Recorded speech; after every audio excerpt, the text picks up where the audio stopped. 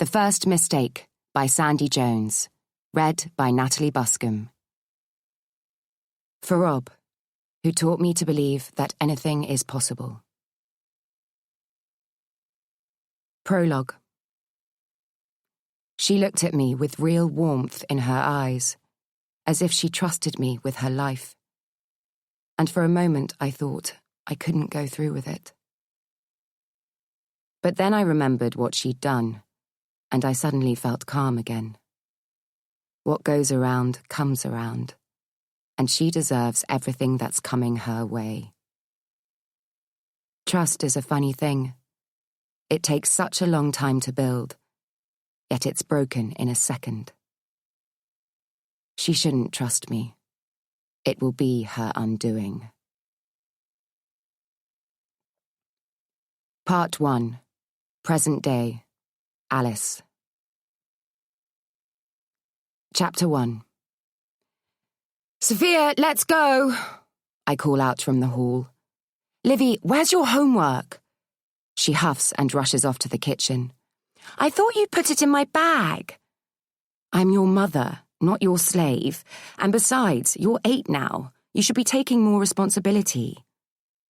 I'm exasperated, though in truth, I'd happily pack her school bag for another 10 years if it meant I could hang on to my baby, who, it seems, has disappeared within a blink of an eye. How had I lost that time? Here, she exclaims. Have you got my swimming cap?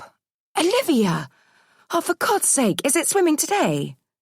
She sticks one hip out to the side and rests her hand on the other with all the sassiness of her 15-year-old sister. Yeah, it's Wednesday. Run upstairs quickly. Look in your top drawer. I'll count to 5 and you need to be back down here. Sophia, we're going! I'm shouting by the end of the sentence.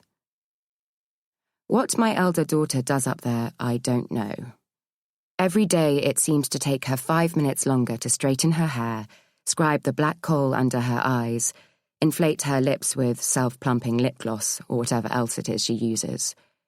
She looks undeniably gorgeous when she does eventually appear. But is it all really necessary for school? I can't find it, Olivia calls out. We're late, I shout before huffing up the stairs. I feel a heaviness in my chest, a spring tightly coiled, as I rifle desperately through her socks and knickers.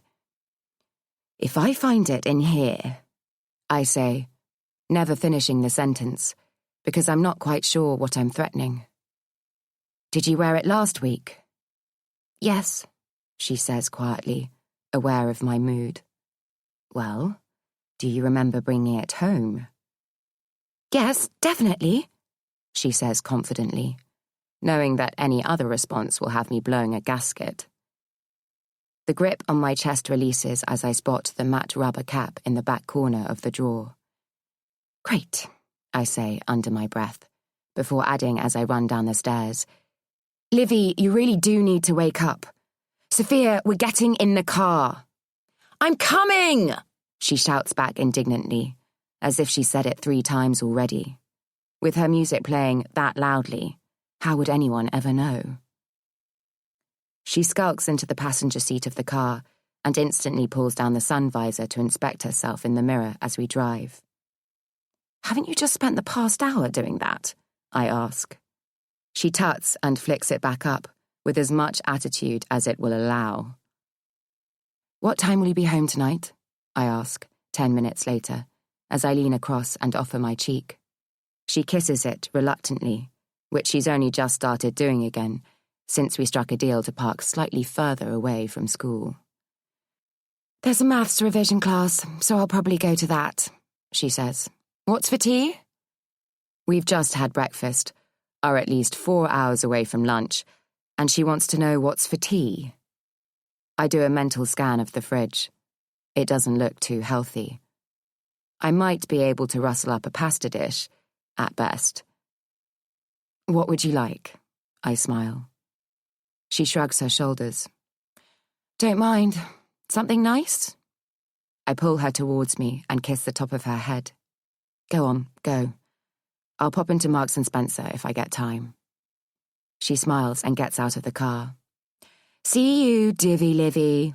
Bye, Pooh Face, giggles her little sister from the back seat. I put the window down as we drive past her and call out, but she's already locked into her phone, unseeing and unhearing of everything else around her. Look up, I say to her silently. You'll never know what you might miss. Olivia and I do a light jog into school, which isn't easy in these heels. I love you, I say, as she rushes off to join a playground game of netball without looking back. Mrs. Davies, can I have a word? Calls out Miss Watts from across the playground. I purposely avoid eye contact. I don't have time for this. I look at my watch to let her know I'm under pressure. Sorry, it won't take a minute, she says. Would you like to come into the classroom? I look at my watch again. I'm running late. Can we do it here? Of course, it's just that. She looks around surreptitiously, but it's early enough not to have too many other parents within earshot. It's just that we had a little incident yesterday, in the playground. My heart lurches, and I can feel my brow furrowing. What kind of incident? I ask, forcing myself to stay calm. The teacher rests a reassuring hand on my arm, though it feels anything but. Oh, it's nothing serious, she says. Just a falling out between a few of the girls. She rolls her eyes. You know how girls can be. Was Olivia involved? I ask. Apparently so. There were just a few nasty words bandied about, and Phoebe Kendall says that Olivia threatened not to play with her anymore. I'm sure it was nothing more than playground antics, but Phoebe was a little upset by it. I imagine she was. Olivia didn't mention anything last night. Did you speak to her? I had a quiet word yesterday, she says, looking around again before continuing in a hushed tone. It's just that it isn't the first time that Olivia has been involved in an altercation of this type. I look at her, trying to read what's going on behind her eyes. Oh, is all I can manage. Miss Watts leans in closer. She's normally such a bright and bubbly child, eager to be friends with everyone, but these past few weeks...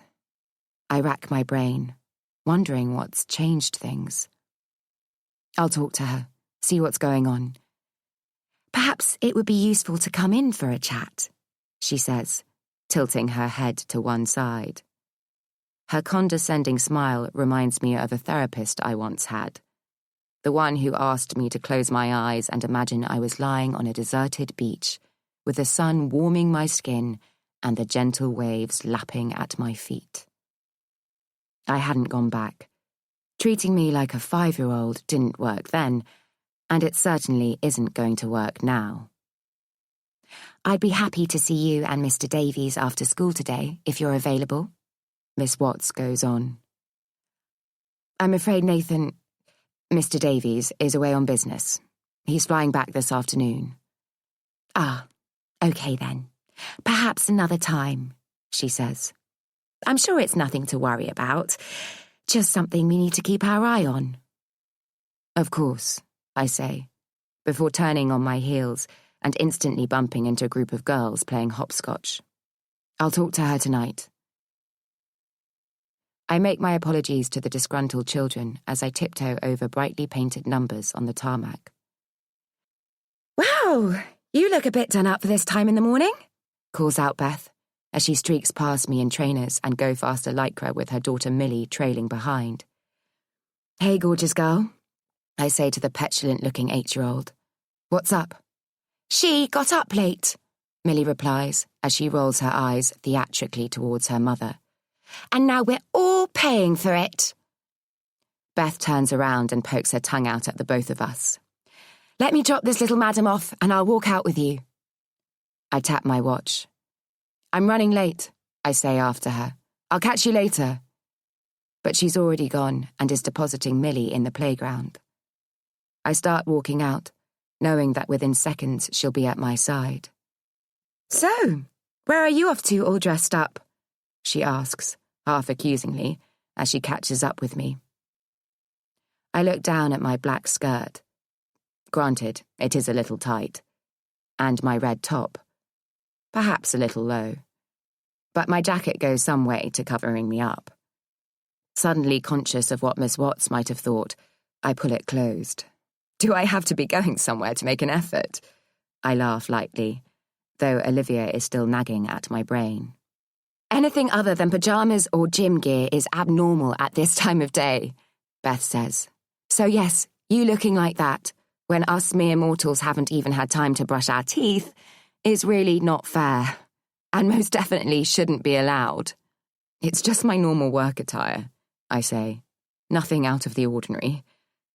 My face flushes, and she raises her eyebrows. Who am I trying to kid? I believe you, even if 1,000 others wouldn't, she says, giving me a wink. I smile, though I feel the heat rise in my cheeks. Did you hear anything about the girls falling out yesterday? She looks at me nonplussed and shakes her head. No? Why? What happened? Miss Watts just told me that a few of them had a bit of a ding-dong. It seems Phoebe and Livy were involved. I just wondered if Millie had said anything to you about it. No, but I can ask her if you like. Probably best not to make a big thing of it for the moment, I say. I'll wait and see if Livy mentions it. Okay. You still on for tomorrow night? Definitely. Nathan's back today and already knows he's on babysitting duties. That's what I like to hear, she says, laughing. A man who knows his place. Where do you fancy going? I ask. Uptown, or do you want to stay local? There's a new place that's just opened in Soho. Nathan went there with a client and raved about it. I don't mind. Could give it a try. Though saying that, I don't get paid for another 3 days, so if it's expensive, I might have to save it until after payday. No worries, it'll be my treat, I say, and see her eyes momentarily narrow. I bite my tongue and immediately wish I could suck the words back in. I'd hate for her to think I'm being patronizing, but I'd genuinely like to help. It takes a little longer for my brain to catch up with my mouth and realize that she might appreciate a handout for something more worthwhile than an overpriced meal in a fancy restaurant. Don't be silly, she says finally, and I let out a sigh of relief. Why don't we do a pizza night tomorrow and go uptown next week? Sounds like a plan, I say.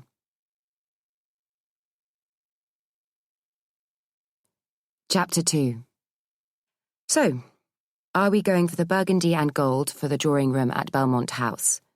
I ask the team around me, as they contemplate the mood boards in front of them. I've tried working up a royal blue with white accents, says Lottie, our junior designer, as she absently chews on the end of a pencil. But it doesn't look nearly as decadent as the burgundy. Great, I say, gathering up the loose papers that I'd strewn over the table during the meeting. So let's present them with that and see what they think.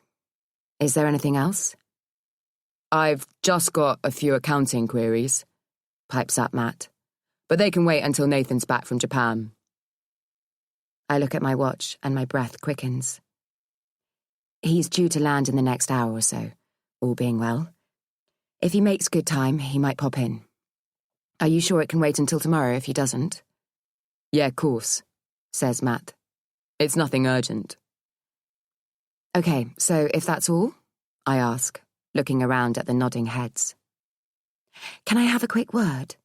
Says Lottie, hanging back as the rest of the team file out. Sure, I smile. What's up? I just wondered if I'd be able to come to the meeting at Belmont House with you tomorrow. I consider it for a moment. It's just that I've got loads of ideas, and I really feel I could bring something to the table. She looks at me, her mouth agape at the faux pas she thinks she's made. Not that there's anything wrong with what's already on the table, she rushes on. It's all on there, and then some, and then you've wrapped it up in a big gold bow and put the Alice Davies signature on it. She's rambling, and I wait with raised eyebrows. I can't see why not, I say, when she stops to take a breath. In fact, you can need it if you like.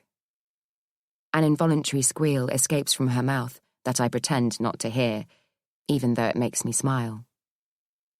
I can't help but marvel at how far she's come in the short time she's worked here. She was as quiet as a mouse when she first joined AT Designs, barely able to look anyone in the eye. I remember asking at her interview where she saw herself in 10 years' time, and she'd meekly whispered, "Sitting in your chair?" The juxtaposition of her manner and her words had almost made me spit my coffee out. She had got the job on that alone. She'd been almost mute for a week, just nodding and shaking her head at pertinent times, but I knew she was in there somewhere. I'd seen it, though Nathan refused to believe me. "I'm telling you, you picked the wrong candidate," he'd said over dinner after her second day. "We need someone with something about them. She's not even going to be able to interact with clients." I'd smiled and shaken my head. She's young and shy, but she's quietly ambitious and has a real flair for interior design. She reminds me of someone I used to know. He'd smiled ruefully. "I give her 2 weeks. 6 months later, and she's truly come out of her shell. She's not only able to interact with clients, but is working on 1 or 2 small projects by herself. I won't say I told you so," I'd whispered to Nathan under my breath when she presented her ideas on a new restaurant concept we were pitching for last week. "Smart ass." He'd smiled, his blue eyes not leaving Lottie. There was no denying that I felt a tiny sense of satisfaction at getting one over on Nathan. Our friendly competitiveness was part of who we were, whether it be in work, a game of tennis, or playing charades with the girls. But the overriding emotion was one of relief. That in Lottie I might have found a protégé who could take the pressure off me. Nathan is brilliant at keeping the business side of the company ticking over. It's in better shape now than it's ever been. But until Lottie joined, I was the only creative, and to have someone to fall back on, to take the heat off, has meant that I've slept a little easier at night. Although he's not one to admit defeat, Nathan obviously concedes that having Lottie around is making a difference, as just before he left for Japan, he'd championed her for a pay rise. "She's worth her weight in gold," he'd said, as he stood in the hall with his hold-all in his hand. "You should have seen her in the meeting with Langley Kitchens. She had them eating out of the palm of her hand." "You don't have to tell me," I had said, laughing. "I'm the one who told you, remember?" "If I'd thought of it sooner, I'd have asked her to accompany me to Japan." "Really?" I was taken aback, even though I couldn't quite work out why. It had been my choice not to go. "It's not too late if you want to come with me," he'd said gently, taking me in his arms. "Don't be ridiculous." I had pulled away, my heart hammering through my chest. "Of course I can't. I've got the children to think about." "Your mum would have them at the drop of a hat. You know she would." My mind had frantically run through what I'd have to go through to get on that plane with him. My breath caught in my throat as panic crept through every nerve fibre, tingling the tips of my fingers. "We've discussed this," I'd snapped. "I'm just saying that there's still time," he'd said as he pulled away from me. "That's all." "I'll see you on Wednesday," I replied. "Enjoy yourself." "How can I if you're not with me?" he'd said forlornly. "It's Japan. How can you not?" "Be good," he'd said with a wink as he walked towards his car on the drive. "Call me as soon as you land, won't you?" When I didn't hear from him, I frantically rang his mobile every few minutes as the horror stories played out in my mind. The plane had crashed, Japan had had an earthquake, there was a tsunami. By the time I'd eventually reached him, I'd convinced myself that there wasn't even a remote possibility that he was still alive. "Oh my God!" I'd cried when he eventually picked up. "Are you okay?" "I'm so sorry, darling." he'd said in a gruff voice, as if I'd just woken him from a deep slumber. I took a call as soon as I got off the plane, and when I got to the hotel, I crashed out for a few hours.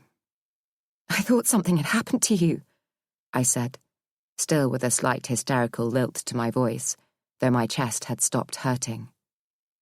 I didn't mean to worry you, he said patiently. I'm absolutely fine.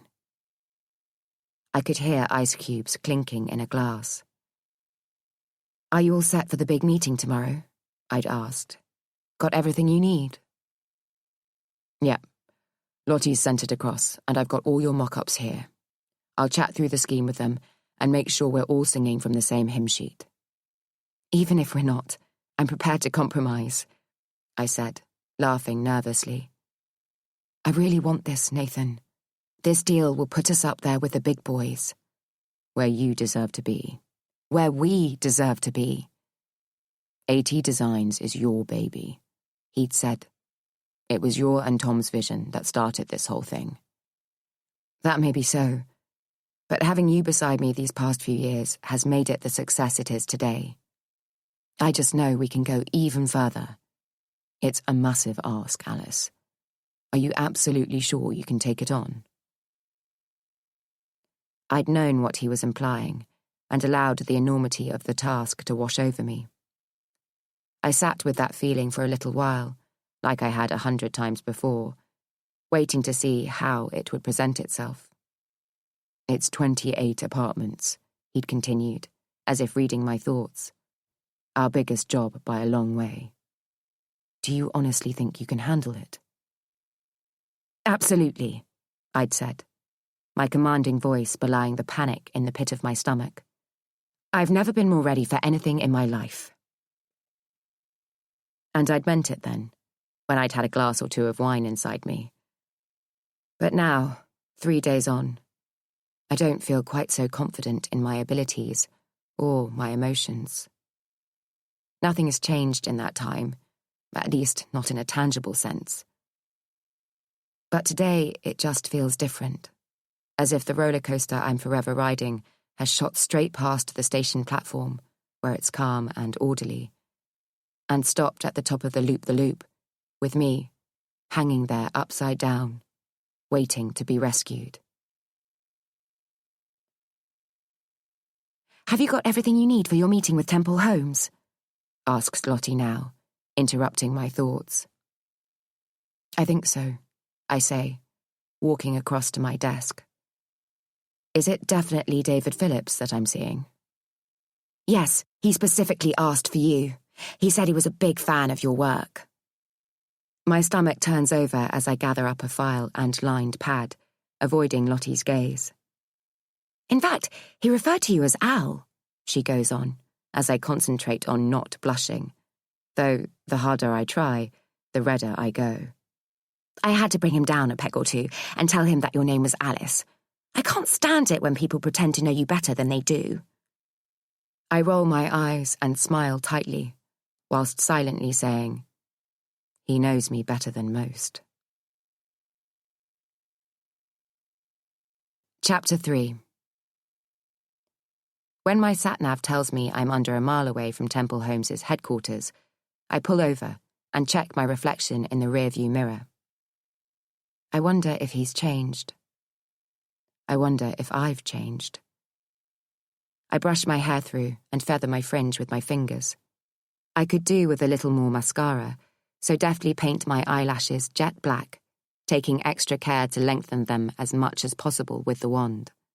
A brush of blusher, a dab of red lipstick, and I'm as good as I can be without the benefit of plastic surgery or being able to turn the clock back some 20 years. It still doesn't stop me from trying, though, as I pull my skin tight across my cheekbones, wondering where all that time's gone. I've never thought of it before, but I suddenly regret not having something done, so that I don't look too far off of when David last saw me. Ridiculous, I know. But doesn't every girl want to look their best when they meet their first love again? Not because you still want him, but there's a tiny part, okay, a big part, that wants him to still want you. Alice, wow. Look at you, he says as he comes towards me in reception. He looks me up and down appreciatively, and I'm pleased that I made a special effort. I kidded myself when I was getting dressed this morning that my look was just a subtle extension of what I normally wear. Yet it had been the first thing Beth noticed when she saw me, and Lottie had also commented on how the red complemented my skin tone. Maybe it wasn't so subtle after all. David, goodness, you haven't changed a bit, I say. Except he has, and I struggle to hide my shock. I've spent all these years imagining him as he was, as if he'd been somehow frozen in time whilst I grew older. But he's grown older with me.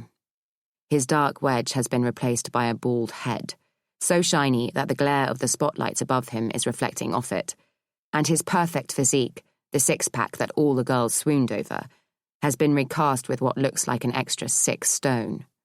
So, how have you been? He says, as he kisses me on the cheek. Good. Really good. I heard what happened to Tom. He leads me into the boardroom. I'm so sorry. People often say words to that effect when their back is turned. They're somehow under the misapprehension that it's easier that way. It might be, for them. But ask anyone who's been through it, and they'll tell you that they'd rather people be upfront than try to brush it under the carpet, or, even worse, avoid the awkward subject altogether. So, how are you doing? He asks solemnly. I'm well, thanks. The business is going great, so it's all good. And you married again? It's more of a statement than a question, and I'm taken aback, like I always am when people I haven't seen for years seemingly know more about me than they should. I wonder what else he knows. Yes, I say. In some respects, I've been very lucky. I'm pleased you were able to make a new life for yourself after what happened. I offer a closed smile. And you? I ask. It seems rude not to at least pretend to be interested in what's been happening in his life since I last saw him. You've obviously made a great success of Temple Homes. He smiles, and his eyes disappear into the folds of skin around them. I can't even begin to compute that this is the same person, man or boy, who had taken my virginity one summer night after the end of exams ball. The company's doing really well, he says. But my marriage, unfortunately, was a casualty of its success. I drop my eyes, uncomfortable with the personal slant the conversation has taken. I'm sorry to hear that. It happens, he says. Perhaps you can't have it all. But you must be very proud of what you've achieved here, I say, looking around the boardroom and noting the various building certificates on the wall. Yes, he says, puffing out his chest and sitting up straighter in his chair. But I think we can go further, hence bringing you in. I hope you didn't mind me contacting AT Designs, but I've seen your work around, and I'm very impressed with what you do. Not at all, I say, smiling. That's good to hear. A phone trills around the room, and for a moment I ignore it, as I'm sure I turned mine to silent. But when it continues, and I notice David sitting on the table between us, showing no sign of life, I rummage in my bag. Sorry, excuse me, I say, before seeing that it's Nathan and pressing decline. So, the Bradbury Avenue project is... David begins, before the ringing of my phone interrupts us again. I'm so sorry. Let me turn it off. I hit decline again and turn the volume off, but panic is already beginning to set in, and I can't concentrate on anything David is saying to me. I note everything down as the silent calls continue to light up my mobile, my writing becoming more frantic. Okay, so leave this with me, I say, standing up, in an attempt to wrap up the meeting prematurely. And I'll give you a call once I've got some ideas to present to you. Why don't we do that over dinner? He says, holding on to the hand I've offered for a little longer than necessary. It's probably best to keep this professional, I say, half laughing. Without warning, his hands are on my buttocks, pulling me into him. No one ever need know, he breathes into my ear. The pungent smell of coffee permeates my nostrils, and I turn my head. He makes a grab for one of my breasts, squeezing it hard.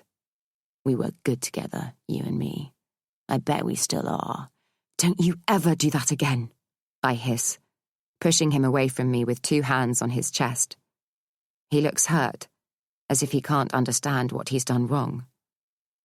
But I thought... You thought what? That just because we've been together before gives you the right to go for it again? Well, yes, he stutters, and it takes all my resolve not to slap his face. I quickly gather up my things from the table and turn to walk out. This has clearly been a waste of my time. But the project, he calls out after me. What about the project? I don't answer, leaving him to fill in the blanks. I'm shaking when I get to the car and fumble with the handle, slamming the door behind me in indignation. How dare he presume that this would be anything other than a business meeting? I look down at my blouse, undone by 1 button too many, and I slam the steering wheel in frustration. Shit! I call out loud. What was I thinking? Aren't I as guilty as he is? What message had I relayed in my pathetic attempt to recapture a time long since past? But then I pull myself up. No. However I choose to dress does not give him the right to invade my personal space.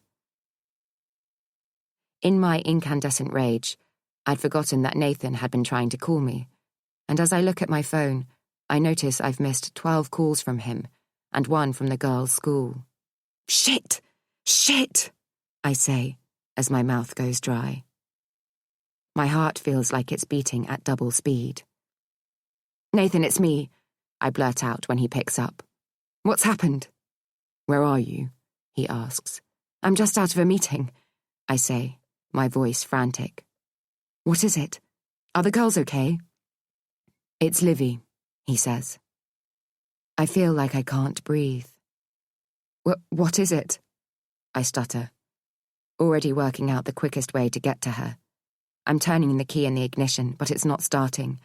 Panic is building within me as I try it again and again. In a split second of clarity, I remember that I need to put my foot on the brake first. What's happened? Where is she? Is she okay? The questions are all coming at once. She's fine, he says, but she's had a little accident at school. What kind of accident? I ask, leaving rubber on the road as I screech out of the Temple Homes car park and head in the direction of the school. It sounds like she's hit her head. It physically hurts as I inhale. Oh God. Okay, now listen to me, he says, his voice suddenly authoritative. I want you to take some deep breaths and calm down. I try to do what he says, but my lungs don't feel like they're working. They're not letting in the air that I need. My breaths are coming in short, sharp pants as I will the learner driver in front of me to put their foot down. Alice, listen to me, says Nathan again. I need you to slow everything down and just concentrate on inhaling and exhaling, long and slow. If I could close my eyes, it would be easier, but cars seem to be coming at me from every angle, cutting across my path, pulling out in front of me. Horns are blaring, but I can't tell where they're coming from or who they're directed at. You okay? Asks Nathan. I nod through pursed lips. Alice? Yes, I say. Do you want me to stay on the line until you get there, or shall I let them know you're on your way? Can you call them? I ask. Where are you? How long will it take? I've just left Temple Homes headquarters. I stutter because I genuinely can't remember where I am, not because I'm trying to hide anything. Where are you? I ask. I've just left the airport, and I was going to go straight to the office if that's all right with you. Yes, I'll see you at home then. Call me once you're with Livy, he says. I'm sure it's nothing to worry about. It only occurs to me then that he doesn't know about the conversation I had with Miss Watts this morning. I wonder if the problem is bigger than either of us thought. They don't sound that concerned, he goes on. They're probably just worried about concussion and need to cover their backs. I end the call and turn up the radio in an attempt to drown out the noise in my brain. When I reach the school, I park in the space reserved for the headmaster and half walk, half run into reception, trying hard not to look how I feel. "Ah, hello, Mrs. Davies," says Carol, the school secretary, careful to keep her tone upbeat. I'm quite sure they have a file on me with the words, "Handle with care, unexpectedly widowed," written in big red marker pen. "Nothing to worry about. It's just that Olivia had a little fall." "Is she okay?" I ask, following her through the double doors. The unmistakable stench of boiled cabbage wafts under my nose as my heels click-clack on the polished wooden floor of the dining hall. It's the same smell as my school dinner 30 years ago, even though we didn't have boiled cabbage then, and Olivia doesn't have it now. I know because she memorizes the menu every week and tells me what she's having day by day. I almost feel sorry for her that chocolate sponge and chocolate custard, the monthly treat that was part of the staple diet of inner London schools back in the day, is no longer offered. But even on those special days, the school still smelt like rancid vegetables. And I find myself wondering why that is.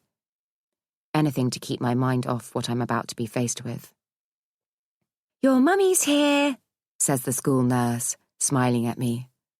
I half expect to peer around the curtain and be confronted by Olivia lying unconscious on the bed, with blood pouring from her head. Relief floods through me as she looks up, a little forlornly. There's no blood, no bandage, not even a bruise. "Hello, baby girl," I say, my voice shaky as I bend down to her level. "You okay?" She nods, and I give her knee a squeeze, fighting the urge to wrap her in my arms and breathe her in, if only for the nurse and Carol, who, no doubt, will add neurotic mother to my file. "It was only a little knock," says the nurse, "but just keep an eye on it. If she complains of a headache or experiences any dizziness, you ought to get her checked out at hospital." I smile and nod. "What happened?" I ask when we're back in the car.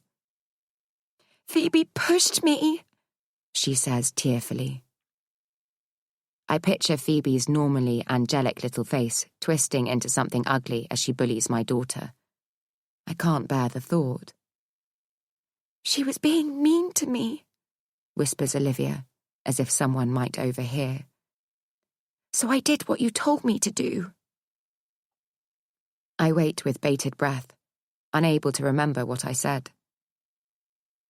I'm hoping I told her to give as good as she gets. "I ignored her and walked away," she says. I can't help but be disappointed with my own advice. "But she pushed me and I fell onto the floor." Well, that's not very nice, is it? I'm careful to keep my voice light, all the time wondering how quickly I can get an appointment to see the head. "I thought Phoebe was your friend. Is she always mean to you?" She shakes her head before immediately nodding. I'm not sure that she knows herself. "Only sometimes," she admits. "She says bad stuff to try and make me cry." I gently push her flyaway hair back from her elfin face. "What kind of stuff?" I ask.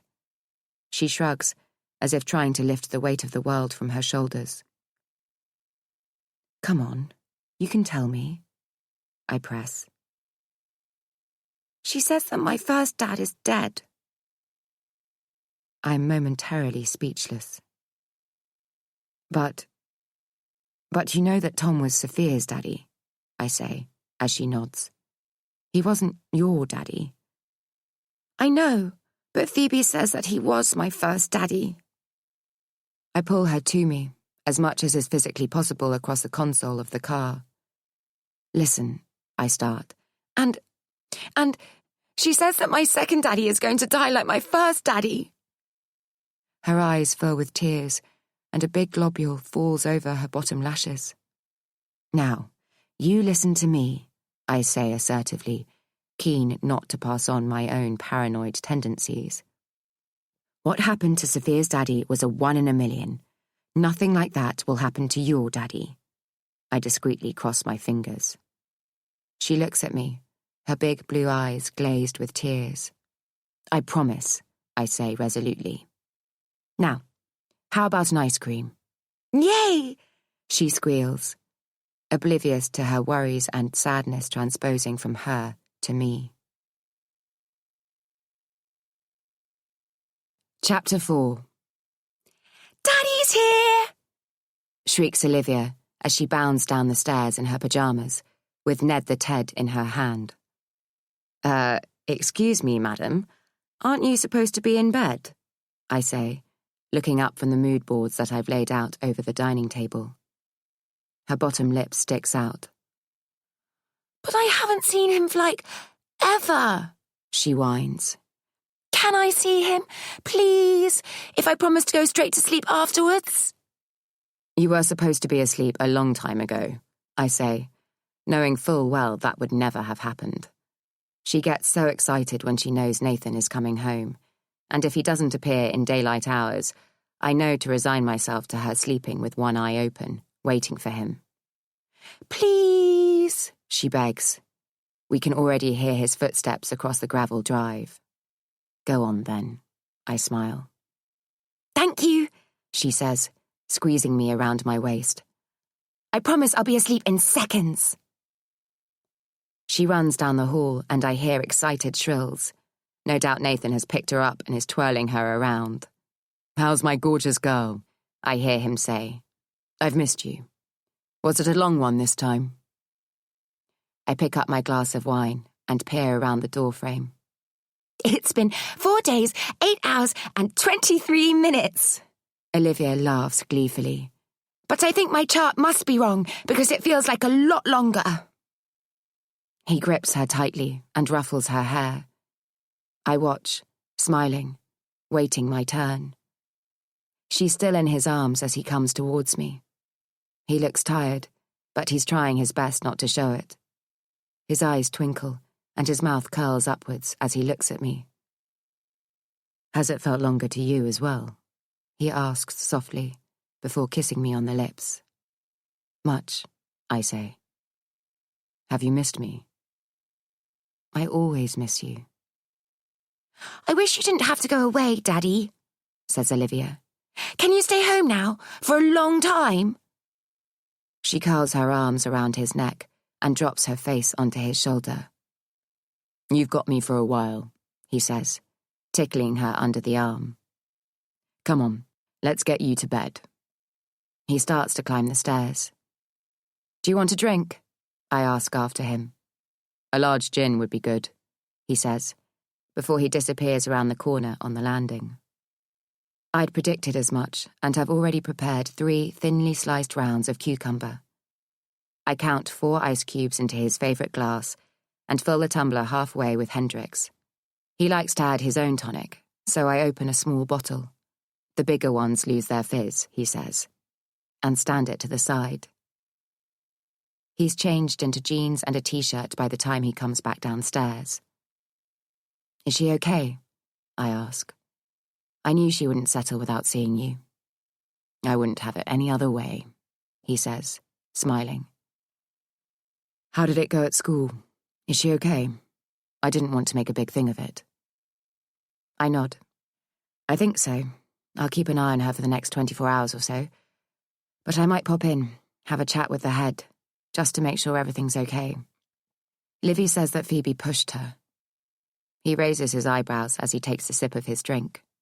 You know what kids are like. Yes, but her teacher had a word with me this morning about a falling out they had yesterday. I just want to make sure there's not something more going on. Good idea, he says, as he pops an olive in his mouth and pulls me towards him.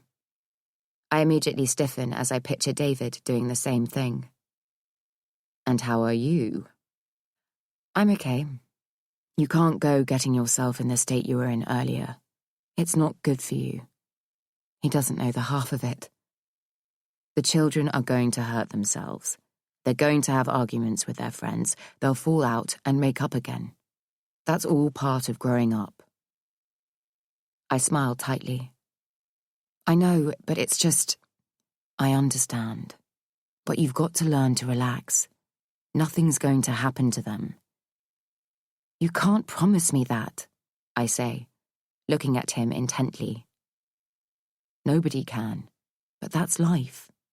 I just want you to enjoy yours." I pull away and take a long slug of my wine. I can feel his eyes boring into me. "So, what were you doing at Temple Homes today?" he says. I busy myself with looking for a colander to strain the rice I've cooked. "A new client," I say, far too abruptly. "They need some interior solutions." "Isn't that David Phillips's company?" he asks casually. I say, bending down to find a chopping board that I don't need. "Wasn't he your first boyfriend?" It sounds like he's talking through a smile, but I'm too nervous to look. Yeah," I say, not sure whether I feel guilty about meeting him, dressing for the occasion, or the memory of his hands on my body, even though they weren't invited. "Was it him you met?" I nod. "That must have been a bit weird," he says, half laughing. "How did that go?" I wonder whether I should tell him what happened, knowing that if I do, he is more than likely to go straight round there.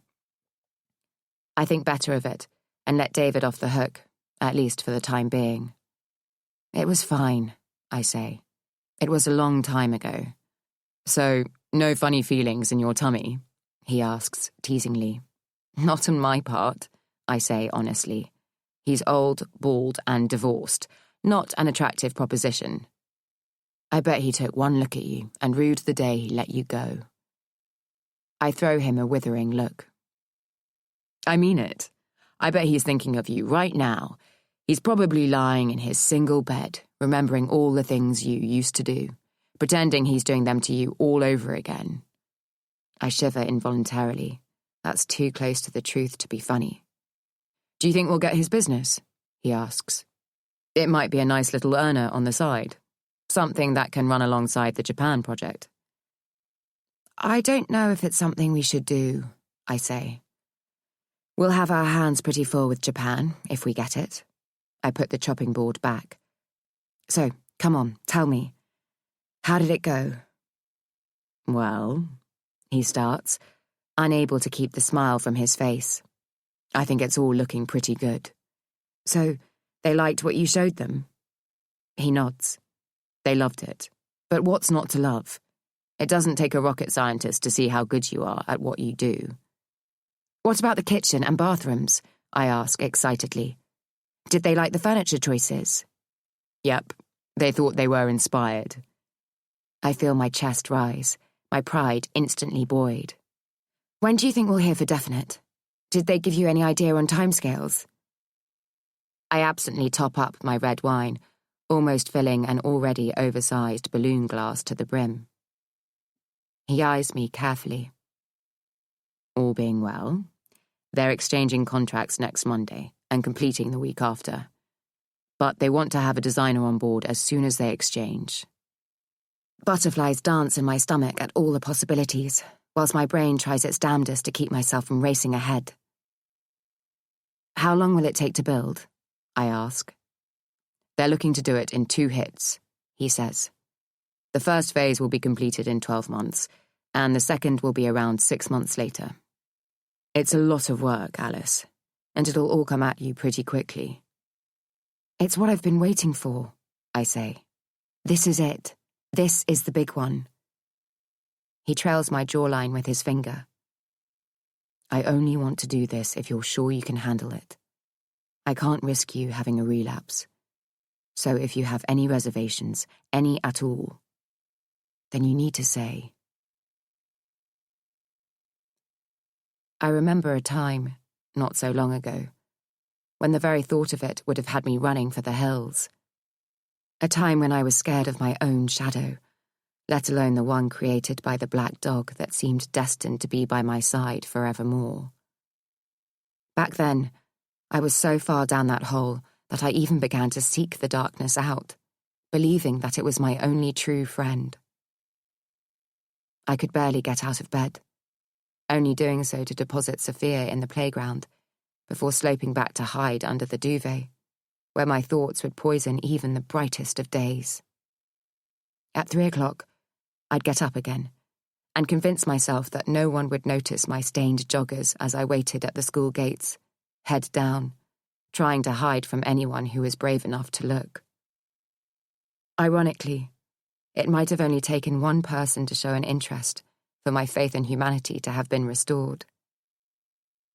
But on the rare occasion I was looking, all I could see was embarrassment and avoidance.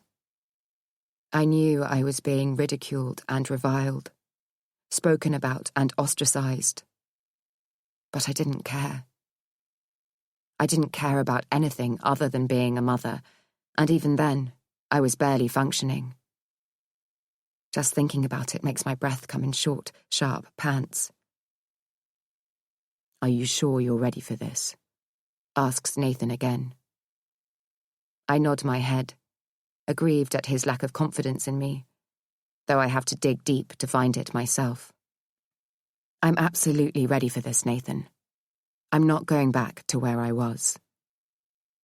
"Well, I'll be here to help and give you all the support you need. But ultimately, it's your face that fronts the company. It's your talent that delivers results, and it's you who people want to work with." I smile and hold his hands. "But it's you who runs things behind the scenes, and I couldn't do what I do if it weren't for you. We're in this together." He lifts my hands to his lips. "And Sophia, how's she getting on with her exams?" "She's got her final one on Friday," I grimace. "Maths, of all things. I mean, you wouldn't wish it on your worst enemy, would you?"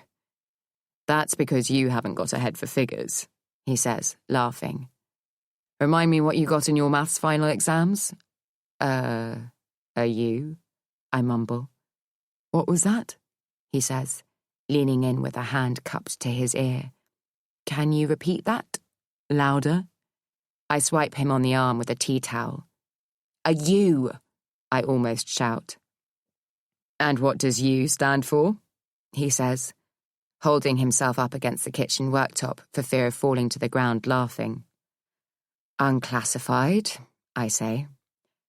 "So, you did so badly that they couldn't possibly grade it," he manages. "That's why I had to marry you," I say triumphantly as I kiss him. "So you could do my numbers for me." "So, is she going to be okay?" he asks. I look at him perplexed, momentarily forgetting what we were talking about. "Sophia," he says, reading my confused expression. "Does she think she's done enough revision?" "Well, she's a walking mass of hormones at the moment, so your guess is as good as mine." "We were all teenagers once," he says, as he appreciatively takes a sip of his drink. "I can't remember that far back," I say, kissing him. "Thank God." I can taste the gin on his lips, the tang of the juniper berries reminding me of Christmases gone by. Can the pair of you get a room?"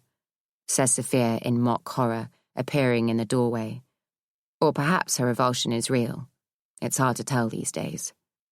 "Hey, sweetheart," says Nathan. "How's it going?" He opens out his arm for her to walk into and pulls her towards him, kissing the top of her head as it falls heavily on his shoulder. "What's going on with you?" "I hate my life," she says, her arms dangling loosely by her sides. "I can't wait for these exams to be over." "School is the easy part," I say, Just wait until you're a grown-up. Oh, here we go. Your school days are the best days of your life, she mimics in a sing-song voice. Blah, blah, blah. I have to stop myself from laughing. Do I really say that? I wasn't aware I'd turned into my mother. I pull a face behind her back, and Nathan gives me the stern eye. They are, I insist. Believe you me, if I could have my time over again... Except you wouldn't, she says. You couldn't wait to get out of school. Grandma said you barely stayed long enough to sit your exams. She does have a point.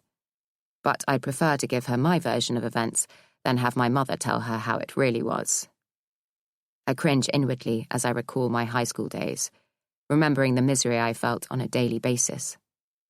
I'd spent the first 2 years being bullied and wishing, more than anything, that I was part of the in crowd. I'd then spent the next 3 years in it, and desperate to get out. Being hunted, for me, was somehow easier than being the hunter. I was never comfortable being part of the whispering huddle that the new girl at school had to walk past, desperate to be included, yet so quickly and thoughtlessly rejected by us without a second's thought. She didn't need to say or do anything to incur our wrath. Tracy, our ringleader, would already have decided she didn't like her, and seeing as we seemingly didn't have minds of our own, we'd just gormlessly follow her lead. I'd ashamedly surfed Facebook over the years, trying to put right the wrongs I felt I'd been a part of. Unsurprisingly, Maxine Elliott, who I'd been forced to empty a glass of milk over, and Natalie Morgan, who I'd been coerced into telling was ugly, didn't respond to my friend requests. Funny. After all this time, I still use words like forced. I hadn't been forced to do anything. I wasn't held underwater or nailed to a cross. I'd had a choice. And that's what still pains me today. In my fantasies, I imagine myself standing up to the draconian ringleader, instead of staying quiet and taking the coward's way out. I think about Olivia and feel a tug in my chest. Is it possible that a child so young can be caught up in the same horror? A shiver runs through me. I just want you to enjoy it, I say to Sophia, because it'll get a whole lot harder before you know it. She shrugs and moves away from Nathan's embrace to get herself an orange juice from the fridge. We only want what's best for you, sweetheart, says Nathan. Your mother's right. It might not feel like it, but this is the easy part. This is the only time in your life when you don't have any real responsibilities. You don't have to hold down a job. You don't have to pay bills. You don't have any little ankle biters draining your emotions and your bank account.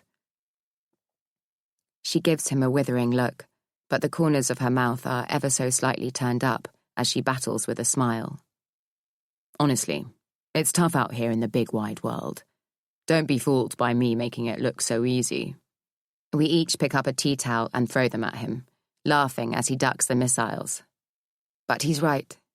He does make it look easy, and I don't know that I always give him the credit he deserves. It could have been so different. I could still be thrashing around in that black hole if Nathan hadn't rescued me. Us. I was going through the motions, but not really feeling anything when I met him.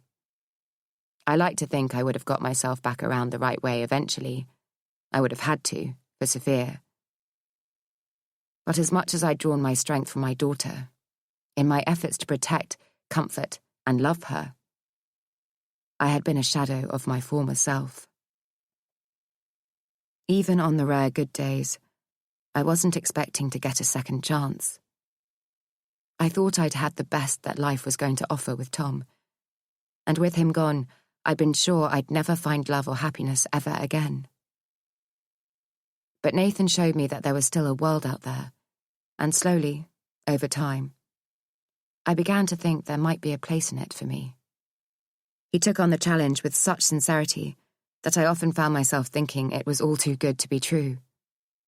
He'd take me and Sophia out for the day to the zoo, and quite literally monkey around until her sides hurt with laughter, and he'd surprised us both on her 9th birthday with a weekend away on a boat.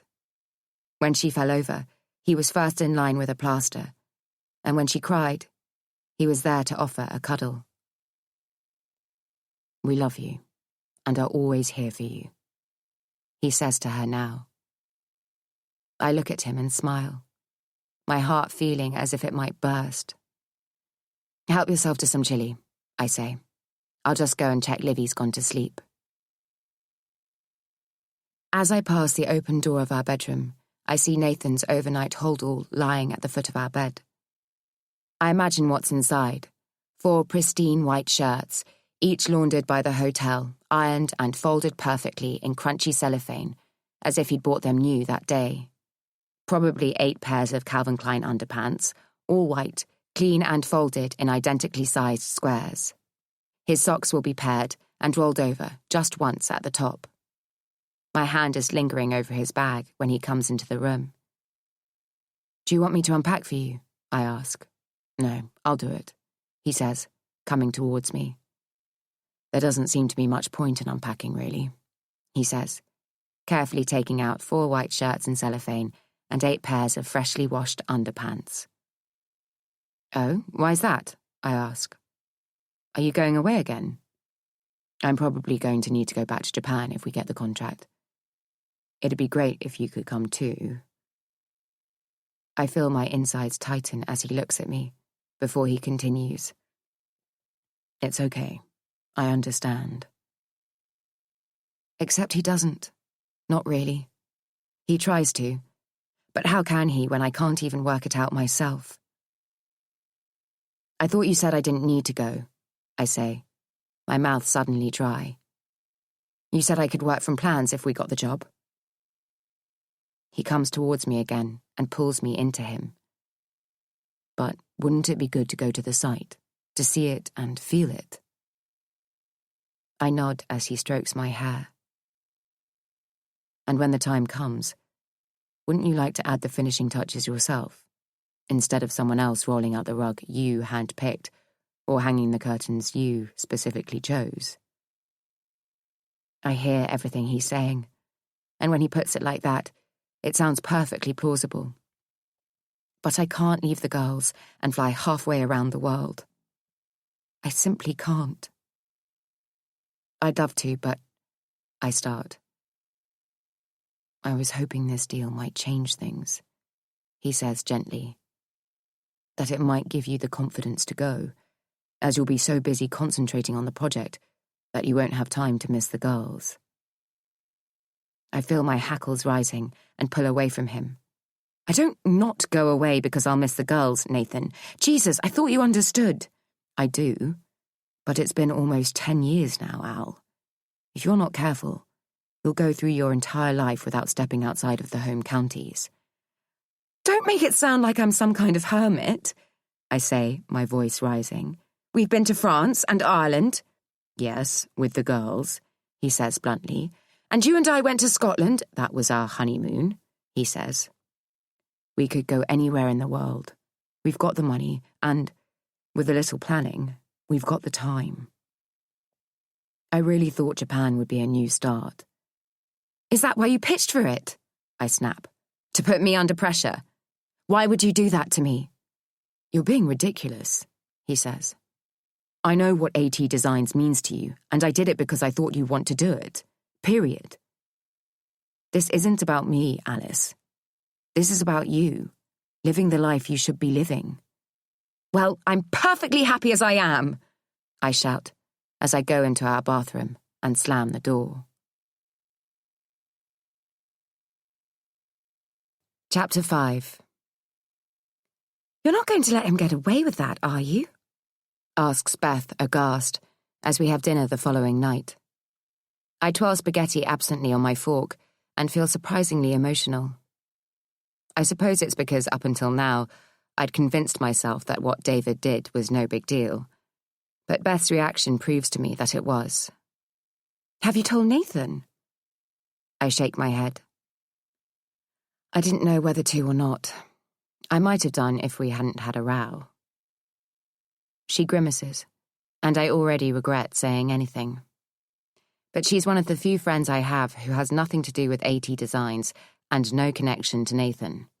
In fact, she still hasn't met him, and part of me wonders if I've kept them apart, albeit subliminally, so that I can say how I feel without being judged, or running the risk of it getting back to him. "What did you row about?" she asks. I instinctively look around the tables closest to us, checking for anyone I know. Not that they'd be able to hear us over the din of the birthday party that is, thankfully, beginning to peter out. There is only so much of Zach and his excitable friends that one can be expected to endure, especially on the rare occasion that you're child-free yourself. "Just the same old stuff," I say dismissively. She leans forward. "Like what?" "About me going away," I say. It's the only thing we ever row about, and every time I try to explain myself, I think he understands, only for it to rear its ugly head again a few months later.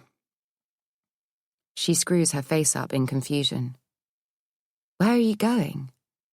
I'm not, that's the whole point. I no longer want to have this conversation, as I'm sure that once she hears my side, she'll think I'm just as mad as Nathan does.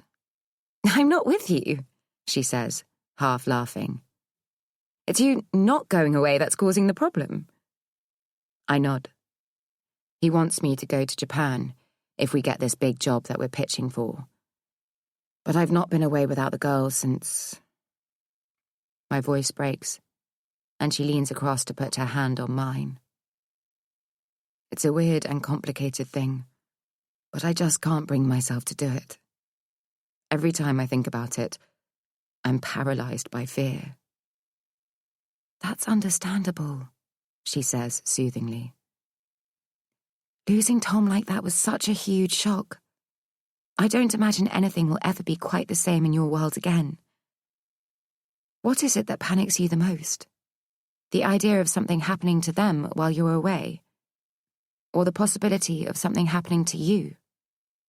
Them, me, both." I shake my head. I don't know. I feel tears welling up in my eyes and bat them away. "Sorry, it's just... You don't need to apologize, Alice," she says. "I just don't feel comfortable leaving them," I say. Tom walked out the door one day, and he never came back. I wasn't with him when he died, and I'll never forgive myself for not being able to save him.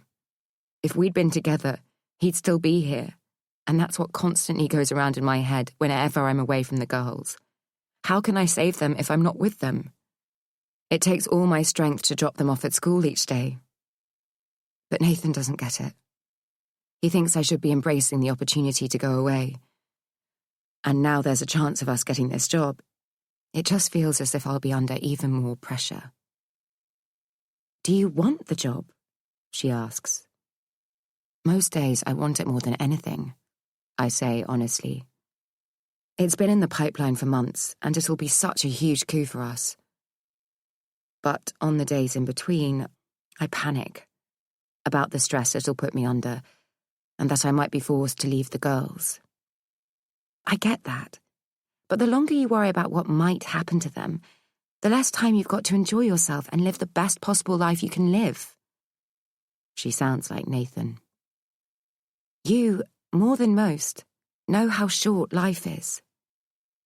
I nod. Yet ironically, that makes me fear it all the more. "Look around you," she says. "You've got it all. A husband who clearly adores you, 2 beautiful children, a gorgeous house, money in the bank." I sniff and muster a smile. "And not only that, but you're a talented interior designer who is, touch wood, in good health." I put a hand on top of my head. God willing. She does the same as she brings her glass to her lips. "I'm sorry, I don't mean to be morose," I say, holding back from adding, or sound ungrateful, knowing that must surely be what she thinks of me. I look at her and chastise myself for bemoaning the amazing life that I lead, when hers is a daily struggle. "I'm sorry to ramble on," I say. "How's things with you?" "Not bad. she says sadly. I had an interesting chat with Millie yesterday. Oh? Yeah. She asked me about her dad. I look at her over the top of my glass, trying to read her expression. Her facial muscles contract, and there's a pulse below her eye. Talking about her ex is always a thorny issue, and I know her well enough now to gauge whether she's in the mood to talk about him or not. Like all of us, Beth had been convinced she'd know if her other half was playing away. On one of our many nights out, my bravery enhanced by 3 glasses of rosé, I'd asked, "Was there no part of you that heard alarm bells or saw the signs?" "Nope," she'd said. "I was so in denial, or insanely trusting, whichever way you want to look at it, that I hadn't a clue." "So when did he last see Millie?" "He hasn't," she said, her words a little slurry, or maybe my ears just had a blush-infused mesh over them. "He left when I was pregnant and we never saw him again." "He's not seen Millie since?" I'd asked incredulously, my brain unable to compute how a father could do that. How can life be so unfair? How can it give men children they don't want, and yet take away the fathers other children so desperately need? She shook her head, her bottom lip trembling. "How could he do it to me, Alice?" she remonstrated. "I gave him everything." I fell back into my chair, feeling suddenly and inexplicably drawn to my friend. Here was someone who could begin to understand what it felt like to have the person you love, the man you've shared so much with, disappear from your life. She knew how it felt to have the rug pulled out from underneath your feet, tossing you up in the air, and making you wonder if you'll ever come back down again. I could have argued that at least her partner is alive, whilst mine is dead. But when I tried to put myself in her position, I was almost grateful that I was in mine. I couldn't bear the thought that Tom had chosen to leave my life and that of our child. He wasn't given the choice. None of us were. How did you find out he was seeing someone else?" I'd faltered, unable to get my head around what she was telling me. "Purely by chance. I'd gone away and had come back earlier than expected, and there they were." A hand flew up to my mouth. "Oh my God. Yeah, so..." She'd looked out across the restaurant as her eyes filled with tears. I'd reached across the table and placed my hand on top of hers. "I can't even begin to imagine. Is he still with the woman..." I had almost added, "he left you for," but it would have been too hurtful. Sensing my predicament, she'd finished the sentence for me. "I have absolutely no idea," she'd said scathingly. "I imagine they're playing Happy Families somewhere. Well, she got what she wanted, didn't she?" I'd pulled back, looking at her quizzically. "You sound like you're blaming her. But it's likely that she didn't even know you existed." "Of course she did," Beth had spat. "You know when the man you're with is supposed to be with someone else." I'd wanted to argue the case, but I could tell by her hardened features that it wasn't one I was going to win. As a tear fell onto her cheek, I'd moved to her side of the table, holding her close, and gently pushing her auburn hair away from her wet face. "How could he do it, Alice? How could I not have known what was going on?" "How would any of us know?" I'd offered reassuringly, though "I would" reverberated loudly around my head. "Don't you ever worry about Nathan straying?" she'd asked, as if reading my mind. I had shaken my head. "That's not on my radar. I've had worse happen to me, so when he's late home, I worry more about his safety than who he might be sleeping with." "I wouldn't worry about it," she'd slurred. "There's no way Nathan would ever cheat. I mean, just look at you, for God's sake. He'd be out of his mind." I'd looked down at my slim legs, encased in tight dark denim jeans, and brushed imaginary crumbs from my cleavage as it descended into the plunging neckline of a white t-shirt. I try my best to stay in shape, but my willpower isn't always what it should be. God must be a man, as no woman would be so cruel as to make chocolate, biscuits, and crisps taste so darn good.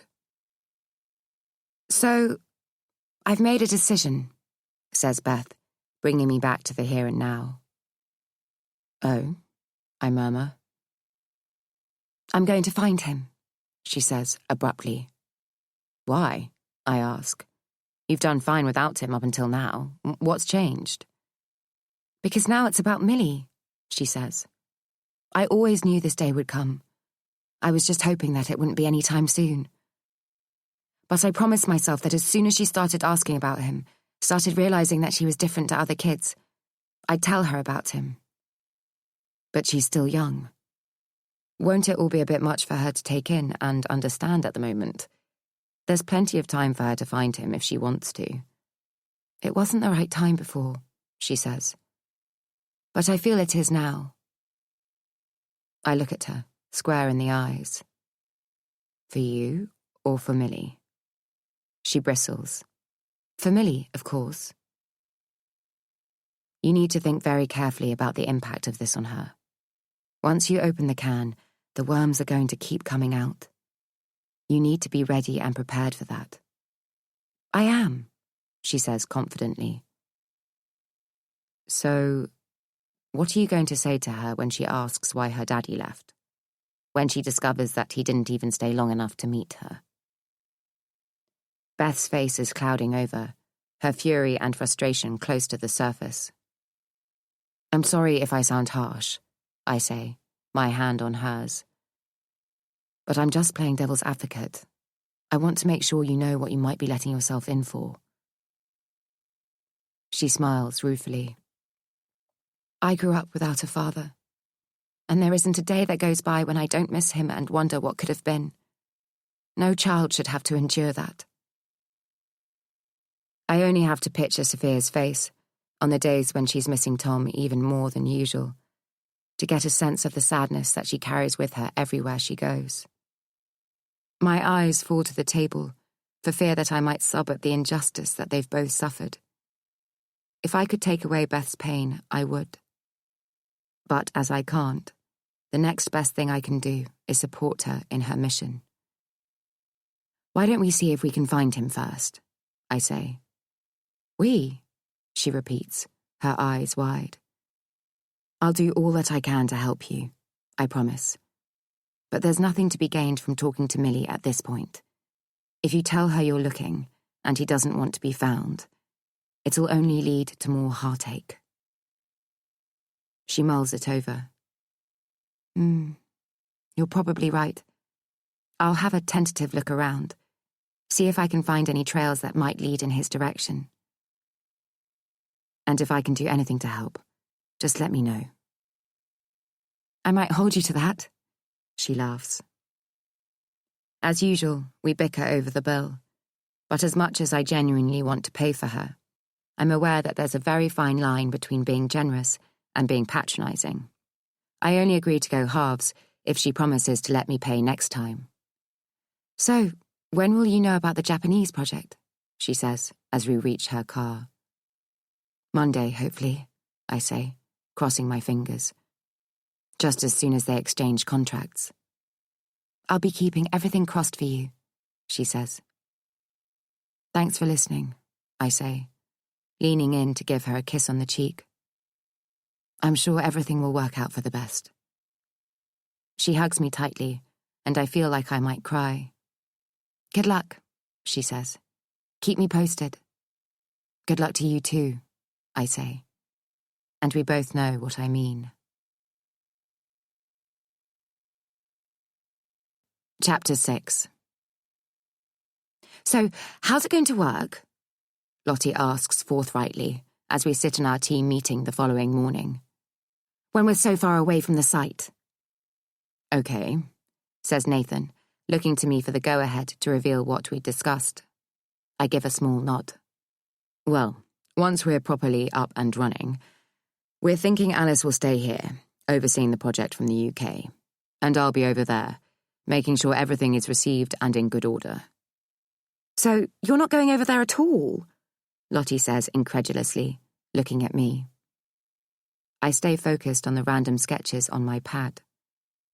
They say a lot can be determined about a person from their doodles, and I wonder what conclusion would be drawn from the cubes and stars that are scattered across the paper in front of me. No, Alice will be based here, says Nathan. But that does mean I'm going to need some help on the ground in Japan. Lottie, maybe that would be something you'd consider doing. It had been my suggestion, a way of getting myself off the hook, but Nathan had readily agreed. If he felt I'd manipulated the situation, he didn't say. Seriously? Chokes Lottie, her voice high. Oh my God, seriously? He smiles. Yes, seriously. What do you say? I choose to bat away the uncomfortable sensation that is swirling in my stomach, pretending that it's just nerves about the job. But as much as I try to disguise it, the green-eyed monster won't be silenced. I wanted to be the one to pull it all together, be the first to see the end result. You could, the voice in my head says, if you were brave enough. It would be a really wonderful opportunity for you, Lottie, I say, with a smile fixed on my face. And we're confident you'll do it with aplomb. I can't believe it, she says. Of course, yes, yes, yes. She instinctively jumps out of her chair and throws her arms around Nathan. Thank you, I won't let you down. Lottie's blonde hair swishes from side to side as she makes her way towards me, and I get up out of my chair, ready to receive her gratitude. I don't know what else to say apart from thank you, she says, putting her arms around me. Well, we haven't got the job yet, I say, seemingly conscious that we shouldn't be getting ahead of ourselves. But I half wonder if I just say it to rain on her parade. How come you've got Daddy's car? Squeals Olivia as she jumps into the front passenger seat of Nathan's BMW later on, when I pick her up after school. Is he at home? Because mine's in for a service, and no, he's not, I say. Oh, when's he going to be back? Will I see him before I go to bed? I don't think so, sweetie. He's playing golf and then going out for dinner. But he's always out, she moans. I wonder why she feels that way. It certainly doesn't feel like that to me, but maybe the perception of time veers wildly between the two of us. What's my hour must feel like her day, and my week, her month. That's how I remember feeling about my dad, as a kid. He very rarely went out, but on the odd occasion he'd go to the pub, straight from the building site on a Friday, with his bulging wage packet in his pocket. It felt like forever until I saw him again on Saturday morning. You'll see him tomorrow, I promise. It's the weekend. Yay, she says, fidgeting with her seatbelt, not wanting to let go of the jam jar housing the painted lady caterpillar the school has helpfully asked us to look after whilst it morphs into a chrysalis. Forget it, little lady. You're not staying there. In the back. But Daddy lets me, she whines as she clumsily gets out, dropping the hungry caterpillar into the abyss of the footwell. Livy, I shriek. Be careful. Oops, she laughs. Well, he shouldn't, I say. You're not allowed to. The lid has popped off the jar, and the hairy slug-like insect is tantalizingly close to poking its head out. I reach down and under the seat, frantically feeling around for the lid. But why not? She goes on. I blindly touch upon a sharp object and instinctively pull my hand away, still no closer to locating the lid. I go in again, as if I'm doing a bush tucker trial, not knowing what's under there or where the sharp object is. I'm reminded of my Auntie Val, who'd have a panic attack every time she had to pop a letter in the postbox. She couldn't bear to have her hand there, just in case something came out and dragged her in. It got so bad that she'd paid me 20 pence to post her letters for her. In my infinite innocence, I'd boldly stride up to the red pillar box, stand on tiptoes and peer into the slot, asking if anyone was in there. What happens to us between then and now, I wonder, as I gingerly poke my hand under the seat again. I come at the object from a different angle, and I'm able to pinch it and pull it up to the light. I can't make it out at first, and hold it aloft to the windscreen. I blink a couple of times, as if to clear my vision. But there's no mistaking the crystal pear-drop earring that's dangling there. "Mummy!" shrieks Olivia. "It's calling out!" "Oh my God, Livy, find the lid." "Why can't I sit in the front?" "Because you're not allowed." "But Daddy lets me." "Livy, find the lid." "What will happen if it calls out?" "Get in the back seat." "Will Daddy get into trouble?" I look at the earring again. Oh, yes, I think to myself. "For letting me sit in the front?" "The caterpillar's getting out." "Find the lid, Mummy." "Yes, because it's against the law for someone so little to sit in the front." "I can see it. The lid's back here." I want to go on like this.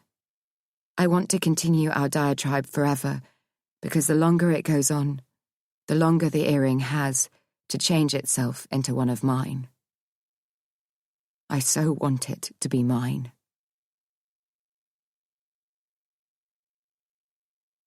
Chapter 7.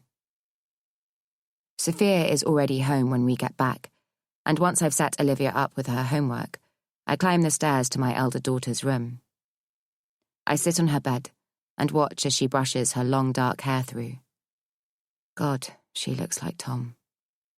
Every now and then, I catch her at a certain angle, or see her pulling the very same expression as him. She doesn't know she's doing it, of course, and if I asked her to do it again, she wouldn't be able to. But just in those fleeting moments, I can see him so clearly. And I don't want to lose him. I squeeze my eyes tightly shut to try and hold on to him. It's what I used to do in the months after Tom had gone, shamefully willing Sophia to metamorphise into him. My mind had been tricked into thinking that if I could just get Tom back, I'd happily sacrifice everyone and everything else. It was an insane thought, but that's what happens when you are momentarily struck with insanity. How else could you explain that I honestly believed that losing my daughter would somehow be easier to deal with than losing my husband? Maybe God heard me and decided to put my deluded theory to the test, because a little while later, I did lose her. Somewhere between a seemingly normal Wednesday afternoon and a dreary Thursday morning, the world that I'd kept tentatively spinning on one finger came crashing down. Looking back, the warning signs were all there. I'd not been able to sleep, preferring to immerse myself in the never-ending hell of being awake. I was unable to do even the most mundane task. I once confused a banana for a cucumber when I made tuna sandwiches for Sophia's packed lunch. My mother has never forgiven herself for not seeing what was hiding in plain sight. But how could she, when I couldn't even see it myself?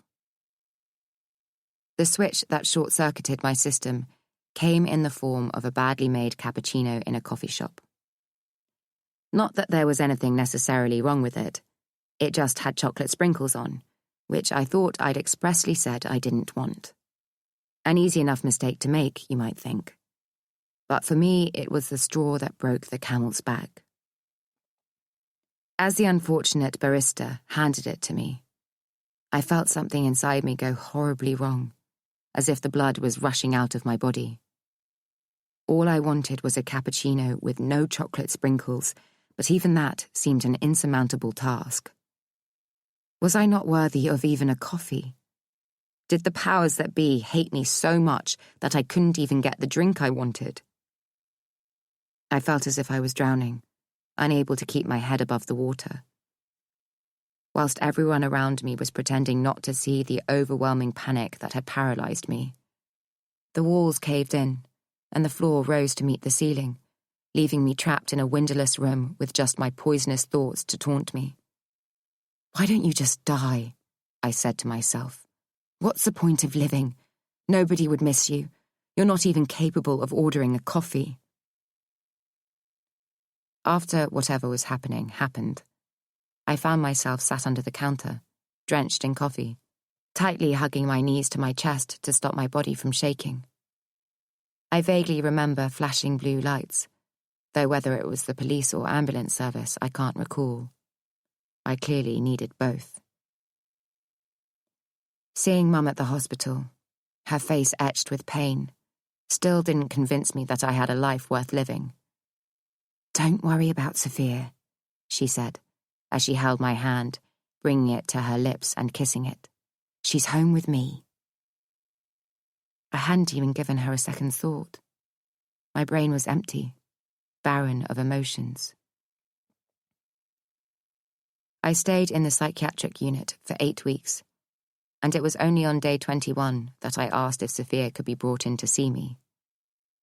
"Let's see how you are tomorrow," said the doctor, smiling gently, which I translated into, "Not until we're absolutely sure you won't scare her." 3 days later, my good behaviour was rewarded with a visit.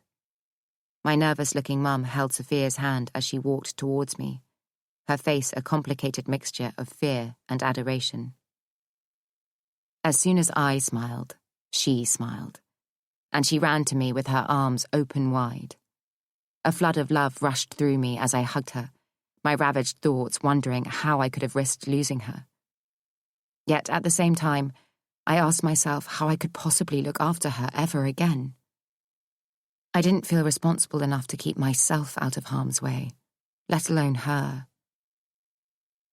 But each day I grew stronger, and when I eventually returned home, I started to think about how much Sophia needed me, rather than how much better off she'd be without me. I certainly knew I needed her, but I wasn't brave enough to do it on my own. So Mum moved in with us, a constant yet necessary presence.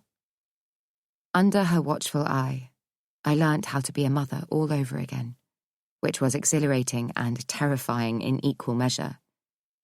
Every step felt like a leap into the unknown, but slowly we made it through to the other side. Looking at Sophia now, all these years later, I shudder to think how I almost lost her. "How did your final exam go?" I ask tearfully. She gives me the briefest of looks, just to double-check I'm okay, before shrugging her shoulders. She's used to seeing me cry. "Okay, I guess." "Can you offer anything more?" I ask. "Do you think you did all right? What questions came up?" Her eyes are sad as she looks at me, and I move closer to her, resting my hand on her knee. "What's up?" I ask. "You're free now. No more exams for another year." I look at her excitedly. "That must feel great, eh? You've got your freedom back." She shifts and rolls off the other side of the bed. "I guess." "Sophia, what's going on with you?" I ask gently. "You've not been yourself recently." "I'm surprised you'd notice," she says. My natural instinct is to recoil, but I know she doesn't mean to sound as scathing as she sometimes does. God knows, there's been many a time when her words have hurt me more, her sense of abandonment knowing no bounds, as first her father and then her mother left her. It's no wonder that she keeps checking I'm still here, both literally and figuratively. "Hey, what's going on?" I stand up, walk around to her and pull her to me. She does little to resist. "I always notice," I say, breathing her hair in. "Have these exams been getting you down?" She nods mutely. "But they're over now. No more pressure." "But what if I don't pass them?" she says, her voice cracking. "What will happen then?" "You're a clever girl. You'll be fine." "But what if I'm not?" A sob catches in her throat. Her weight falls into me as if she's carrying the world on her shoulders. "Stop worrying," I say. "Worst case scenario, you fail them all." "But then I won't get into sixth form," she cries. "If that happens, we'll work something out," I say reassuringly. "Now stop worrying. School's out for the summer, so go and enjoy yourself. She shrugs me off and falls onto her bed, picking her phone up. I've got some good news, I say, as I ferret in my jeans pocket. Ta-da! Bet you thought you'd lost this. I hold up the earring. She peers over the lifeline in her hands. That's not mine, she says. And the hope that I'd been holding on to, willing myself to believe, is smashed into 1,000 tiny pieces. It's not? Are you sure? Definitely. Why? Where did you find it? I don't know whether I should tell her. Is her brain still as innocent as Olivia's? Or has it been violated by the evil on the internet and the trolls on social media? I'd hate for her to put 2 and 2 together and come up with 5. I chance it. It must be yours. It was in Nathan's car. I laugh lightly, conscious not to convey my suspicions to her. Even in the midst of her tempestuous teens, Nathan is still her hero, and it would break her heart, just after it broke mine, if he was fooling around with someone else. She stops tapping on her phone and looks up at me with a furrowed brow. In Nathan's car? I can see her brain whirring. Her expression tells me that she's come up with the wrong answer to the equation, and I immediately regret telling her. Well, it must be yours then, she says. Maybe it's one of your friends, I ask. Could it be Hannah's? A look of recognition crosses her features. Ah, yes, that must be it. I don't know if she's trying to convince herself or me. Might Nathan have taken her home, given her a lift? She nods. I think he dropped her back after Megan's party. It feels as if she's clutching at the same straws that I am. And didn't he take Lizzie home from here the other night? She adds. No worries, I say, far too casually. Ask them when you next see them. What I really want to say is, can you ring them both, right now, so we can put an end to this, and I can sleep soundly tonight? As expected, I lie awake, waiting for Nathan to come home from his weekly game of golf, which is invariably followed by an even longer drink in the bar. I've gone through every possibility in my mind, and a headache is banging at the sides of my skull. The way I see it, there are only 2 feasible options. Well, only 2 options I'd be happy with. Either the earring belongs to one of Sophia's friends, or it was dropped by a member of staff at the valet parking when Nathan left his car at the airport. It's a tad far-fetched, but it's possible. I watched the clock on my bedside table change to 22:46 and tut in frustration before turning over, hoping that not being able to see the ticking of time will aid sleep. I force myself to think of something else and focus on the team meeting earlier in the day. It had gone well, from what I could tell.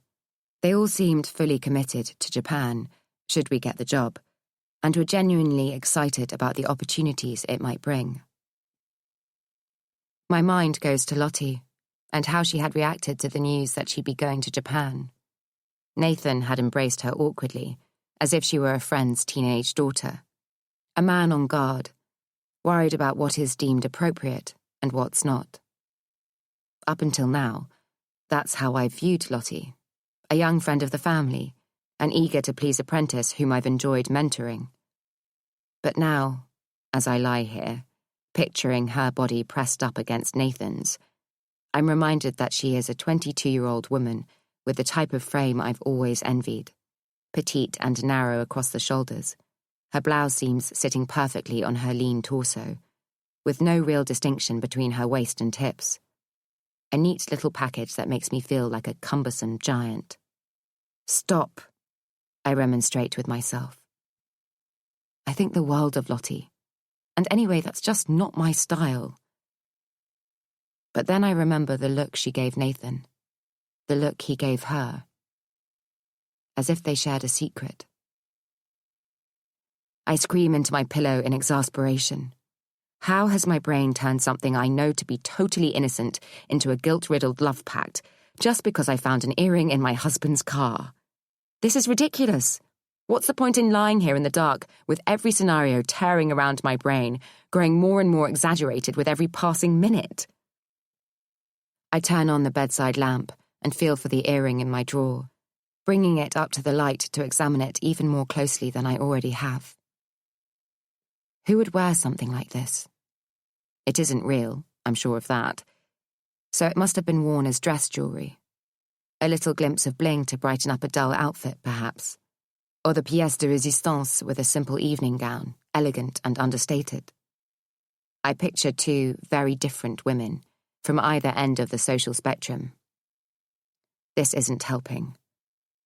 I swing my legs over the side of the bed and go to pick up my dressing gown from the chair beside me. Perhaps a cup of tea is what's needed. I find myself wondering, as I wait for the kettle to boil, if there is a tablet that can temporarily rid the brain of its thoughts. Not the cherished memories or excited optimism for the future, but the toxic type, the ones that poison our minds and turn us into temperamental, untrusting versions of ourselves. But then I remember, I'm already taking that very medicine. The 2 tiny pills that I pop every night, just before bed, are designed to take the sharp edges off my thoughts and feelings, protect me from the darkness. So why aren't they working now? I used to rely on them to get me through the day, so that I could wake up every morning without that weight on my chest, pinning me down on the bed. Over the years, what felt like a boulder had gradually been replaced by a rock, and the rock eventually felt more like a stone. It had been a great cause for celebration when I declared myself free of medical intervention 18 months ago. It had been liberating to be free of the blurry haze I'd been living in, after years of feeling lethargic with a brain full of cotton wool. Because that's what it was like on antidepressants. I may not have felt the lows, but my nerve endings were so dulled that I didn't experience the highs either. I just existed in the middle of a long road, with no colour either side, just grey all around. I remember a time when you couldn't have done this. Nathan had whispered to me at a party a few weeks back. I can't tell you how proud I am of you, of how far you've come. Which is probably why I haven't yet had the heart to tell him that I'm back on the tablets. I don't think I could bear the look of disappointment in his eyes. I'm only on a minute dosage. They may as well be placebos. But I need that little lift, a crutch to lean on. It's coming up to 10 years that Tom's been gone, and what with Japan and Sophia's exams, everything feels like it's getting on top of me again. I sit in bed with a cup of tea, made too milky, in the hope that it will kickstart my snooze button. My laptop is perched on my lap, forever ready to hijack my thoughts and make me superficially alert. The contradiction is not lost on me. But still, I can't stop myself. I stare at the blank screen.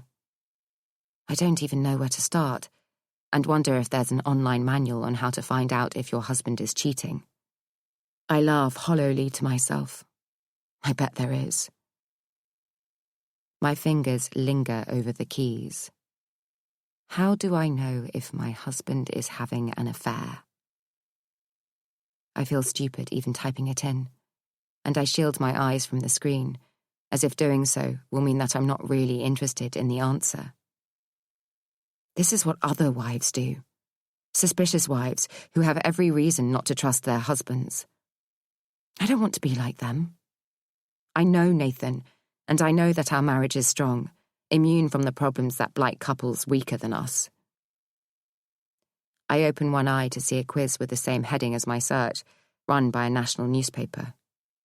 I shamefully read the first question, if only for a laugh, I tell myself. Does your husband go to the gym? A, every day. B, every other day. C, once a week. D, never. C, I say to myself. If I answer in my head, I'm not really doing it. Does your husband want to have sex A, every day, B, 4 times a week, C, once a week, D, hardly ever?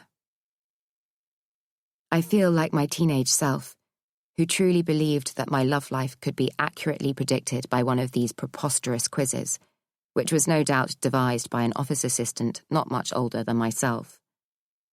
I can't quite believe that adults are still relying on them. Despite myself, I casually cast an eye over the mostly C's category and feel mildly satisfied to be told that my marriage is healthy and my husband is definitely not having an affair. I'm about to close my laptop when I see another page, a forum for women who believe they're being wronged. I can't blame him. I was always too tired for sex, one says. I'd let myself go, and now he's with a woman who looks like I did 10 years ago. I should have made more of an effort, says another. I'm incredulous that, of the hundreds of posts from women who think their husbands are having affairs, barely any are blaming him. I read a message from a woman named Sylvia who, like me, has found an errant piece of jewellery that isn't hers.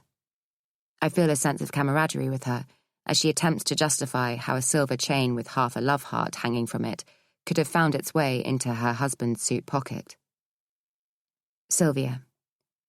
I thought it might be our daughter's, but I can't ever remember buying her anything like that. It may be the babysitter's, as Paul often gives her a lift home. Anne. Is it definitely not yours? Sylvia. No, it's definitely not mine. Though I do recall having something similar when I was a teenager. I wonder if it could be that. I absently turn the ring on my right hand, its significance slowly burning into my brain. I stare at it, as if shocked by its presence. Am I not as culpable as the man I'm accusing? This ring, that I've not been without for almost 10 years, immediately consumes me with guilt. How can I have the audacity to be so self-righteous, to denounce my husband for an imagined wrongdoing, when all this time I've been wearing another man's ring? And I'll not take it off, come hell or high water. It was from Tom, wrapped and ready to give to me when he got back from his skiing trip. But he'd never made it home. Instead, I found it 4 months later, when I eventually mustered the strength to go through his things. It had been in the inside pocket of a suit jacket, wrapped in gold, and tied with a perfect red bow. I'd left it untouched for days, putting it on his pillow, silently willing him to come back so that he could give it to me as he'd intended. When I finally built up the courage to open it on our 10th wedding anniversary, I asked my mum to have Sophia for the night.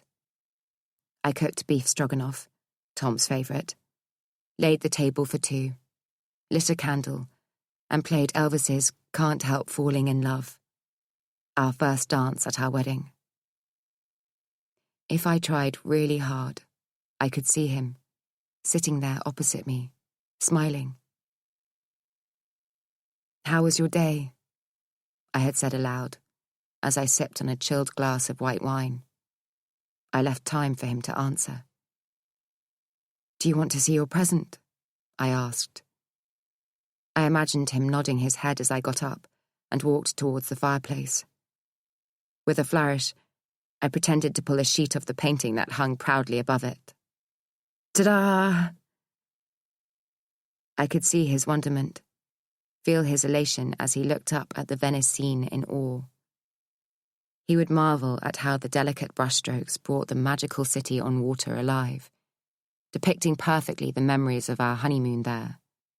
We would reminisce about the gondola ride we took through the waterways, the exorbitantly priced pasta arrabbiata we had in St. Mark's Square, and his morbid fascination with the Bridge of Sighs. But mostly, he would praise my ingenuity for always knowing him so well. So, what's in the box? I'd said, lifting it from his side of the table to mine. My fingers wrapped themselves around it, knowing that he was the last person before me to touch the shiny paper and tie the tiny bow. If I put it to my ear, I could almost hear his heart beating from inside. I carefully unwrapped it, knowing that even the sellotape that he used would be going in my ever-increasing keepsake box. The anticipation of what was inside was almost palpable. I didn't want to lift the lid, so I could savor the moment forever. "Oh, Tom, it's beautiful," I gasped, as the diamonds on the platinum band sparkled in the candlelight. I had slid it on my finger, vowing never to take it off. "It's the most perfect thing I've ever seen." And it still is, despite another, even shinier engagement ring and wedding band on my left hand. The admission fills me with remorse. I'm still sitting up in bed when I hear the front door shut and Nathan's shoes as he crosses the hall, dropping his keys into the bowl on the console table. I hurriedly close my laptop, turn off the lamp, and lie down in the darkness, my heart thumping. I don't know what I'm scared of. I guess it's the thought of being presented with the truth. 4 ice cubes fall noisily into a glass from the fridge's inbuilt ice maker, and I picture him going through the post that I left propped up against the vase on the kitchen island. He's at least 10 minutes away from coming upstairs. He'll need to check through his emails, lock all the internal doors, perhaps call his mistress to say goodnight. I banish the last thought from my mind. Nathan can't be having an affair. When would he have the time? If he's not in the office, he's with me and the girls, and if he's not with us, he's away on business. The poor man barely has a minute to himself. Yet he manages 4 hours and a golf course and dinner afterwards, I think, my brain contradicting itself. And are all his work meetings really work meetings? "Stop!" my brain screams, just as Nathan comes into the bedroom. I squeeze my eyes shut as he places the glass on his bedside and goes into the bathroom, careful to put only the low-amp wall lights on. I can't help but marvel at how considerate he is. Would he bother if he loved someone else? He slides into bed and straight up to me, spooning me. I hear his breathing in my ear, smell the alcohol on his breath. His hand reaches out, stroking me. Despite myself, I feel a pull in my groin, but I'm not going to respond. He plants light kisses on my neck, and I will myself to stay unmoving. His hand travels up and down my leg, around the curve of my bottom, and I arch my back. He knows I'm alert to him, my body disappointingly letting my mind down. I murmur, and he gently turns my face towards him. I turn back, but his lips are on my neck, his mouth working its way up to mine. "I'm tired," I say sleepily, pretending he's woken me up. "Okay, so just close your eyes," he starts, as his head moves down to my breast. "Not tonight," I say, rolling away from him. "Seriously?" he asks, surprised by the refusal. Him and me both. I can't remember a time when I've rejected him. But if he thinks he's going to go out, do what he wants, and have me as a subservient wife to come home to, he's got another think coming. Chapter 8. With other things occupying my thoughts, I completely forgot that my car still hadn't come back from its service, and it's not until the morning that I realise I can't drop Olivia over to Beth's house like I normally do on a Saturday. "Is there any chance you can pick Olivia up from here?" I ask when I call her. It's going to be a bit tricky," she says. "Is Nathan there?" Yes," I say absently, wondering when and if I'm going to be brave enough to ask him about the earring. "So, can you not borrow his car to drop Olivia over?" says Beth. "I guess so," I reply, wondering why she can't pick up from here, just this once. "Actually, I might see if Nathan can drop her over. I think he's got a few things to do out and about this morning." There's a muffled silence at the end of the line. "No, don't worry," she says suddenly. I'll come and get her. But can you have her ready to come out? I'll text when I'm outside. Yeah, sure. Is everything okay? Yeah, I'm just running really late and I've got 1,000,001 things to do. Okay, well, if you're sure you don't mind, I'll pick them up after dance class and drop Millie back. Thanks, she says.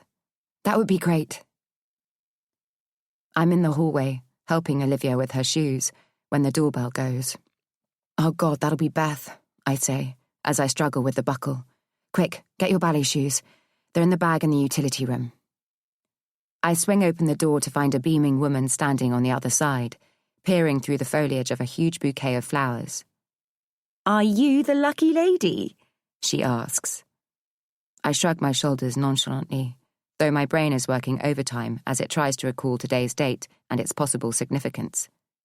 Have I forgotten our wedding anniversary, or the day we met, both of which we normally celebrate? I guess so, I say, holding out my hands.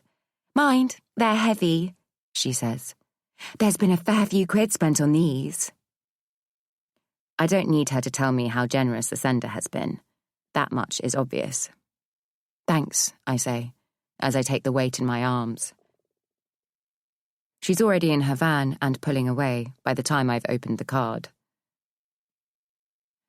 To my darling Rachel, sorry, please forgive me.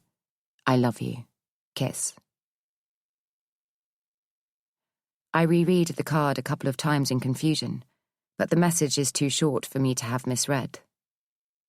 Blimey, what have you done to deserve those? Asks Sophia sleepily as she comes down the stairs, rubbing her eyes. I quickly shove the card into my jeans pocket. I smile tightly at her, my lips pressed firmly together.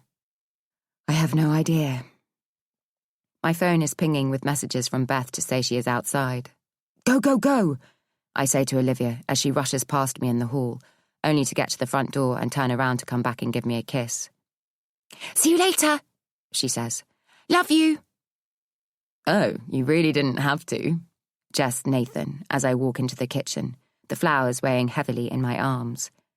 I watch him closely as he looks at them, waiting for some kind of recognition. I don't even think we've got a vase big enough. What's the occasion, anyway? Who are they from? I look to him, to Sophia, and back again.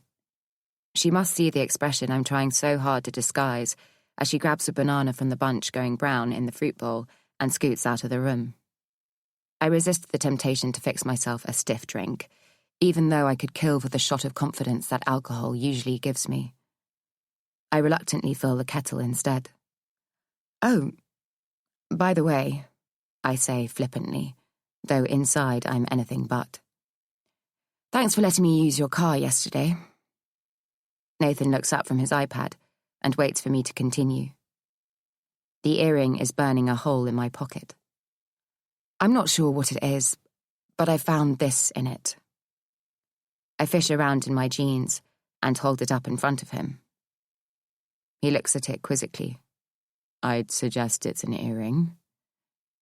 Well, yes, I appreciate that. But whose is it? He looks to me, then back at the earring. I don't know. Well, who's been in your car? Perhaps we can narrow it down that way and get it back to them. I'm aware of an edge creeping into my voice and try harder to keep my tone neutral.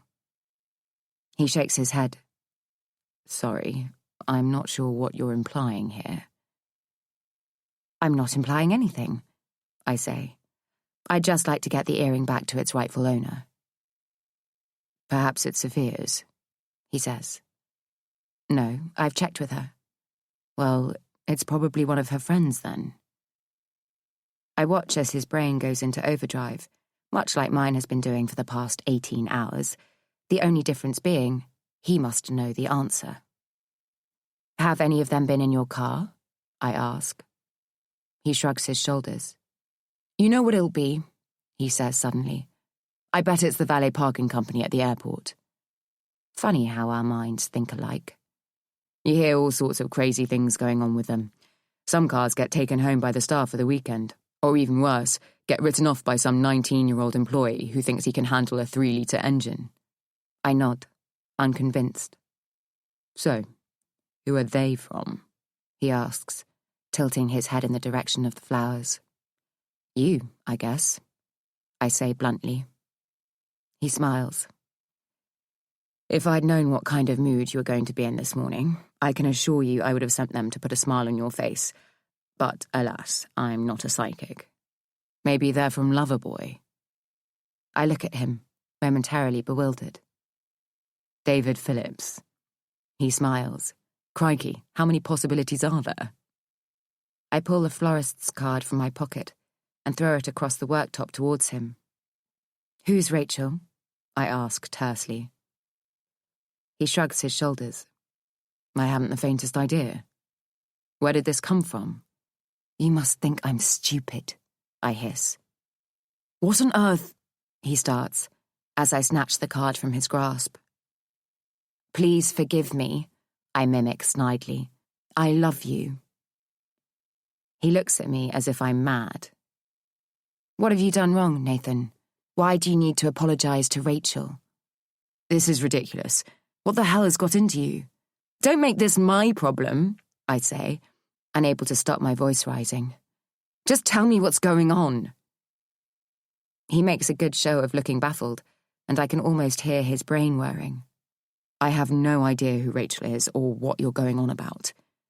So, these flowers, I pick them up and throw them back down angrily, have absolutely nothing to do with you.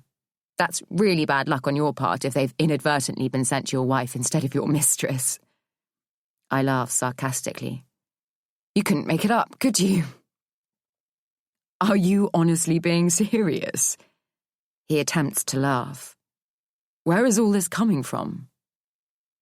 I snigger derisively and shake my head. So you've no idea who they're for or who they're from? No, he says eventually.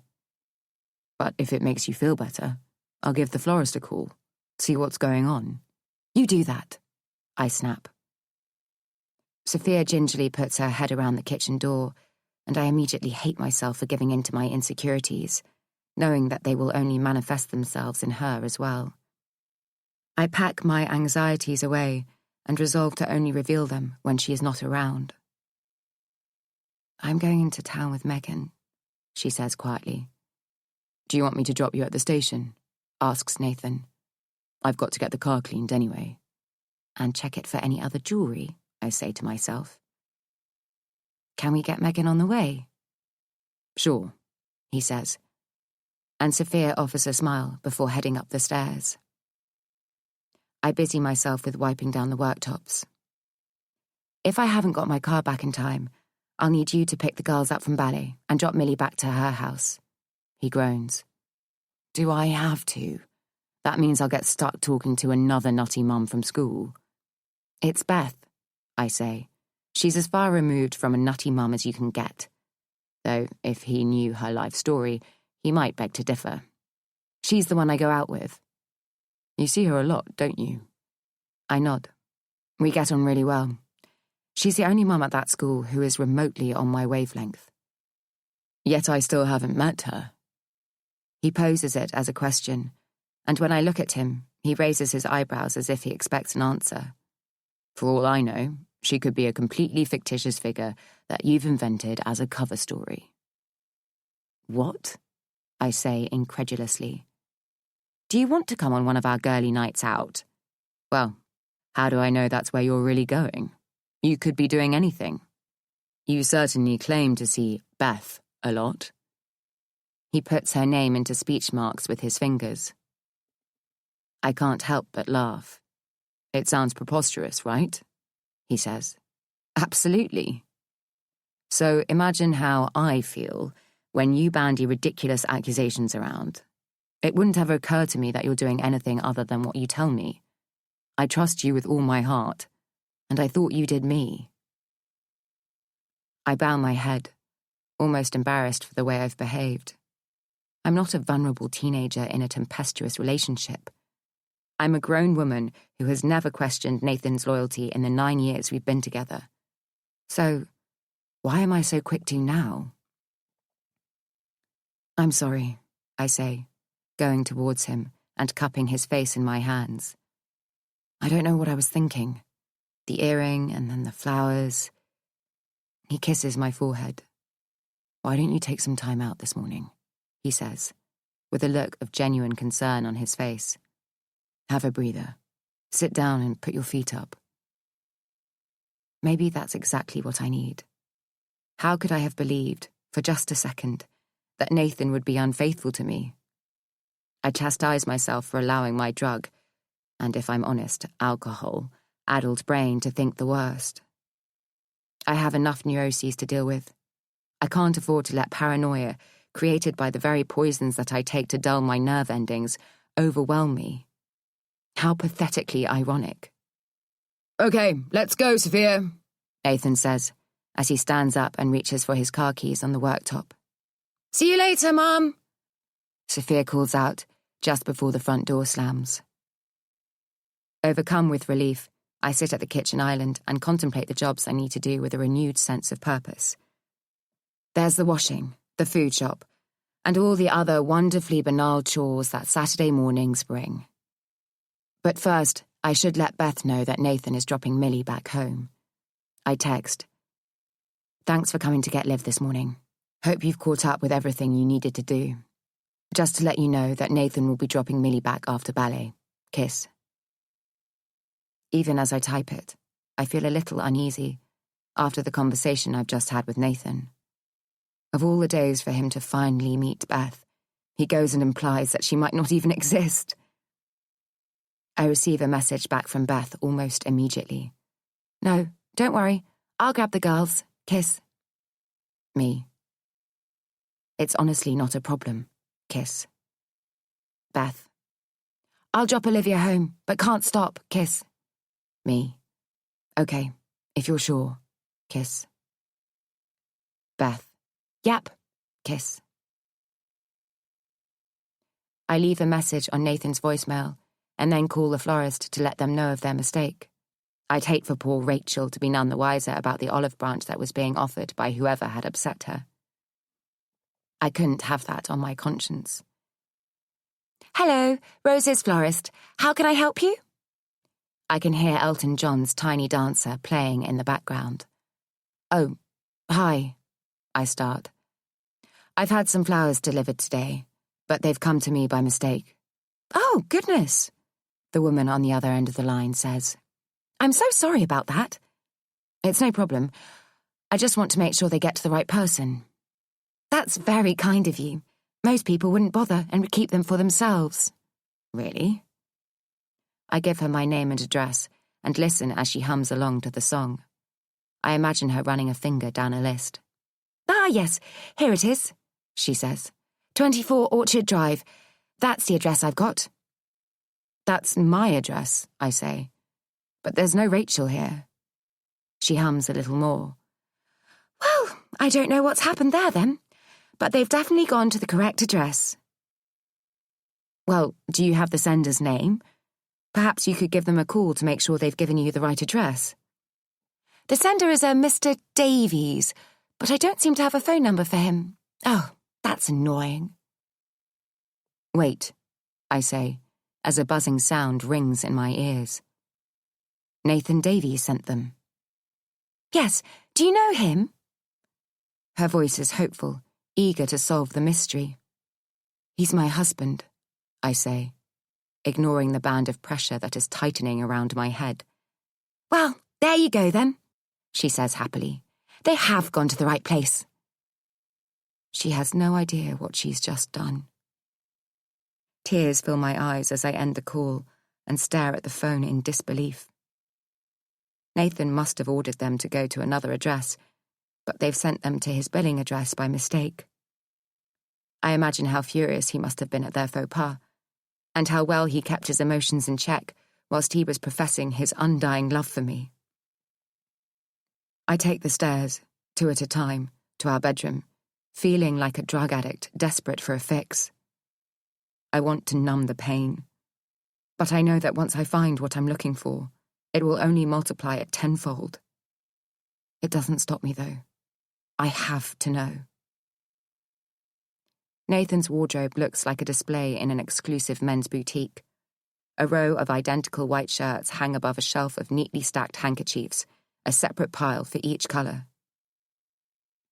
I realise I don't actually know exactly what I'm looking for as I carefully lift the lid of his watchbox. I pull out the miniature drawers and finger his cufflinks. I recognise them all.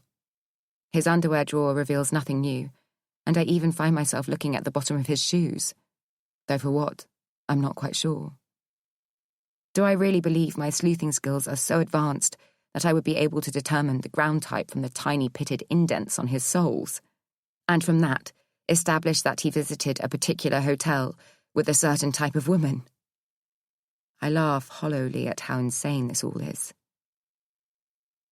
I bend to pick up the laundry I'd left by the door, and just out of the corner of my eye, I catch a glimpse of Nathan's overnight holdall. It will be empty by now. He's been home for 3 days, and it's not in his nature to leave things in there. He wouldn't be able to bear the thought of them getting creased. I drop the washing again, and wander slowly towards the bag lying beside his shoe rack. I'm filled with a sense of foreboding, as if I already know that something incriminating is lurking in there. I almost wait for it to jump out as I approach, willing it to, so that I know my suspicions are warranted. Why would any wife wish that on herself? I unzip the various compartments, saving the inner pocket, the section most likely to harbour a secret, until last. I pull out a small bundle of Japanese yen, folded around a piece of paper. If I knew my world was about to implode, I wonder if I would have just slipped it back in, zipped it up, and walked away. The headed paper is concise enough. The Conrad Hotel. I smile as I read room service breakfast, imagining him sat at a table in front of a floor-to-ceiling window, eating his eggs Benedict, overlooking the vast metropolis of Tokyo below. I think I'd already seen the Times too, printed beside the a la carte breakfast, before I'd even pictured him. I guess it's the brain's automatic attempt to derail us, to unsee what's already been seen. I gaily carry on tracing down the bill with my finger, in staunch denial of what I know to be there. I smile as I see he'd had 5 of his favourite G&Ts during his stay, but choose to ignore the 4 cosmopolitan cocktails. I marvel that he'd had time to get a full body massage in the spa, yet pretend not to see the word couples written in front of it. I make sure to fold it neatly, just the way it was, and fight against the overwhelming heat that is rising up from my toes. I try to stand, but feel giddy and collapse back down. I'm sure it doesn't say what I think it said. I must be mistaken.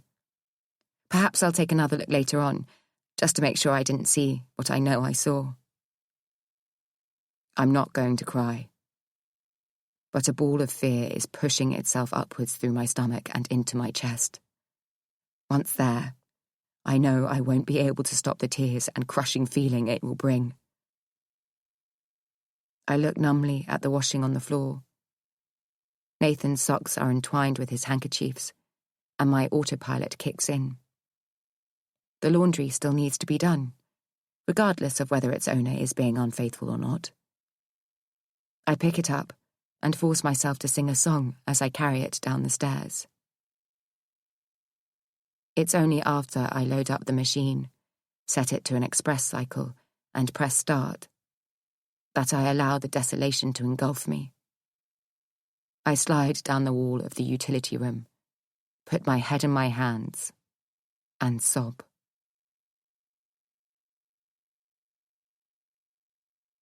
Chapter 9. I take a hot shower in a futile attempt to wash my poisoned mind clean, but the tears keep coming. As I close my eyes, my mind instantly races ahead, questioning, accusing, though of what I don't know. I will my brain to shut down, just for a minute, so I can have a moment of peace and quiet. But no matter how hard I try, I can't control the rattling in my head. It feels as if a dark secret is thrashing around in a cage, banging at the bars, desperate to get out. So much for the mindfulness techniques I've learnt during yoga these past few months. Beth and I had suppressed our laughter as Monica, our spiritual guru, passed around the class and placed her fingertips to our temples, chanting in a meditative state. "What good is that ever going to do?" laughed Beth as we had coffee afterwards. She was more into the blood, sweat and tears of the gym, preferring a 50-minute boot camp session to anything remotely holistic. I had to agree that I saw little benefit in lying in a dark room, humming and having my eyelids rubbed. Yet, as the weeks went on, I found myself looking forward to the end of the sessions, relishing the prospect of Monica breathing in and out with me, her soothing voice helping me transcend into another universe, just for a moment, or at least until Beth's stifled cackle penetrated the quiet, mystical mood.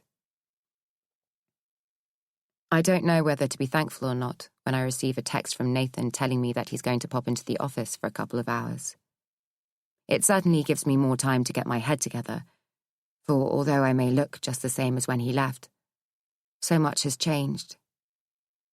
Yet it also allows my mind to wander and meander, dwelling on where he's really going, and acknowledging how this thought will now be my immediate go-to whenever he leaves the house. For the first time, my anxiety isn't caused by the fear of something happening to him. This new feeling is more oppressive, more claustrophobic. I desperately claw at the possibility that he's going to her, to tell her that I'm getting suspicious, that what they have needs to stop before anyone gets hurt.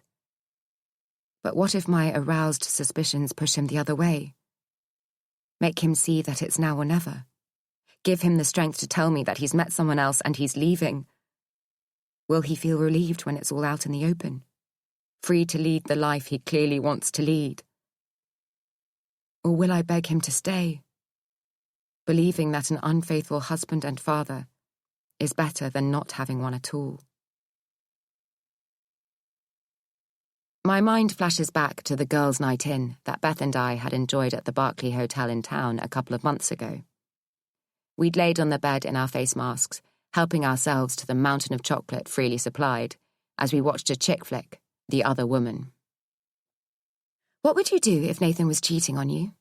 she'd asked, as room service knocked on the door with what looked like a lifetime supply of Ben & Jerry's. I'd rolled a Malteser around in my mouth. "Can we define cheating?" I'd mumbled. "What's your definition?" she asked, as she brazenly answered the door, mudpack and all. The man didn't bat an eyelid. "Well, everything," I said. "From a kiss to the full shebang." "Okay, so if he kissed someone, what would you do?" "Once," I asked for clarification. "Does it matter?"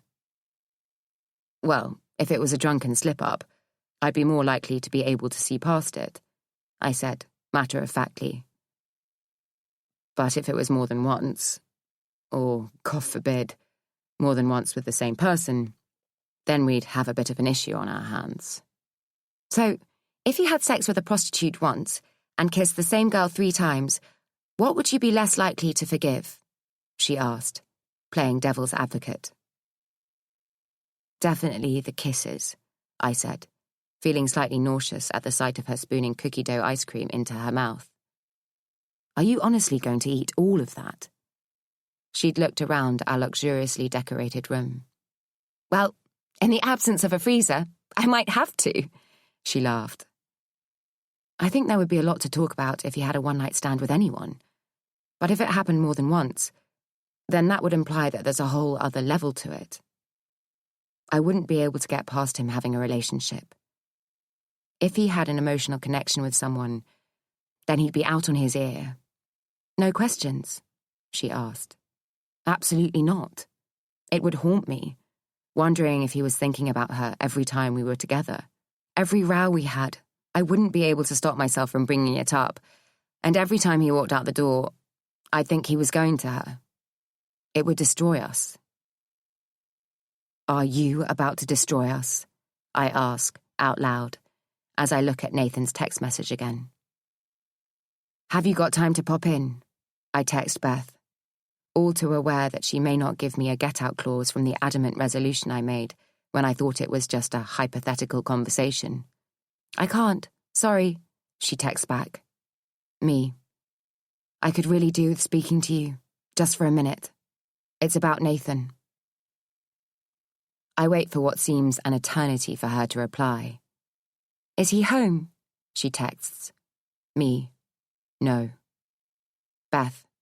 Okay, I can't stop for long. Half an hour later, she's at the door with a worried, furtive look on her face. Hey, she says.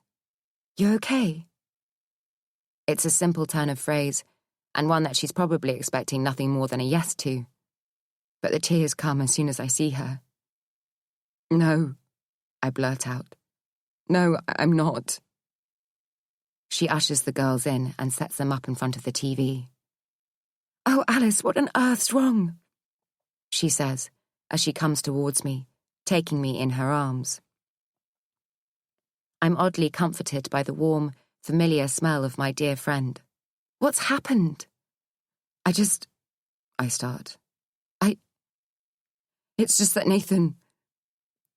There's a sharp intake of breath, but I'm not sure if it's from me or her. Oh my God, is he okay? She asks, as she no doubt wonders if history has repeated itself. Yes, it's just... Where is he? She asks. He's gone into the office, but I think he's having an affair. She holds me at arm's length. You've got to be kidding me. I shake my head as she pulls me into her again. I tell her about the earring, bouquet, and hotel bill, hoping that saying it out loud will somehow make my suspicions implausible, though it only serves to confirm them. Jesus, says Beth, as she falls back into the dining chair she's sitting on. It's not looking good, is it? She grimaces. Look, I know I've not met Nathan, but I'm trying to give him the benefit of the doubt. There may be a perfectly good explanation for all this. Only you know him well enough to say, hand on your heart, that something might be going on. They say a woman instinctively knows when her other half is up to no good. But hey, look at me. I didn't have a bloody clue. She smiles to try and lighten the mood. What's your gut feeling? Has he got it in him? Hasn't every man? The words are no sooner on my lips than they're being furiously brushed aside by the thought of Tom. Not every man. Not Tom. I didn't think so, I add. This time last week, I'd be happy to bet my life on it. But now... Has nothing like this ever presented itself before? She asks. I shake my head vehemently. Was he with someone else when you first met? I think back to that day, our coming together, like most things in life, being entirely dependent on a sliding doors moment. If the sun hadn't been shining, if I hadn't been sat on a bench in the hospital grounds, if I hadn't been frustrated about being held against my will in a place that looked after people unlike me, then perhaps I wouldn't have been open to the idea of talking to a stranger. But that day, for whatever reason, I turned at the sound of crunching gravel on the drive and watched as a man, dressed in a well-tailored suit, got out of a sleek Mercedes. He laid his jacket on the back seat and reached in for his briefcase. In that simple action, I was reminded that there was still a world going on out there, without me in it. I imagined him having just come from meeting important clients. Perhaps he'd won their business and was still flushed from the thrill of it. My stomach lurched at the memory of how that felt, the adrenaline that rushed through my veins whenever AT Designs won a pitch. I closed my eyes and pictured the scene, wishing, more than anything, that I was in his day, rather than him being in mine. It was a turning point for me. For the first time since losing Tom 3 months earlier, I wanted to be out there, living the life I still had to live. The sudden realization shocked me. I didn't think the man would ever know the part he played in breathing air into my deflated lungs. Not until he came through the day room and out onto the terrace, shielding his eyes as the low sun sliced across his vision. "If you take a seat here, I'll just go and see if Mr. Miller is up to seeing you," said Eileen, the only staff member who bent the visiting hour rules. By the time she came back out to say Mr. Miller was sleeping, the man in the suit and I were exchanging pleasantries. "Thanks, I'll wait," he said to Eileen. "I'm Nathan, by the way," he said to me, extending his hand. And that was it.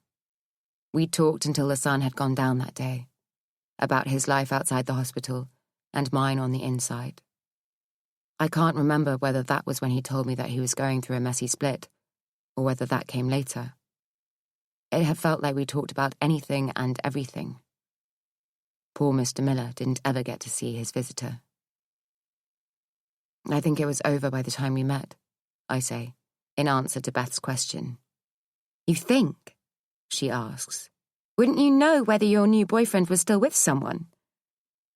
"Well, our early days weren't very clear-cut. I wasn't my normal self and wanted to take things slowly. He was working away a lot, which suited me at the time.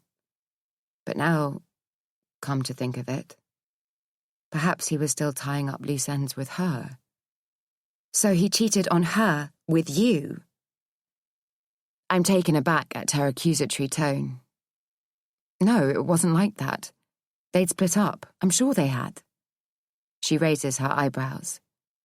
"It doesn't make you seem like a great advocate for the sisterhood, does it?" Didn't it? I'd never thought of it in that way. Had I blatantly ignored the silent code of conduct in my desperation to feel wanted and needed? "No," I say, shaking my head, denying the implication. "He's not that kind of man. At least, I didn't think he was." "Once a cheater, always a cheater, is all I'm saying. A leopard never changes its spots. It just creates a smokescreen for them." "So, you think everything is pointing to him having an affair?" I ask, though I already know the answer. She grimaces. "There may be a perfectly understandable explanation, but—" "So, what should I do?" I ask. "Just keep looking for clues," she says. "Check his phone, his emails, anything that might incriminate him." "Isn't that crossing a line?" She looks at me aghast. "So, let me get this right. He gets to sleep with anyone he wants, yet you're not even allowed to look at his phone. There's something of a double standard going on here." I feel too foolish to even respond. "Just carry on with what you're doing," she continues. "Check social media for any accounts that he might have set up. Keep an eye on the credit card bill. Find out whatever you can, and when you're sure of the facts, front him up with it." I nod. "What are you going to do if your worst fears are confirmed?" she says. My face crumples, but I refuse to cry. My head says leave, but my heart... She puts her hand on mine. "You've got to think of the girls," she says. That's exactly the problem. They would be the only reason I'd stay. She looks at me, her brow furrowed. "I can't let them down again," I say in answer. "Sophia has already lost one father, the fallout of which she'll always blame me for in some way. I can't be the reason for it happening again." "You're not the reason," she says. "He is." Her voice is loud and clipped, and I put a finger to my lips to remind her of Olivia and Millie's close proximity. "I will not be responsible for taking them away from their father," I say, my tone suddenly authoritative. "I will do everything in my power to make my marriage work before I allow him to walk away." "Jeez," she says, puffing out her cheeks. "You're a more forgiving woman than I'd ever be." "Do you want a drink?" I ask. "I'll have a coffee if you're making one." I was thinking of something stronger. "It's only 3:30, she says, looking at her watch. "What time is Nathan likely to be back?" Probably any time now. I'd better get going then, she says. It's not going to take a rocket scientist to work out what's going on if he walks into this. Thanks for coming over, I say, hugging her at the door. I'm here if you need me, she says, before dragging a reluctant Millie down the path. They bump into Sophia on the pavement and say a cheery hello and goodbye. You look like crap, she says when she reaches me. What's up? If that's her way of showing she cares, I'll take it right now. I just haven't got any makeup on, I say, as she alternates between looking at me and the phone in her hand. And I'd really prefer it if you didn't use that kind of language. You're at home now. You're not with your mates. Soz, she says, and I roll my eyes in exasperation at her inability to use complete words. Her phone rings, and she looks at me half apologetically as she answers it. Hiya, she says with a smile. It's Nathan, she mouths. I can't stop my features from hardening. He's asking if we want to meet him at the Cuckoo Club near the office for something to eat. I know exactly where it is. Does he think I'm stupid? Does he think that him asking us to meet him there verifies his whereabouts for the previous 3 hours? Is he using Sophia to test what mood I'm in? I look at my watch. It's getting late, I say. I'd rather do dinner here. The thought of forced joviality, pretending to anyone looking on that all is well, is just not in my remit right now. Okay, she nods. Yeah, I'll tell her. She turns to me. He's on his way home. Says we can have a barbecue if you fancy. No, is what I think. Okay then, is what I say. Just a few days ago, I'd have proudly told anyone who asked that my stomach still did butterflies every time I heard Nathan's key in the front door. Now, I wait here, dreading it. How the hell did this happen? I can't carry this burden with me into another day. It's eating away at my insides.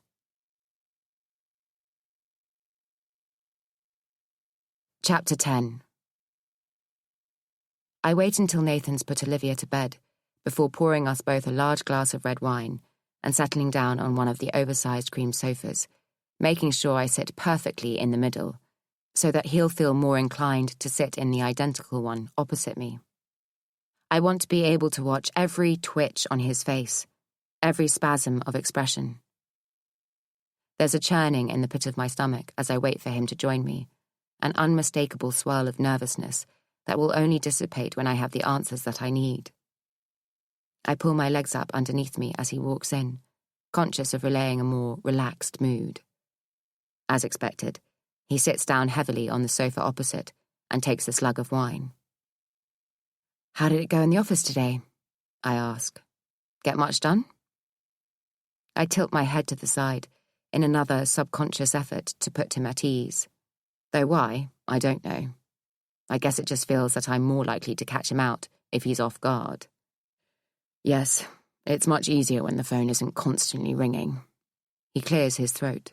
So, are you going to tell me what was going on with you this morning and last night?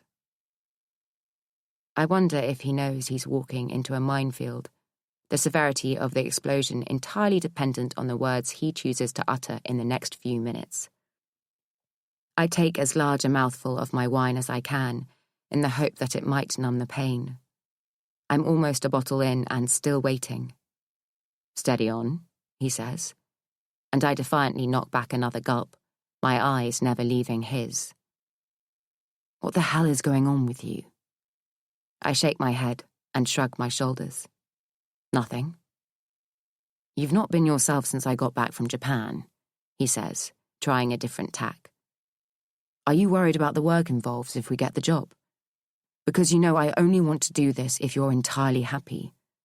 I don't want to put you under any unnecessary stress. I'm not a 5-year-old, I say petulantly. He sighs. You know what I mean. No, actually, I don't think I do. What are you trying to say? I drain my wine and put the stained glass on the coffee table, both of us momentarily watching it wobble. I just don't want to risk you having a setback, that's all, he says. You've come such a long way, and I'm so proud of how well you've done. Tears jump to my eyes. I don't know if it's because I want to make him proud, or that I know he'd be devastated if he knew I was back on medication. I guess they're one and the same thing. I'm still doing fine, I say, hoping he can't sense my guilt. He sits forward and looks at me earnestly. You can do this, Alice. Which bit? All of it, he says, smiling. Japan is a big ask, I know that, but I wouldn't have pitched for it if I didn't think you were capable of doing it. I nod. I am capable, but that's not what the problem is here. You only have to say the word if it's not what you want, but it would be such a huge waste of your hard work. You've put your heart and soul into this. I thought it was what you wanted. It was, until I discovered that my husband is having an affair. Now everything feels uncertain, as if I'm suspended in some weird, parallel universe. Hanging there in limbo, waiting for my strings to be cut. I've got a confession to make, I start, half smiling. I can't go in too accusatory. I'm afraid I washed your white shorts. His eyebrows knit together as he watches me walk through to the kitchen and reach behind the last cookbook on the shelf. I pull out the hotel bill. Sorry, I didn't see it until it was too late, but this was in the pocket. I hope it isn't anything important. I hand him the bombshell, which I've wet along the creases, just enough to give it the appearance of having seen better days, but without any of the incriminating evidence being destroyed. I watch as he opens it carefully with his forefinger and thumb, a slight irritation to him now. He peels one side painstakingly slowly away from the other, so as not to damage the damp paper. How ironic that in just a few seconds, he's going to wish he'd done the exact opposite. He stares at the Conrad logo blankly before looking at me. I'm careful to keep my expression neutral, to make him think there's still a chance I haven't yet looked at it.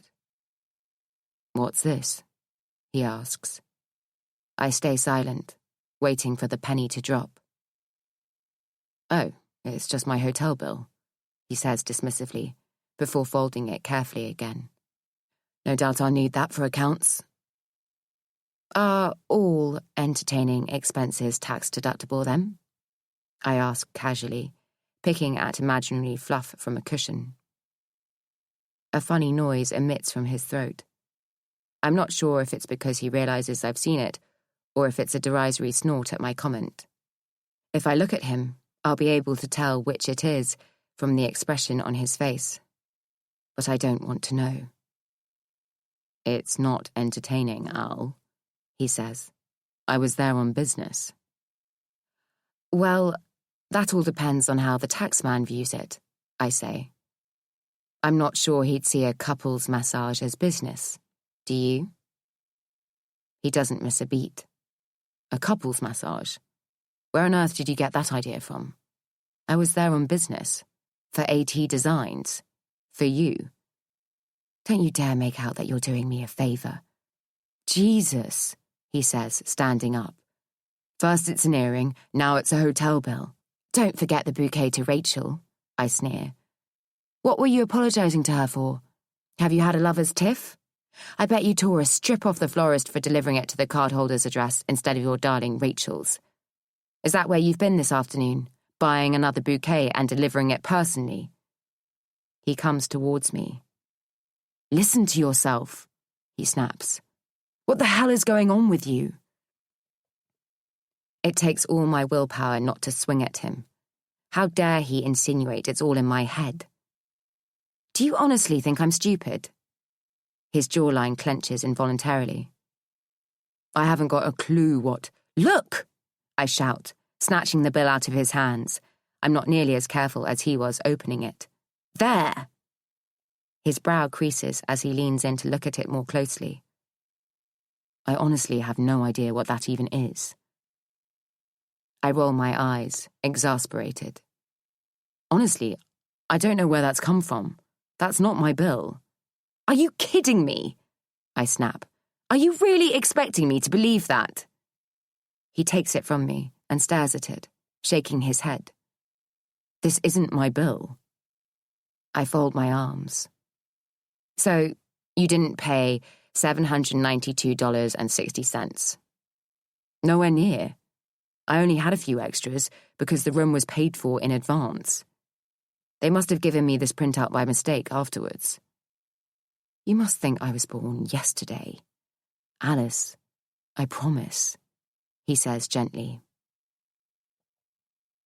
I want to believe him, and as I allow the possibility that it could all, somehow, be a comedy of errors, I suddenly feel spent. I fall back onto the sofa as all the nervous energy of the past couple of days consumes me. So, you're telling me I don't need to worry? He looks me squarely in the eyes. About Japan? Yes, we do need to worry because there's no guarantee we're going to get it, and if we do, you need to be ready. But I swear on the girls' lives that I'm not having an affair. I flinch as he uses Sophia and Olivia to bet on. Chapter 11. Lottie sees me struggling with my mood boards from the window of the office and runs out to help. Is this all for Japan? She says, tilting them this way and that to get a look at them. Wow, they're amazing! Her enthusiasm is infectious. I changed some things up over the weekend. I just wanted to see how they sat against the walnut floors.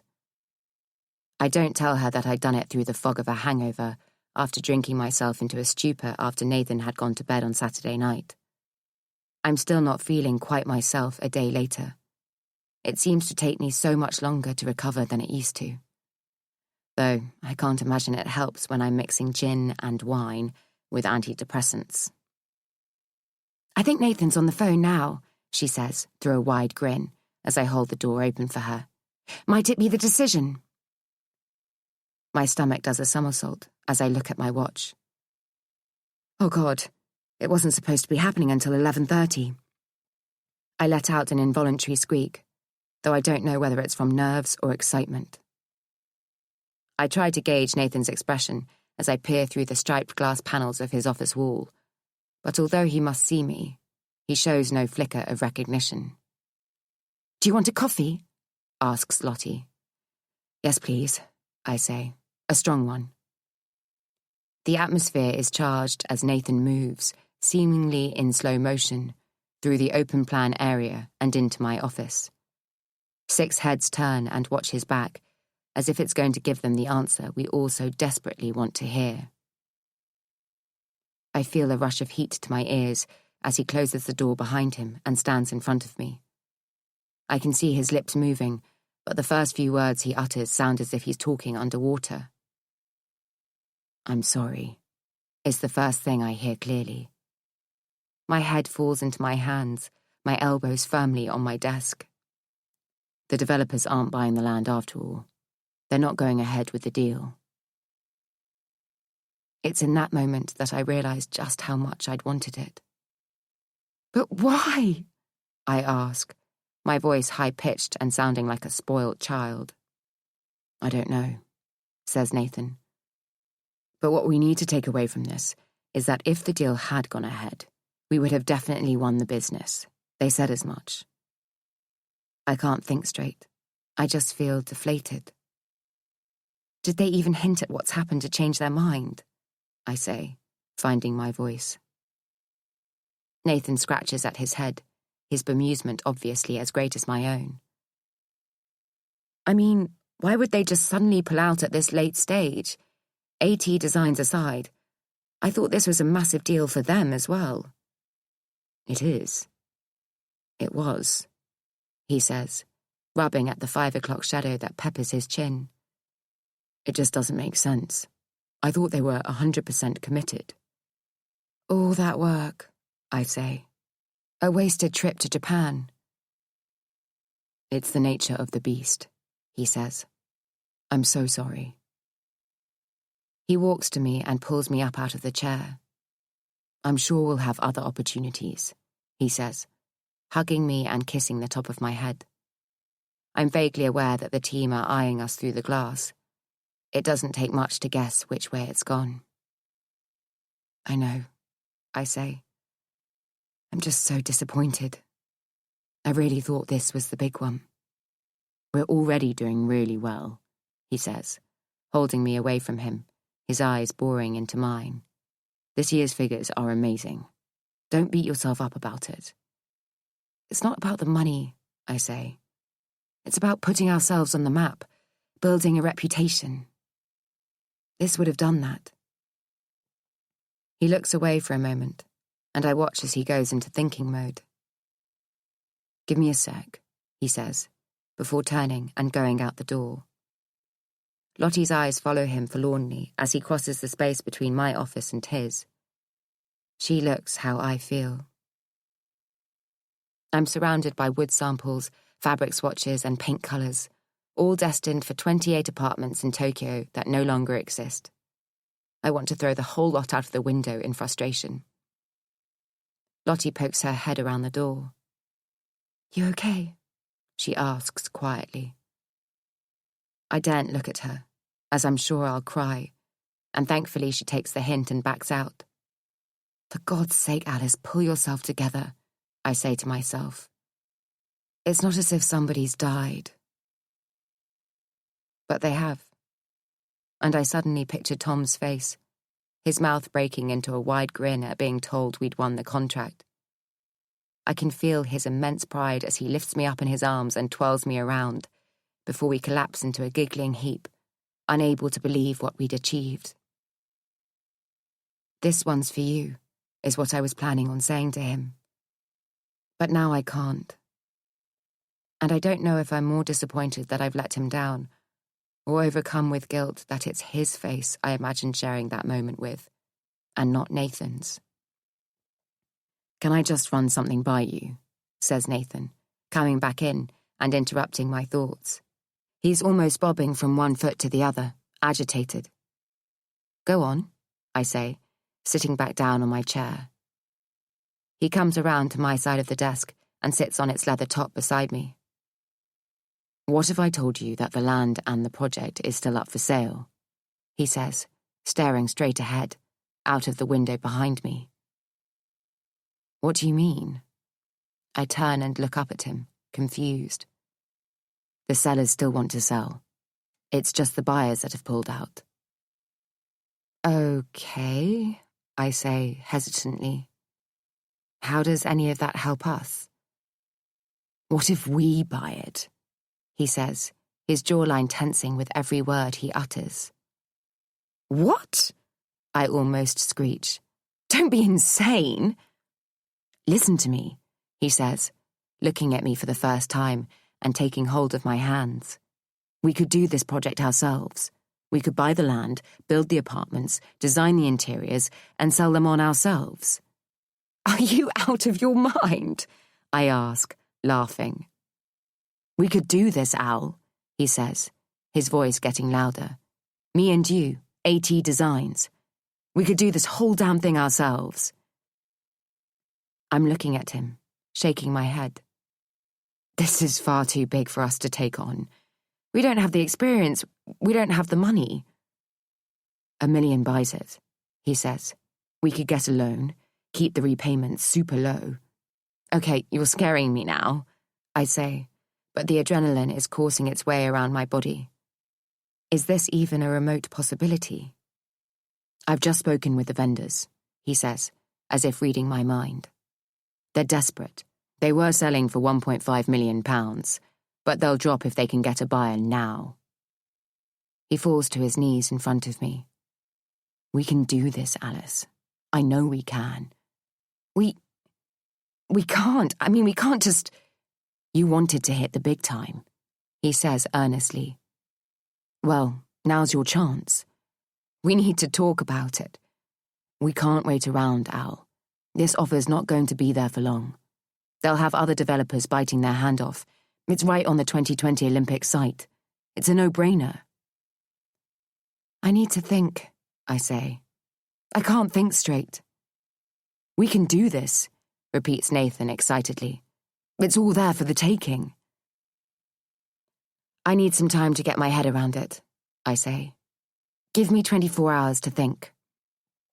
This opportunity might not be there in 24 hours, he pleads. We need to strike whilst the iron's hot. I'm not going to make a rash decision now, Nathan. My voice surprises me, its tone tinged with calmness, belying the chaos that is raging through my head. AT Designs was set up using Tom's money. Almost every penny of his inheritance went into founding this company, and I'm not about to blow all our hard work on a whimsical fancy thousands of miles away. When you say our hard work, are you referring to mine and Jules, or yours and Tom's? Nathan's blue eyes are unflinching as he looks at me. Both, I say. I've given my all to this company, he says, and yet 10 years after Tom's death, he still takes top billing. Oh, for God's sake, you're being ridiculous, I snap, closing the door in a futile attempt to stop the whole company listening in on our domestic. But I'm right, aren't I? No matter what I do or how much I achieve, I will never be able to escape Tom's shadow. You've worked here for less than 3 years, I say. Let's not get ahead of ourselves. I see him smart and wish that I could suck the words back in. You need to understand how much AT Designs means to me, I say, careful to keep my voice gentle and my features soft. We've worked so hard to get it where it is. You, me, Tom, all of us. Who are you doing it all for, Alice? He asks, turning away from me. Because if it's Tom, he's not coming back. I swallow hard at his true words. No one is more aware of that than I am. I'm doing it for us, I say. You, me, the girls. It's what keeps me sane. I attempt to smile, but I know it's not reaching my eyes. Will you at least think about it? He says. For us. I nod, but I've already made my decision. How can I risk the business when I'm not even convinced our marriage is going to survive? Despite his protestations on Saturday night, I'd allowed the poison of paranoia to worm its way through my system as soon as he'd gone to bed. At 11 p.m., I'd believed him and felt nothing but relief. By 2 o'clock the next morning, I was wallowing in self-pity and overcome with an incandescent fury that I'd allowed him to trick me. If I'd known where his mistress lived, I would have gone round there and dragged her out by her hair. Thankfully, when I woke up yesterday, my emotions were a little calmer, despite the banging in my head. And we'd managed to have the kind of Sunday I wouldn't have thought possible just a few hours before. We smiled at all the right times and asked the girls all the right questions over a roast dinner. But there was still a palpable feeling that something was off. The elephant in the room wasn't so big that the girls would notice it, but it was there, nevertheless. And the shadow of it still remains today. So how can I possibly plough everything I've worked for into something I know so little about? And yes, Nathan's right. Tom is still at the forefront of my mind all these years later. Whether it be trying to second-guess what he'd do when Sophia plays up, to how he'd advise me to handle this very situation. I hear his voice so clearly, see his face so vividly, that it sometimes takes my breath away. He wouldn't want me to risk throwing everything away. I know he wouldn't. I just need to convince Nathan that's what I think, and not what I know Tom would have thought.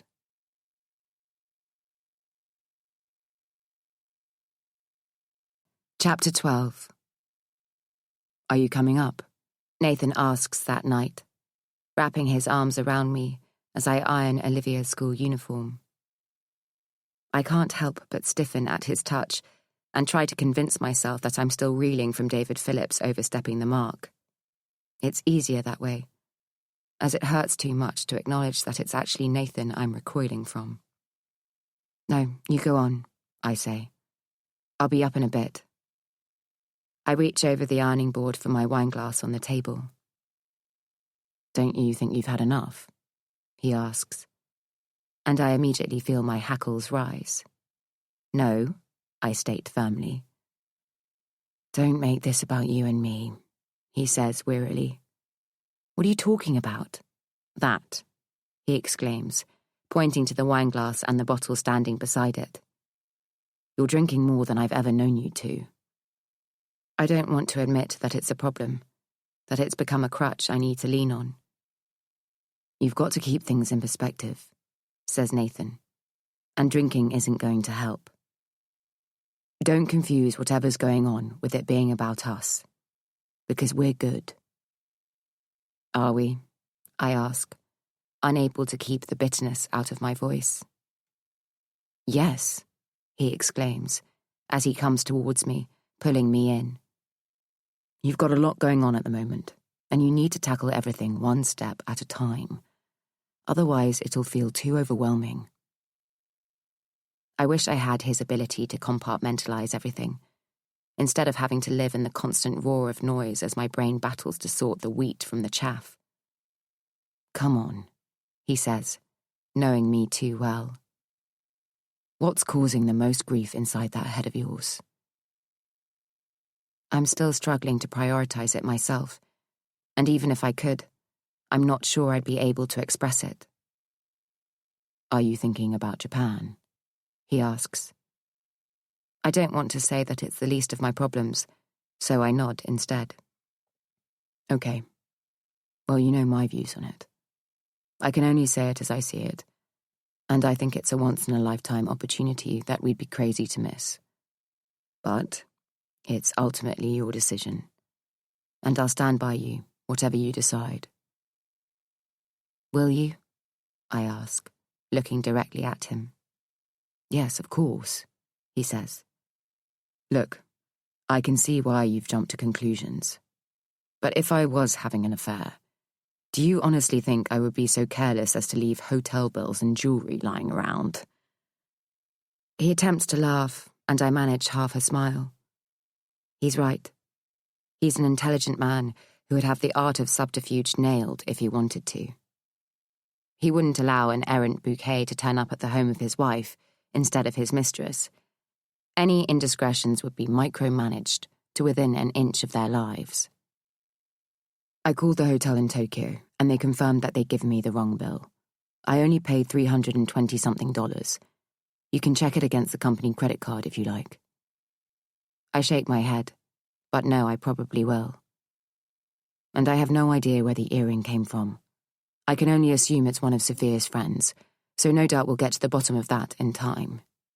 And the bouquet, well, I guess it just got sent to the wrong address. I called them, I say, watching him. They confirmed that it had been sent to the correct place, and that the sender was Nathan Davies. What? Are you serious? That's what they said? I nod. They confirmed that you sent them, and that Rachel was indeed the lucky recipient, supposedly. They actually said Nathan Davies. Did they? Or had I given them his name? I can't remember. This is crazy, he says, rubbing a hand through his hair. If I had something to hide, believe me, I'd hide it. And he would. That's the shred of hope I hang on to. I guess all this is the reason that you're nervous about the Japan deal. Well, it doesn't exactly help, I say. You're asking me to take out a huge debt for a project that I'm not even convinced you'll be around to see the end of. I would never, ever cheat on you, he says, taking hold of my hands. I so want to believe him. His eyes look like they're telling the truth. I could believe him if I could just allow myself to. Why don't you leave that? He says, his fingers trailing lightly down my back. Come upstairs. I'll come up when I've finished, I say, pulling away from him. Okay, but don't make me wait too long, he says, nuzzling my neck with feather-like kisses that threaten to make my knees buckle. I could go up. I want to go up. But I'm afraid of making a fool of myself. If I give in, then I'm saying that I believe what he's telling me. And what if I'm wrong? Will he wallow in his ingenuity? Lose respect for his wife? Laugh about it with his mistress? The incessant rattling in my brain grows louder, and I pour myself another glass of wine in a bid to quieten it down. My laptop is open on the dining room table, and I wake up the screen with a swipe of my finger.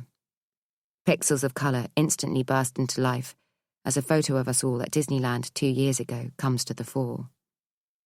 From the outside, we look happy, like a normal family, enjoying everything that life has to offer. But if you look really closely, and give it more than a cursory glance, you can see a pain in mine and Sophia's eyes. It's as though there's a glaze, a transparent barrier that holds the world back at arm's length. Too fearful of letting anything get too close, knowing that it can be snatched away the moment you let your guard down. Against my better judgment, I open up Facebook and start trawling through the exaggerated lives of my suggested friends. Gina Fellows, a friend of a friend I once knew, is currently at Manchester Airport and looking forward to a sick, no-holds-barred hen weekend in Ibiza. Michelle Truman, the wife of my second cousin's son, is feeling blessed at her best friend's granddaughter's christening. I already feel worse than I did a few minutes ago. I become fascinated by the power of algorithms as name after loosely connected name is offered up as a potential friend. I vaguely remember Jack Stokes from my first job in London, and Lindsay Brindley as one of the mothers from Sophia's Year 1 class. The tenuous connections make me feel uneasy, as if someone is trawling through my head, ravaging the cobwebbed corners that store information that is no longer needed. When I see the face I want to see, more than anyone else in the world, I almost gloss over it as being too familiar to concern myself with. But as I continue to scroll down, the image starts burning itself into my brain. Tom Evans, my Tom, is on Facebook. I race back up the screen, not knowing whether I want to be seeing things or not.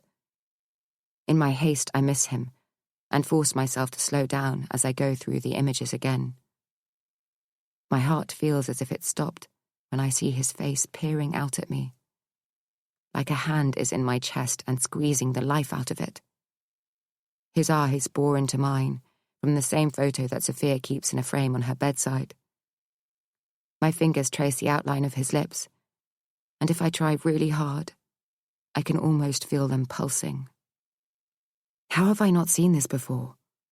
Why hasn't he been flagged up to me, his wife, as a contact? I didn't even know he was on Facebook. Surely his account would have been closed down by now. I feel sick as I click on his photo, frightened to see the friends he made and the conversations he had before he died. There's a photo of him on his newsfeed, the last one I took, on the day he left for Switzerland.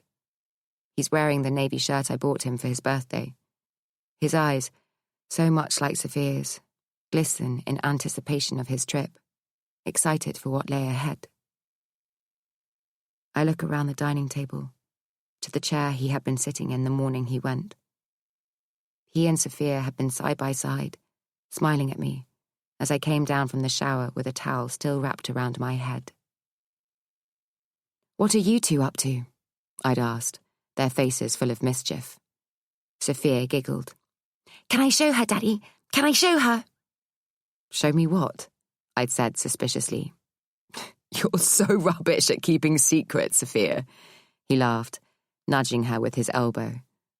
They'd looked at each other conspiratorially, as they so often did, the pair of them as thick as thieves. "We've got something for you," she said. "Okay," I said, looking between them panicking that I'd not marked our temporary separation with anything in return. Sophia reached down onto the floor. "Ta-da!"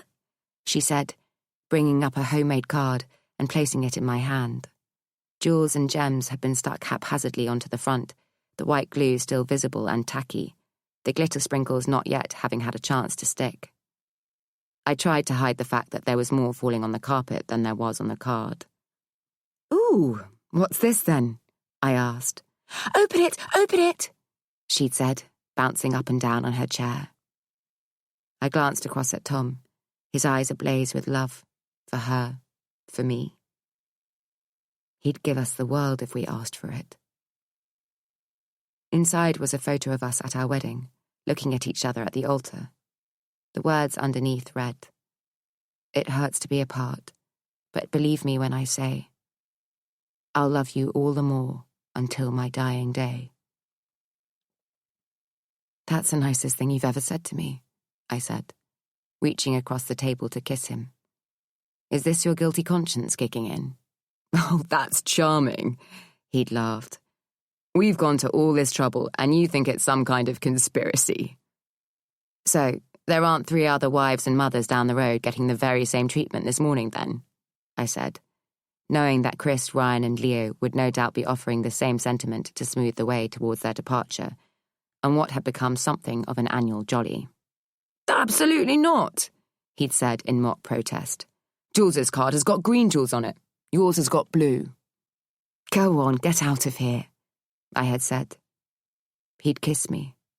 "I'll see you in 5 days. You sure you're okay to hold down the fort until then?" I thought of the meetings lined up for the week and felt the usual rush of excitement. I couldn't remember ever being as happy or fulfilled. "I suppose I'll have to be," I'd said teasingly as his lips grazed mine. "I'm the talent after all. Remind me why the company needs you again?" "You'll miss me when I'm gone," he'd laughed. And then all of a sudden, he was. When Jules's husband Leo had called me the following night to say that Tom was missing, I thought he was joking. "He's probably still in the bar at the top of the mountain where you left him," I'd said, unconcerned. "No, I'm serious, Al," he'd replied. "Tom went out on his own after lunch, and he's not come back." A chill had run through me, though I still wasn't unduly worried. He was a good skier, and it wasn't unusual for him to go off and explore. I looked at my watch and at the darkening skies outside the living room window, choosing not to acknowledge that Switzerland was an hour ahead. "Okay, so it's gone 6 there," I'd asked, my logical brain trying to overrule the feeling of panic that was building within me. "He's very likely to be sitting in the warm somewhere, trying to remember the time you were supposed to be meeting tonight." A heavy breath crept down the line. "We were supposed to be meeting 2 hours ago," said Leo quietly. "Have you called anyone?" I asked. "Have you checked his room, the hotel, the restaurant?" I tried so desperately to keep my voice steady.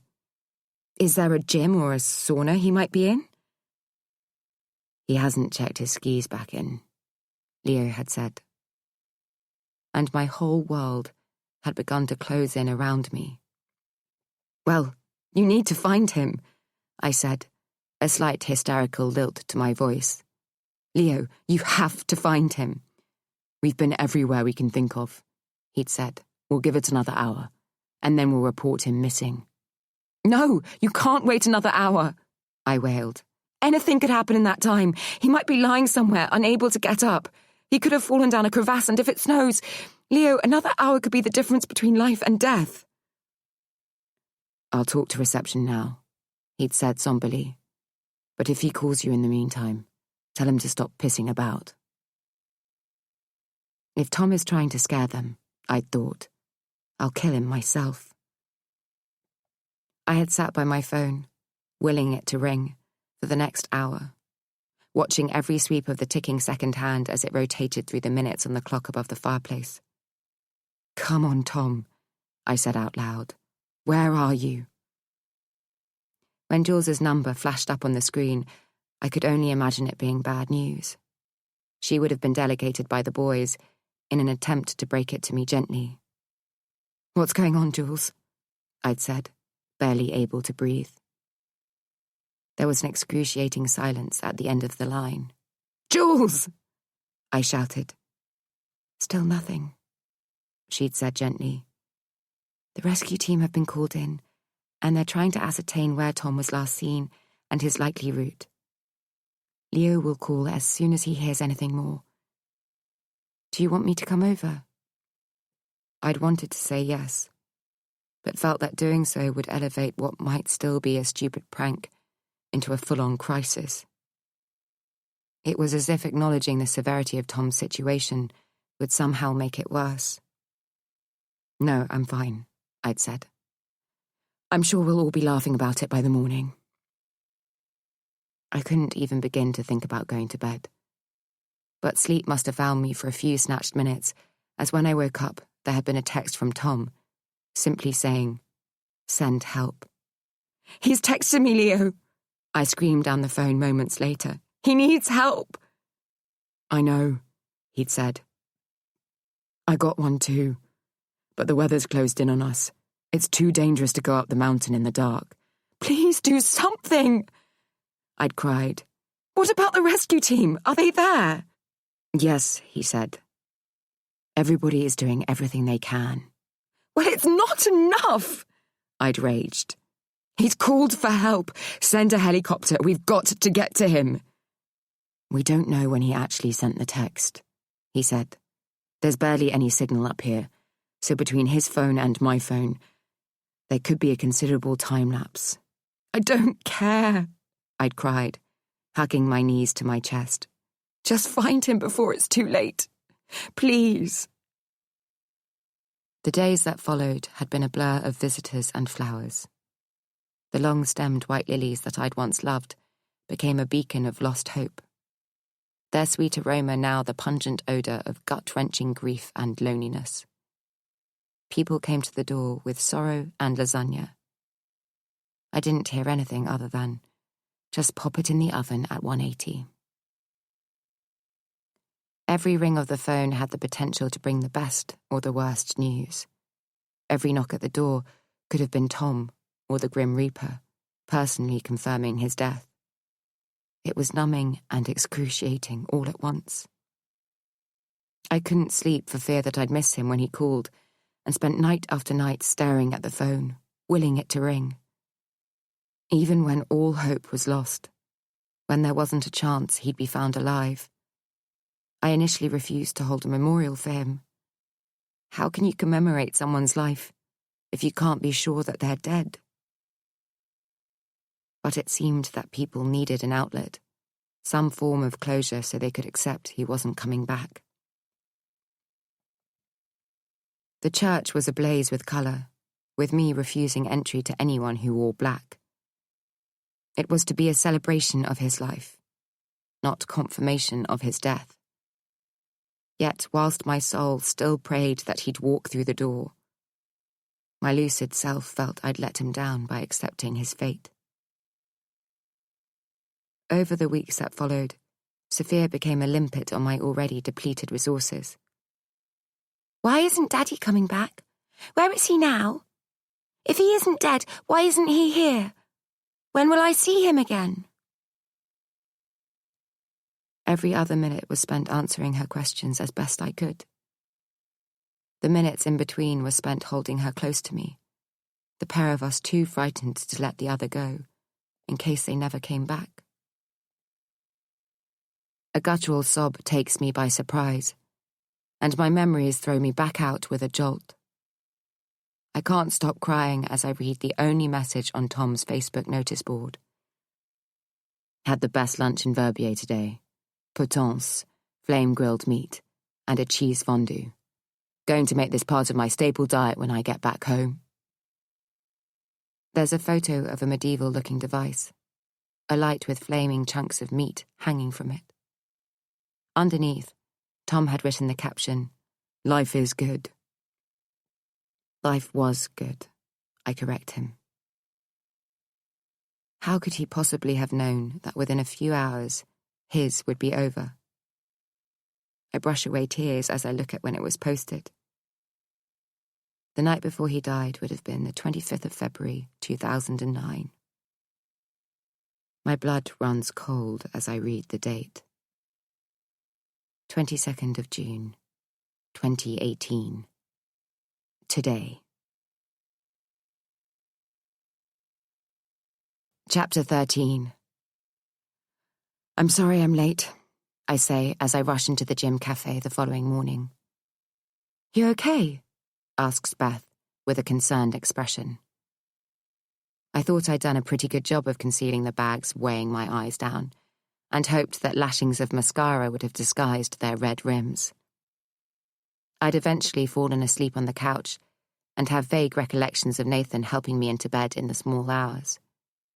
He'd held me as I silently cried. The last 24 hours have been... well, I can't even finish the sentence, because I don't know what to say. Should I start with us not getting the Japan job, and Nathan wanting to buy it and do it ourselves? Or should I skip straight to the part where the ghost of my former husband is seemingly posting on Facebook? What's happened? Asks Beth. I've had a problem with the car this morning, is all I feel confident enough to say without breaking down. It's not a lie. Oh, is all she says. I force a smile. Yeah, I woke up to 2 flat tires, so I had to call Range Rover out and they ended up putting it on a truck and taking it away. Not a great start to my morning. And I bet new tires don't come cheap. Exactly. From the look of you, I thought you were going to say something had happened with Nathan. How did that go? Is everything okay? I mumble, for fear that if I say any real words, my thin veneer will crack. So, was he able to justify his actions? She presses. Did you hit him with everything you had? I nod. He says he's not having an affair. Well, I could have told you that much, she says, her features pinched. When will these men take ownership of their actions? When will the women who sleep with married men hold their hands up for the part they play? They all think they can do what they like, regardless of who it hurts. But there has to be consequences. They have to be ready for that. Her eyes drift off, and I imagine her picturing her ex with his new girlfriend, wondering if they're even aware of the pain they've caused. It's a good job I believe in karma, she says. What goes around comes around. Somehow or other, they'll pay. I force a smile, wondering what purpose that serves if the damage has already been done. You want to believe him, don't you? She asks, looking at me. Of course, I say. I don't know what to believe anymore, is what I mean. I want to tell her about Tom being on Facebook. I can't stop thinking about it, imagining him out there, living a life without us. The thought is totally incomprehensible. Yet I'd rather it be true than the Facebook support team being right when they said it might just be a technical glitch. I'm afraid there are 1,045 Tom Evanses on the site, their operative had said last night. But only one of them is presumably dead, I'd wanted to say. Is there nothing you can do? I'd pleaded instead. Can you at least tell me where this Tom Evans, my Tom Evans, is posting from? For reasons of confidentiality, we're unable to do that, he'd said. Have you tried contacting him directly? I couldn't say no. That would just make me look insane. Why would I have contacted them to ask where he was before asking him? But that's what I'd done. Because I was too scared to go the other route, too terrified that I might get a reply. Did you hear back on Japan? Beth asks now. And I'm grateful to her for changing the subject. We didn't get it. The developer pulled out of buying the site.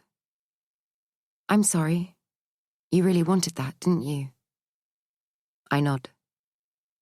So much so that Nathan almost convinced me that we should buy it and build it ourselves. Wow, she says, looking at me in awe. Are you going to? I shake my head. No. AT Designs means too much to me.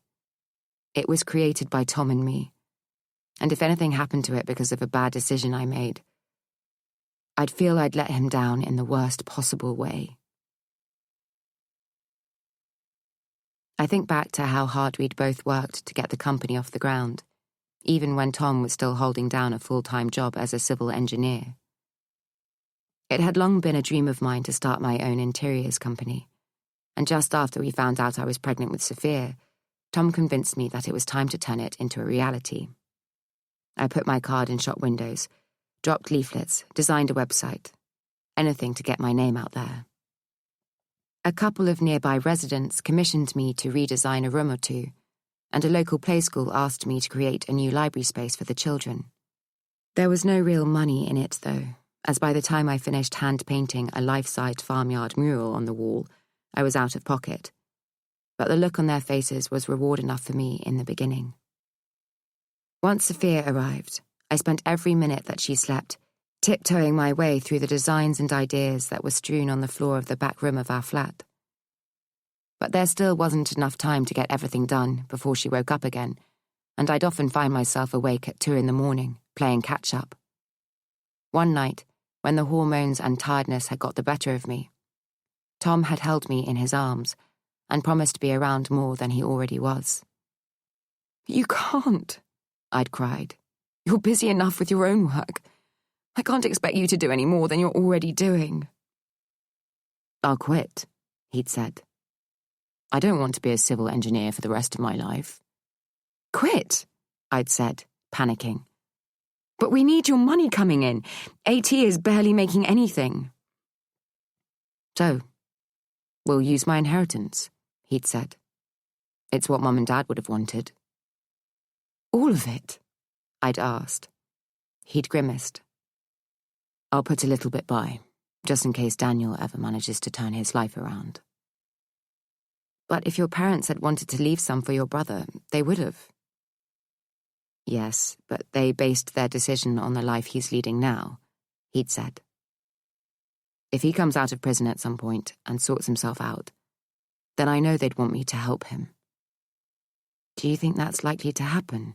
I'd asked, careful to tread lightly, knowing that his brother's life choices had brought shame and embarrassment on the family. "It might," he had said. "You'd have to know Daniel to see the potential. He's just somehow got caught up in doing bad things." Tom was a good man, and our achievements had been a source of great pride to him.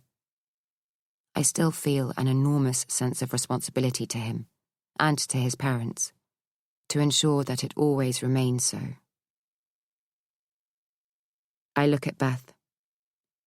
Maybe if there wasn't all this other stuff going on, I might have been convinced. But right now, I just can't see the wood for the trees. Everything feels so complicated. With Nathan, you mean? It just all feels a bit too much to deal with.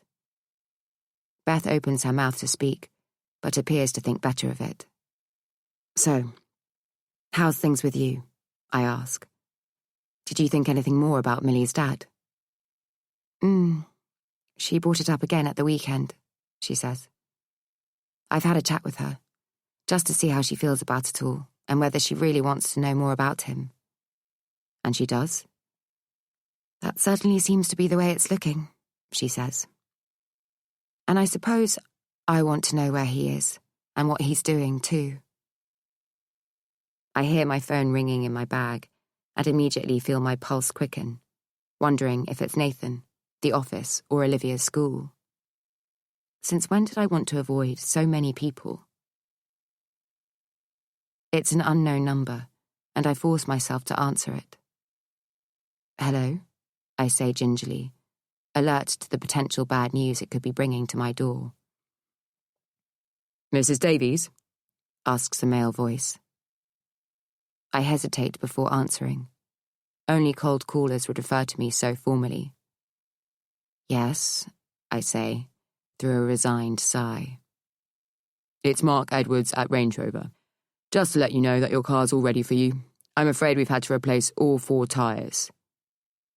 I resist the temptation to say, I bet if it had been Mr. Davies you'd been dealing with, it would only have been 2. Why?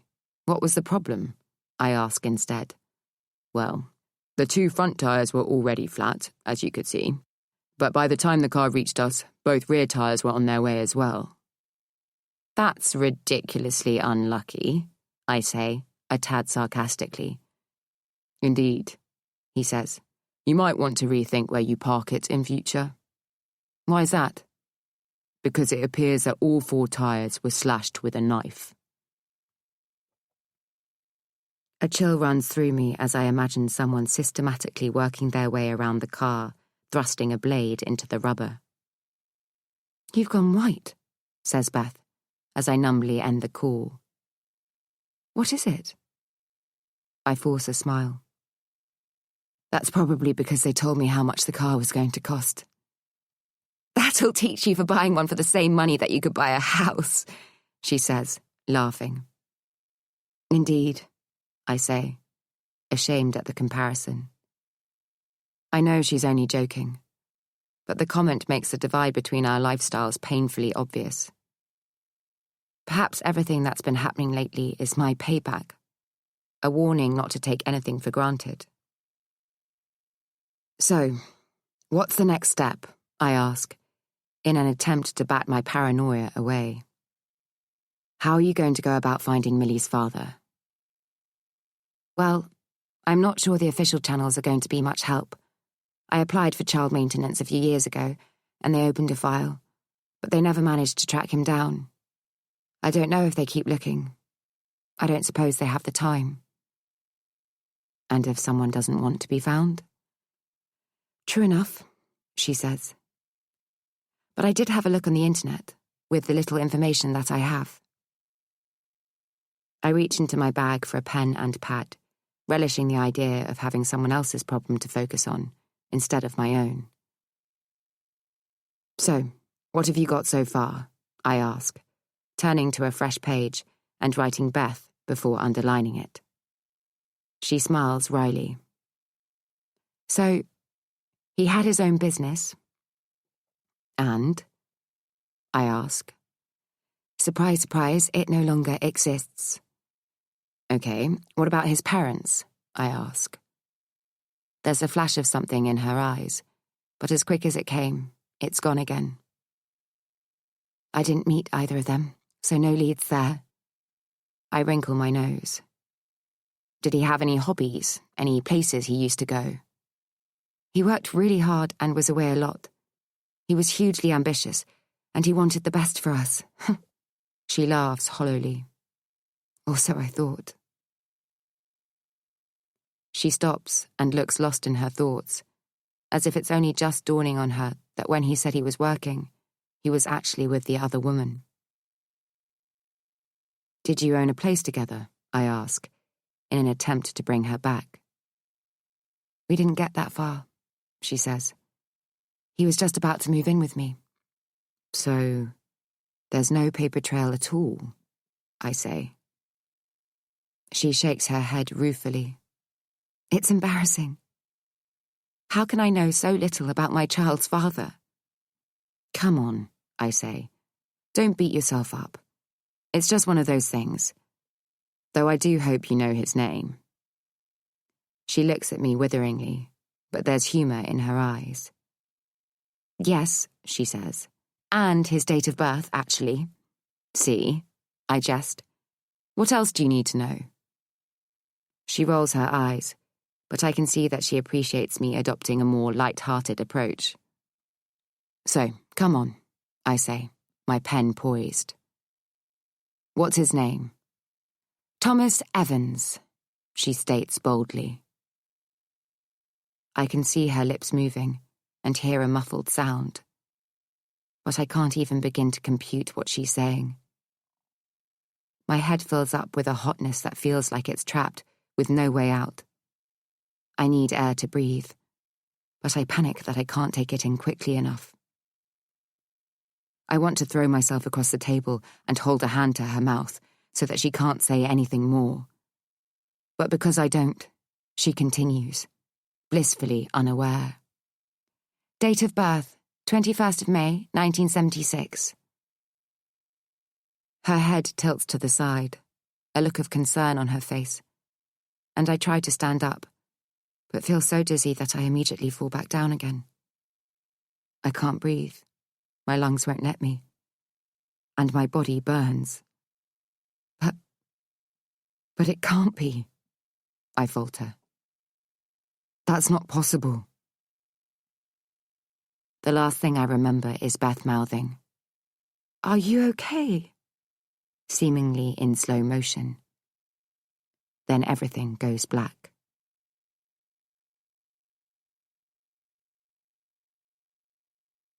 Part 2. 9 years earlier. Beth. Chapter 14.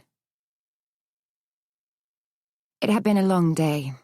I was off the back of parents' evening and knew I was staring down the gun at 30 English tests. Jacob's attempt to rearrange "is pen pig thee in my" into a sentence was on top of the pile. "My penis in the pig" was beautifully written, but not quite what I was looking for. I didn't know whether to laugh or cry. "Just come for one drink," Maria had pleaded, and for a moment I had been sorely tempted to go for 3. Would a class of 7-year-olds really worry if I didn't correct their grammar and just gave them a big red tick and gold star instead? But then I remembered Mrs. Pullman, who had expressed concern that little Bertie's answer to "what could you do better at" had gone unchecked. How was I to know he'd write "spillings"? "No, I'd better get off," I'd said. "I'm definitely up for Friday, though. My treat, so name your poison." "I'll hold you to that," Maria had laughed as she pulled her coat on, and I smiled ruefully. I was still thinking I should have gone when I was in my car driving down the A23, my hands twitching on the steering wheel, waiting to see if the good fairy or bad fairy would win out. "Just one," said the dark, forbidding figure on my left shoulder. "Go home and do your marking," piped up the pure, angelic voice on my right shoulder, just that little bit louder. I was pleased I'd listened to her, because as soon as I was indoors and changed my tartan skirt and polo neck for a dressing gown and slippers, I was happy to be there, safe in the knowledge that I wouldn't have to leave my snug haven until the next morning. I didn't promise I wasn't going to have a drink, though, and poured myself a generous glass of red wine as I psyched myself up to tackle Jacob's vocabulary conundrum. One final look at my phone, and then I'd hide it under a cushion and pretend that I was controlling it rather than it controlling me. As soon as I saw the notification from Better Together, a dating website I'd signed up to, I was intrigued. Enough to make me want to read the message in its entirety, enough to put me off marking for just another few minutes. "Hi, just read your profile, and you sound like you're up for some fun." Was I? Is that how Maria had presented me to the online dating population? A girl who was looking for some fun? She'd been in hysterics as she set me up on the site, as had I, but we were 2 bottles of wine in by then, and everything had seemed funny. She'd agreed to change the wording from sex maniac to liberated woman who knows what she wants to looking for a good time, life's too short to be serious. I couldn't even remember if that was the final profile we'd settled on, but I guessed it might have been if this guy thought I might be up for some fun. I didn't know whether I should be proud or horrified. I supposed that all the time I was behind a screen, I could be anything I wanted to be. "What did you have in mind?" I typed, though as soon as I sent it, I held a cushion up to my face and squirmed. If I allowed myself to imagine I was in a bar having this conversation, I saw myself sitting there, my body giving off all the right language, yet my mind in turmoil at what my mother would think. You can never stray too far from a Roman Catholic upbringing. "I'm not looking for anything serious either. Fancy meeting up?" he replied. I wasn't sure he'd understood the sentiment in my words. When I said life was too short to be serious, I didn't mean I didn't want a serious relationship. I was just trying to get across the devil-may-care attitude I pretended to have. I was 28, with ovaries fit to burst, and a mother who had attended church every Sunday for the past 10 years, so that Father Michael would see his way to marrying her only child when the time came.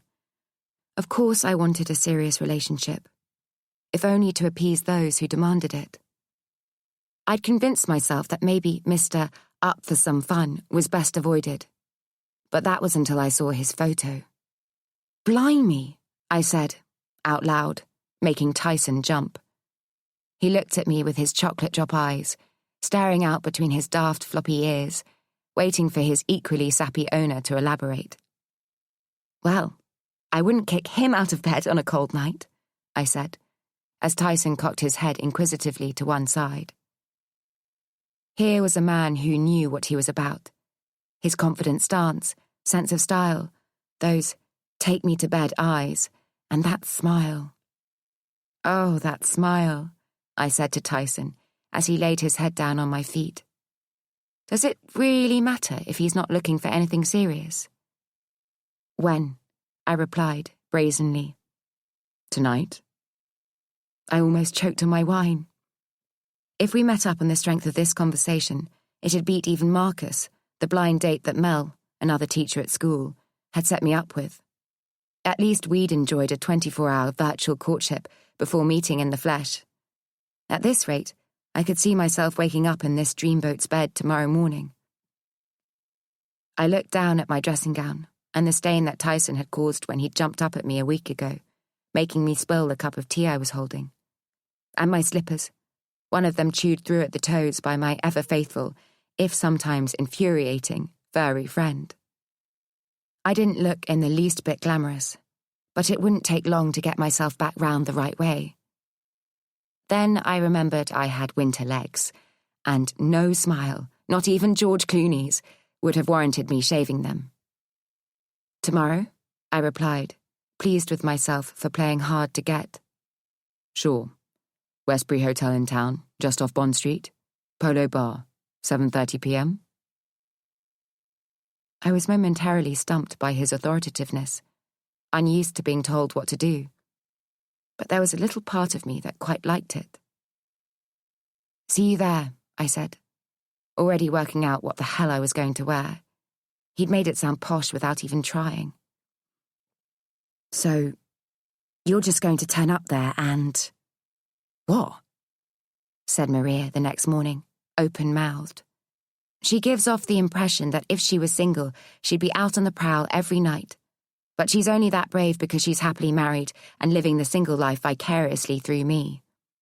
The reality of dating sends her into a headspin, as if I needed another overprotective mother figure. "Yes," I said simply, because there was nothing more to add, though I knew she'd have a dozen more questions. "But what if, what happens when—" None of her sentences were finished. "This was your idea," I said, laughing. "You're the one who forced me onto a dating site." "But I wanted you to meet a lovely man to marry, not to have sex with a stranger in some anonymous hotel." Her expression was pinched and disapproving. Excuse me," I said in mock outrage. "Less of the anonymous hotel. I'll have you know that the Westbury is a very well-respected establishment." She laughed and threw a packet of crisps across the staff room at me. "You know what I'm saying," she said. "Just be careful." I jest, but despite shaving my legs, I really wasn't intending to sleep with him that night. Not until I saw him. Not until I saw that smile. And then all bets were off. Chapter 15. "Do you usually go to bed with men on the first date?" asked the man, who I now knew as Thomas, as we lay on the most expensive-feeling sheets and pillows I'd ever laid on. "Do you usually expect it?" I replied, because he seemed to me to be a man who usually got what he wanted. He propped himself up on one arm and traced my cheek with his finger, This is not what I usually do, but I'm afraid I couldn't help myself with you. I rolled my eyes and started to get up, assuming that we both got what we'd come for. There was really no need for the post-coital sweet talk. Where are you going? He asked, catching hold of my wrist. Home, I said, suddenly uncomfortable. Funny how allowing myself to be tied up and rendered helpless by this stranger in the name of lovemaking somehow seemed safer than this unexpected invasion of my space. I'd like to see you again, he said, releasing his grip. I smiled. That's very gentlemanly of you, but you and I both know that's unlikely to happen. There's honestly no need for pretense here. He looked hurt. I think we've got something special. I laughed as I stepped into my dress. He would have perhaps seen it as me making light of the incredible time I just had. But I knew it was my defense barrier going up, ever ready to take the knock that I was sure was coming.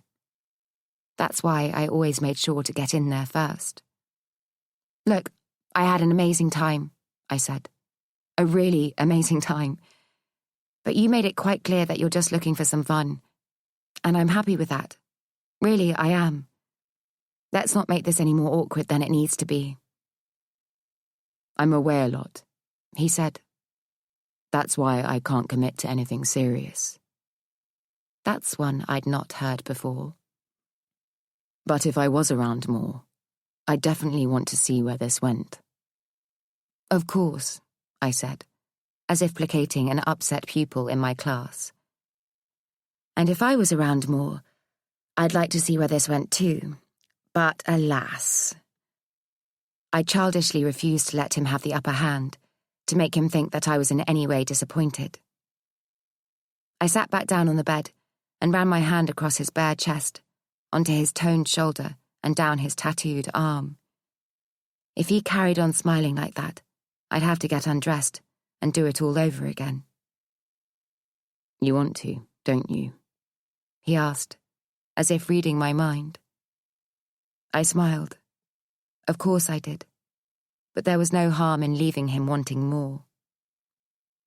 When you're next in town, give me a call, and let's see if we can hook up. I sounded like I'd swallowed a How to Play It Cool manual. He pulled me down on top of him, his tongue searching my mouth. It took all of my willpower to pull myself off. I'll surprise you, he said, as I reached the door. You do that, I smiled, wishing he would, but knowing he wouldn't. So to say I was gobsmacked when he texted a week later is an understatement. I was already talking about him in the past tense to Maria the morning after I'd met him at the hotel, as if he was just a dream I'd had. I swear to God, he was the sexiest man I've ever seen, I'd mused, as I'd allowed my tea to overbrew. Maria had listened enviously, no doubt imagining it was her. But he wasn't as sexy as your Jimmy, I'd added. Who are you kidding? She'd said, swiping me around the arm with a tea towel that had been in the staff room for years. I had a recollection that it might have been on my rota to take it home and wash it every once in a while. I couldn't remember ever doing so. Every man's sexier than my Jimmy, went on Maria. But I love him all the same. Will you be seeing him again? Oh, shit, I'd said, as I'd caught sight of the manila envelope-coloured tea and pulled the bag out, burning my fingers. Of course not. It was a one-night-only performance, and I'll happily live off it for the rest of my life. Surprise, his text said, almost making me drop the phone. Make him wait, I said to myself. No need to be over-keen.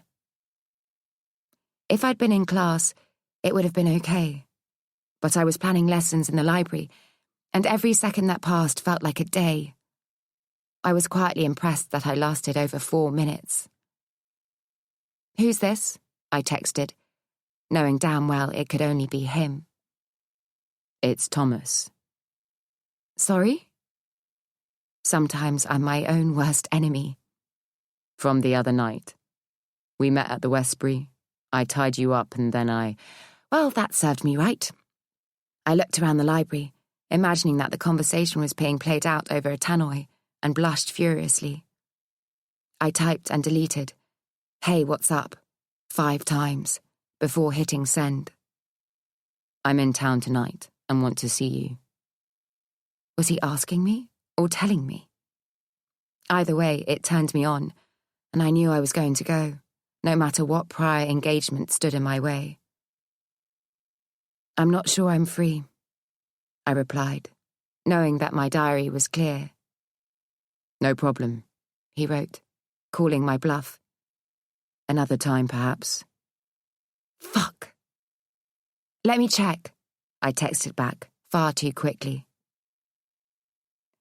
I waited for what felt like an inordinate amount of time, but in reality, it was probably only 2 or 3 minutes. "Treat 'em mean, keep 'em keen. That's me." "I'm supposed to be having dinner," I typed, "but I might be able to move it." What was wrong with me? Why didn't I just say, "Yes, I'm free and I'd love to see you"? "Great, I'll come to you. There's a nice hotel over your way called the Clarendon. I'll meet you there at 7:30 p.m. "For dinner?" I asked presumptuously. He ignored my question, instead asking, "What do you do?" Wasn't that information we should be sharing over a meal? I cringed as I recalled falling into bed with him without knowing anything about him. He knew even less about me. But that was when I honestly believed it was going to be a glorious one-night stand, something I'd embarrassingly become accustomed to over the previous 3 years. In my defense, whilst my friends were living their late teens and early 20s in a hedonistic whirl, I had been playing the faithful wife to Joel. Well, we weren't married, but we may as well have been, as we lived the life I'd expected to be living 50 years later. We stayed in when everyone was going out. We drank tea whilst they were necking Jaeger bombs. And we had Tyson whilst they were responsibility-free and able to jump on a Ryanair flight to Ibiza at the drop of a hat. How I had yearned for that life. So much so that after 6 years, I stuck Tyson under my arm and walked out. "Keep everything," I'd said, with a flourish of abandonment. "But you can't leave," said Joel. "You can't go, just like that." "We both deserve better," I'd said honestly. "We both deserve more." "Well, leave Tyson here then," was all he'd said, and I knew I'd made the right decision. We still bumped into each other every once in a while, but he could barely bring himself to say hello. Not because I'd left, but because I'd taken Tyson with me. The idea of embarking on a new relationship with Thomas made me tingle. Now that would be worth staying in for. "I'm a teacher," I said finally, in answer to his question. "I'd better be good then. Otherwise you'll have to keep me behind after school." I smiled. Maybe that's exactly what I'd do. I could be the strict teacher, happy to dish out discipline. I'd delight in punishing him for his low mark in a test, and would gladly put him in detention for starting a fight. I resisted the temptation to search for sexy professor images on Google, but I couldn't concentrate for the rest of the afternoon as I mentally scanned my wardrobe, whilst listening to the children take it in turns to read Horrid Henry. Thomas wasn't there when I arrived, at least not in the places I looked. He didn't specify whether he would be in the lobby, the bar, the restaurant, or a room. My stomach flipped at the thought of him in the latter, but if we went straight to that, there was every chance that I'd leave knowing nothing more about him than I already did. I'd only just ordered a vodka and orange when I felt a silent presence behind me, the heat of breath on my neck. I could smell expensive aftershave emanating from freshly washed skin. "I'm sorry I'm late," he whispered, before leaning around to kiss my cheek. "I was just finishing my homework." I looked down, through the horrendously magnified glasses that Maria had lent me, at my pencil skirt and pale pink twin set, pleased that my efforts hadn't gone unnoticed. "Can I get a large gin and tonic?" he said to the barman, all the while stroking my leg through the crepe material. His hand stopped moving as his fingers reached the clasp of my suspenders, and he turned to look at me with a wide grin. "I've made a dinner reservation, but I think we might have to take a rain check on that," he said, raising his eyebrows in question. I nodded. It took all of my willpower not to unbutton him right there and then. I followed him to the lift and moved aside as an elderly couple got out. We stood there, a foot apart, unspeaking as the doors closed. If I imagined this scenario in my head, I would have put money on me to burst out laughing. The role-playing and me being mute would have tickled the immature side of my character. But the atmosphere was so sexually charged that I didn't feel anything other than an overwhelming desire to get our clothes off as quickly as possible. "So, how did I do, Miss Russo?" he said afterwards, with a naughty glint in his eye. I rolled over onto my side and propped my head up on a bent arm. "I would say that you are a very willing pupil with an eagerness to learn. Your ability to focus on the job in hand is exemplary, needing only the most basic of tuition to reach a more than satisfactory conclusion. Overall, an outstanding performance, and I look forward to welcoming you into my class again soon." He smiled, his full lips parting ever so slightly to reveal a row of perfect white teeth. "Dinner?" I asked, having worked up an appetite. His eyes bored into mine with an intensity that pulled at my groin. "Or shall we just skip straight to dessert?" Butterflies fluttered in my tummy as he touched me. It didn't matter what was on the menu. No dish was worth missing this for.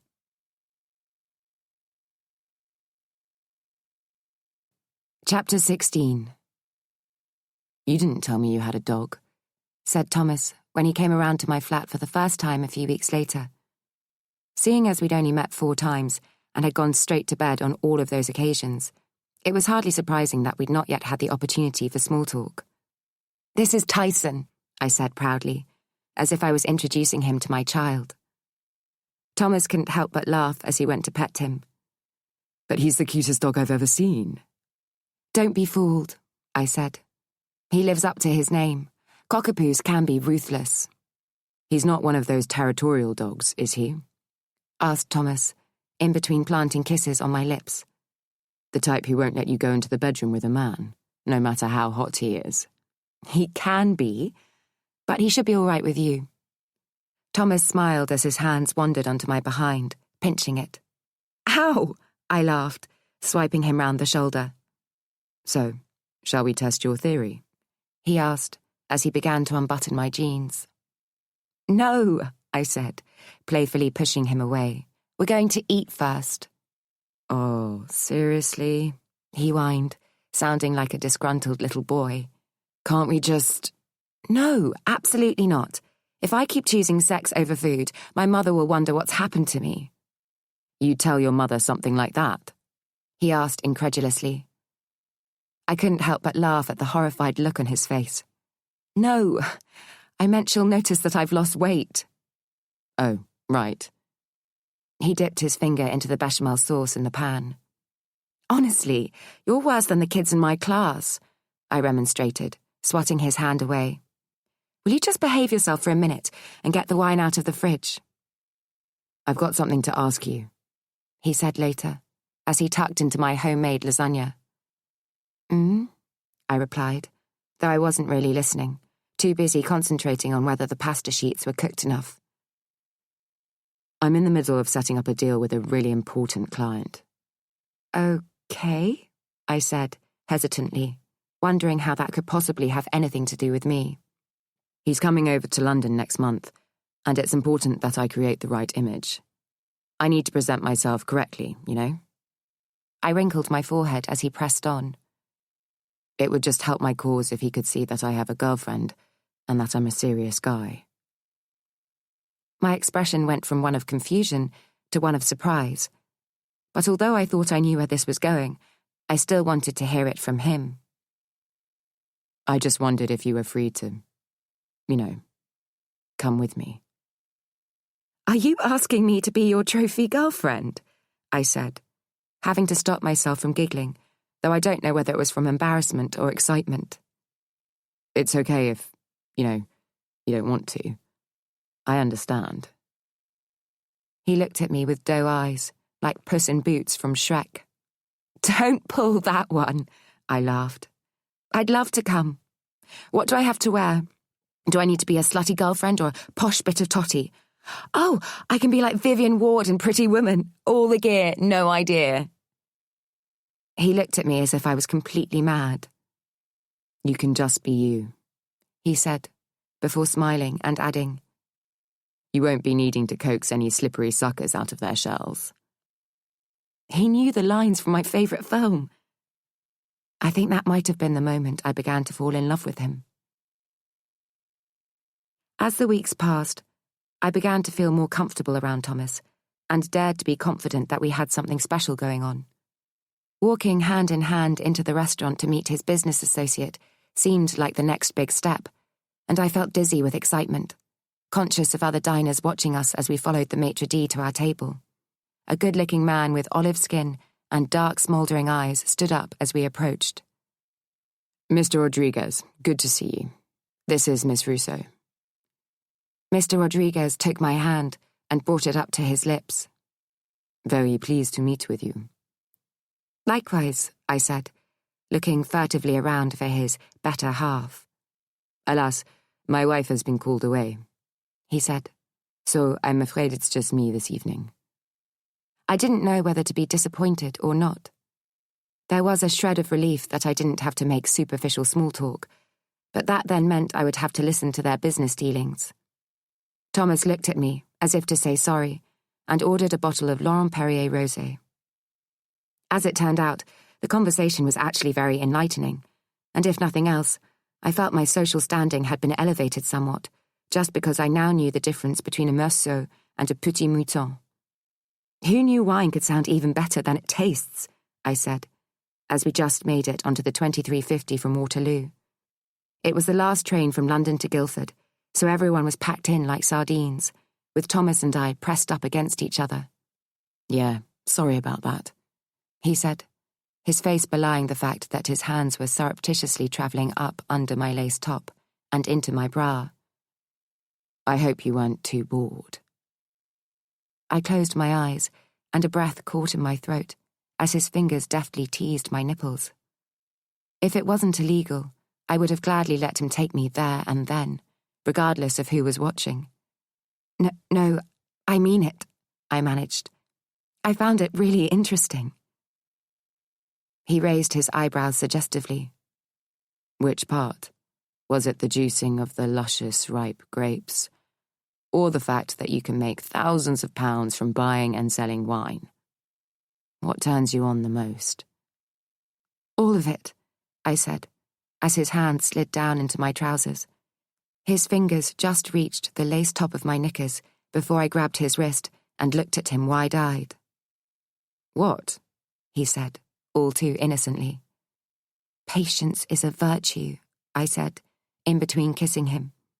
In 1 hour, all of your dreams will come true. Except they didn't. Instead, we spent the first 2 hours after we got to my place searching for Tyson, who had, it seemed, let himself out of the back door. But there's no way I would have left it open, I said, verging on hysteria when we still hadn't found him. I'm sure I would have checked that it was locked before we went out. Don't you remember seeing me do it? He ran a hand through his hair. I can't say that I did, but I wasn't really paying attention. It's the last thing I normally do before I go out, I cried. How can I have been so stupid? Hey, don't beat yourself up about it, he said gently. We'll find him. He won't have gone far. As soon as the sun was up the next morning, we both headed out in different directions, our breaths billowing in the cold air as we shouted his name. Tyson! Tyson! Come on, boy! I choked on the words, furious with myself for the stupid mistake I'd made, and terrified of what might have happened to him. Please, Tyson, I begged. Please come home. Thomas and I met again an hour later at the park, where I usually took Tyson for his walks. No sign? I stupidly asked, willing my dog to be at Thomas's feet. He looked at the ground, shaking his head glumly. I need to go to work, I said. We should go. I'll stay, if it's all right with you, he said. I've got a meeting I can push back, so I'd like to carry on looking. Oh, yes, well, of course that would be amazing, if you really don't mind. I'd not seen him looking quite so somber. I feel responsible too. If I'd not distracted you, perhaps this wouldn't have happened. I thought back to the night before, when I'd asked Thomas to do my necklace up. This is beautiful, he'd said, as he admired the delicate diamond hanging from a silver chain. My hand had instantly gone to it, my fingers feeling its weight. Thank you. It was a gift from my dad. Well, he obviously has very good taste. I didn't tell him that he'd had very good taste. Instead, I battered away the tears that threatened to fall every time my dad was mentioned, and closed my eyes as Thomas kissed my neck. The 15 minutes we'd then spent having sex, instead of getting ready, meant that I'd been in a mad panic to get out of the door to catch our train. Perhaps I'd not had time to check that the back door hadn't been left ajar.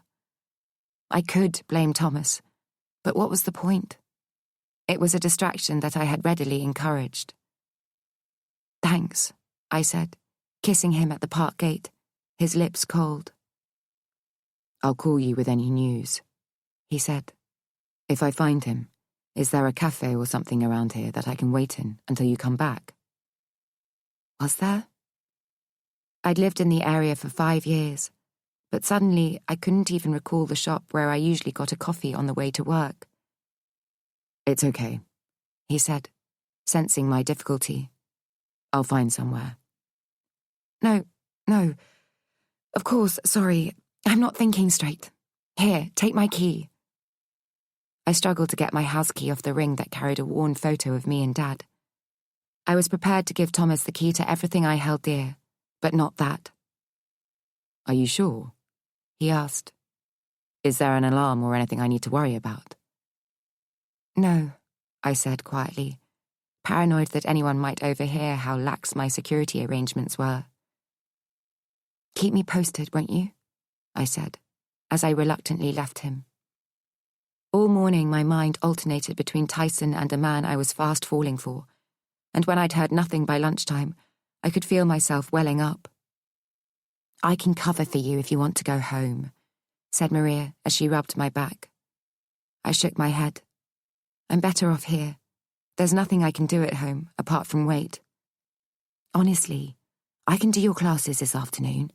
You're no use to the children when you're like this. Are you sure? Yes, go on, go, she said. I'll tell the head. As I walked from the station to my flat, my mood was lifted a little at the sight of lost posters on every other lamppost along the route. Anyone with information was being urged to call an unfamiliar phone number.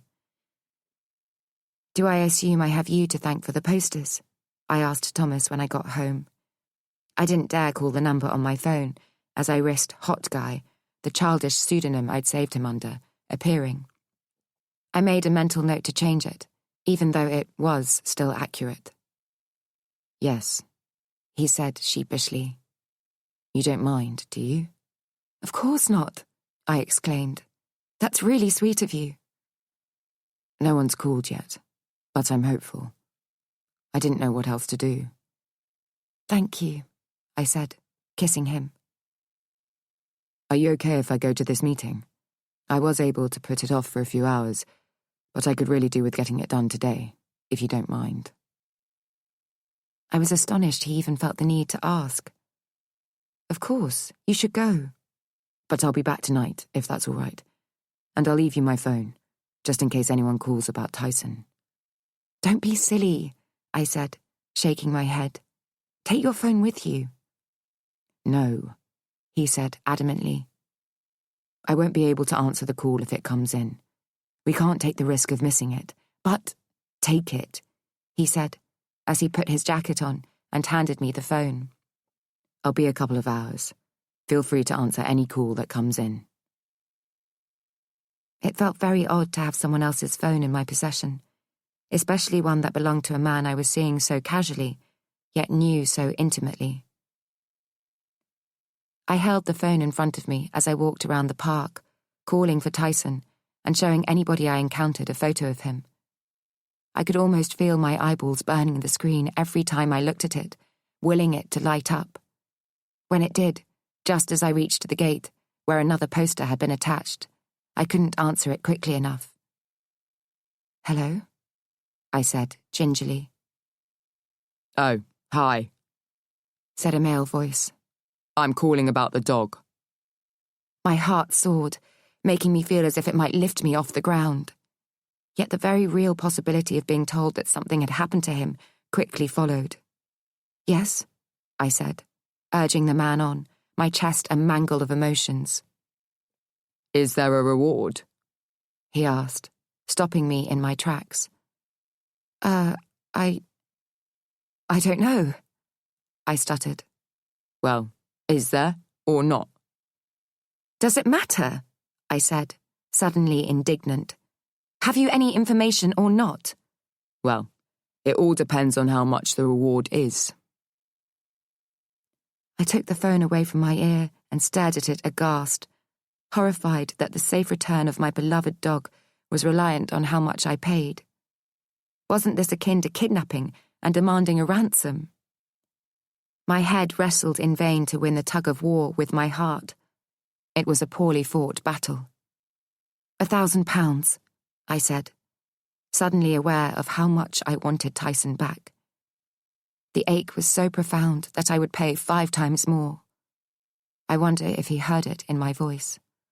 "Whoa," the voice said. "You really like this dog, huh?" I stayed silent whilst he conducted a muffled conversation at his end. "We'll think about it and let you know tomorrow." The call abruptly ended as I cried, "I'll give you 5,000!" into the dead air. Chapter 17. My sleep was interspersed with vivid sightings of Tyson. He was around every corner, running through every meadow. I could hear myself laughing as he bounded towards me, my arms outstretched, ready to embrace him. But as he leapt up into them, a car came from nowhere and mowed him down. My own screaming woke me up. "Shh, it's okay. It's just a bad dream," whispered Thomas as he wrapped his strong arms around me. My heart was racing, and my breathing came in short, sharp pants as I struggled to get myself back around the right way. "It's okay," he repeated over and over, and for a few moments I believed him. But then came the sudden rush of reality as the harsh facts presented themselves.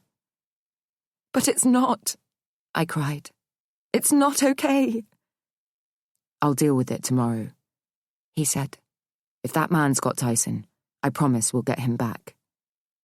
"And if he hasn't?" "I'll get him back," is the last thing I remember him saying before I dozed off again. He was gone by the time I woke up, my hand instinctively reaching down to the floor beside the bed, giving Tyson the sign that it was okay to jump up. I waited momentarily for my face to be licked, or the unmistakable swish of an excitable tail going from side to side. It felt like I'd been punched when I remembered he wasn't there. My body ached with yearning, and I thought, as I so often do, about the passage of time. How so much can happen in 24 hours, in 1 hour, 1 minute. That's all it takes for your whole world to turn on its axis. In just a moment, everything can change, and your life will never be the same again.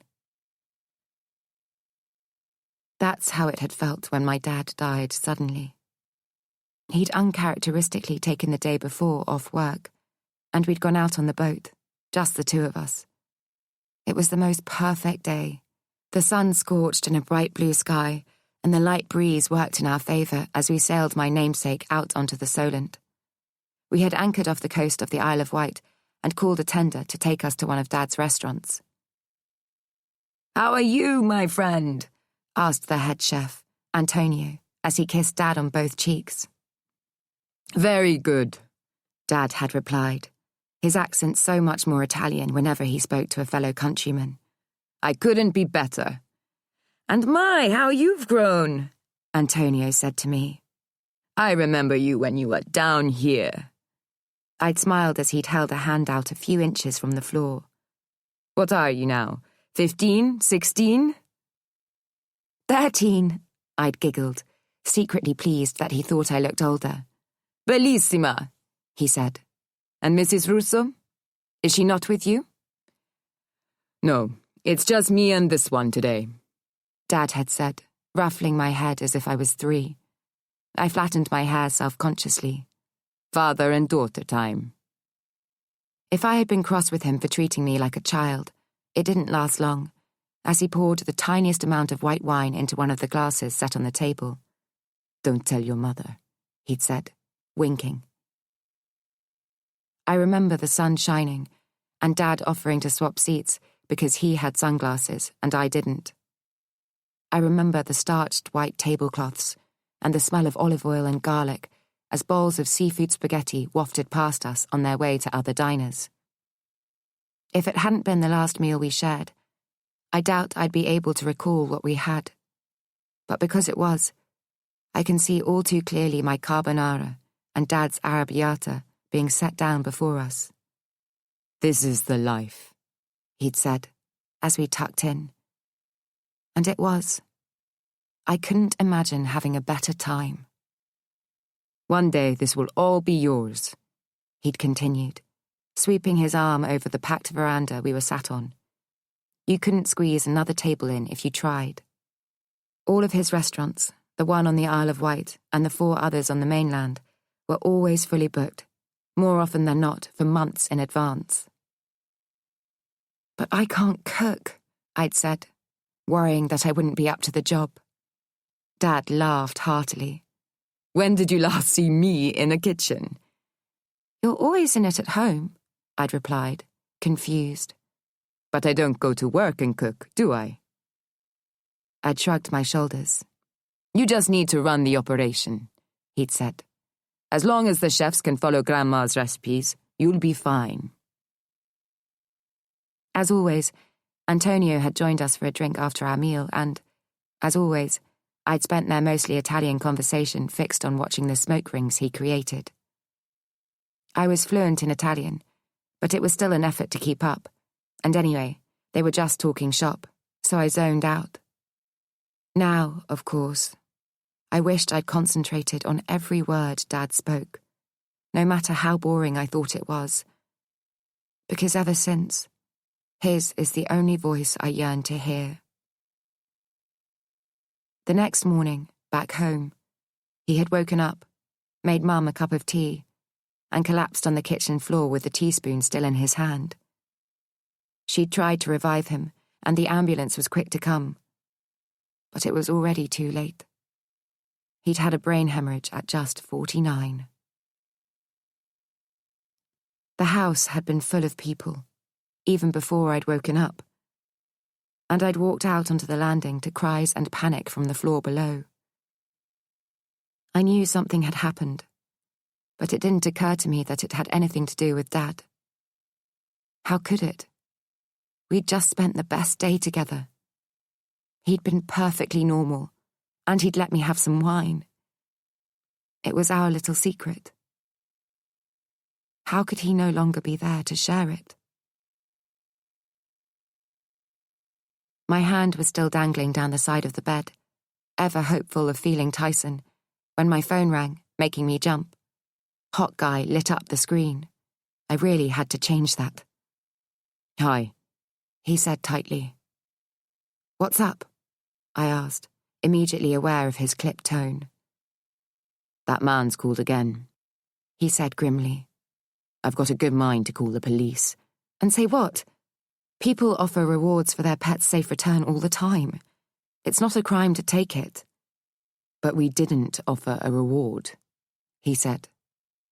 No, but I would have done, if I'd thought about it.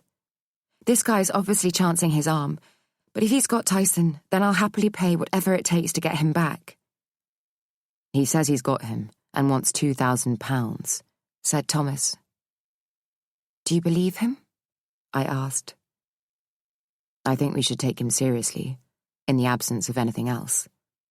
I've got his address. So, what should I do? I asked, my voice wobbling. What's the next step? Should I get hold of the cash? God, no. I don't want you turning up at some strange guy's house with that kind of money on you. I gulped. Me? You want me to go? Well, no. He faltered. Not if you don't feel comfortable. Look, I know I'm asking a lot of you, I said, especially after everything you've done already. But would you mind going? You know Tyson. You'll know if it's him. I'll give you the money, and as soon as you're happy, you can hand it over. It dawned on me how ridiculous it all sounded. God, listen to us, I went on. It sounds like something out of a film. I still felt uneasy when we met outside the bank, and I surreptitiously handed Thomas a brown envelope stuffed with 100 £20 notes. I feel like I'm in the middle of a drugs bust, I said, laughing nervously. But Thomas was rubbing at his chin, deep in thought. You sure you're okay to do this? I asked. Nothing will give me greater pleasure, he said. I saw a flicker of something cross his features, a tightening of his jawline, a blackness momentarily descend over his eyes. I'd not seen that look on him before. You won't do anything silly, will you? I said, feeling unsettled. Of course not, he replied, a little too quickly. Unconvinced, I waited by the phone, eager for news. I didn't know what I was more nervous about, it not being Tyson, or Thomas discovering that it was all a ruse and decking the guy. When it rang, I said a quick Hail Mary on both fronts. I've got him, said Thomas. My hand flew to my mouth in relief, and my chest seemed to cave in as it rid itself of the stress and anxiety I'd been holding within it. Oh, thank God, I cried. Was it okay? Any problems? There was a long enough pause to make me think that all was not well, and panic gripped me once again. By the time I got there, the bloke said he wouldn't hand him over for a penny less than £3 grand. Oh, I said, more concerned about where Thomas had got the extra 1,000 from than having to pay more to get Tyson back. No amount of money would have been too high a price. So, suffice to say, the idiot lost out. He should have stuck to his original price, because his audacity pissed me off so much that he only ended up with 1,000. Is that all he ended up with? I asked cautiously. I'll drop him back shortly, he said, ignoring the question. The knock at the door came just after 7, and I raced towards it, narrowly avoiding the chewed-up ball that Tyson loved to play with. To see him there with Thomas on the doorstep, his tail wagging, made my heart feel as if it was about to burst. I beamed as Tyson leapt up to greet me. Where have you been? I fell to the floor as he whirled about like a dervish, not knowing whether to jump onto me, nuzzle my hair, or lick my face. Thank you, I said, looking up at Thomas. Thank you so much. I'm sorry that it cost you so much to get him back, he said. I would have paid much more, I said, laughing as I ruffled Tyson behind the ears. You coming in? No, I need to go and see my mum. He looked down at the ground, and I felt as if I should say something. He'd not divulged any information about his background or his family. Mind you, neither had I. I'll call you tomorrow, he said, slipping the envelope, with what looked like the surplus cash, onto the hall table before leaning in to pull me up. I can't thank you enough, I whispered, our faces almost touching. I'm just so happy that I was able to get him back for you." His lips brushed mine, and I so desperately wanted him to stay.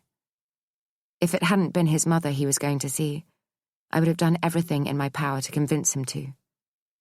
I was that close to letting him know how I felt, regardless of the consequences. If he ran in the opposite direction, then so be it. But I needed to get across the effect he was having on me, because it was unlike anything I'd ever felt before.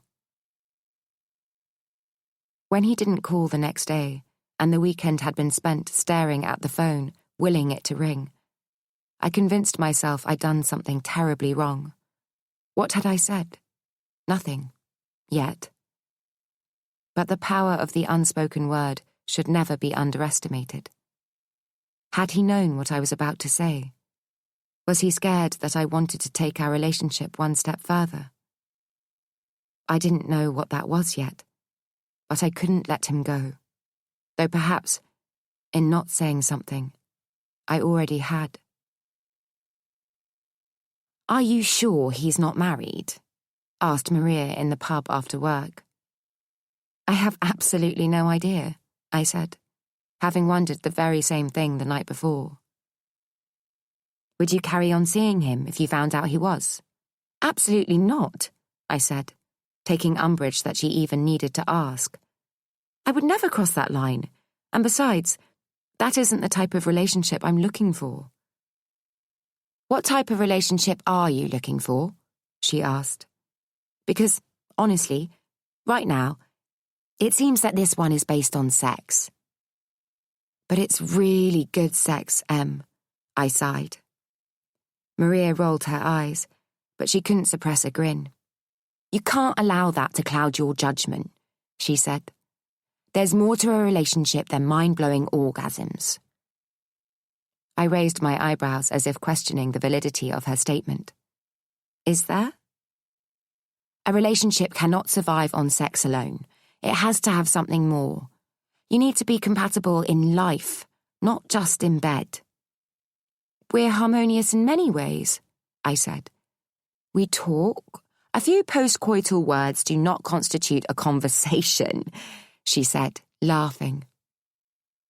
"We've got something deeper than that. Well, at least I thought we had." "Does he know that?" I pulled an apologetic face. "Oh, great," she said, lifting her hands in frustration. "So you're now pining like a lovesick puppy for a man who doesn't even know that you've fallen for him.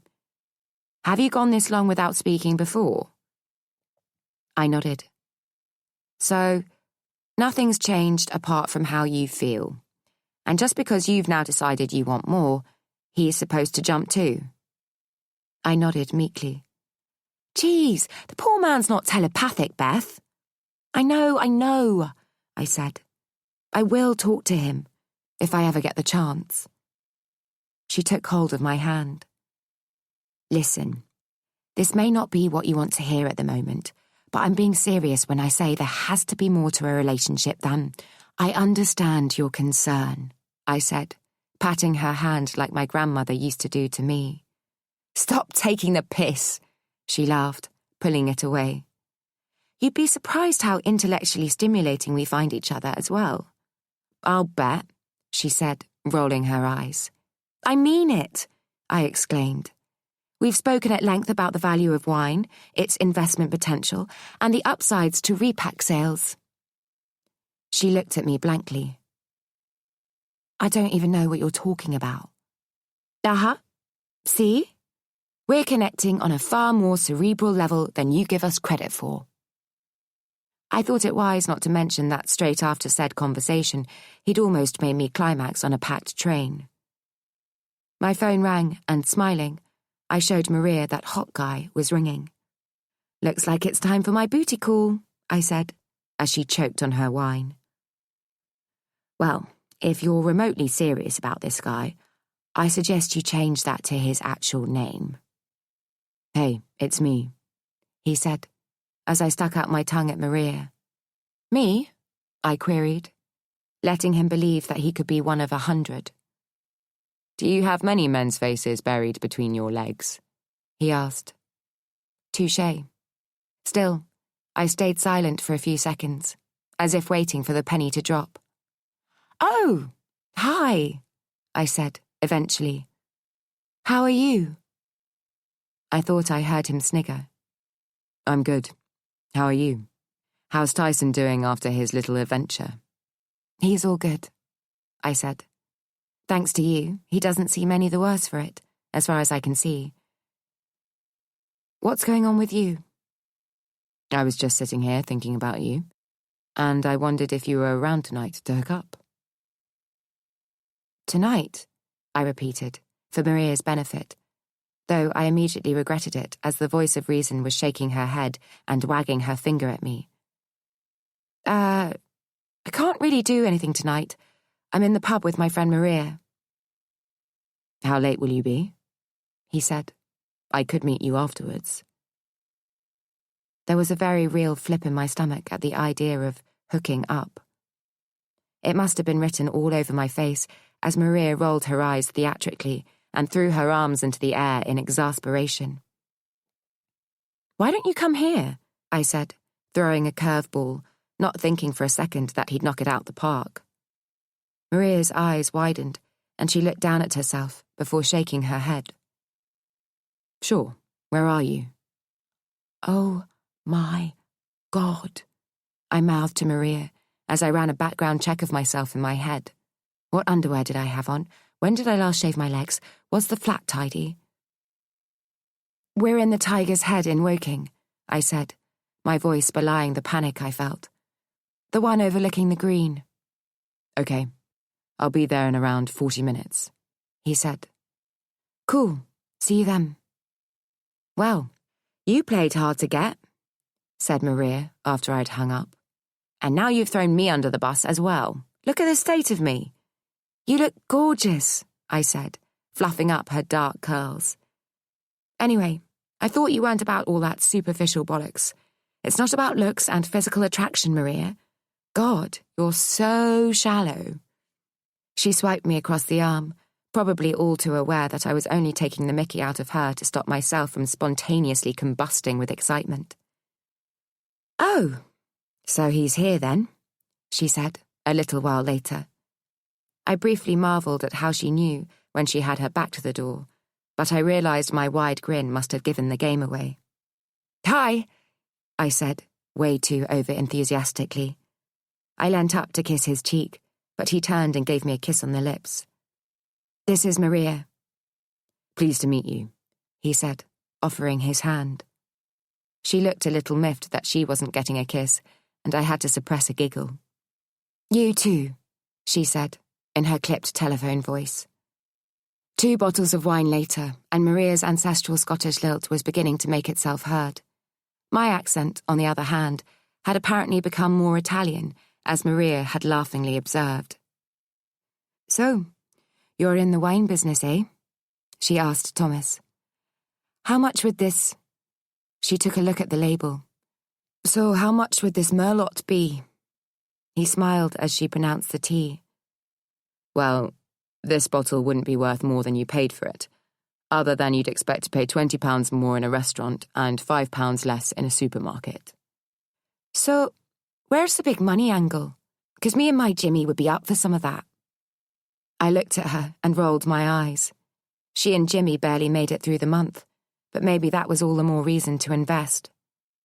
Well, it's all about the fine wines, he said. Their values increase and decrease, and you just have to know when's the right time to buy and sell, much like stocks and shares, I suppose. But this is much more of a dead cert than the London Exchange could ever be. "So, we'd be buying wine?" asked Maria. "Yes, but not to drink." He laughed.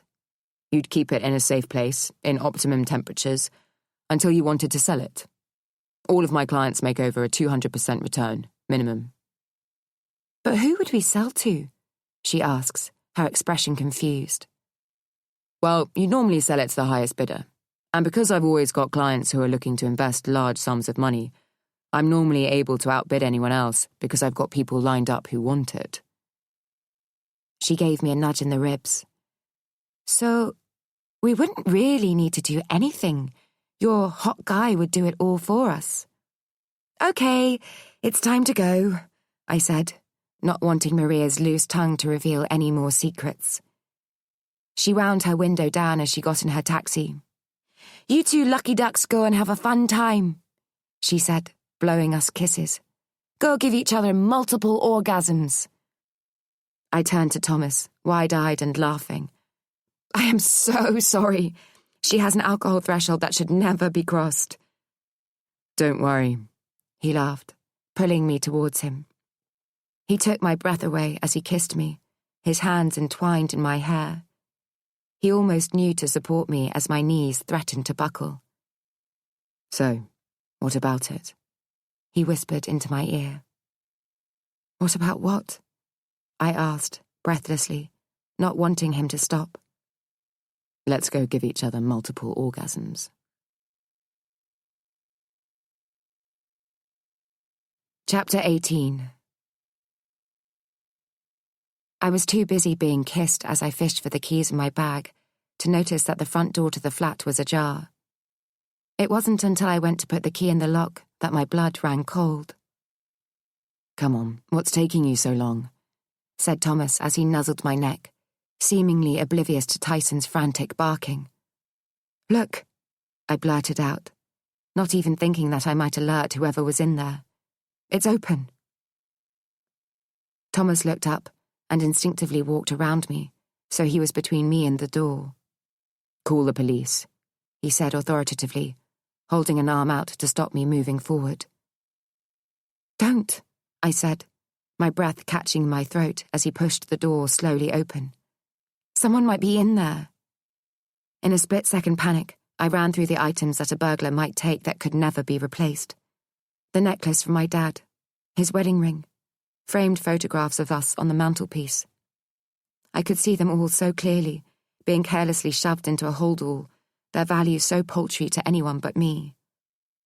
The very thought was enough to cause a ripple of pain through my chest and my bottom lip to wobble. Just call the police, Thomas repeated, and I nodded, adrenaline rushing through me, making my hands shake. I could barely hold the phone in my hand, let alone make a call. Please be careful, I begged, as he stepped into the darkness, whilst I waited on the front step, holding back tears. The seconds turned into minutes as I watched lights going on, one by one. When Tyson's barking and whining eventually subsided, I knew Thomas must have reached him. I allowed myself to believe that if they were okay, it was okay. That maybe I'd just left the door open, again.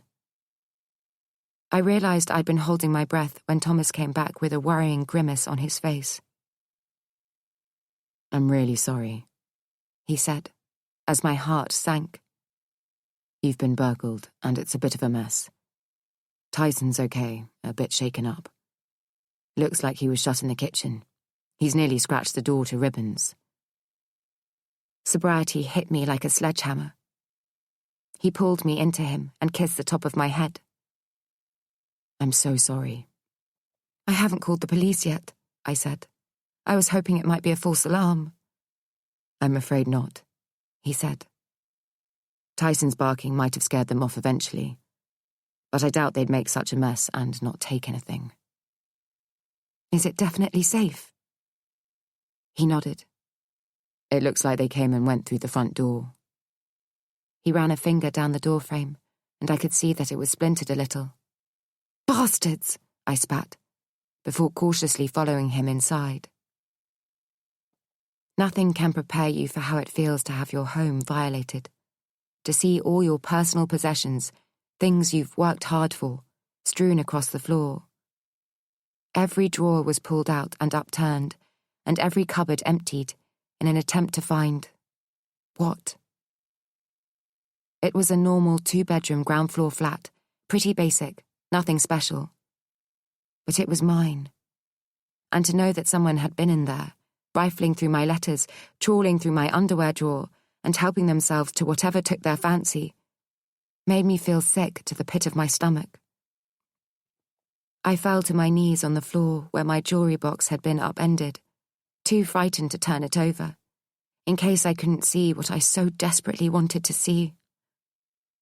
I forced myself to take a deep breath.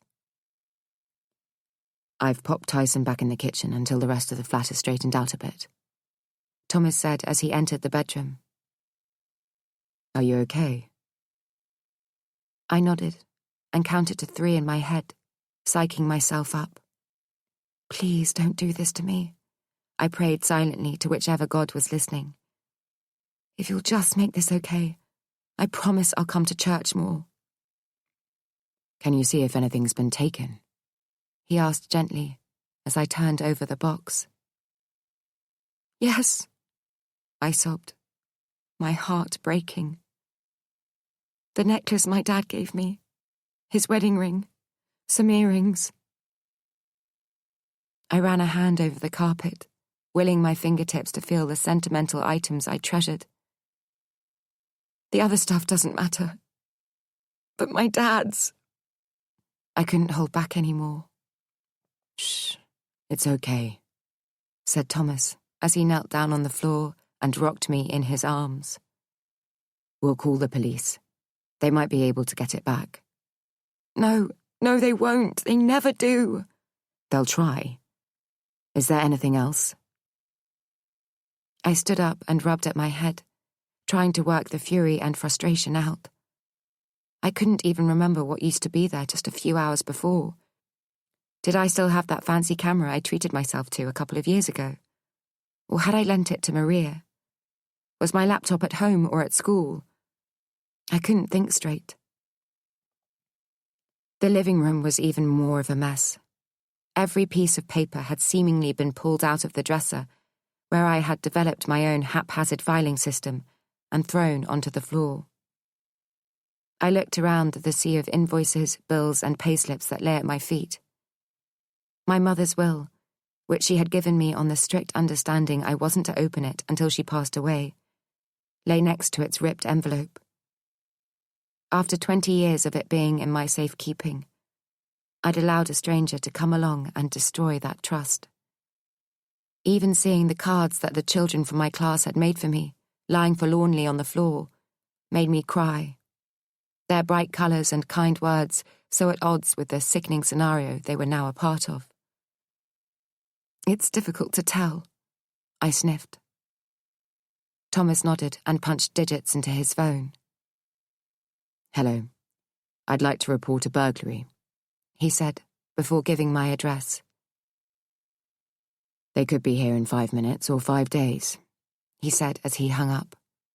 There's not much manpower left in the burglary squad these days. Can you stay? I asked. Of course. It wasn't until I really looked at the chaos surrounding me that I realized how many secrets my home held. I considered myself to be a private person, only letting those closest to me in. Yet in just a few minutes, a criminal had found out so much about me. He knew that I was a primary school teacher at St. Mary's in Guildford and how much I earned. He now had all my bank account details and my current balance, even the seemingly innocuous details about me, such as my eclectic fashion sense, my love of yellow, the book I was reading, and my fondness for the Bronte sisters were all laid bare, making me feel overtly vulnerable. It was only as my eyes caught sight of the solicitor's headed paper, which my mother's will was attached to, that I realized that the son of a bitch also knew things that I didn't even know myself. I worked my way through the wreckage fastidiously, refusing to allow my emotions to overwhelm the job in hand. But no matter how hard I tried, everything felt contaminated, sullied by a stranger's touch. Do you want to carry on doing this now? Thomas asked, as he was putting all my books back in the bookcase. We can do the rest in the morning. I looked at him and wanted to cry again. Do you want a cup of tea? He asked. Thank you. What for? For just being so kind. He looked away, as if embarrassed. I went into the kitchen and opened the fridge, lifting a bottle of white wine out of the door. "I'd rather this." "Yeah, great," he said, following me in, watching as my shaking hands fumbled with the seal covering the cork. "Here, let me," he said, and I watched as his strong tattooed arm took the weight of the bottle away from me. I couldn't remember the last time I felt so safe, which was ironic, seeing as I was stood in the middle of a crime scene.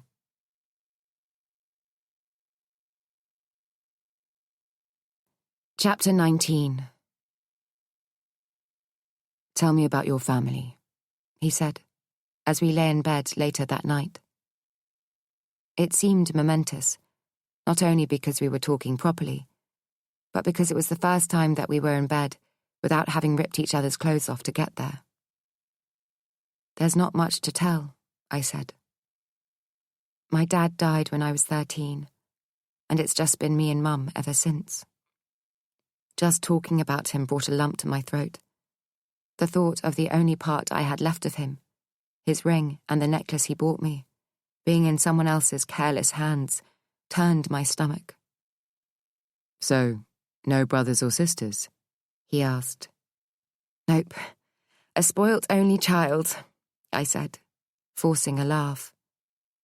"Me too, though I bet I wasn't as spoilt as you," he joked. I smiled, knowing he was probably right. There weren't many girls who got a pony for their 7th birthday and a boat named after them. I can still remember the gasps of school friends as they arrived at my house for birthday parties. If it wasn't the long drive that stumped them, it was the swimming pool and extensive gardens. Every year, the celebrations were more outlandishly themed, from animals to Disney and circus acts, to my personal favourite, the actual Chitty Chitty Bang Bang taking us all for a ride. Mum would look on, quietly embarrassed, whilst Dad, the Italian showman, took centre stage, making all his daughter's dreams come true. The very next day, though, it became tradition for him to take me around all his restaurants and into the kitchens, where the hard work really happened. "No matter how lucky we are, we must never lose sight of what it took to get here, and where we came from," he used to say to me. His wise words had stuck, as I'd barely missed a day's work since. Even when I was genuinely ill, I'd think of the children who were expecting me and would drag myself into school. "I wasn't that spoilt," I said, defending myself. "What, with the dad you had?" he said, laughing. "I find that very difficult to believe." I pulled myself up and turned on the light. "I wasn't aware I'd spoken about my dad," I said, my voice clipped. "What?" he said, still laughing. "When did I talk to you about my dad?" I had no reason to be suspicious, but I couldn't help feeling uncomfortable. "After we'd had dinner with Diego Rodriguez," he said. "I don't remember that." "You were a little tipsy," he replied, smiling, as his finger traced my lips. "It must have been somewhere between the train station and home because, if you remember, we were pretty busy at all other times." He raised his eyebrows suggestively. I felt myself blush at the flashback of being pressed together on the train and the overwhelming urgency to get back to the flat. All the details in between were sketchy. "We were talking about the wine business, and you told me that your dad was a successful restaurateur, and that in another life, me and him would no doubt be in business together." That did sound like something I would say, forever holding a candle to my father's entrepreneurial spirit. I smiled. He'd either be buying wine from you or selling you his collection. He had a nose for a fine wine. "Did your mum ever remarry?" he asked. "God, no. Dad was the love of her life. No other man stood a chance." It's funny. I desperately wanted to share exactly this kind of information with him. Had thought that we weren't really a proper couple until we did. But now that we were, it didn't feel right, and my protective barrier was going up again. "What about your parents?" I asked, deflecting the conversation back onto him. My mum has dementia and is in a home, and my dad lives in Sydney with his new wife. I'm sorry to hear that. Do you see her very often?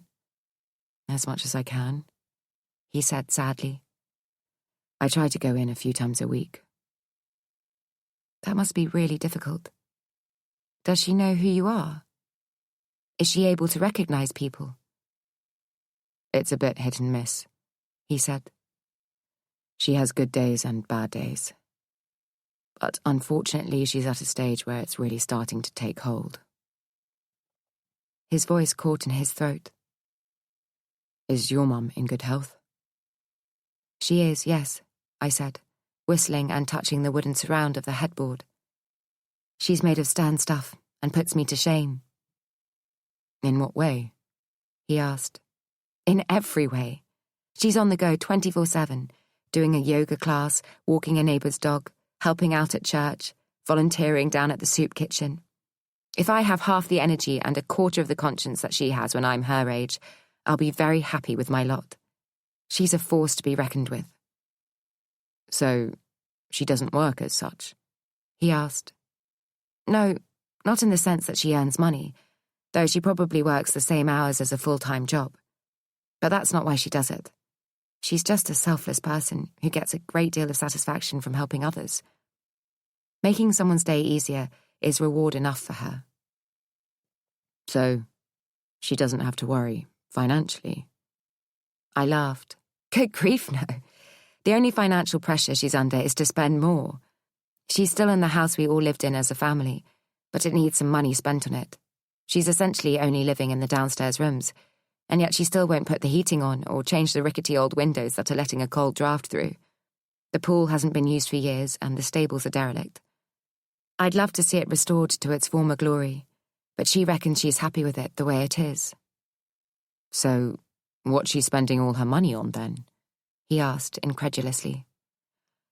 No doubt she's giving some of it to worthwhile causes, and I'm sure there's a reason why Father Michael has a little twinkle in his eye every time he sees her. Thomas raised his eyebrows playfully. Oh, no, I didn't mean... So, you don't think it's because she plays his organ every Sunday? He said. That's outrageous! I shrieked, hitting him with a pillow. You know what I mean. She must be getting a return somewhere. It wouldn't make sense to leave it lying dormant. I shook my head. It's all in the building society, earning a pittance in interest. It could be put to work, so that she makes money without losing any of her capital. But she's a tough nut to crack. She should invest in the wine business, he said, laughing. What, and give all her money to a shady character like you? No chance. I'll try not to take that personally, he said, through a smile. I'd do it as a favour. And what would you get out of it? He smiled. Well, normally I work on commission. But for you... He moved himself down the bed, his lips setting my skin alight as he went. For you, I could do a special deal. What kind of special deal? I asked, my back arching involuntarily. Well, if you keep letting me do this to you... A breath caught in my throat as I felt his tongue. Then I'd be very happy to take payment in kind.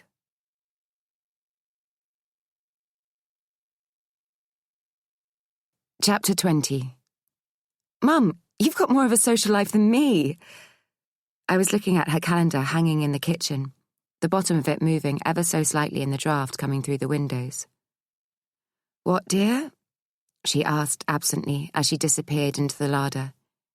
Tyson waited patiently outside, knowing that a treat was likely to come his way. How are there possibly enough hours in the day to get all this done? I asked as I surveyed the colour-coded event listings. What does this all even mean? Well, it's quite simple, really, she said, pretending to sound put out. Blue is for the church, orange is for friends, and pink is for me. How does that help? I asked, unable to understand her system. It just means I can prioritise at a glance, she said. So, if a blue event comes in, and there's already a pink event scheduled at the same time, I know that I can move it to accommodate the blue event. She really is that selfless, but I still felt the need to double-check. So, if there was a blue event and a really important pink event came in, what would you do? I can't think of an important enough pink event that would take precedent, she said, leaving me in no doubt. I shivered and pulled my coat around me as I felt the draft again, and was unable to stop myself picking at the flaking paint on the wall. Mum, I said carefully, I think the house is in need of some work. She stopped stock still, her hand in mid-air, holding a teaspoon of sugar. Why do you say that? I didn't think I'd need to explain the obvious, but attempted it anyway. It's too cold in here. Look, the curtains are moving. And we ought to get those damp areas looked at. They can't be good for your chest. There's nothing wrong with my chest, she said indignantly. No, but there will be if that wall stays like it is. It'll cost too much, she said. But it will be worth it, I said, putting an arm on her shoulder. It's not as if you're doing anything else with the money. It's just sitting there. Well, that's where I like it, she said, bristling, and I couldn't help but laugh. What are you saving your money for? I asked, suddenly serious. For a rainy day, she said, moving away from me to put a pan of sweet-smelling berries on the Aga. And for whatever you may need in the future, when I'm no longer here. But I don't want you to provide for me. I want you to spend your money on you, on making sure you're fit and healthy, safe and warm. I want you to enjoy living here. I do enjoy living here, she said, her voice wobbling ever so slightly. Of course, it's not the same house that it once was, when you and your father were here, but... Do you want to stay here? I asked, knowing that if I looked up, she'd be staring at me, horrified that I even needed to ask.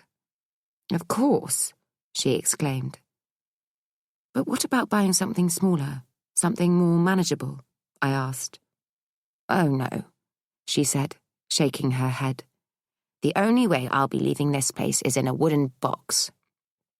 Okay, so if that's the case, then perhaps we could get some work done, not only to make it more comfortable for you, but to make it look really lovely again, I said, over-enthusiastically. We could get all the walls watertight and paint them in bright colours, maybe even take one or two of them out. Imagine this as a great big space with an island and a new oven. Oh, I'll not be getting rid of my Aga, she said defensively. And you can't take that wall out, because of the wine cellar behind. I peered around the door to the windowless storeroom at the end of the corridor, its bare brick walls housing indistinguishable bottles. What have you got in there? I asked, walking towards it. Mum followed me, both of us ducking our heads to clear the low joist. That stuff hasn't been touched since your dad. I don't know why I keep it, really. It must be well past its best. She attempted to laugh, but I could feel her pain. Oh my goodness, Mum. I can't even read what these are. There's so much dust on them. A cough caught in my throat, and I battled to stop my eyes from watering as I picked up a bottle at random. Well, this one is a cognac, she said, taking it from me and wiping it with the tea towel in her hand. Your dad used to love his cognac. We'd have all his suppliers over for a dinner party, and they all know to bring a bottle of this or a fine whiskey. You would have been too young to remember, but they were very glamorous affairs.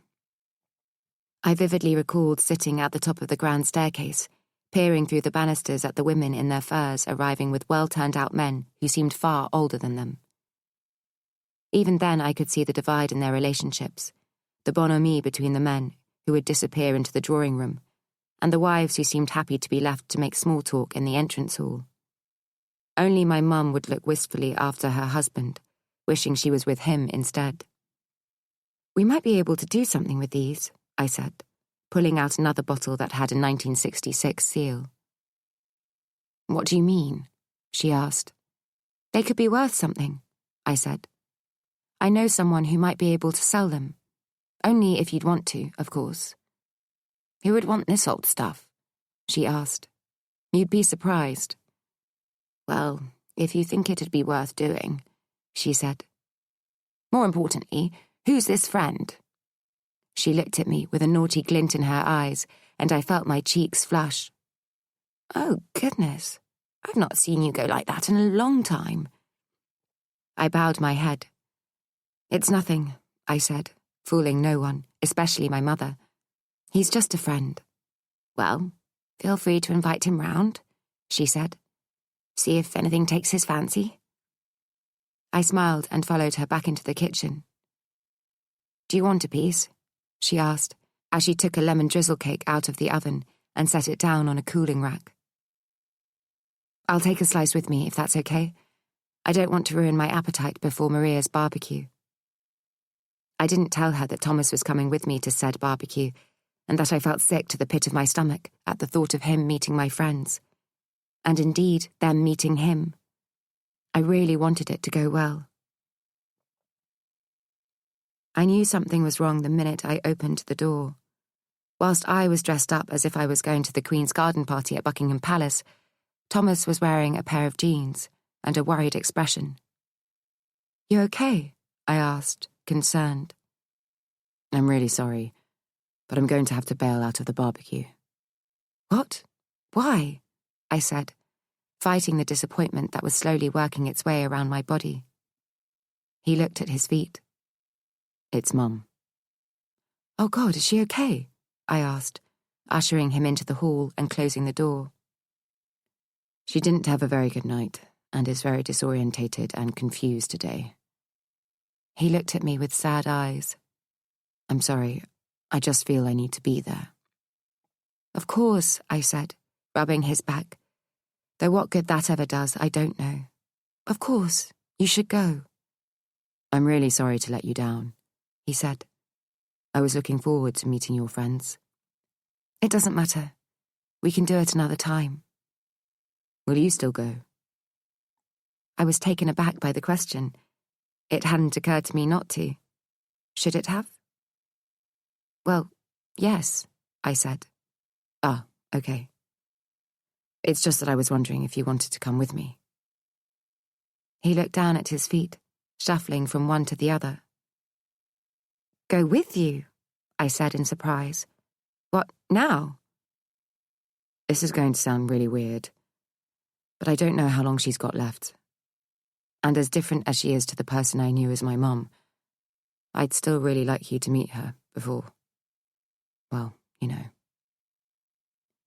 I felt like I'd had the wind taken out of my sails as the magnitude of what he was saying sunk in. In the space of just a few minutes, I'd gone through a whole plethora of emotions, from excitement to selfish disappointment and concern to utter surprise. I had no idea which of those my mouth would choose to convey. Well, of course, I'd love to, I faltered. "If you think it'll be okay." His eyes seemed to light up as he nodded.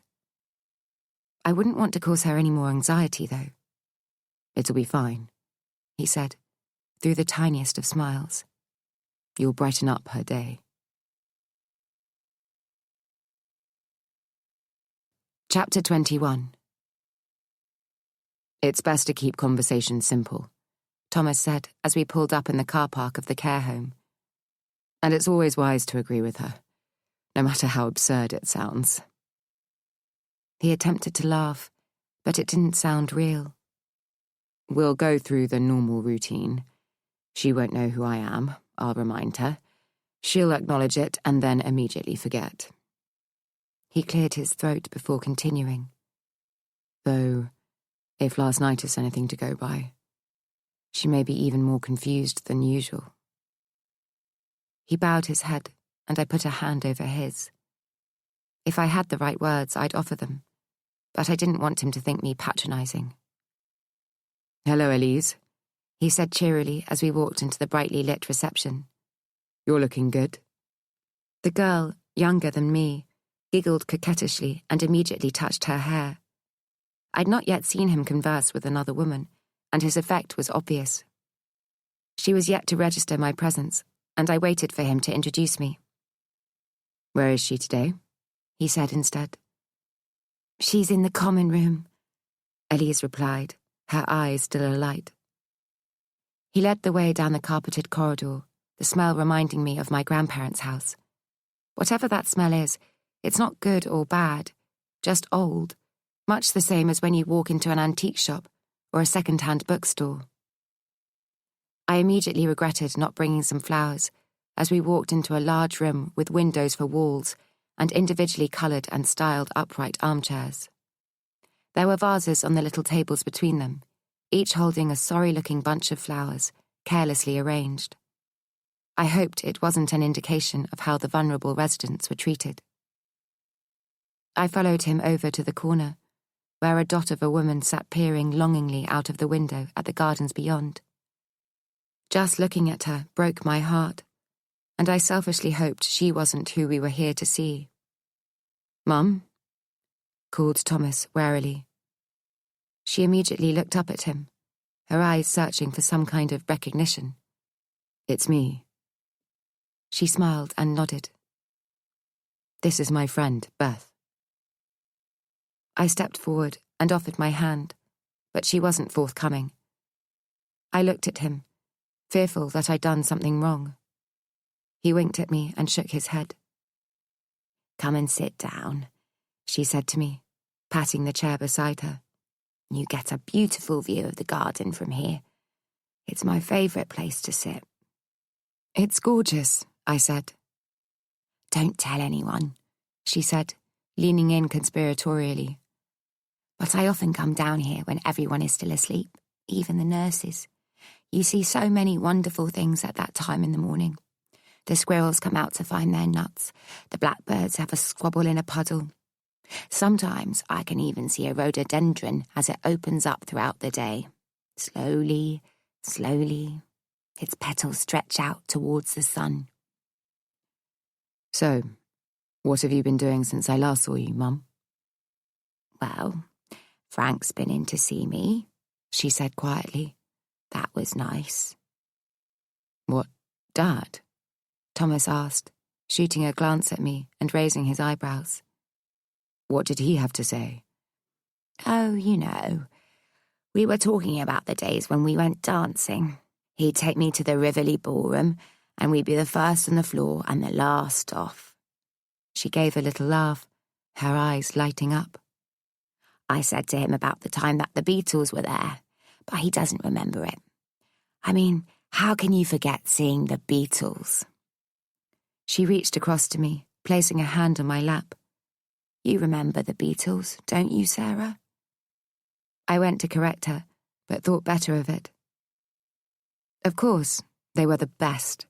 "Exactly. See, there you go, Frank," she said. "Helen remembers it. My parents wouldn't let me go, would they, Frank?" She giggled like a naughty schoolgirl, and I wanted to pick her up and pop her in my pocket, get her away from this sterile environment, where no matter how hard they tried to make it look any different, it still resembled God's waiting room. So he'd come over and skulk about in the back lane, waiting for me to get changed out of my nightie and into my itsy-bitsy miniskirt. She laughed to herself. "My father was incensed when he saw me in it the first time. 'You're not going out dressed like that.' So I'd storm off upstairs and come back down in something that covered me from my neck to my ankles. 'That's more like it,' he'd say. He never found out that I just shoved my teeny-weeny skirt into a carrier bag along with a bottle of wine that I stole from their drinks cabinet." She laughed again, and I couldn't help but join in her merriment. I could happily listen to her all day and was already working out a way to come and see her more often. "Your Auntie Sheila came to see me," she said, looking at Thomas. He threw me a sideways glance, careful to keep his smile painted on. "She's very unhappy at that place she's staying," she went on. "Says that they treat a dog better than they treat her." Thomas sat there, sadly nodding his head. "I didn't like to boast and tell her how wonderful my son is," she went on, giving me a nudge with her elbow. "I wouldn't be here if it wasn't for him. Anyone else wouldn't bother. They'd just put me in one of those terrible places that she's in and leave me to rot. But not my boy. He looks after his mum." I felt my heart lift as I looked at him. "He's a good man," I said. She patted my hand. Now, you see, next to the purple rhododendron bush, there's a delphinium. Well, that was one I planted in the springtime, and look at it now. The gardener said to me, "Joyce, you shouldn't put that there. It'll get overshadowed by the hornbeam." Mum loves her plants, Thomas said, smiling. "But I stood my ground," she went on, "and look how beautiful it is." She certainly seemed to know her stuff, as the window perfectly framed the wild English flower bed she'd helped create. "That's why I always like to sit here. This is my special place." She looked out wistfully, seemingly lost in thought. "What did you have for dinner last night, Mum?" asked Thomas. She smiled. "We had a tea dance yesterday afternoon, so we had sandwiches and scones and a band came in to play. Oh, Frankie would have loved it. They sang all our favourite songs. Do you remember that song we had at our wedding? Raindrops keep falling on my head. Well, I danced to that with Eileen because you weren't here, but I imagined it was you." "I remember," said Thomas, throwing me a rueful glance. I looked at him, suddenly aware of how painfully difficult this must be. Who could possibly imagine that the woman who had rocked you in her arms, snuggled down beside you in bed to read you a story, been the only person who could comfort you when you fell and hurt yourself, would ever mistake you for someone else? Or at times, stare straight through you as if she's never seen you before? The cruelty of the disease rocked me to the core, and I felt a new sense of love and respect for Thomas as he pretended to be the husband his mother had separated from over 20 years ago. "And what was that song we used to sing to our boy?" Joyce went on. "You know the one. Dom Dom, where it began." Thomas shrugged his shoulders and looked away, embarrassed, as she sung louder. "You can't begin to know it, sweet Caroline," called out her nearest neighbour, whose head I couldn't even see over the top of the chair. "That's it, Maud. Join in." Joyce picked up my hand and we swayed our arms above our heads as the impromptu sing-along gained momentum. Clearly Maud was of the loudest voice, despite her feet not being able to touch the ground. Even one of the nurses, who was administering tablets in little plastic cups, was singing her heart out. I couldn't help but smile as I joined in the chorus, the scene reminiscent of something out of One Flew Over the Cuckoo's Nest. "Why don't you join in with your song?" I teased Thomas, as he looked increasingly uncomfortable. "Now would be a good time to go," he said, smiling and rolling his eyes. "We're going to head off now, Mum," he said over the din. Suddenly her eyes narrowed as she looked at him. "Who are you?" she said abruptly. "What do you want?" "Mum, it's me," he said, as he knelt down in front of her, taking her hand in his. "Get away from me!" she shouted, physically pushing herself back in her chair. "Nurse! Nurse, help! Somebody help me!" Her panic was increasing with every syllable, and I moved out of the way as two uniformed nurses rushed towards her. "It's okay, Joyce," one of them said as they restrained her. "You're safe." "But he's here! He's here!" She was screaming, her hands shaking as her arms flailed. "You should go," one of them said, turning to us. I couldn't stop tears springing to my eyes, my confusion seemingly akin to Joyce's own. "We need to calm her down," the nurse said. "It would be better if you went." She was still screaming, "He's here! He's here!" as we quickly walked away down the corridor.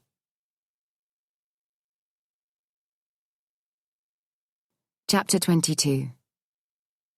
"I'm sorry about that," Thomas said as we drove away from the care home. His jaw was twitching involuntarily, making him look like he was struggling to contain his true feelings. "Are you okay?" I asked. He bit down on his lip and turned away. "It's so difficult to see her like that," he said. "She was such a different woman when—" His voice cracked. "When she was my mum." I put my hand over his, resting on the automatic gearbox. There was nothing I could say, even if I could get past the lump that was lodged in my throat. She was incredible. He choked. She was the woman who remembered everybody's birthday and had a card and the perfect present wrapped and ready the day before. She was the wife who turned heads whenever she walked into a room, on the arm of her proud husband. She was the mother who stayed up all night to make me a gremlin costume, only to get to school the next morning to find that it wasn't fancy dress until the following week. I sensed an uplift in his tone. I trust she took you home to change? He shook his head and smiled. No, she figured it would do me good, make me more aware. It was the hardest lesson I've ever had to learn. Imagine sitting there, amongst my uniformed friends, wrapped in fur, with huge cardboard bat wings for ears. I've never got my days muddled up again. I was speaking to my mum this morning, I said. I don't know if it's of any interest, but she's got some cognac, whiskey, and a few bottles of wine that she said you could take a look at. You know, if you're free sometime. Seriously? He asked, his eyes widening. Yes, maybe we can pop over there, when you next come down. Why don't we go now? He asked excitedly. She doesn't live too far away, does she? Will she be home? Well, yes, probably, but I don't think... I started, as I struggled to comprehend how we'd gone from the disappointment of him not meeting my friends to now, me meeting his mother, and the possibility of him meeting mine. Things were moving at a whippet's pace, and it thrilled and terrified me in equal measure. Why don't we pop into Maria and Jimmy's instead? I said, playing for time. They might still have some sausages sizzling. Would you mind if we didn't? He asked, his eyes on the road ahead. I'm not really in the mood for a party. I can drop you off there, though, if that's what you'd prefer.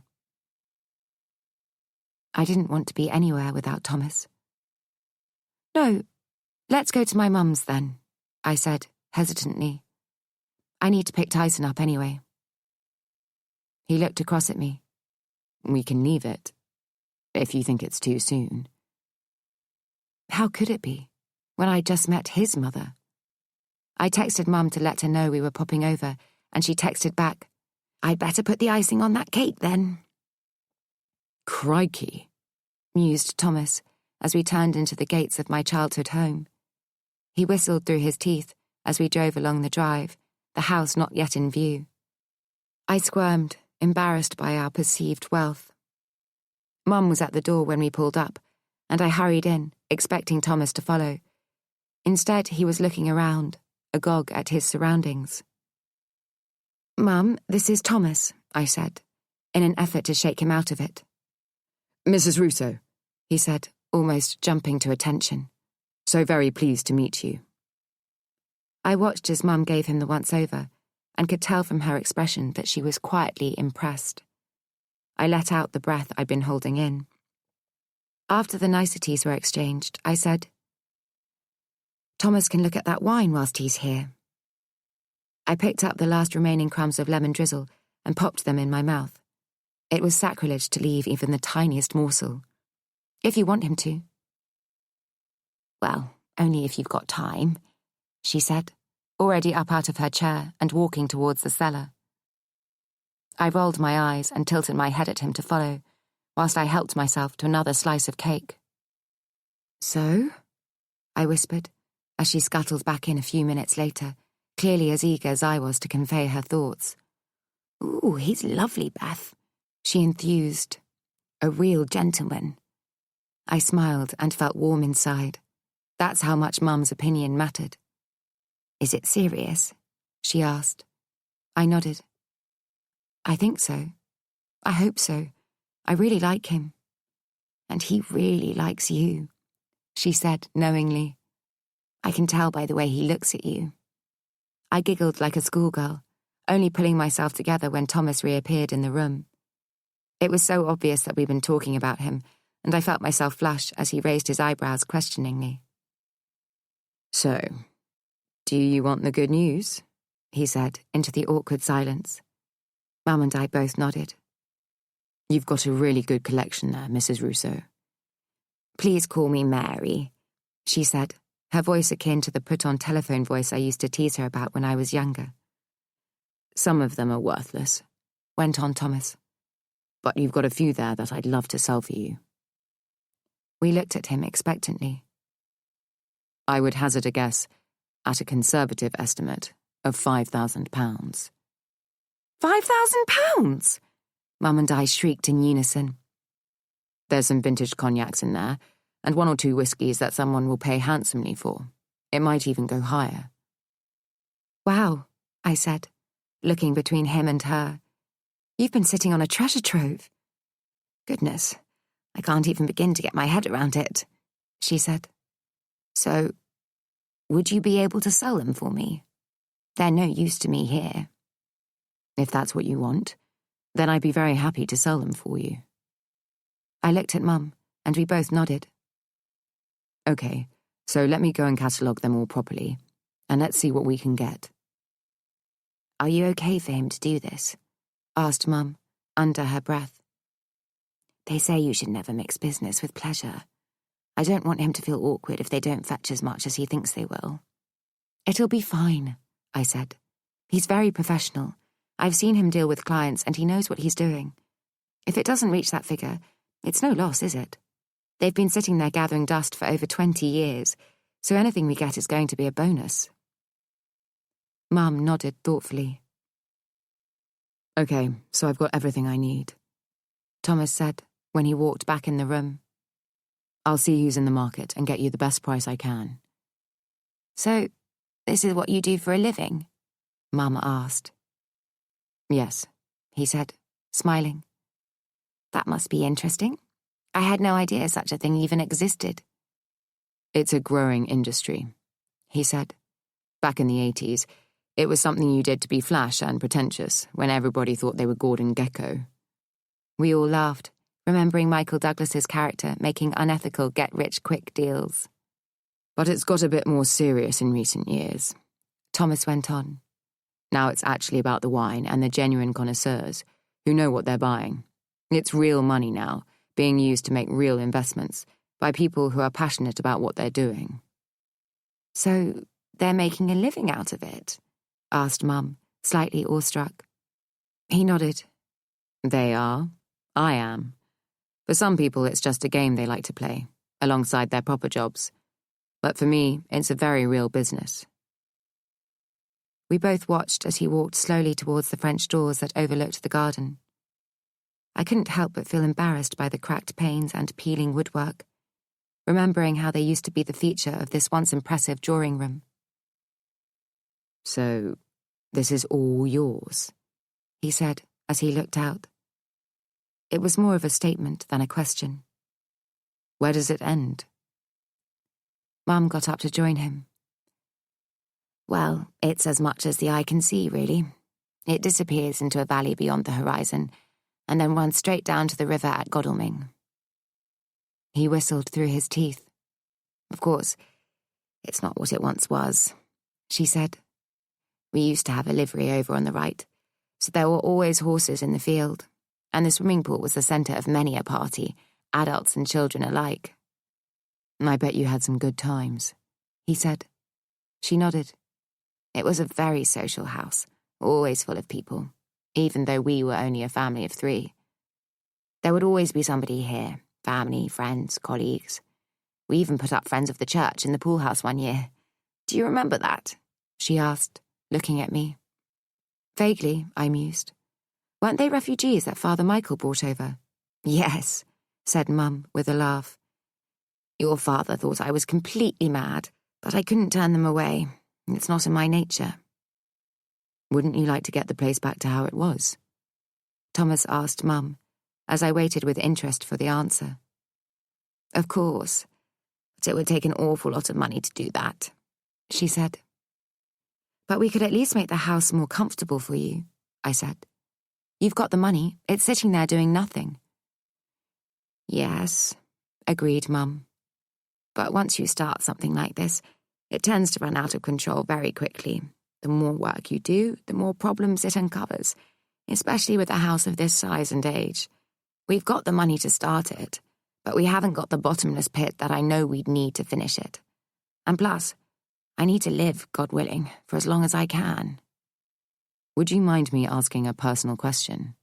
Said Thomas. Mum and I looked at him, neither of us objecting. Do you have a mortgage on this place? Goodness me, no, said Mum, shaking her head vehemently, as if he'd asked if she was having an affair with the Pope. Mum doesn't believe in having credit of any kind, I offered, by way of explanation.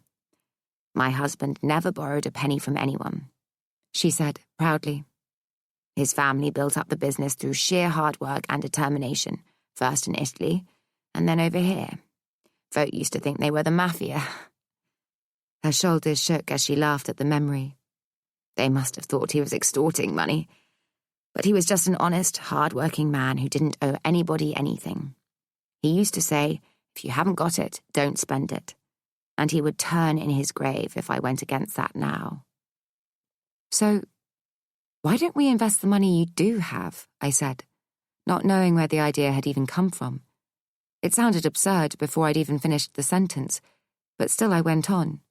If we can double that money, we can get the work done and you'll have enough to live on. I looked to Thomas for confirmation.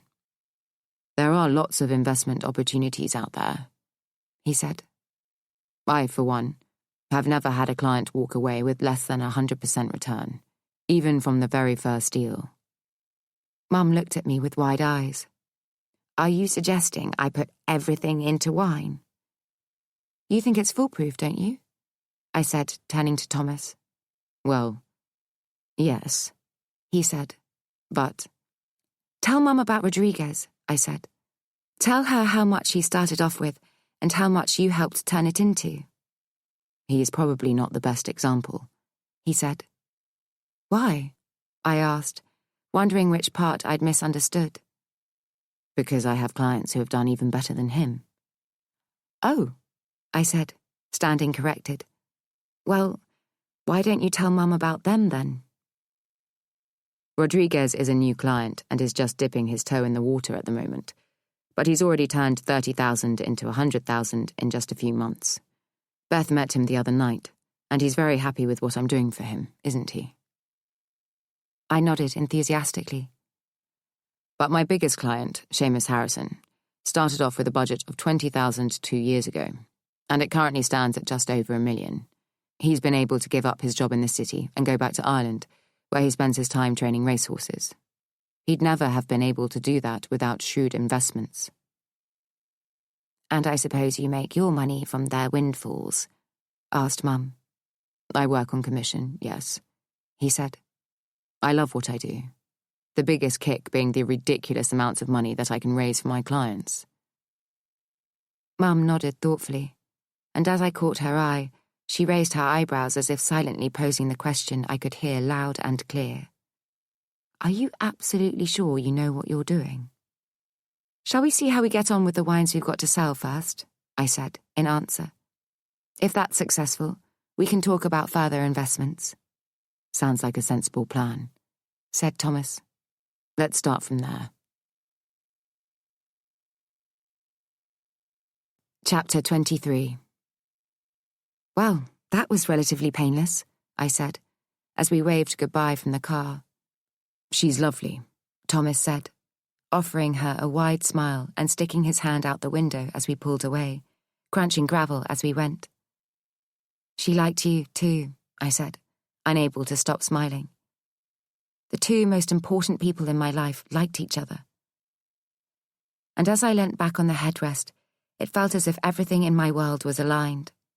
Great tentacles of happiness spread their way through my body, working their way to the very tips of my fingers, making them tingle.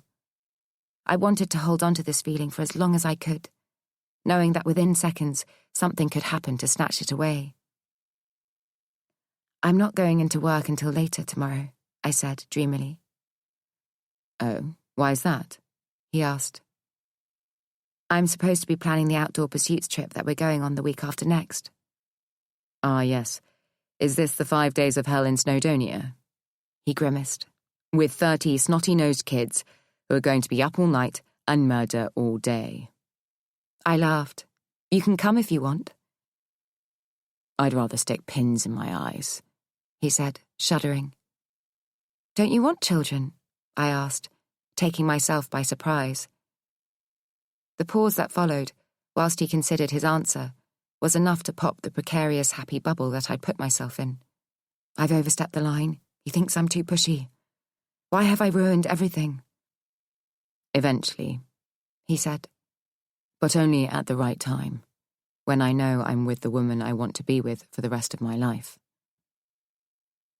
I could sense him turning to look at me, but I stayed focused on the road ahead, too scared to see the look in his eyes, in case they said it wasn't me. So anyways, I said, far too casually, I wondered if we could go back to your place tonight. I'd love to see where you live, have somewhere to picture you in when we're not together. That would have been awesome, but I'm up at the crack of dawn tomorrow. I could feel my bubble deflate even more, as if it were a very real, tangible thing. But instead of wallowing in my own paranoia, I took a different tack. That's okay. I'll get up with you and go home. That's not going to work, he said. It's sod's law. Any other day would be fine, but I need to be at the airport by 5:30 in the morning. I turned in my chair. The airport? You didn't tell me you were going anywhere. I could hear the accusatory tone in my voice and flinched. He didn't owe me anything. What? Yes, I did. I told you I was going to Spain for a couple of days. Suddenly, it wasn't about him going, but him not telling me he was going. When? I asked, knowing full well he'd not said a word. The other night, after the burglary. I told you I was going to Spain to meet an investor who had some vintage Rioja to sell. If he'd have said any other time, I would have believed him. But after the burglary, I was feeling particularly vulnerable, and if he'd told me he was going away, I'm sure I would have remembered, nervous at the thought. You didn't, I said. This is the first I've heard of it. He laughed. I definitely told you. You said that it was a shame that we weren't away at the same time. Anyway, what's the biggie? There is no biggie, I said, putting the word in speech marks. You just didn't tell me, that's all. Well, I'm sorry if you don't remember, but I'm telling you again now. I'm going to Spain tomorrow, and I'm back on Wednesday. Don't talk to me like I'm a child, I said, my voice rising. I don't care that you're going away. You can do whatever you want, go wherever you want, with whoever you want to go with, but don't tell me I already knew something when I didn't.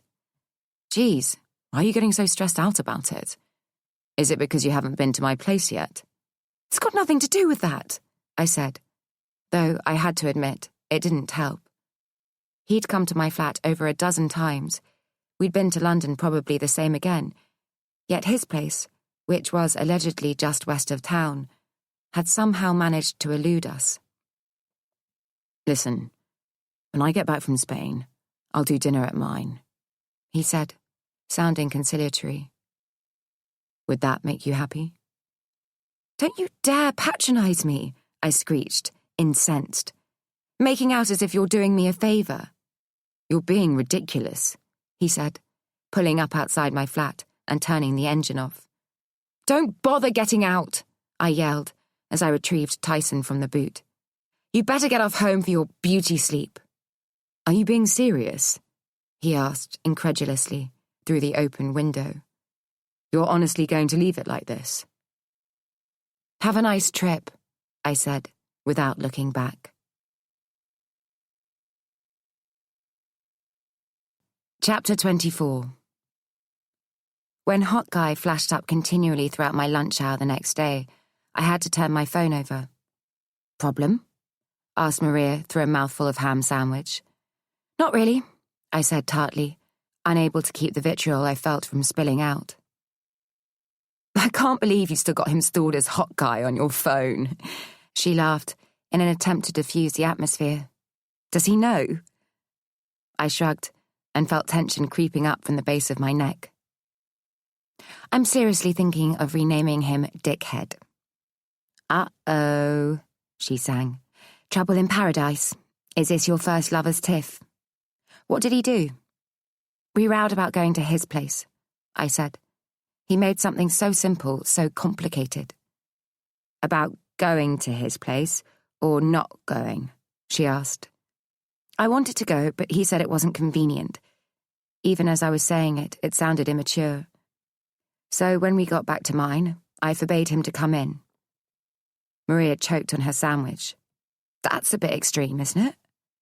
He was an extreme arsehole, so the punishment befitted the crime. So, this is him trying to crawl back into your good books, said Maria, giving a nod to my phone, still vibrating its way along the staff room coffee table. He flew to Spain this morning, so I'm assuming he's ringing me to say that he got there safely. But he can call all he likes because I really don't care. Maria rolled her eyes and picked up my phone, which was in danger of buzzing itself off the table. Jesus, he's called 23 times, she said. I think he's done his penance, don't you? It started ringing again, and she accepted the call before throwing the phone at me.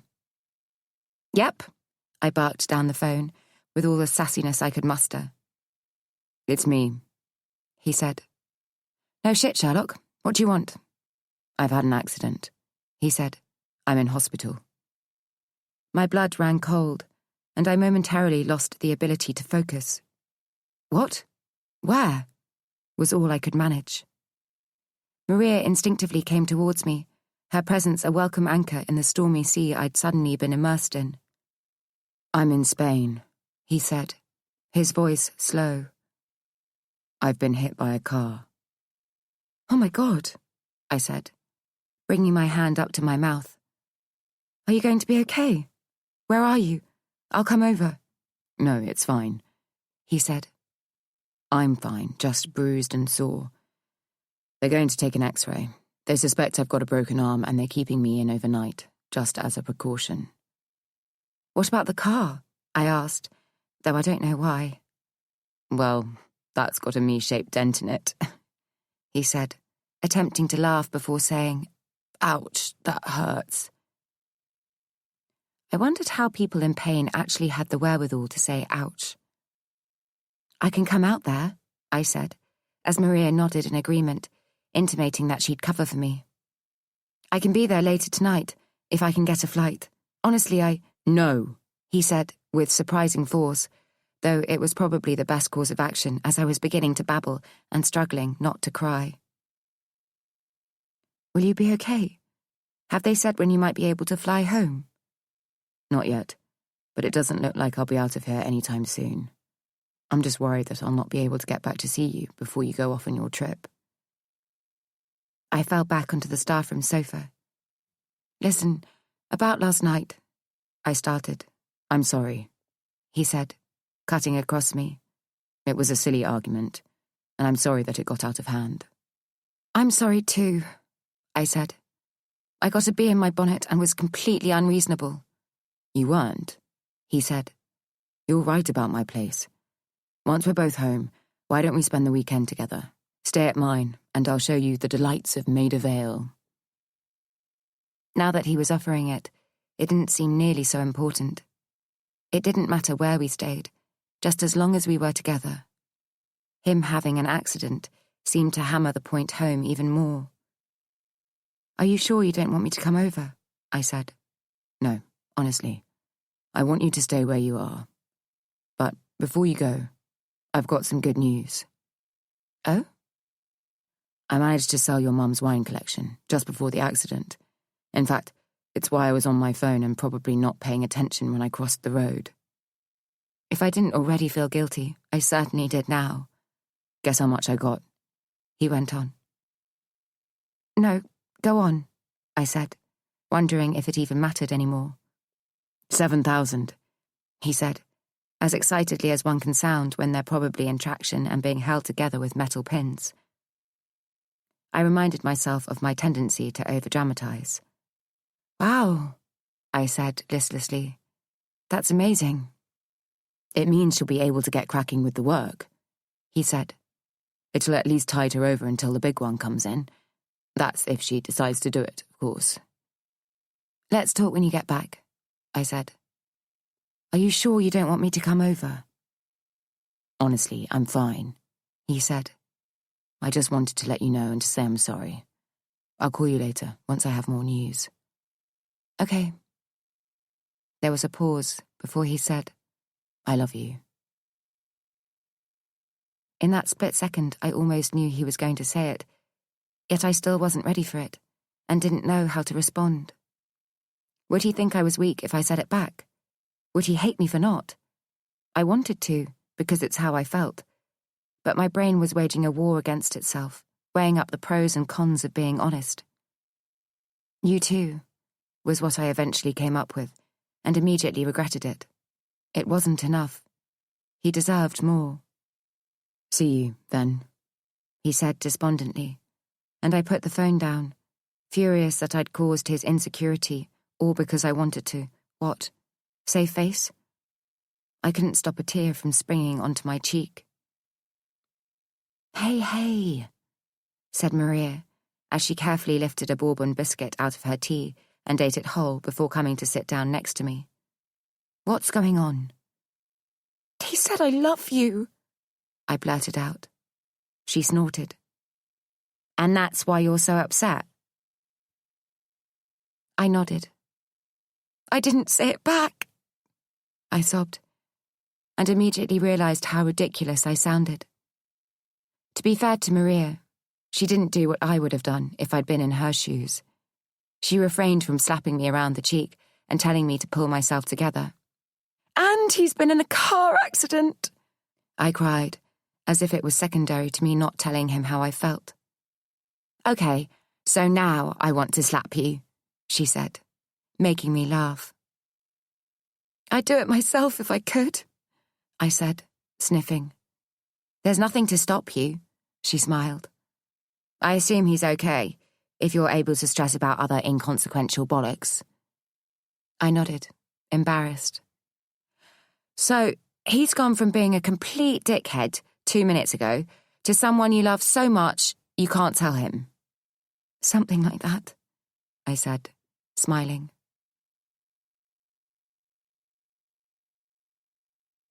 Chapter 25.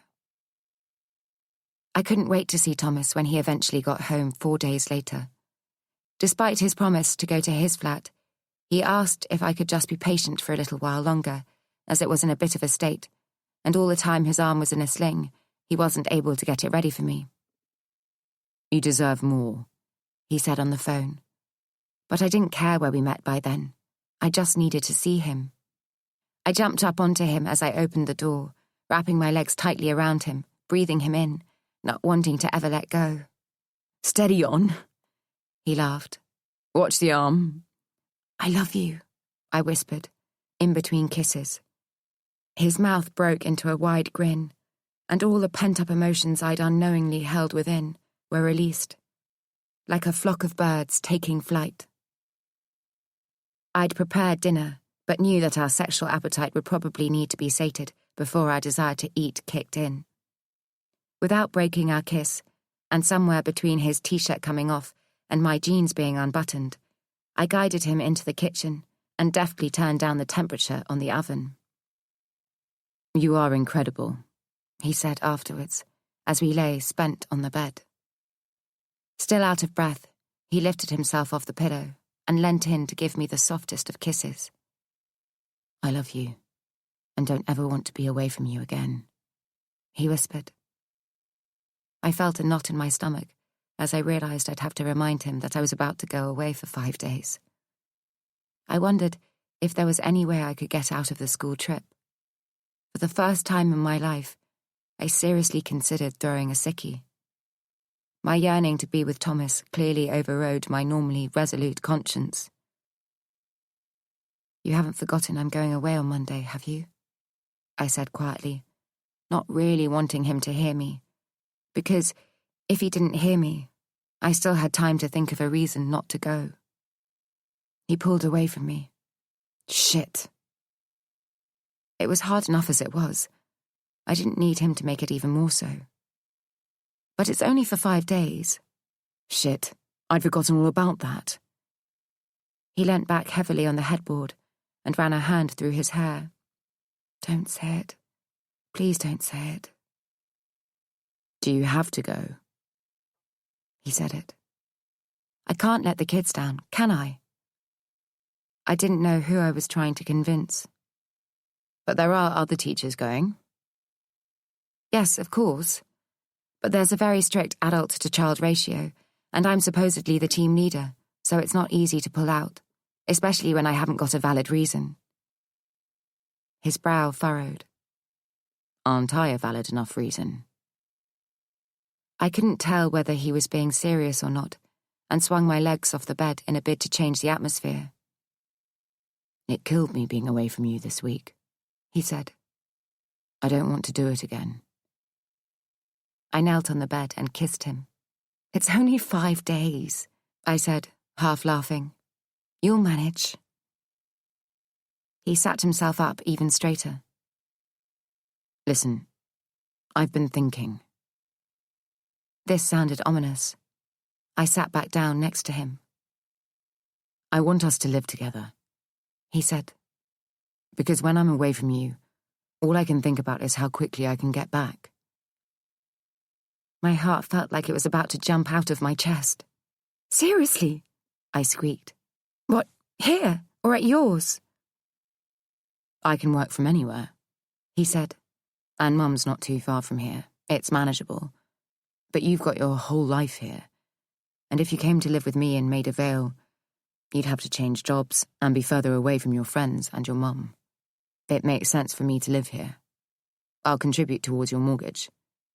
Assuming you have one. I nodded. Yes. Unfortunately, I don't share my mother's school of thought on debt. Well, I would if I had the choice, but... Okay, so I'll pay the mortgage, and we can halve the bills and food. What do you think? He sounded excited, but unsure, as if he didn't want to show too much emotion in case he'd called it wrong. I couldn't wait a second longer to put him out of his misery. Yes, yes, yes! I screamed, straddling him and kissing him deeply. If I'd ever been as happy, I couldn't remember when. When shall we do it? As soon as I get back? What about next weekend? He laughed and rolled me over, his weight pinning me down on my back. I'll move some bits in whilst you're away, if you don't mind. And when you come home on Friday, I'll run you a bath, make love to you, and cook you the best meal you've ever had. I squealed. In that order? Absolutely. You'll have spent a week in a hostel with no running water by then. I swiped his tattooed arm, and he fell on me, nuzzling my neck and tickling my sides until I could barely breathe. Did you tell your mum the good news? He asked, when I eventually begged for mercy. Oh, God, I said, pulling myself up and pushing my hair out of my face. In everything that was going on with you this week, I totally forgot. I wish I'd lied and told him that she was thrilled, because the very next morning we were sat round at hers instead of being in bed. So excited was Thomas to tell her. Oh, my goodness, that's wonderful news, Mum said, clapping her hands together.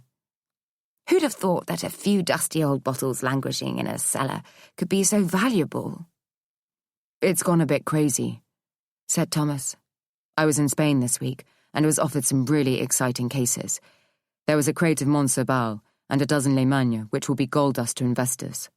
I already know that I'll be able to sell them for 5 times as much as I buy them for. So I assume you're going to buy them? Asked Mum. If you know you're onto a sure thing. Absolutely, he said, smiling. It's too good an opportunity to turn down. I'm already being chased by a few people who have heard the word through the grapevine. If he hadn't looked at me expectantly as he delivered the punchline, I would have missed it altogether. That was awful, I groaned. The old ones are always the best, he laughed. So, you'll not be holding on to them for very long? Asked Mum. Thomas shook his head. Unfortunately, I doubt I'll have them in my possession at all. I'll sell them on, probably the same day that I buy them. How much will you be buying them for? Asked Mum, suddenly forthright. 150,000 secures the deal, said Thomas. And I've already been offered 450,000 by a client in Russia, but I'm going to hang out for more. So an investor is going to buy them through you, and you're then going to sell them on to someone who is honestly going to pay that kind of money? I found myself asking. Pretty much. I'll take my 10% commission on each transaction, and everybody's happy. I looked to Mum, trying to read her mind. Why can't we buy the wine? I don't know if I meant my thoughts to be aired publicly.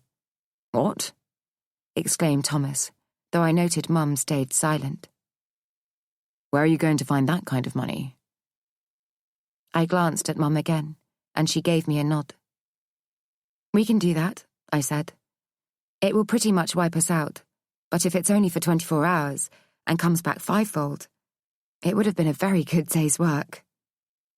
It would certainly mean I could get all the work done and not have to worry anymore, chipped in Mum. Thomas looked from Mum to me and back again. This isn't the right deal for you, Mary. It needs to happen faster than you would be able to manage, and I don't know, it just feels... I can make the transfer first thing Monday morning, she said, sitting up straighter in her chair, as if she really meant business. I think you should start smaller, he said. There will be plenty of other opportunities. I'll know the right one when I see it. Her whole body seemed to shrink, as if somebody had released her air valve. We want to do this one, I said adamantly. If you're absolutely sure that we can double our money, at the very least, he said. Then I want to do it, I said. We want to do it, Mum? If you're happy, then I'm happy, she said. Thomas smiled and shook his head. You two have enough chutzpah to serve an army. Mum and I looked at each other, taking it as a compliment. But if that's what you want... Absolutely, I said, before turning to Mum and laughing. And if it all goes wrong, I'll sell the flat and reimburse you. I might hold you to that, she said, smiling. Chapter 26. The alarm went off, waking me from a dream I was having about Prince Harry. We were holding up a bank, demanding money, with sawn-off shotguns. His balaclava fell off, and he quickly put on a mask instead. But it was his picture on the mask. What was that all about? Wakey, wakey, said a sleepy voice beside me. I groaned. It couldn't be time to get up. I was sure I'd only just gone to sleep. I don't want you to go, Thomas said in my ear as he spooned me from behind. His words jolted me, reminding me that in a few hours' time I'd be on a coach, trying to convince 30 children not to eat too many sweets and holding a sick bag for those who didn't listen. Can't you tell them you're really ill? No, I exclaimed as I pushed myself up. This was hard enough without him putting pressure on me. That's not who I am. He reached over to stroke my bare back, sending tingles down my spine. But it's a big day today. Once the deal's gone through, we need to go out and celebrate. I'd momentarily forgotten about what else was happening today. Maybe that's what my dream was about. Was it a warning? We can do that on Friday night, I said, leaning in to kiss him. We'll have lots to celebrate then, because we'll officially be living together as well. Don't forget to leave me a key. I'll take the next few days to move my gear across. After dropping Tyson at my mum's, we'd spent yesterday clearing out the spare bedroom to create some space for Thomas's stuff, though he assured me he didn't have much. Still, I wanted him to feel as if this was his home as much as mine, so gently encouraged him to bring whatever he wanted. Will you let me know as soon as Mum's money hits your account? I said, as he kissed me at the door. I don't know what I felt stranger about, leaving him at my place, or having him in possession of my family's life savings. Good job I trusted him. I'll keep you posted every step of the way, he said. In an ideal world, both ends of the deal will happen today.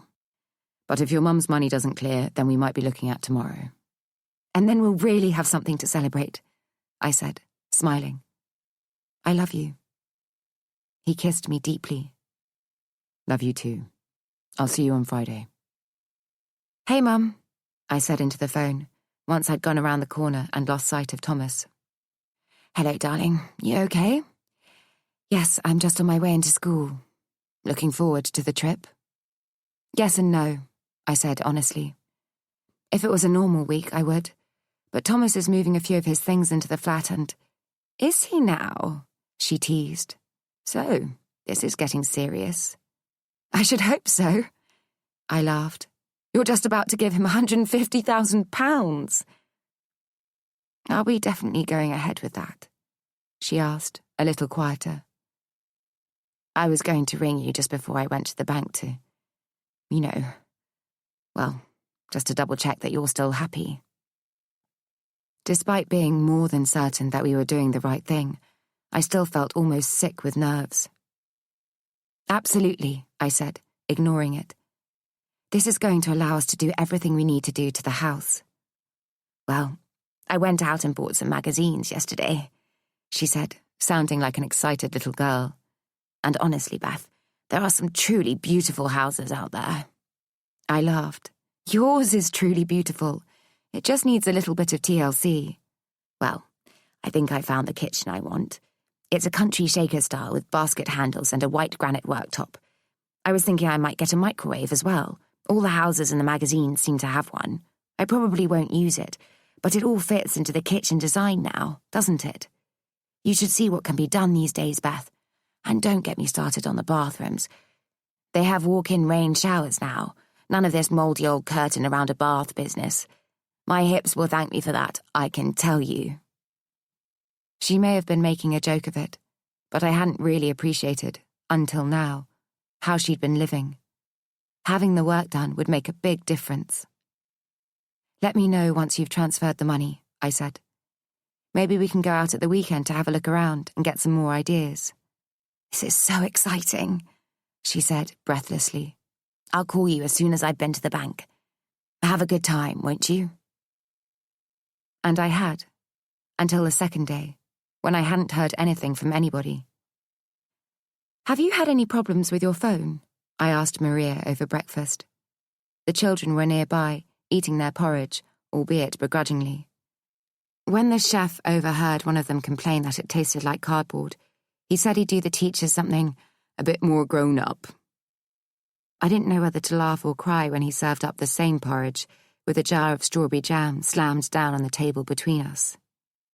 "Service here is murder," said Maria, and for a moment I didn't know whether she was talking about the phone network or the meal we'd just been given.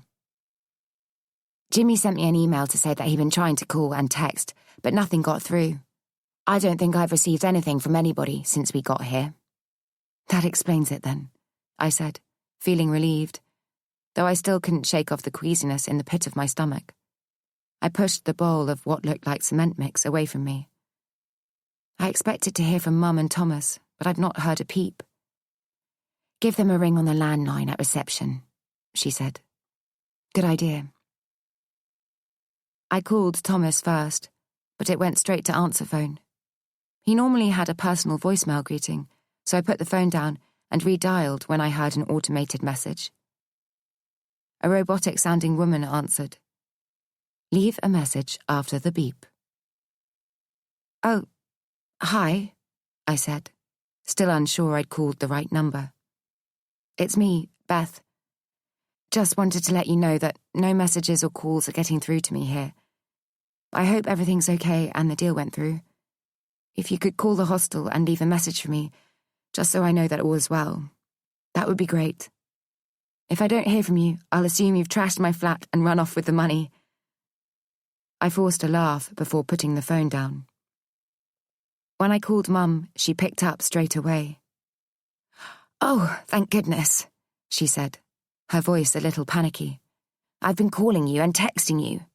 I got a little worried when I didn't hear back."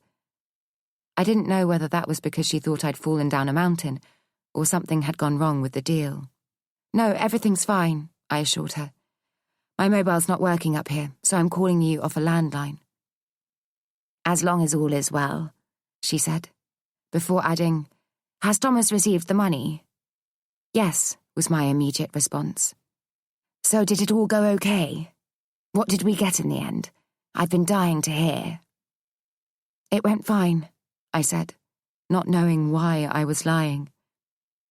"I've not managed to speak to Thomas this morning yet, but he'll have the final numbers for me when I do." I heard her exhale down the line. "Well, that's a relief. I barely slept a wink last night for worrying." "There's nothing to worry about, Mum. As soon as I speak to him, I'll give you a call back." "Okay, darling. I feel better for having talked to you."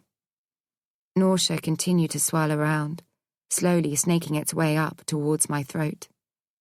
"Excuse me," I managed to blurt out to Maria as we passed each other at the door to the ladies. A second later, and she'd have been wearing the contents of my stomach. "Are you okay?" she asked gingerly through the flimsy door. No," I managed, stating the obvious. "I don't feel so good." "Oh, God. You don't think it was that porridge, do you? We'll all be in here in a minute." "I don't think I'm going to manage canoeing this morning," I said, just before the thought of it brought along another wave of nausea. "No worries. Do you want me to stay here with you?" she said. "No, I'm fine," I said, opening the cubicle door. "Jesus, you look like shit," she exclaimed. "What do you think's going on?" "I don't know," I said honestly, doubting that the growing feeling of trepidation about the deal could cause me to be physically sick. "If you could cover for me, I'd be really grateful." "Of course," she said, rubbing my back. "Did you manage to get hold of Thomas?" It was all I could do to shake my head. "Not yet. I'll try him again later." "Why don't you go back to your room and get some rest? I'll check in with you at lunchtime to see how you're feeling." I managed to send the children off with a smile on my face, trying to ignore my nagging conscience, when little Theo said, "But Miss Russo, it won't be as much fun without you."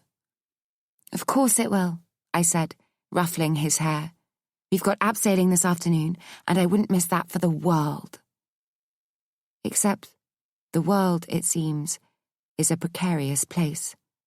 One tiny tilt of the axis, and we're all at sea. "Have you definitely not got any messages for me?" I asked at the hostel lobby, just before lunch. "Might someone else have taken a call?" The man shook his head unhelpfully.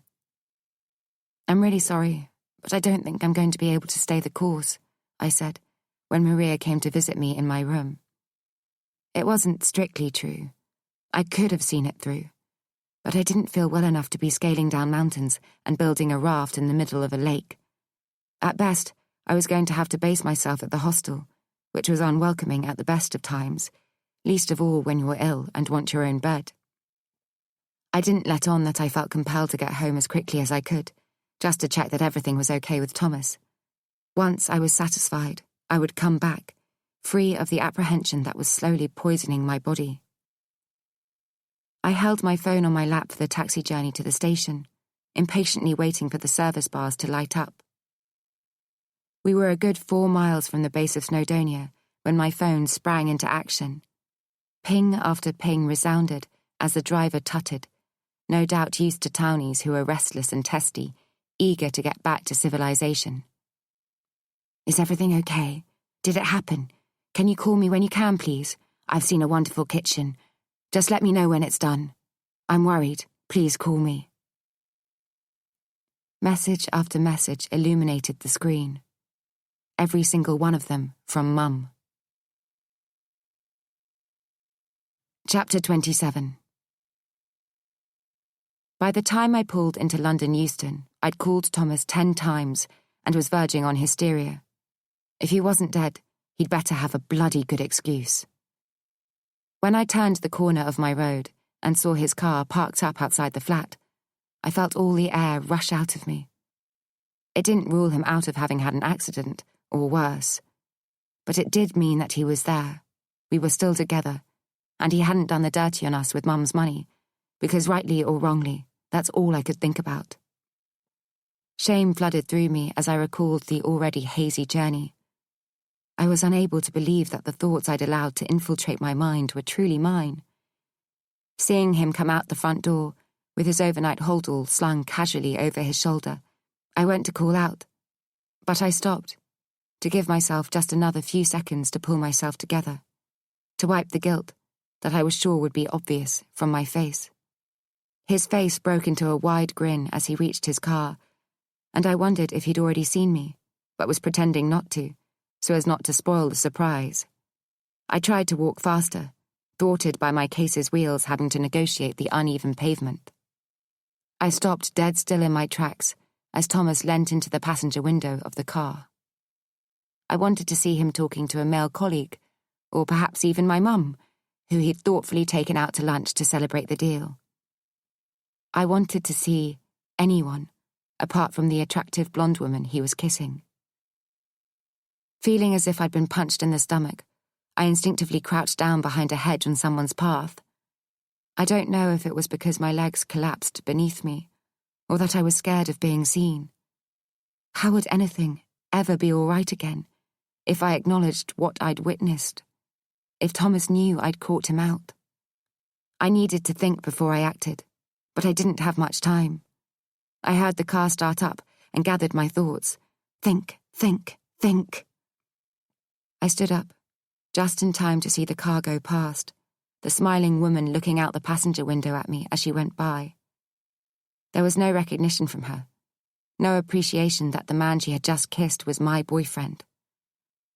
All she would have seen in me was a young woman who was returning from a trip, perhaps glad to be home and looking forward to seeing her lover.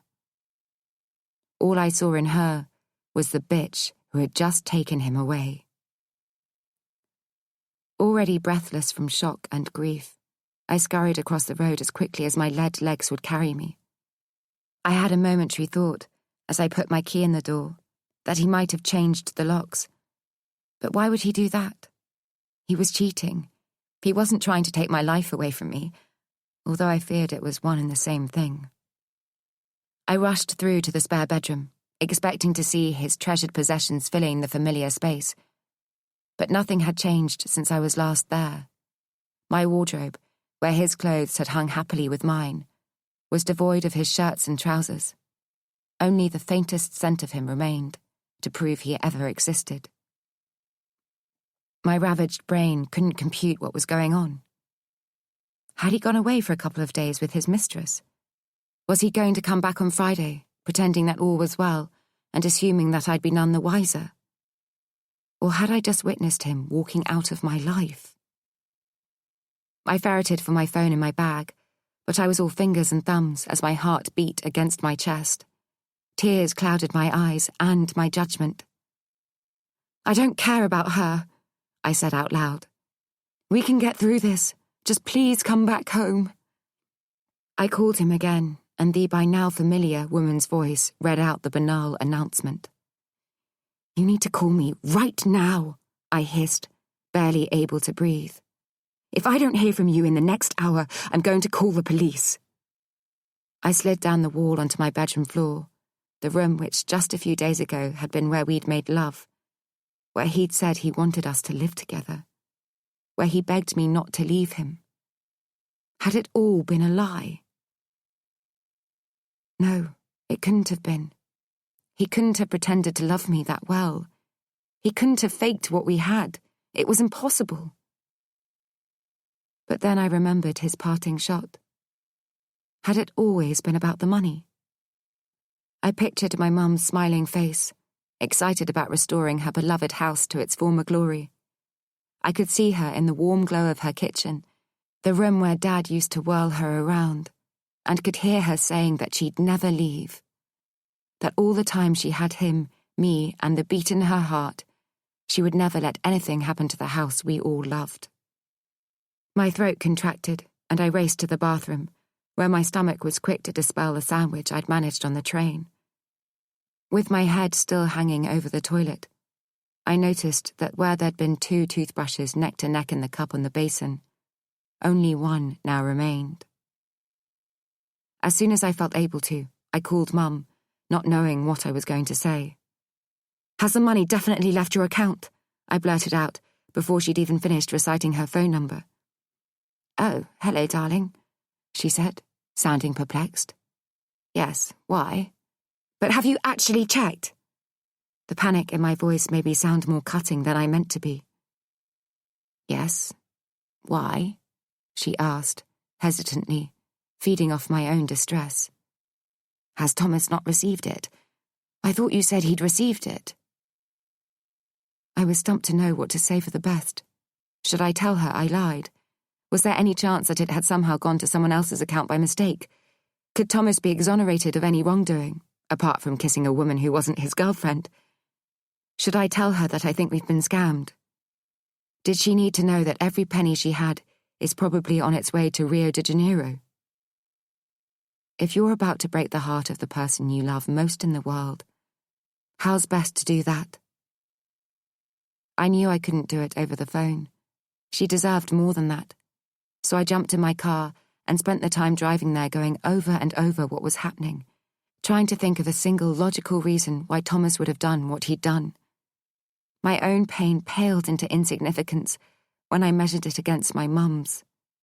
Her lost pride, her broken promise to my dad, the future that she thought she had snatched away from her. And it was all my fault. Chapter 28. I don't even remember driving towards Treetops, Thomas's mum's care home. But I found myself sitting at the junction, just half a mile away, being beeped and honked at. "You've got one more chance," I said to myself, as I hit call on Thomas's mobile number. The tone ran long and constant, as if flatlining. Even the robotic woman had given up on him. "Fuck!" I said, slamming the steering wheel. I didn't know what to do. I sat at the junction, debating which way to go. Turn right, and I go to my mother's and tell her what I've done, what he's done. Turn left, and I go towards the only link that I have to Thomas. The car behind blared its horn with impatience. I looked in my rearview mirror and saw an agitated man waving his hands at me, forcing a decision. There was a different girl on reception as I approached the desk, feeling sick with trepidation. If she told me I couldn't see Joyce, I feared I might burst out crying. I took a deep breath. I needed to stay calm and in control. "Oh, hi," I said, trying to sound casual, as if I came here all the time. "Is Elise not around?" The girl looked covertly from side to side. "She's been dismissed," she whispered. "Oh," I replied, shocked. "Why?" She leant in. "Apparently she wasn't checking credentials. She let just about anyone in. Didn't even take their name." "That's not good, is it?" I said. "You have to be so careful." "Exactly," she said. "So we're asking all visitors to sign in with their name and who they're here to see." I picked up the pen hesitantly, allowing my overactive imagination to wonder if they'd already been put on alert. Had Thomas warned them that I might come looking? Just in case, I wrote a false name and moved slowly away from the desk, as if waiting for someone to pounce. But I've not done anything wrong, I countered in my head. If they're going to ambush anyone, it should be him. "Is Joyce in her usual place?" I asked nonchalantly. "Ah," she said, and I froze, waiting for my heart to start beating again. "Her son's already here. I think they're in the lounge." Of all the scenarios I'd allowed for, Thomas being here wasn't one of them. Shit. I briefly thought about running away. But I'd come here to find him, and shockingly, despite being together for almost 6 months, this care home and his mobile phone number were my only hope of tracking him down. I saw Joyce, in her chair over by the window, talking animatedly to a man with his back to me. I wanted to run over to him, throw my arms around his neck, and beg him to tell me I'd got this all wrong, that something had happened to his phone, that he wasn't having an affair, that he'd invested my mother's money wisely, that he was still the man I'd fallen in love with. My pace quickened as I got closer. My ragged breath came in short, sharp pants as the enormity of the next few seconds dawned on me. They would dictate the rest of my life. "Thomas?" My voice didn't sound like my own. He turned around to face me.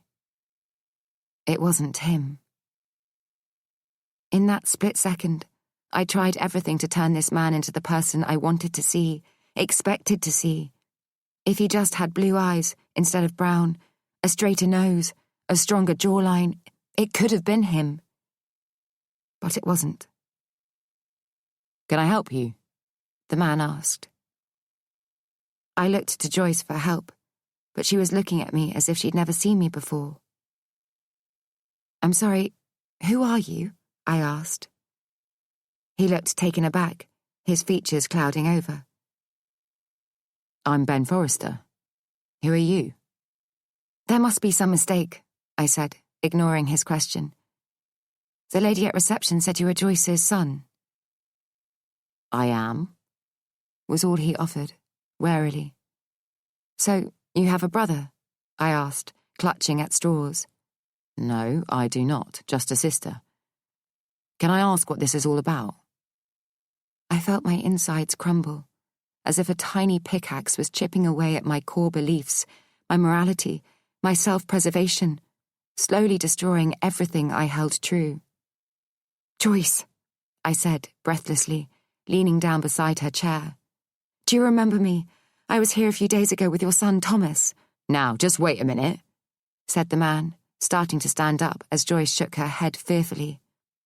I racked my brain, trying to remember what she'd called me. My real name wouldn't mean anything to her. "I'm Helen," I said, remembering. "I was here with Thomas. We spoke about Frank and the Beatles. You told me how you'd sneak out of the house so that your dad didn't see you in your miniskirt." "Okay, that's enough," said the man, grabbing my arm tightly and holding me up. "Joyce, I was here with him," I screamed as he pulled me away. "You called for help. You said it was him. You kept saying, 'He's here.'" I felt the grip on my arm tighten. "Please, Joyce, try to remember." "Who were you here with?" asked Ben Forrester, his nostrils flared. "I don't know," I said, sobbing as the truth of the words sunk in. "I honestly don't know."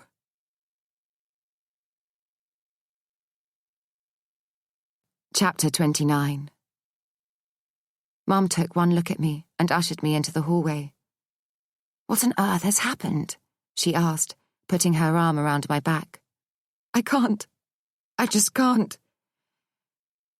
"Calm down," she soothed as she walked me into the kitchen. "Here, sit down."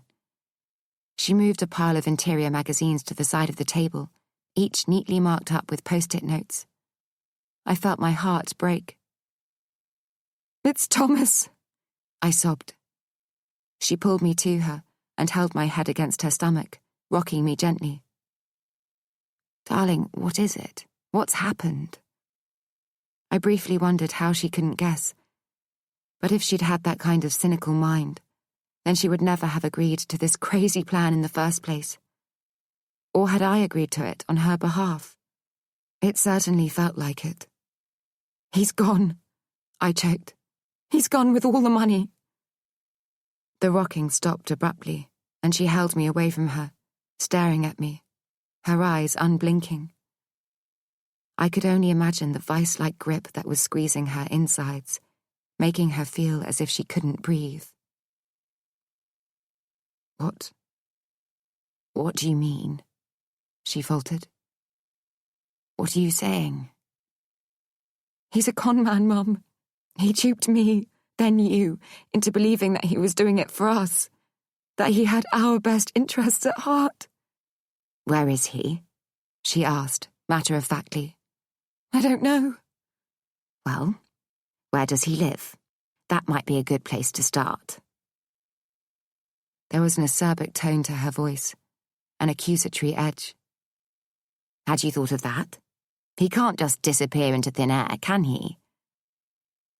My head fell into my hands. "I don't know where he lives." "What do you mean, you don't know where he lives?" she asked coldly. "You've been seeing him for months."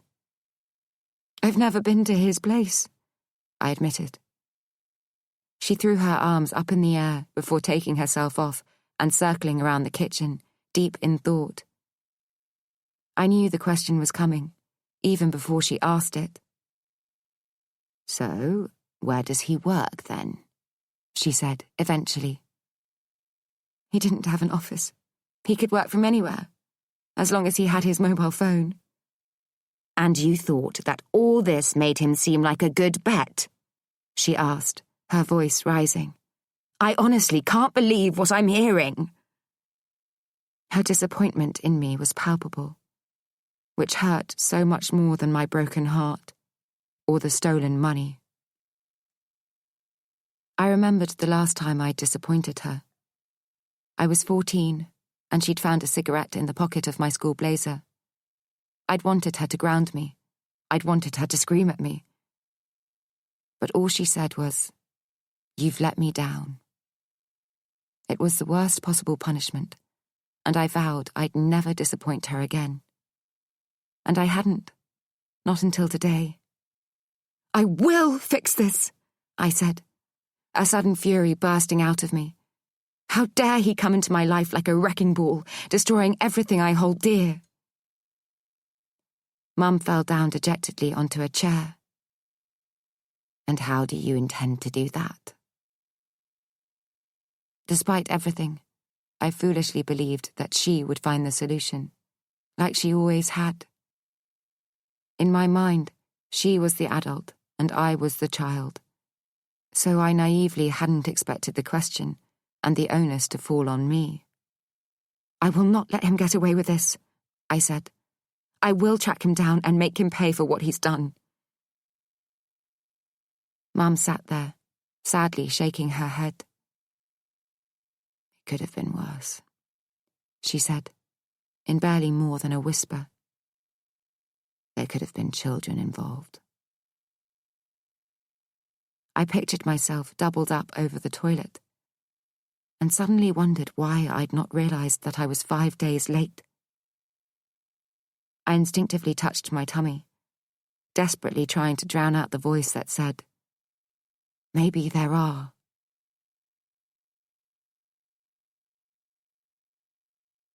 Part 3. Present Day. Alice and Beth. Chapter 30. Alice feels a churning in her stomach as she prepares to get out of the car.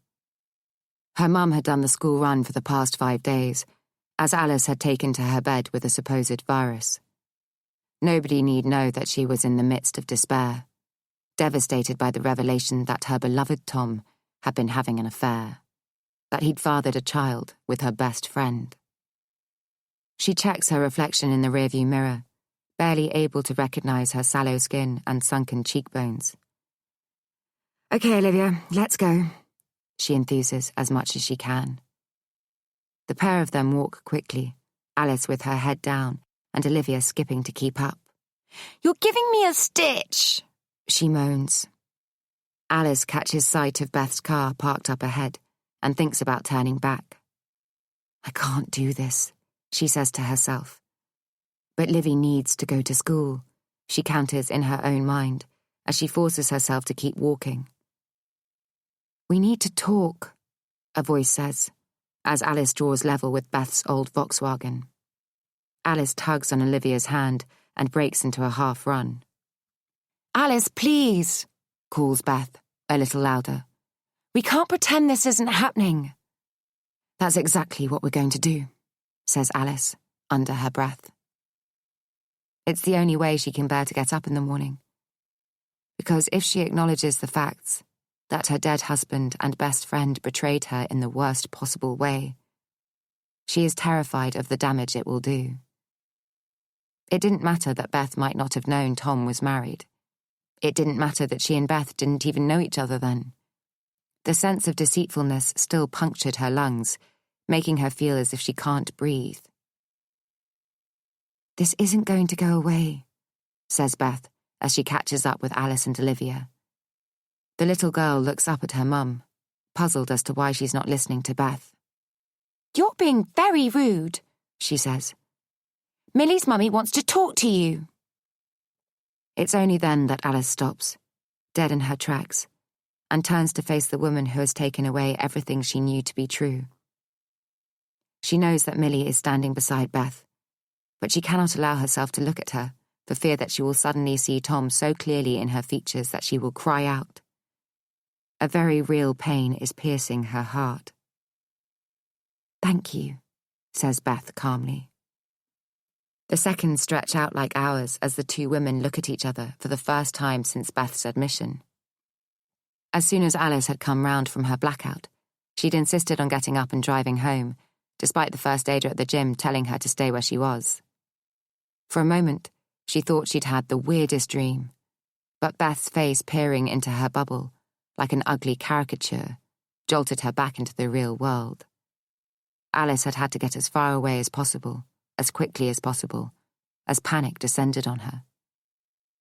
She couldn't remember how she'd got home or what anyone had said to her over the ensuing days. She had just laid in bed, with her head under the duvet, unhearing and unseeing as she grappled with the scale of the deception that had befallen her. "I've been calling and calling you," says Beth quietly. "There's nothing to say," says Alice, her voice nothing more than a squeak. She clears her throat, determined not to show her true pain.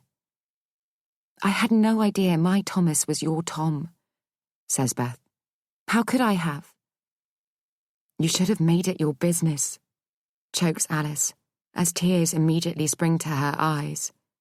"You must have known that the man you were seeing was married. How could you not have known that?" "Because he was very good at hiding it," says Beth.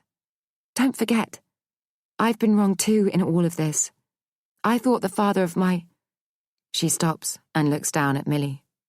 Alice still refuses to follow her gaze. "Why don't you two go play?" Beth says to the girls. "The bell will go in a minute." They both reach up to give their mum a kiss and run off. "As naive as I now know myself to be," Beth goes on, "it didn't occur to me for a second that he was married." "But you said that you'd seen him with someone," says Alice. "That must have been me, unless you're going to tell me there were others." It's the first time the thought occurs to Alice, and she clutches at her chest. Beth looks down to the ground. "I don't know if the woman I saw was you. It all happened so quickly, I can't remember. She was blonde and beautiful, but I thought he was cheating on me, that I was the victim.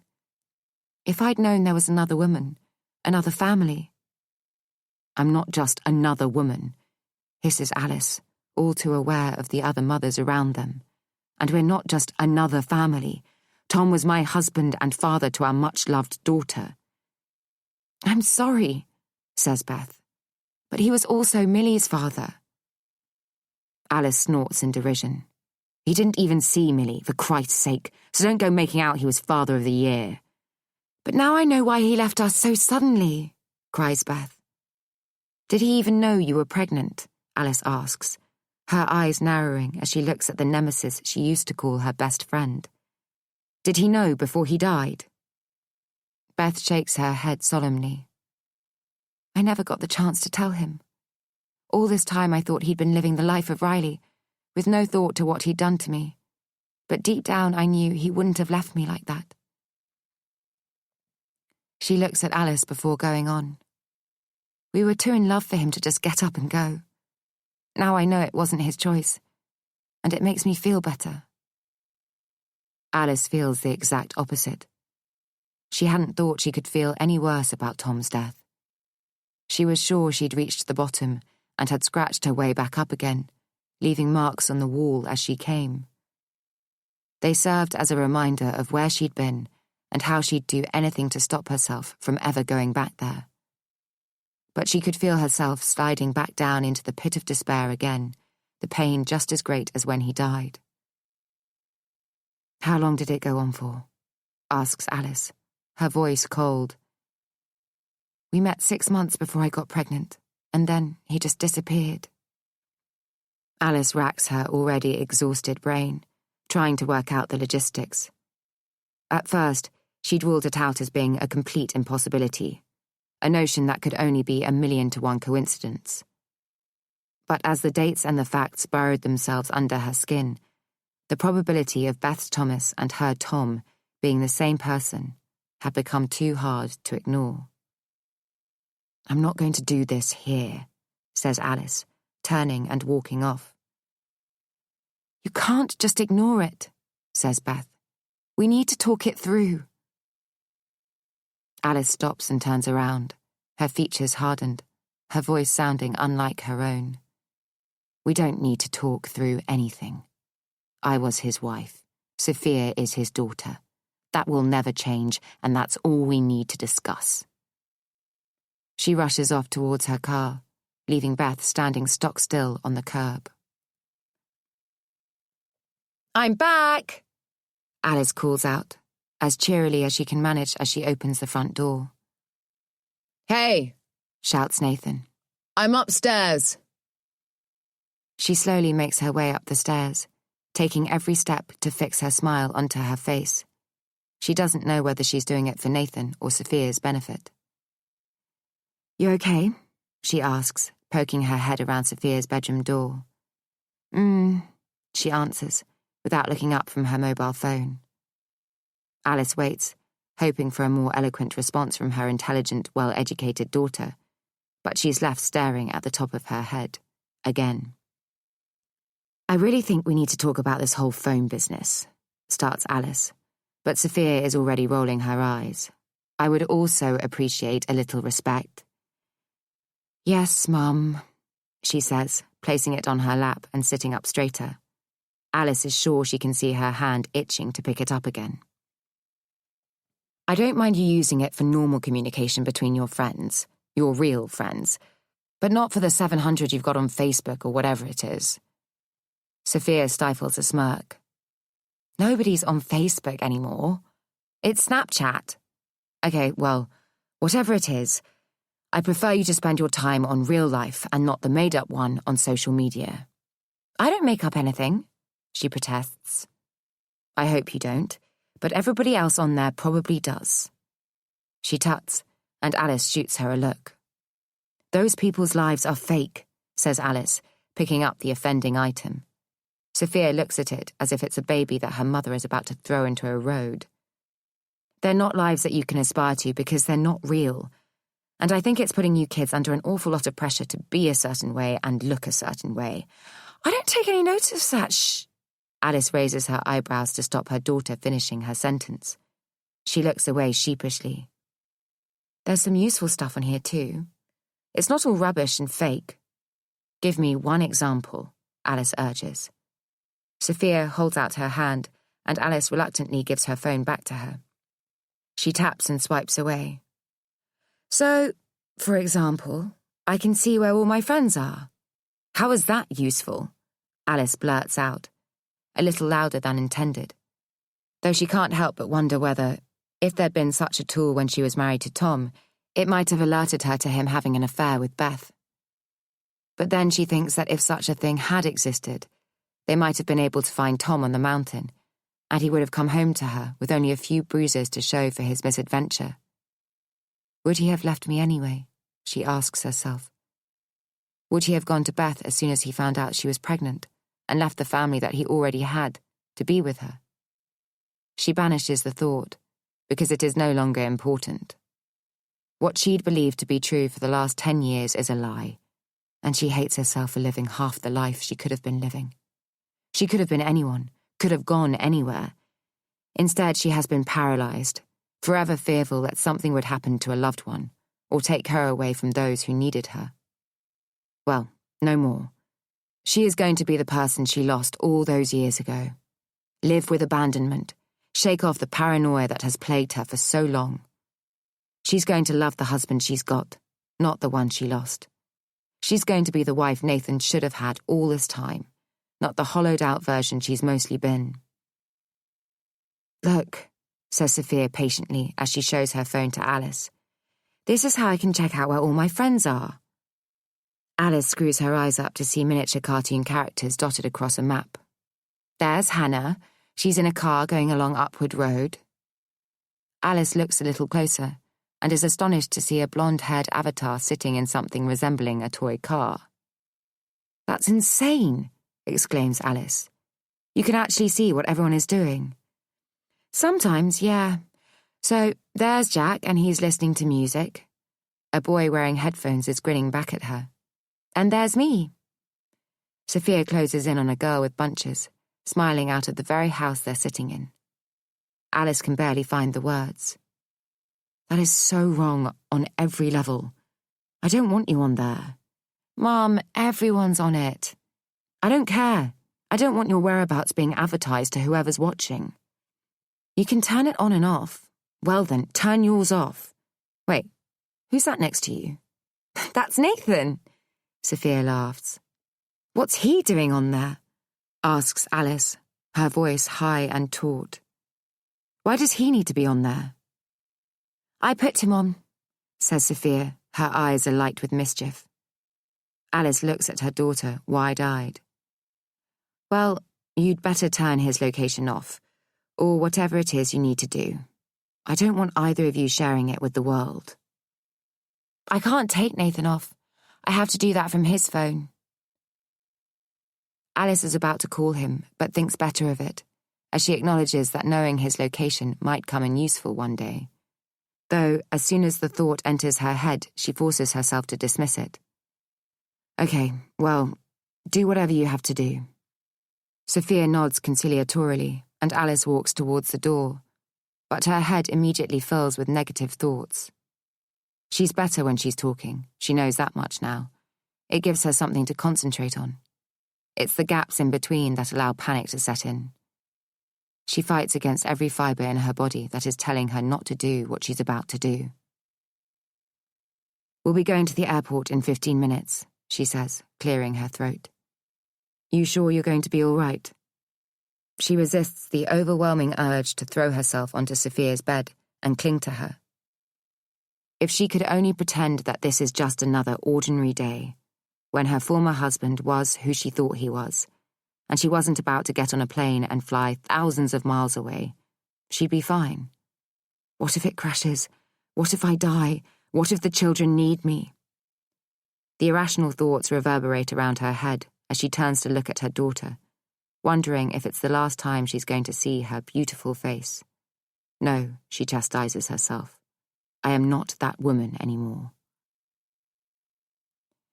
"Grandma will be here in time to make you tea," she says, in a bid to drown out the negative thoughts. Sophia rolls her eyes. "I don't understand why she has to be here. I'm nearly 16. I can look after myself." "That may be so, but there's Livy to think of," says Alice, hanging onto the door for support. "It's not fair for you to have the responsibility."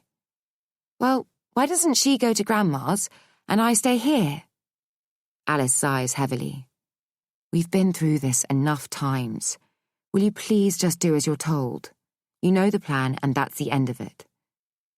"When are you going to start treating me like a grown-up?" Sophia huffs as Alice walks out. "When you start acting like one," says Alice under her breath, acutely aware that she sounds like her own mother 20 years ago. She goes into her bedroom, where Nathan is packing, and can't help but notice the difference between their organisation skills. Whilst her case is lying open, with its contents hastily chosen and messily arranged, Nathan has laid out his outfits on the bed, each with the corresponding pair of shoes and colour-coordinated accessories. "Hi, darling," he says, pulling her towards him. "All okay?" She smiles tightly. "You sure you want to do this?" he asks as he kisses her. "Absolutely," she says. "What time's your mum coming?" Alice looks at her watch. "She's going to pick Livy up from school and then do the girls' tea here." "And you're okay with it all?" He hesitates before going on, as if fearful of opening a can of worms. "About leaving the girls?" "Yes," she says, ignoring the weight that is sitting on her chest. "No problem." "And we're going to have fun, as well as see to business," he says. "Of course," says Alice, and she means it, because she can't remember the last time she let her hair down. She might need to up her medication in order to get herself there, but she'll get there. She's determined to.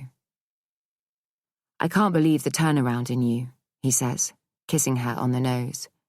1 minute you're adamant that AT Design should save money by holding back on our expansion plans, and the next you're offering £1 million for a site in Japan that you've not even seen. What changed? She could tell him.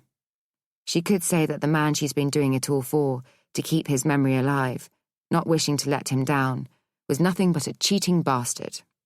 But she doesn't want to give Tom the credit. She wants Nathan to think that what she's about to do is what she wants to do, rather than having been dictated to from beyond the grave. I think you're right, she says. It's about time we put ourselves on the map. And if we have to come out of our comfort zone to do it, then I'm prepared to take that chance. I love you, Mrs. Davies, he says. And I love you, Mr. Davies, she replies, without wishing for a second that she was still Mrs. Evans.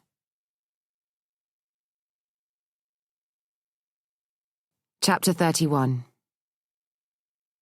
It doesn't look big enough, does it? Says Alice in astonishment at the sliver of barren land she's standing in front of. You'd be amazed what they can fit on this, says Nathan, especially here in Tokyo. They're used to building tall and thin, because space is always at such a premium. They just go upwards. So, it's going to be 5 floors? She asks. Yes, says Nathan. It'll be the same height as the athletes' village over there. We can't go higher than that.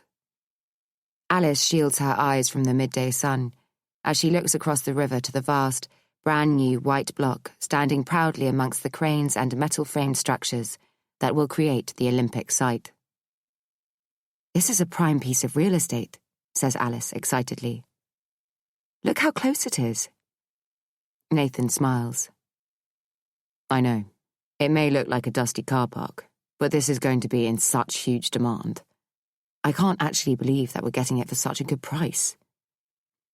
Alice looks over to the towering blocks beyond, where columns of mirror-like windows appear seemingly endless against a blue sky. She feels a knot forming in her stomach. Can they really take on the big boys in a country so far away, in a culture so far removed from their own? We can do this, says Nathan, as if reading her mind. He looks at his watch and tugs gently on her hand, beckoning her back to the waiting car. We're going to be late if we don't get a move on. The chill of the air conditioning hits her as she gets in, and the suited chauffeur offers her a cold towel. She accepts gratefully and lays it gently on her face, careful not to disturb the makeup she's so meticulously applied. She'd caught sight of the platinum ring on her right hand as she put her mascara on earlier, its diamonds no longer an indelible link to Tom, but a nod to his affair with Beth. After all, who's to say it hadn't been meant as a present for her? As Alice had acknowledged that she would never know, she'd ripped it off and thrown it carelessly into her handbag. She had somehow felt different without it, as if something had changed within her. How could it not have?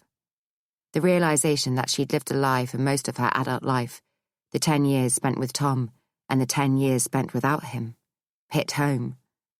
A life based on deception and deceit. But now she was finally stepping out of the shadows, a complete woman, no longer peppered with holes that the bullets of the past had left. She checks her reflection in her compact mirror and wipes the merest hint of under-eye smudging away. Her bright red lipstick, that matches her blouse, still stands the test of time.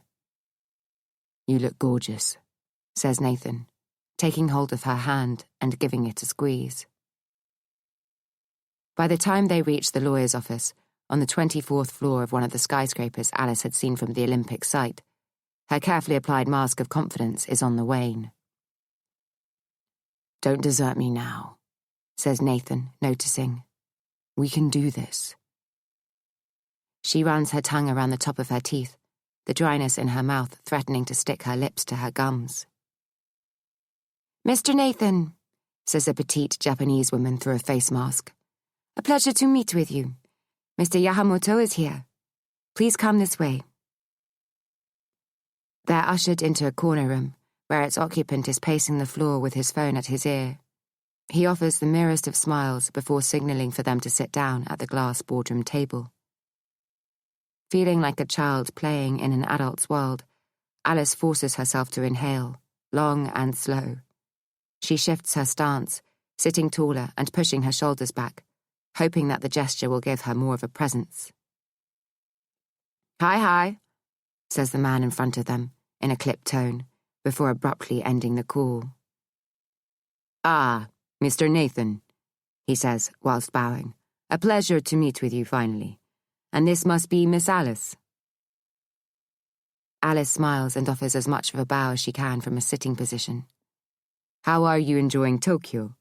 He says, handing them both handleless cups. Please, some green tea.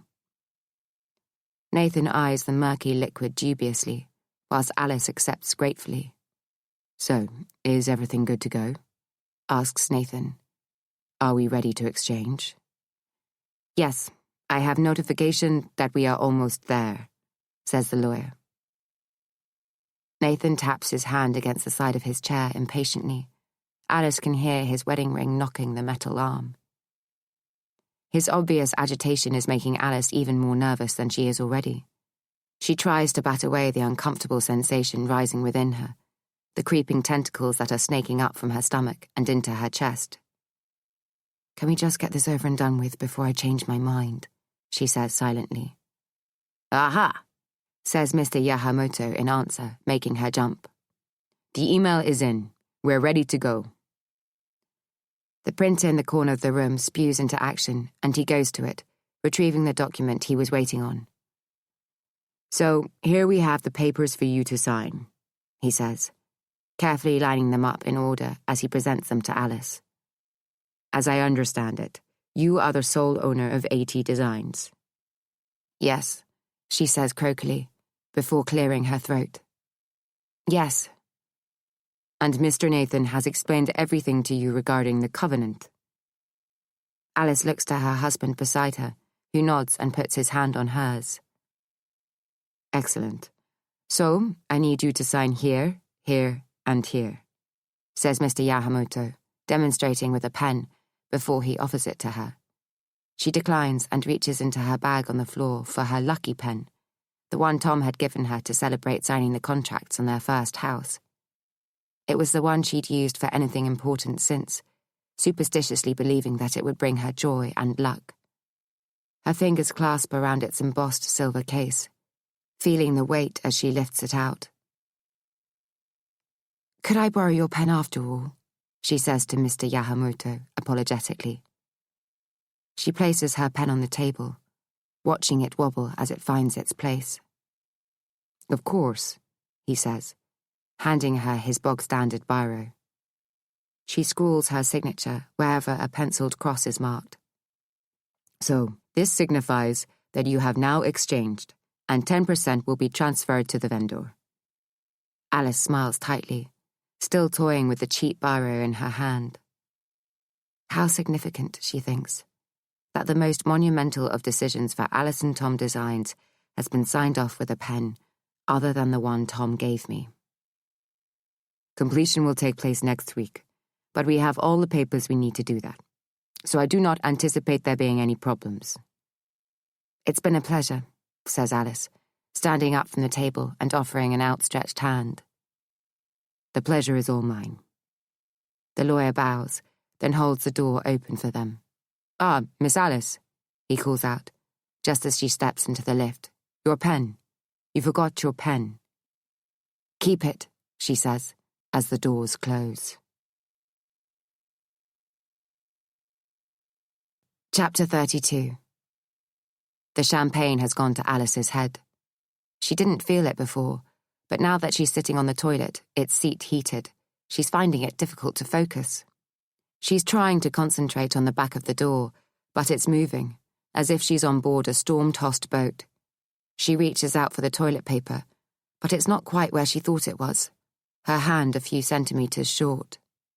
Shit, she says out loud, wondering how many drinks she's had, and wishing she'd had just one less. She likes the way alcohol numbs her nerve endings, which normally happens sometime between glasses 3 and 4. But she feels like she's had a bottle, and some. Then she remembers the tablet she took to calm her nerves on the plane, not thinking for a second that the double dosage would do anything other than send her to sleep, which they had. But now she can't help but wonder if it was a good idea to drink with them in her system. The operating instructions for the toilet seem to be swaying in front of her eyes, and she snorts with laughter every time she pushes a button, and it does everything apart from flush. "You have had far too much to drink," laughs Nathan as she weaves her way back to the table. "I thought we were celebrating," she slurs, sitting down heavily on the chair being pulled out for her. He reaches across the table, taking hold of one of her hands. "Shall we go to the room?" "Ooh, is that an invitation, Mr. Darcy?" she asks loudly, starting to get up again. The heel of her shoe buckles beneath her ankle, and Nathan moves in to steady her. She knows she's lost the ability to moderate her volume level. "When I get you upstairs, I'm going to—" "Shh," laughs Nathan. "I'm not sure everyone in the restaurant needs to know." When they get out of the lift, she shrugs off his attempt to steer her down the corridor towards their room and leans against the wall as he struggles with the keycard. "I'm going to keep you up all night," she says, moving towards him and grabbing hold of the lapel on his jacket. She wants this, needs this. It had been weeks since they'd had sex. "I want you to make love to me like you've never done before," she says as she kisses him, her tongue teasing his, her teeth biting down softly on his lips. "What's brought this on?" asks Nathan, arching an eyebrow. She can't tell him that for almost 10 years it's been Tom who's been at the forefront of her mind. Wondering if he can see her, refusing to really let herself go, for fear that it will hurt him to see her give herself to another man. She hates herself for only half loving Nathan all this time, because that's what she's done. Whilst she has been pining for a man who slept with another woman, fathered another child, she'd missed out on giving herself, in all entirety, to the man who deserved it most. "I've been such a fool," she says, as tears well up in her eyes. "Will you ever forgive me?" "For what?" Nathan asks warily. "What have you done?" "Nothing. That's the problem," she says. "I've not done enough." He looks at her quizzically as she pushes him against the back of the door, her hands reaching down to the zip of his trousers. It's hardly surprising that he's ready for her, and his tongue responds, his own need for release evidently as urgent as hers. "What was that all about?" he says afterwards, as they lie on the plush carpet. "That's how it should have been all this time," says Alice, her own body still shuddering with the after effects. Nathan rolls onto his side to face her. "What's changed?" "Everything," she says, honestly. "Everything feels different." His brow furrows. "Because of the deal? Or because you've been brave enough to come away?" She almost expects him to say, "I told you that the world wouldn't end," and silently thanks him when he doesn't. "I just think that this is the start of a new phase in my life," she says, relieved that the drunken fog is beginning to clear. "Well, this is a new approach I could grow to love," he says, smiling, "if it means sex like that." Alice laughs. "I mean it. Things are going to change.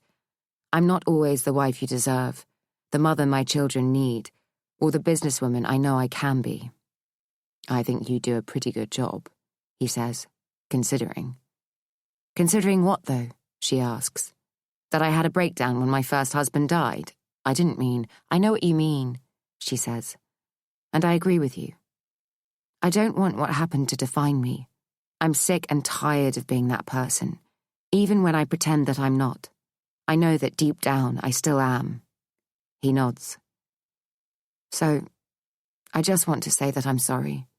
and from now on I'll give myself to you wholeheartedly." She leans in to kiss him.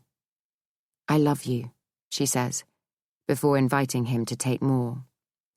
"I could get used to this new wife I've got," he says, as he lifts himself up off the floor. "But just let me go to the toilet first." Alice sighs and watches his naked body as he walks into the bathroom, as if seeing him for who he truly is, for the first time. She's lying, sated and content, when Nathan's phone pings from the inside pocket of the jacket he'd thrown to the floor in his urgency to get his clothes off. She wouldn't normally look, but it might be the girls trying to get hold of them. Forcing herself to stay calm, curbing any irrational thoughts that something must have happened to them, she reaches across to retrieve it. She looks at the message, then looks again, her eyes blurring the words beyond recognition. She thinks she knows what it says, but closes her eyes to give them a chance to unsee it.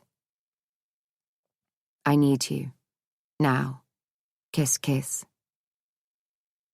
The blood that so recently felt warm as it coursed its way around her body turns icy cold. She scrolls up and down, looking for any evidence of who she's fighting against in the battle for her husband's affections. But there's nothing, other than the anonymous phone number it's been sent from. She hears the toilet flush and needs to think quickly, but her heart is racing so fast that it's making her hand shake. She fumbles to take a screenshot and sends it to herself, before deleting the message she had read and the one she sent. Nathan comes out of the bathroom just as she manages to put the phone back into his jacket. "Are you still on the floor?" he asks, laughing. He holds a hand out to pull her up, and it takes all her strength not to recoil. How could he profess his undying love? How could he swear that he's not having an affair, when all along he's been sneaking around, living two truths? How could he let her sign the deal today, knowing that he'd lied to make it happen? The thought makes her feel nauseous. "So, how about we do that all over again?" He breathes into her ear as he stands behind her, guiding her towards the bed.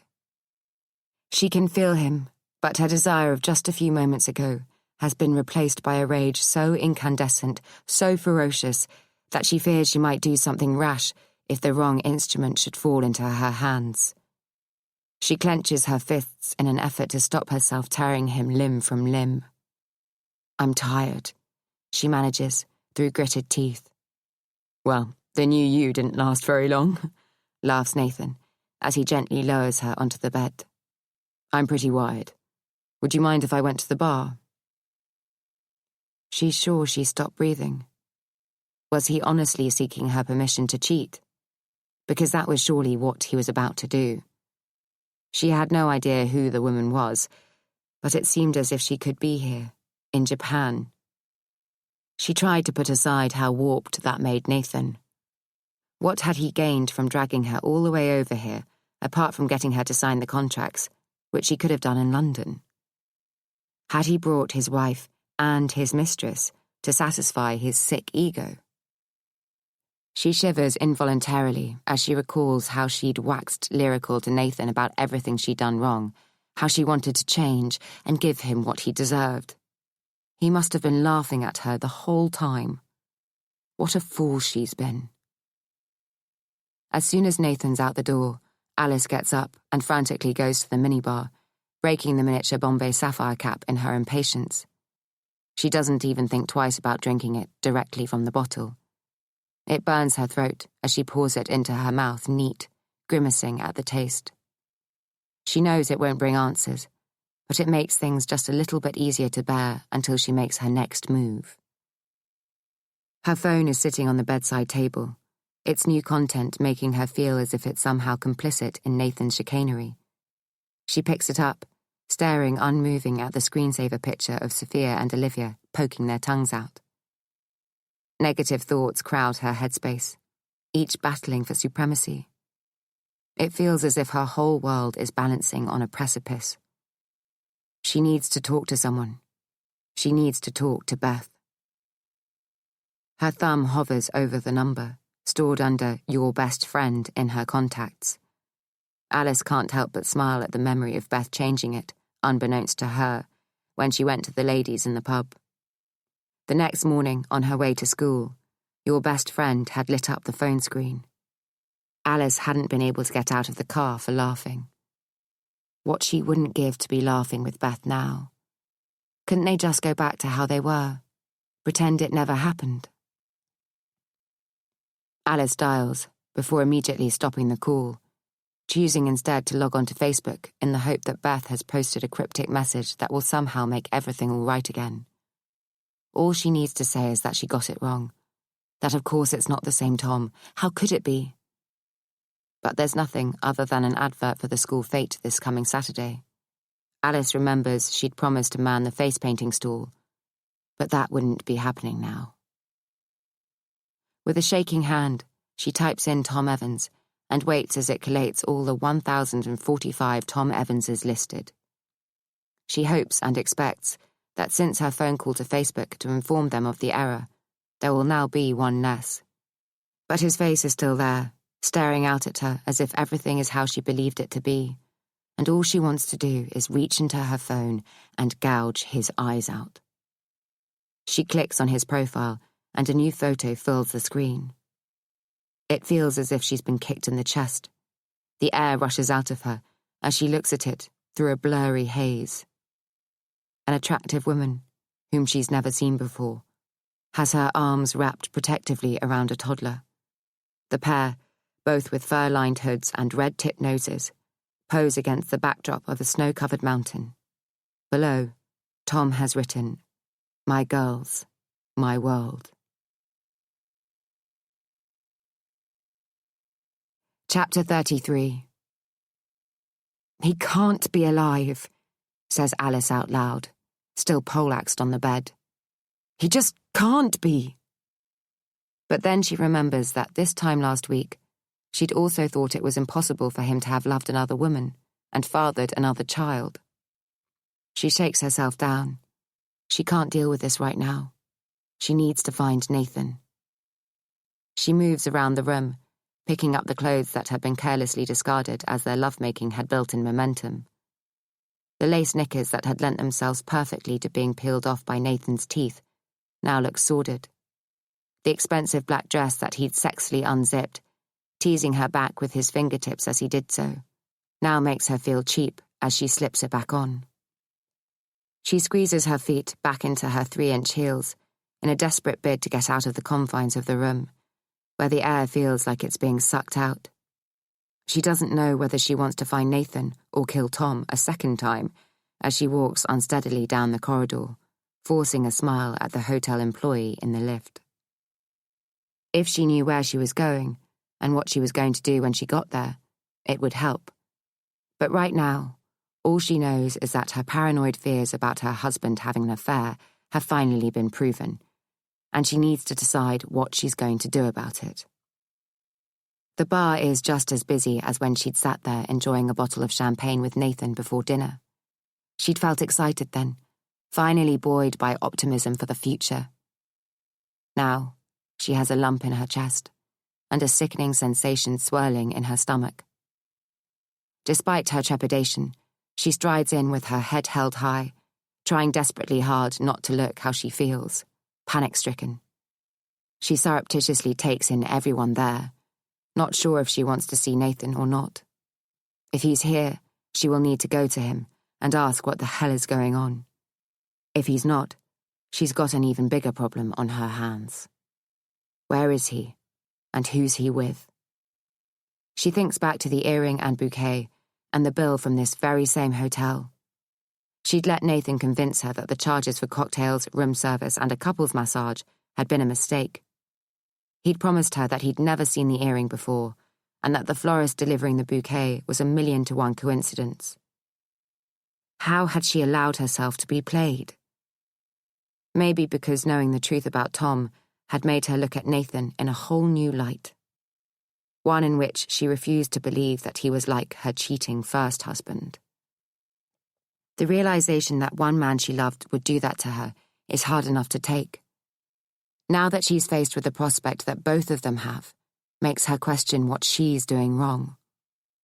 All she's ever done is love them the best way she knows how.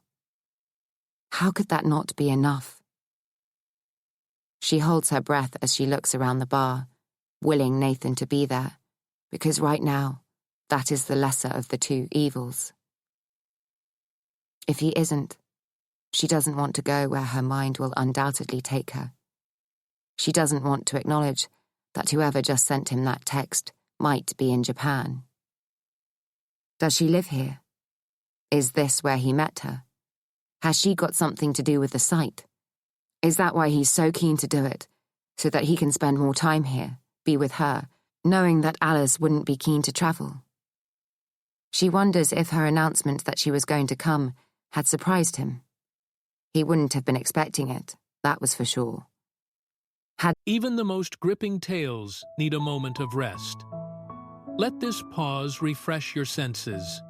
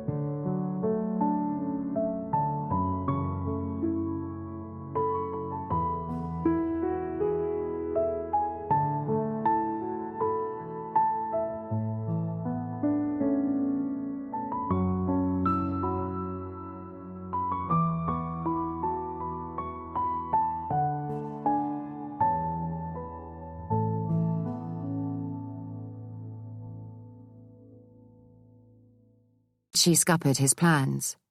His chance to be with her? Perhaps not, because as she fruitlessly scours the faces in the bar, she's hit by the realization that he's gone to her anyway. She orders a Baileys with ice, the first drink she can think of when the bartender asks. The man playing Sinatra on the piano looks over and gives a cheery nod.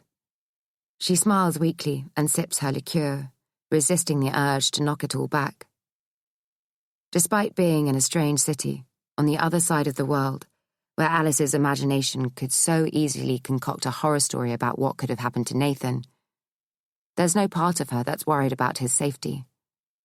Perhaps because, deep down, she'd hazard a guess that it's not his safety that's being compromised. It's his morals. "May I?" asks a gentleman, indicating the stool next to Alice. "Of course," she says, smiling, her subconscious having already registered in that split second that he's attractive.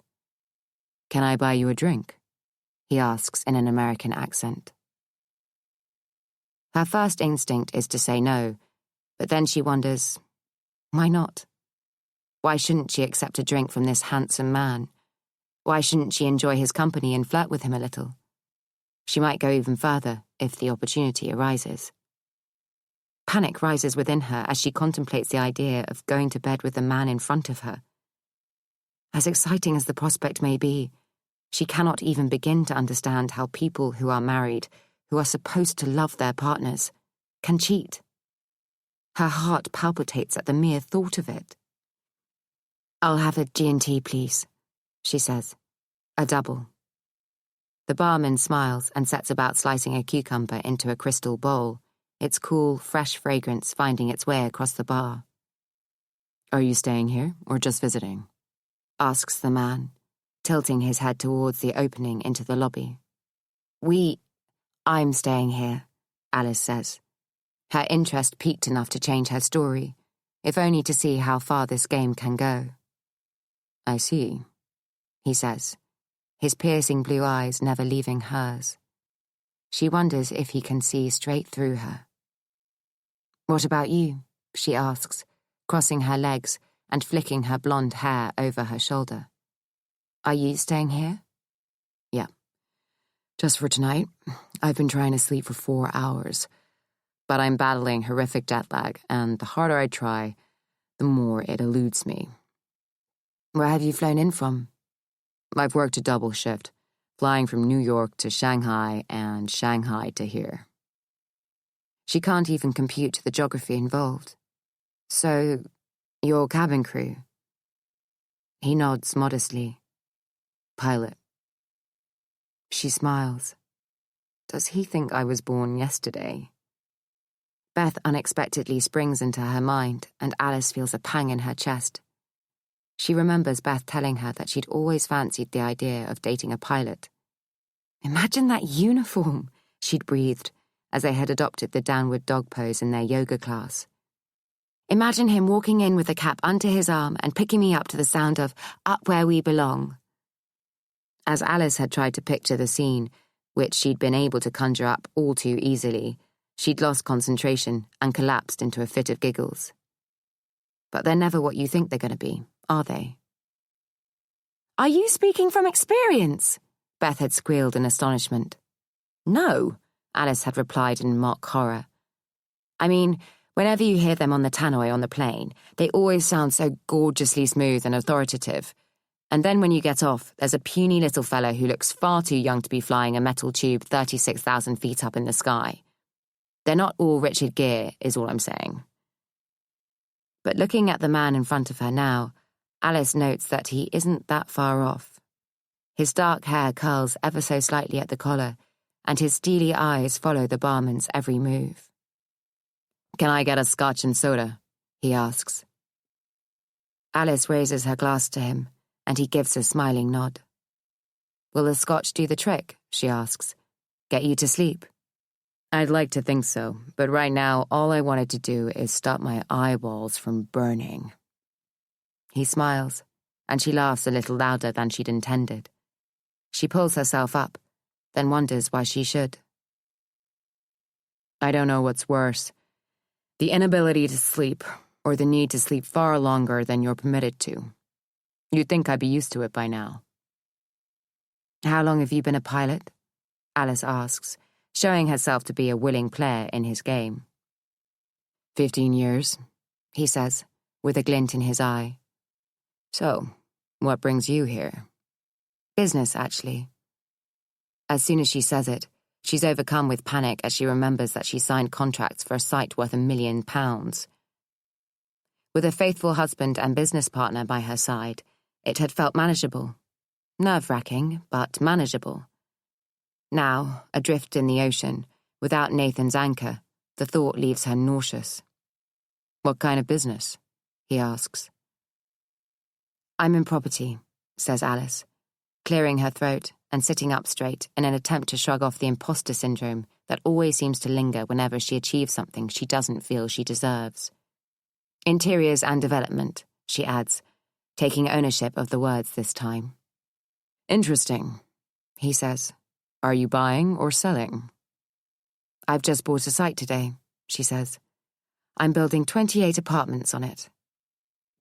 He looks like he's been given an electric shock. Wow, really? He seems shocked, she says lightly. Did you not realize that women are able to do that in this day and age? She didn't dare let on that without Nathan, she would never have entertained the idea. She brushes off the insecurities that snake through her and tries to silence the voice that says, and without Nathan, you'll never complete. Not at all, he says carefully. I'm just genuinely impressed. Does that make me a male chauvinist? Alice shakes her head. So, you're doing this all on your own?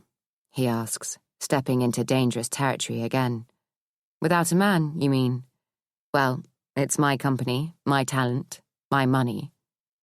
She didn't feel the need to share that most of the funds had been raised by a loan from the bank. Well, hats off to you, he said, holding up his tumbler. And I'd say that to a woman, man, or child. It takes a brave person to do what you're doing, especially in a market as competitive as here. I'm in awe. And so you should be, she says silently, before asking herself why she's even contemplating not being able to go ahead without Nathan being on board. So, I'm guessing you're from England? Alice nods as she takes a sip of her drink. London. I love British women, he says. The accent drives me wild. There's just something so damn sexy about it. We can talk real dirty as well, she says. Oh yeah? He says, encouraging her to go further. Alice raises her eyebrows suggestively before leaning in to whisper, mud, dirt, soil. The man throws his head back and laughs. You Brits have also got a wicked sense of humor. Alice smiles, her eyes boring into his. She'd forgotten what it felt like to flirt, to feel attractive and desired. The power it gave her was an aphrodisiac in itself. Maybe she was now beginning to understand how unfaithful partners were able to let their guard down. Was it really this easy? Look, I don't normally do this, he says, but... She smiles sweetly, pretending that she believes him. Would you like to join me for a drink in my room? For just a drink? He smiles, and her insides flip over. If her husband wasn't cheating and lying to her, then she wouldn't be in this position. But he is, so... The thought of what Nathan might be doing right now breaks her heart, and as she looks at the handsome man in front of her, she wonders why she shouldn't allow this stranger to glue a little of it back together. Would going to bed with him make me feel better, she thinks. Would I feel that I'd somehow got one over on Nathan, that we'd be on a level par? The pilot leans in close. Is that a yes or a no? She locks eyes with him. What's your room number? 1106, he replies. I'll meet you there in 5 minutes.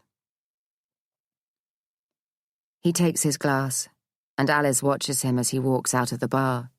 Every fibre in her body is on high alert.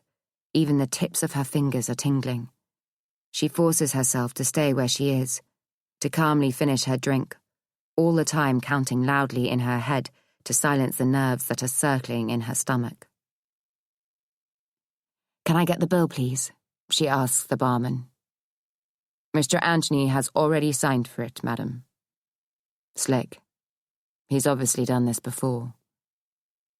She lowers herself off the stool, careful not to make eye contact with anyone in case she sees their disapproving expression.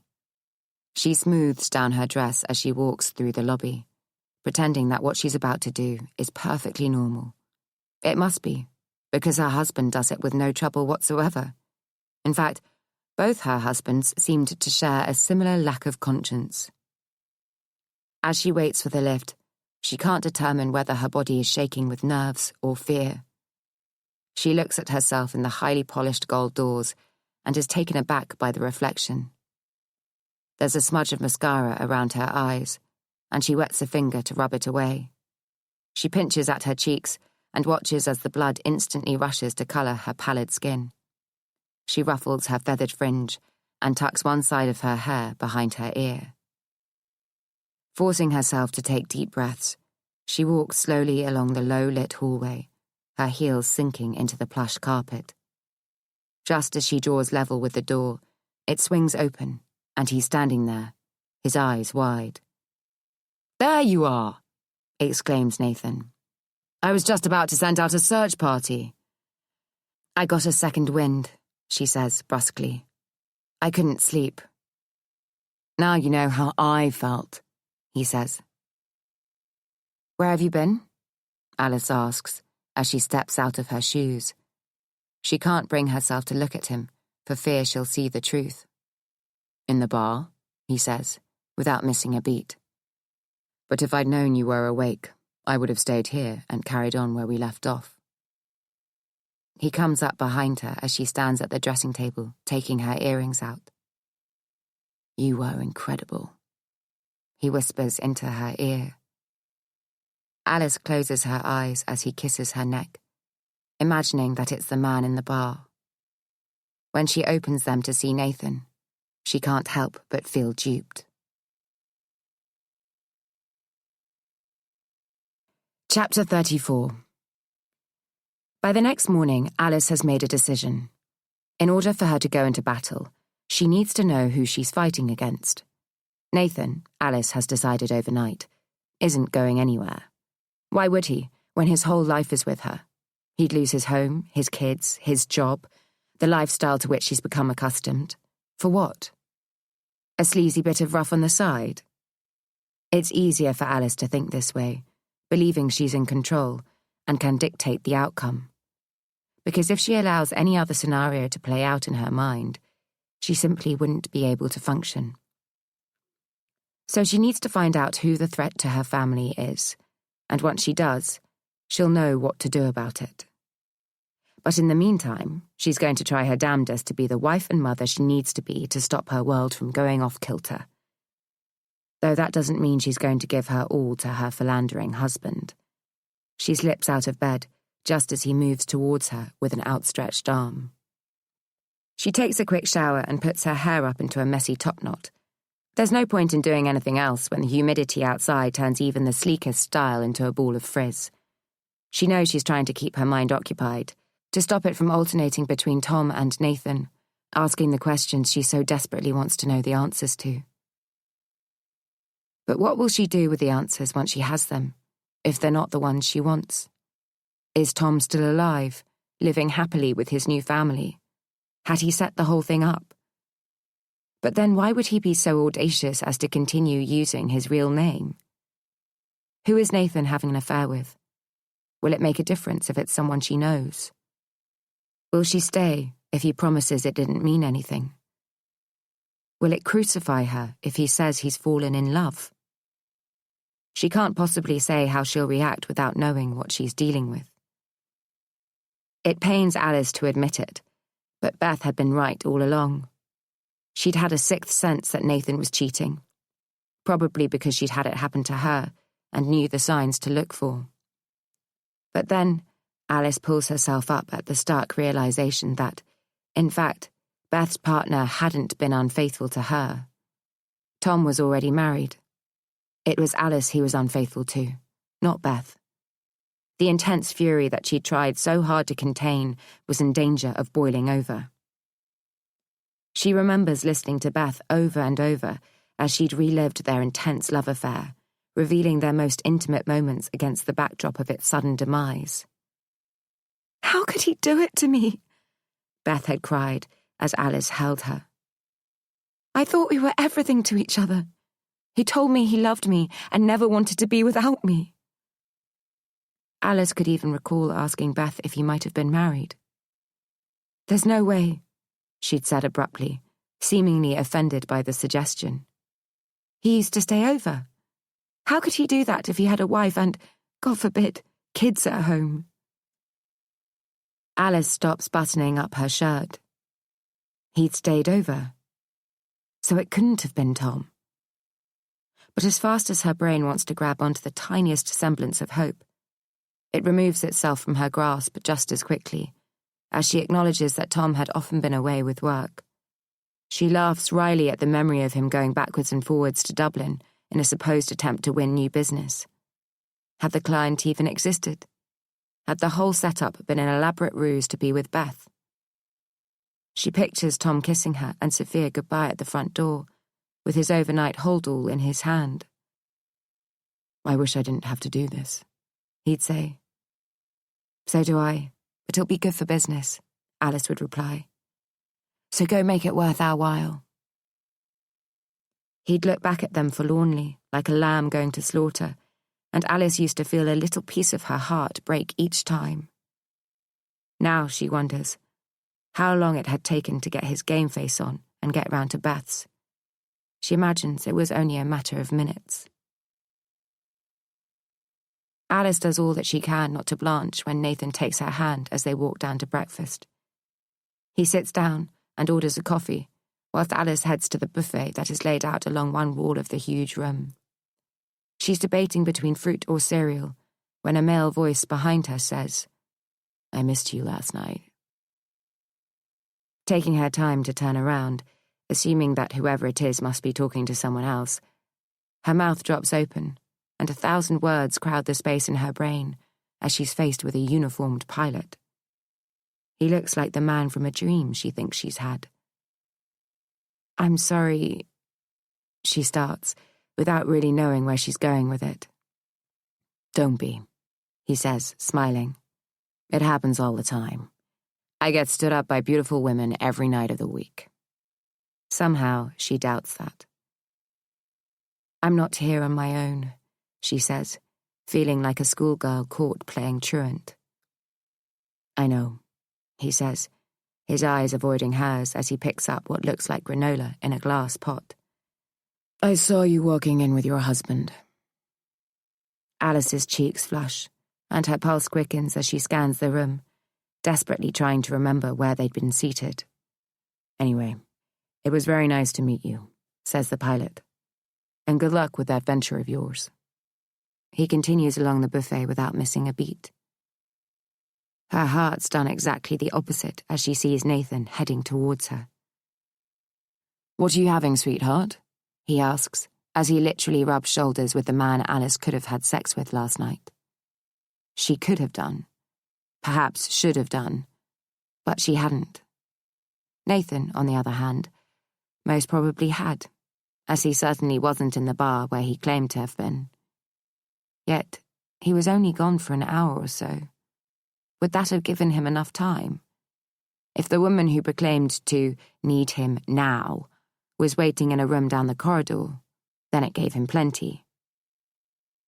Alice can't help but scan the room as she walks back to the table, picking out any lonesome woman and assessing whether she might have had sex with her husband last night. There are disappointingly few possibilities, but it doesn't stop Alice fawning over Nathan, just in case they're being watched. She puts her hand on his as they talk, careful to give him her full attention. He, in turn, seems to give her his, which confuses her. Why would he do that if he knows his mistress is there, watching? "Looking forward to going home?" he asks as she leans in for a kiss. He doesn't flinch. "It will be good to see the girls," she says. "Has it been as hard as you thought it would be, coming away, leaving them at home?" "Actually, no," she says honestly. She imagines that's probably because she's had other things to think about. "It would be nice if we could do this again," he says. "Perhaps a little more often. If last night was anything to go by, I'd like to do it a lot more often." She remembers their lovemaking before she'd seen his phone, the warm tinkle of alcohol making her lose her inhibitions, the sense of abandonment as she finally cast off the shackles of the past, content to give her all to the husband who deserved it. The words of the text flash in her mind, and it hits her again, hard, that he doesn't. "It's funny," she says, watching his reaction carefully. "But this time yesterday, I was so excited about this project." His brow furrows. "And now?" "Now, I don't feel like I want to do it." "But what's changed in that time?" "Everything," she wants to say. "Nothing," she says instead. "I just don't want to do it." Nathan sits back in his chair and laughs. "Well, it's a bit late to change your mind." "Is it?" she asks, tilting her head to one side. "What if I wanted to pull out?" He runs a hand through his hair. "Well, you can't. We've exchanged. We'd lose the 100 grand deposit." "But losing 100,000 would surely be better than losing 1,000,000, she says. He picks up her hand and holds it to his lips. Any notion of his mistress being in the room evaporates. "I understand why you're nervous. It's only natural. But it will be okay." "I just don't know if it's the right thing to do," says Alice. "I don't know if I'm prepared to risk AT's money, Tom's money." She thought she'd throw that one in there, just to remind Nathan whose money they were playing with. She doesn't care if it makes him flinch a little. And ironically, she no longer cares what Tom may or may not think about what she's doing. He'd lost that right. "We can't back out now," says Nathan. "We're too far in." Alice reclaims her hand. "But there's not really a we in it, is there? This is all on my shoulders. It's my money, my reputation, and my responsibility if it all goes wrong." "But it won't," says Nathan. "This is going to be the best thing that's ever happened to us, and I'm going to be with you every step of the way." She smiles sweetly, but she doesn't believe a word he says anymore. Chapter 35. "Is Nathan not with you?" asks Alice's mum, Linda, as she greets her at her own front door with a hug. "No, he took the train straight to the office from the airport," says Alice. Not because that's where she believes he is, but because that's where he told her he was going. "How have the girls been?" "Livy has been a dream." "And Sophia?" Linda rolls her eyes. "Like you were 20 years ago," she says. Alice smiles, but she can't help but think that actually, she and Sophia are nothing alike. Whilst Alice went through her teens as a troublesome bundle of hormones, not yet privy to knowing she'd grow out of it, Sophia is in a whole other world of hurt, in a place where sometimes Alice can't reach her. But who can blame her? She's endured the horror of having her father walk out one morning and never come back. And for someone so young, it's no surprise that those feelings of abandonment and paranoia are still so near to the surface. Scratch at Alice just a few weeks ago, and you would have found the same emotions. But she's not sure they'd be there now. "I'd rather 6 Olivias than one surly teenager," says Linda. "But Sophia has been through a lot. She's a good girl. She just needs a bit of time to find her place in the world." "I know," says Alice. But she can't help but wonder if there was any more she could have, should have done. "Just be honest," her mother had said, when they were told it was no longer viable for Tom to be found alive. It's all that you can do. Alice hadn't had a minute to process her own grief, yet she was expected to impart the worst possible news to her 7-year-old daughter. "Would you like me to do it?" her mother had asked gently, as the three of them huddled on the sofa together. Alice had shaken her head, but a pool of nausea swirled in her stomach.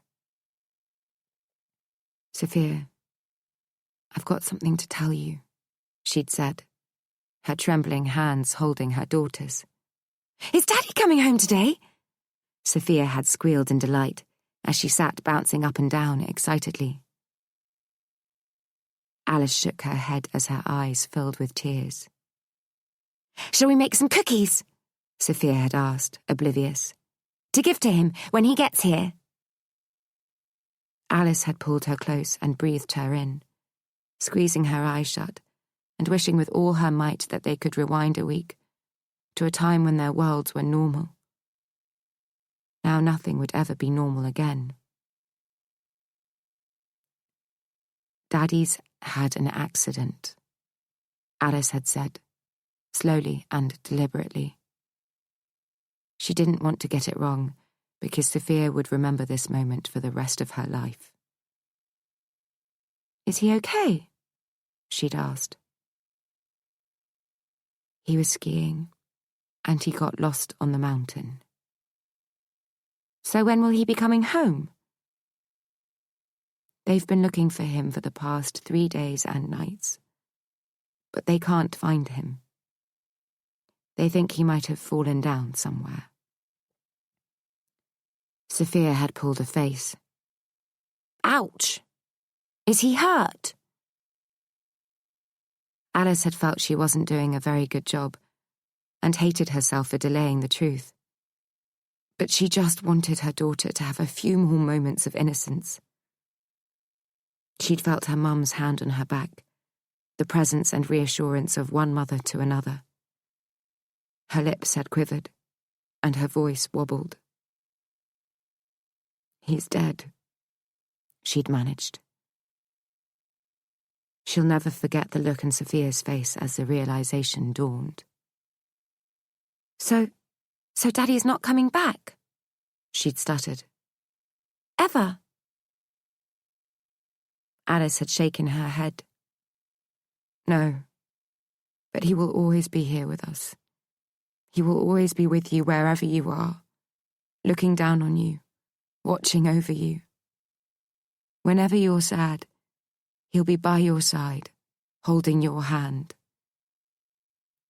A big tear had dropped from Sophia's cheek. "Will I feel him?" she'd asked, looking up at her mum pitifully. "Will I feel his hand in mine?" Yes, of course," Alice had choked. "You'll know he's there." Sophia's mind, no doubt, had flashed through a million memories of her and Daddy in the park, looking for conkers, of him tickling her until she could hardly breathe, of watching You've Been Framed on TV together and laughing mercilessly at other people's misfortunes. "We'll be okay," Alice had lied. She'd lain awake that night, holding Sophia close to her, her little body taking up not even half the space in their bed that Tom's had just a few nights before. How could he be gone? How could someone so loved, so needed, wake up one morning, walk out the front door, and never come back? How was that even possible? "Perhaps we don't give her the credit she deserves," says Linda, snapping Alice back into the present. "For getting to where she is today, knowing what she's been through, what you've both been through."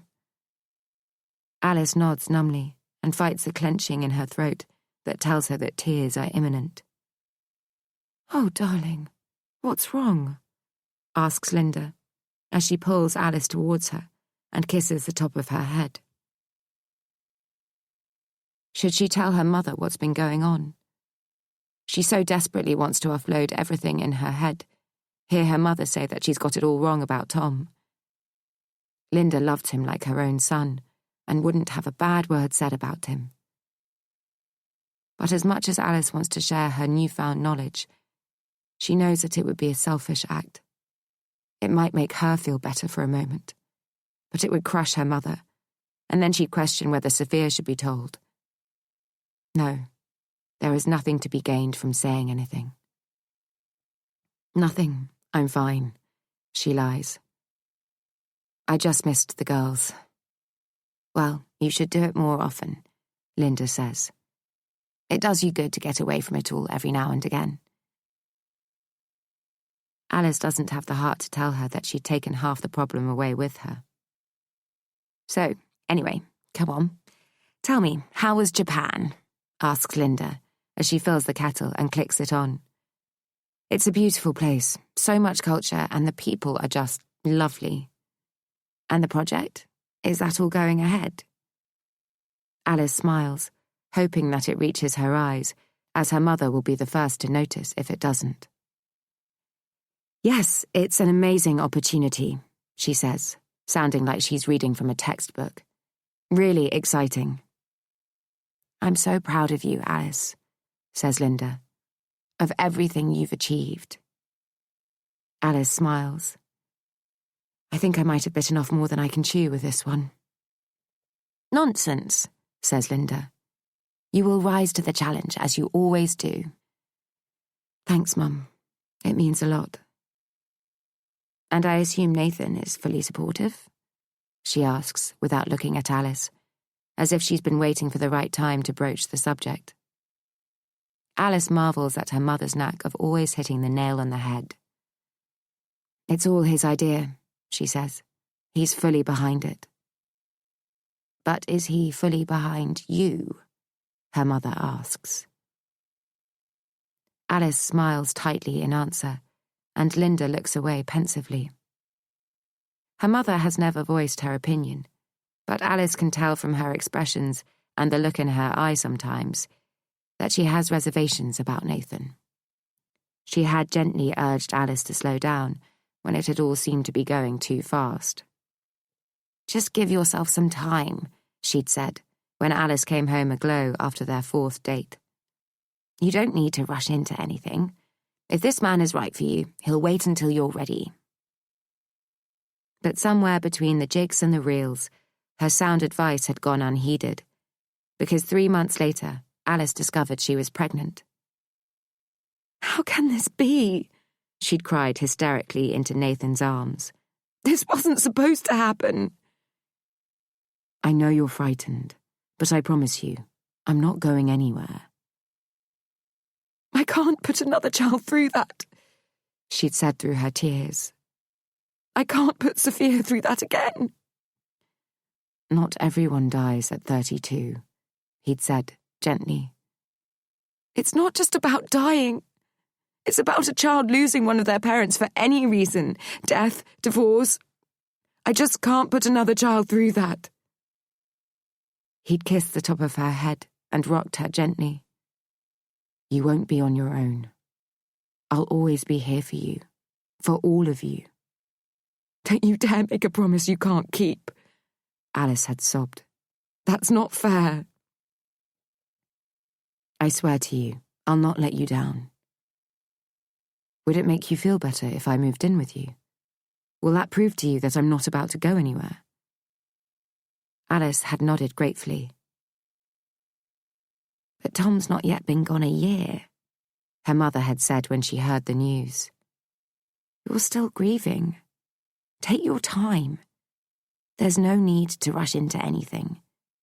You hardly know this man. Now, for the first time, Alice wonders if her mother had seen something she hadn't. Chapter 36.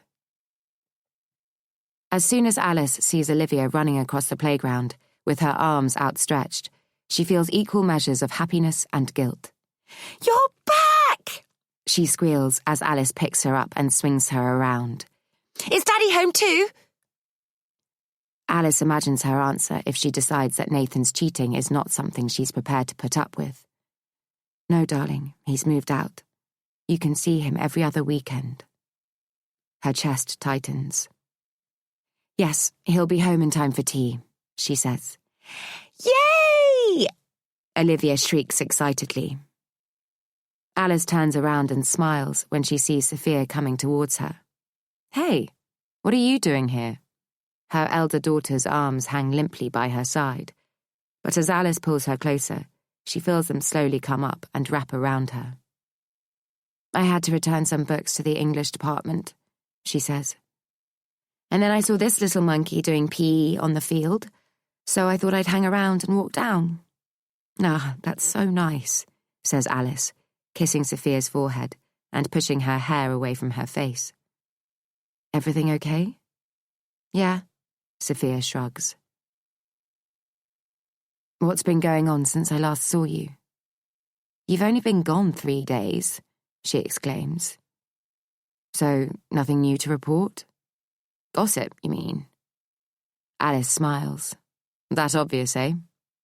Sophia rolls her eyes. You're worse than my mates. Despite her attempt to look and sound normal, Alice is anything but, as she constantly scans the playground, looking for Beth from behind her sunglasses.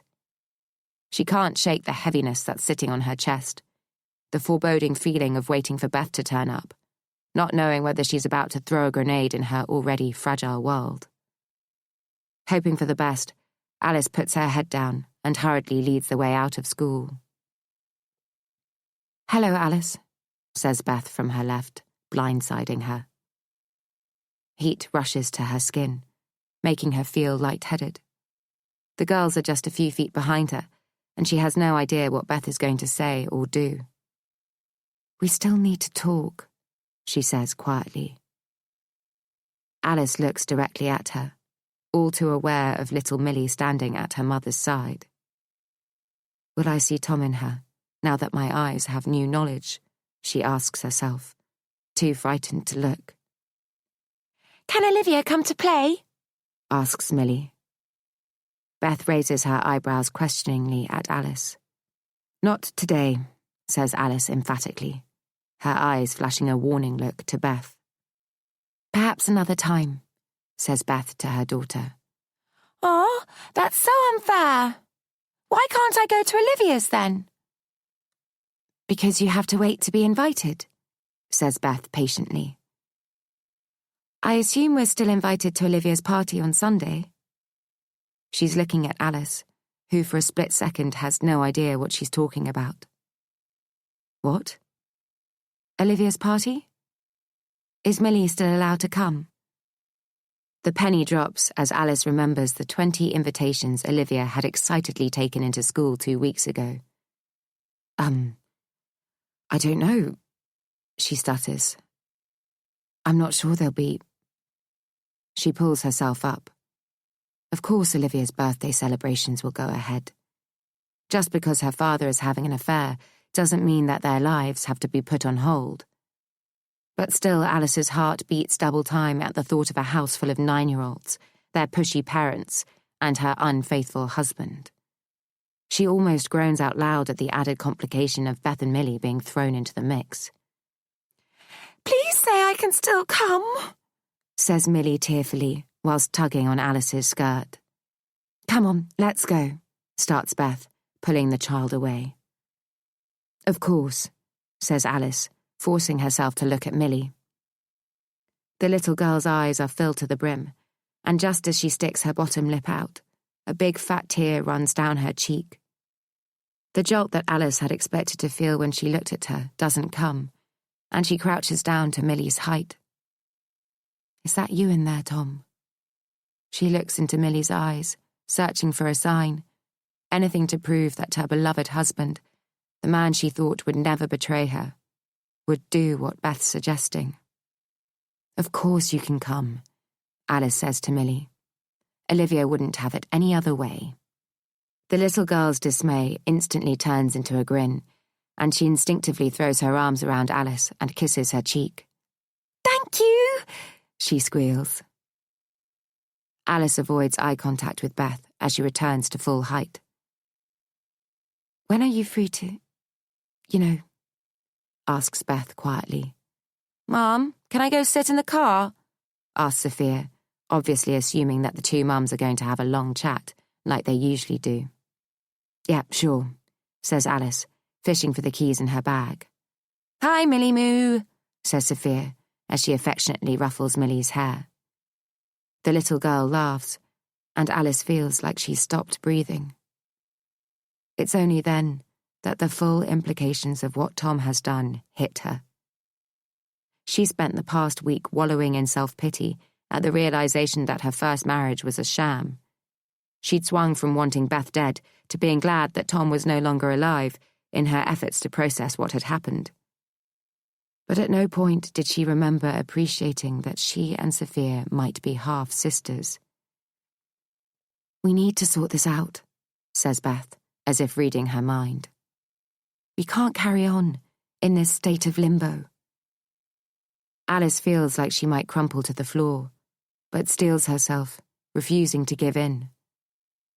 "I'm not going to do it here, and I'm not going to do it at Olivia's birthday party." She sees Beth balk at the self-correction, as if noting that she's no longer in the inner circle who know Olivia well enough to call her Livy. Alice presses on, keen to convey that she'll be the one calling the shots. "We'll arrange something for next week, once we've both had a chance to work out what this all means, and the consequences that come with you having had an affair with my husband." Alice couldn't help herself. "Mrs. Davies! Mrs. Davies!" calls out Miss Watts, making her way towards Alice. Alice fixes on a smile. "Hi." "Could I have a word, please?" She looks to Beth. "Perhaps in my office would be best." Yes, of course," says Alice, as she begins to follow her inside, not knowing what to do with Olivia. "I'll keep an eye on her," says Beth, sensing her predicament. "The girls can have a play." It was all that was needed to force Alice's decision. She caught hold of Olivia's hand and marched her inside. "I'm sorry," says Miss Watts quietly, once they're in her classroom, so Olivia can't hear from the corridor outside. "I just wanted to have a word with you to see if we might be able to find out what's going on with Olivia at the moment." "Is there a problem?" asks Alice, careful to temper her impatience. She doesn't need this on top of everything else. "Well, yes, I'm afraid there is," she says, wringing her hands together. "Another parent has called to make a complaint." "A complaint?" says Alice, not sure that she heard right. "About what?" "They are suggesting that Olivia is bullying their child." Alice almost laughs. "My Olivia?" Yes, I'm afraid so," she says. "We've had said child in for a chat, and she won't say very much. I think it's because she may be frightened." "Are you sure you've got this right?" asks Alice, unable to believe that her daughter could possibly be guilty of what she's being accused of. "We've also spoken to Olivia," says Miss Watts, "but she says that she's not been horrible to anyone. But in these situations, I find there is rarely smoke without fire." Alice shakes her head. "I understand that you have to investigate this, but are you absolutely sure you've got this the right way round? Just last week, I was called in to pick Livy up from the nurse after Phoebe had pushed her in the playground. Could it be that it's actually Phoebe who's bullying Olivia?" Miss Watts pulls that therapist face again, and Alice feels an overwhelming desire to punch her. "Phoebe isn't actually the child in question," she says. "She isn't?" queries Alice. "Well, if it isn't Phoebe, who is it?" "I'm afraid I'm not able to divulge that information." "So, let me get this straight," says Alice, feeling like a pressure cooker. "Are you honestly expecting me to ask my 8-year-old child who she's supposedly bullying, because you're not prepared to tell me? Well, as we've spoken to both girls, I'm hoping that it will rectify itself. But I just wanted to make you aware of the situation, as the girl's mother has threatened to take things further if it's not resolved. Are you kidding me? Asks Alice incredulously. They're 8 years old, for Christ's sake. Miss Watts looks down at the floor, as if she suddenly wishes she was anywhere but here. Who's the child? Asks Alice again. I'm afraid I really can't say.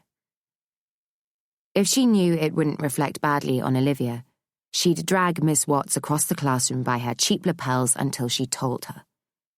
Well, then I guess I'll just have to find out for myself, Alice snaps as she storms off. Chapter 37. Shit, says Alice as she slams the steering wheel. Why are you saying the S word, Mummy? Asks Olivia, wide-eyed. Because Mummy is pissed off, says Alice. If one more person thinks I'm going to take their shit, then they've got another think coming. She looks in her rearview mirror to see Sophia turning to her little sister and putting a finger to her lips, in an effort to stop her from saying anything more. Alice smiles, but it's a painful facade. If only the world consisted of just the three of them, then she'd be happy. She's halfway home when she decides to call Nathan.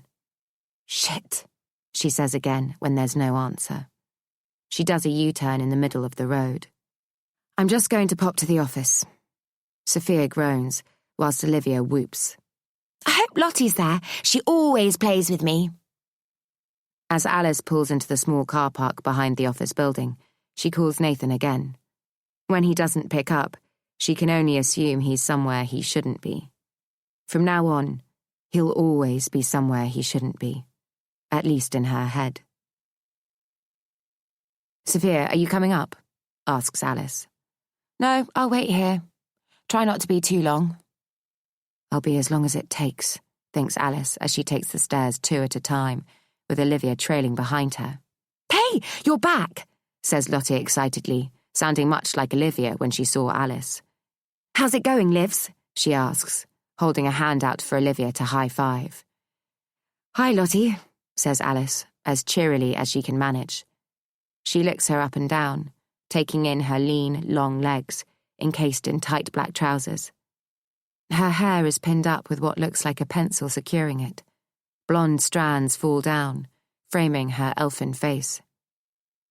Can you just do me a favour and keep Livy occupied whilst I have 5 minutes in my office? Asks Alice. Sure. Do you want to come and help me do some colouring in? She asks Olivia.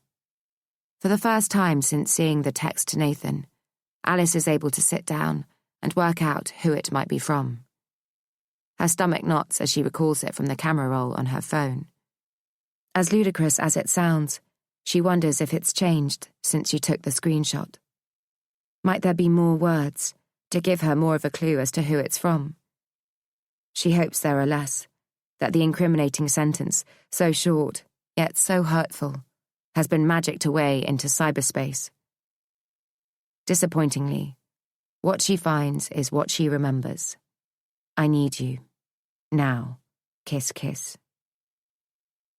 She types the number it was sent from into her phone and holds her breath whilst she waits the split second to see if it matches any of her contacts. If it does, she doesn't know how she'd ever recover from the deceit. But if it doesn't, she's no further forward to finding out who it is. She counters that the latter is the best option. Just. When nothing shows up, Alice sets about methodically working through her contact list to see if it might jog a memory or a feeling. Though it quickly becomes apparent that 90% of the people she knows are ruled out on the grounds of gender, age, or sexual preference, the only real possibility is Lottie. The number definitely isn't hers, or at least not the one Alice has. She could have a second phone, but as Alice looks out through the glass wall at her and Olivia, their heads together as they pick colours from the marker box, she knows it can't be her. She's attractive, but childlike, assured, but awkward. And besides, What would she find appealing about going to bed with a man old enough to be her father, and her boss to boot?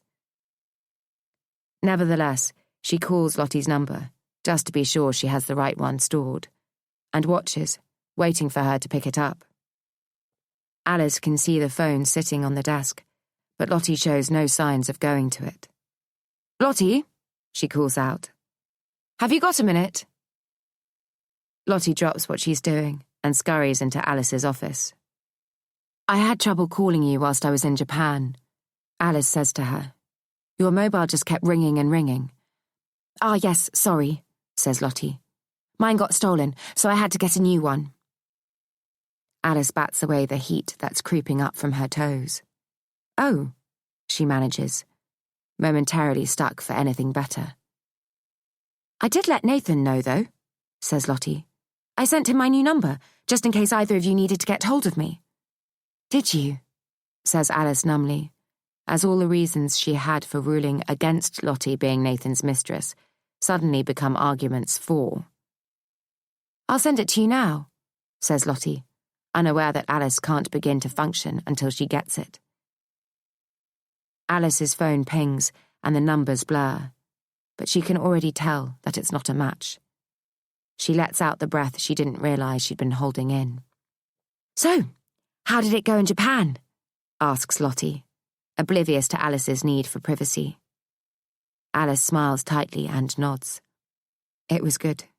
We complete next week." Lottie dances up and down on the spot, clapping her hands together. "Oh my God, how exciting!" she says.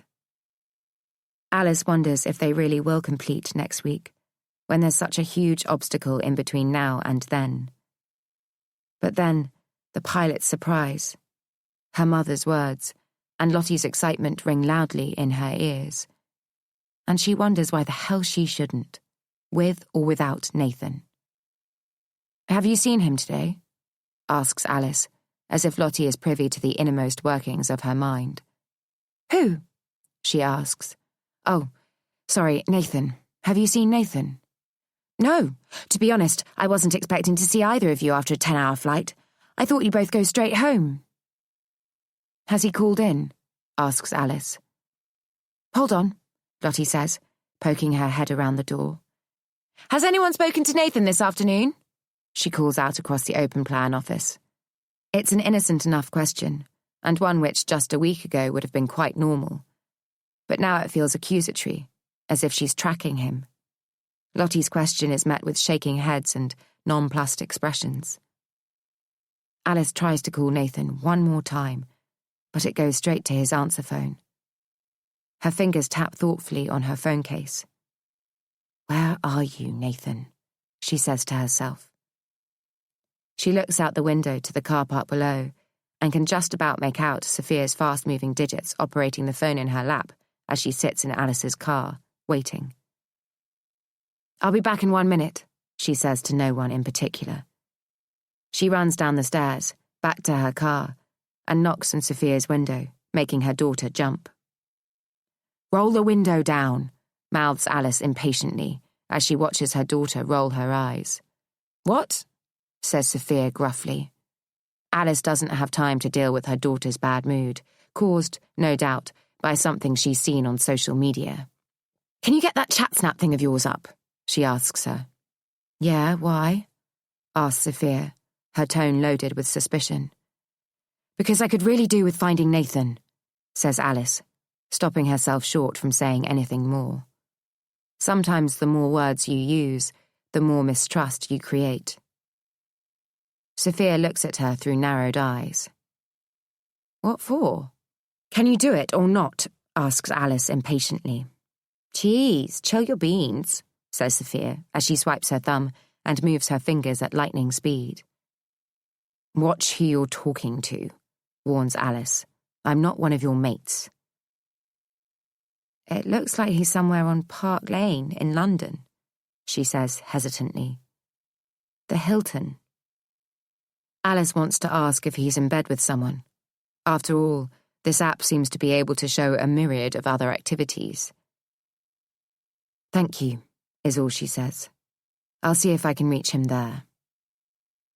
Mum, is everything okay? Sophia asks, with more than a hint of worry in her tone. Alice forces a smile. Of course. Why wouldn't it be? Do you promise? Asked Sophia, her sassy attitude suddenly replaced by the vulnerability of someone half her age. It takes all of Alice's resolve not to pull her daughter to her and hold her tight. Instead, she crosses her fingers behind her back and hopes her smile reaches her eyes. Yes, darling. I promise. Chapter 38. Just tell me the truth, Alice demands loudly after dinner has been cleared away, her patience spent. I promise, Mummy, I haven't done anything, cries Olivia. So why are another little girl and her parents saying that you did? You cannot go around hurting people, Olivia, with words or actions. I will not stand for it. But I'm not, Mummy. Phoebe is mean to me. We're not talking about Phoebe, says Alice. We're talking about another girl who thinks you're being mean to her. Honestly, Olivia, I will not be called in by the school to be told that you're a bully. I'm not a bully, she screams, before running up the stairs and slamming her bedroom door. Right, that's it, young lady. You stay in there until the morning, and by then you better be ready to tell me the truth. Alice feels riddled with guilt as she takes Olivia a glass of water half an hour later, only to find her daughter fast asleep, yet still fully dressed.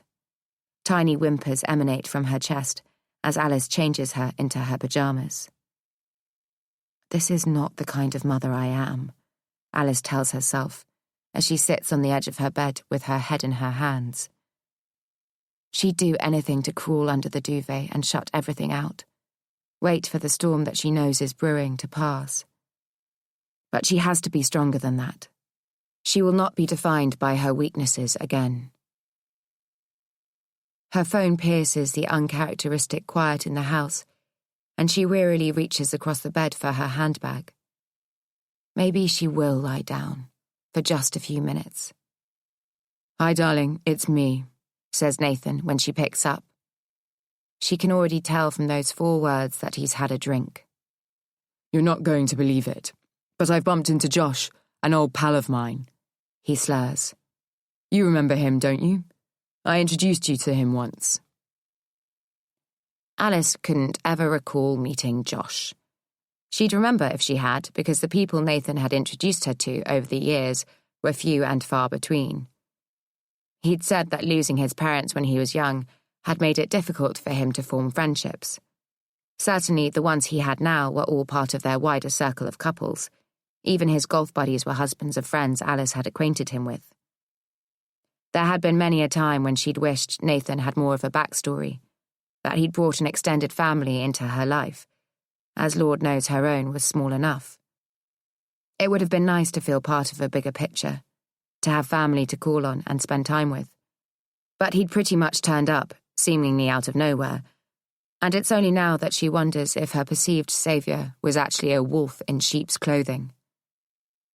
Had she been so damaged that she had been prepared to overlook issues that would otherwise have been glaringly obvious? Had she been so insecure that she'd ignored any niggling doubts? Isn't he your old school friend?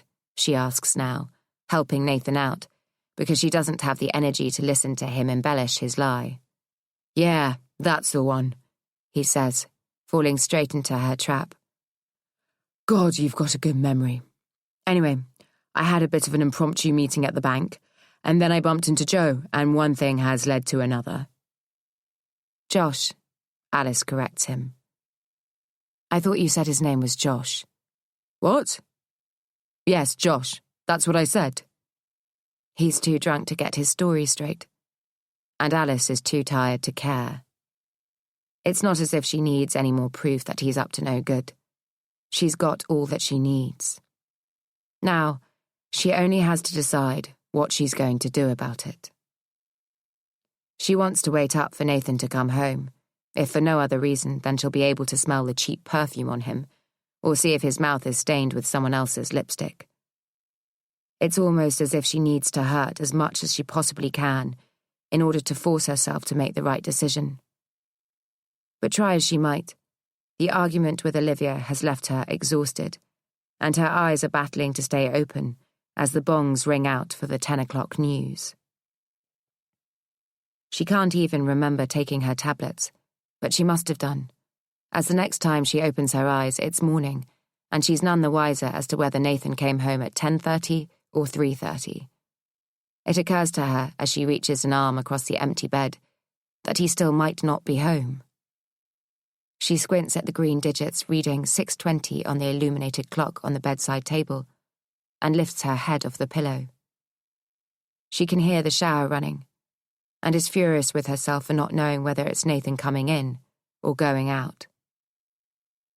She wants to go back to sleep so she can turn off the noise in her head that the new day brings. But try as she might, her senses are already alert to the problems that lie before her.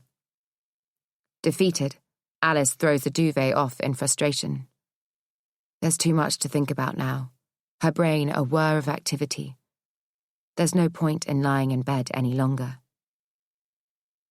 The steam billows out of the bathroom as she opens the door. Nathan, naked and wet from the shower, turns towards the draft. "Morning, darling," he says, as he rubs a towel two-handed across his back. "How was your evening?" she asks tightly as she stands in front of the mirror, putting her hair up. "Long and boring," he says with a laugh. "It seemed like fun at the time, but now, in the cold light of day, when I'm tired and hungover, my memories are quite different." "I bet they are," Alice thinks to herself. "How was yours?" he asks as he comes up behind her, his hands reaching around to untie the belt on her robe. She pulls it tighter around her. "Come on," he pleads. "We've got time for a quick one." There's no part of her that wants to have a quick one, especially when she doesn't know where he's been. And until she does, there won't be any quick ones, slow ones, or any other ones. "I need to get ready," she says, shutting him down. "I've got a busy day." "We've got a busy day," he says sulkily, as if it's a competition. "I might need you to sign some papers for Japan." She manages a nod as he kisses her. "I'll see you in the office," he says as he walks out. She takes her time in the shower as a showreel of where Nathan might have been last night plays out in her head. The images are vivid, in high definition and with surround sound. She sees his lips on somebody else's, his hands tenderly holding her face as he professes his love.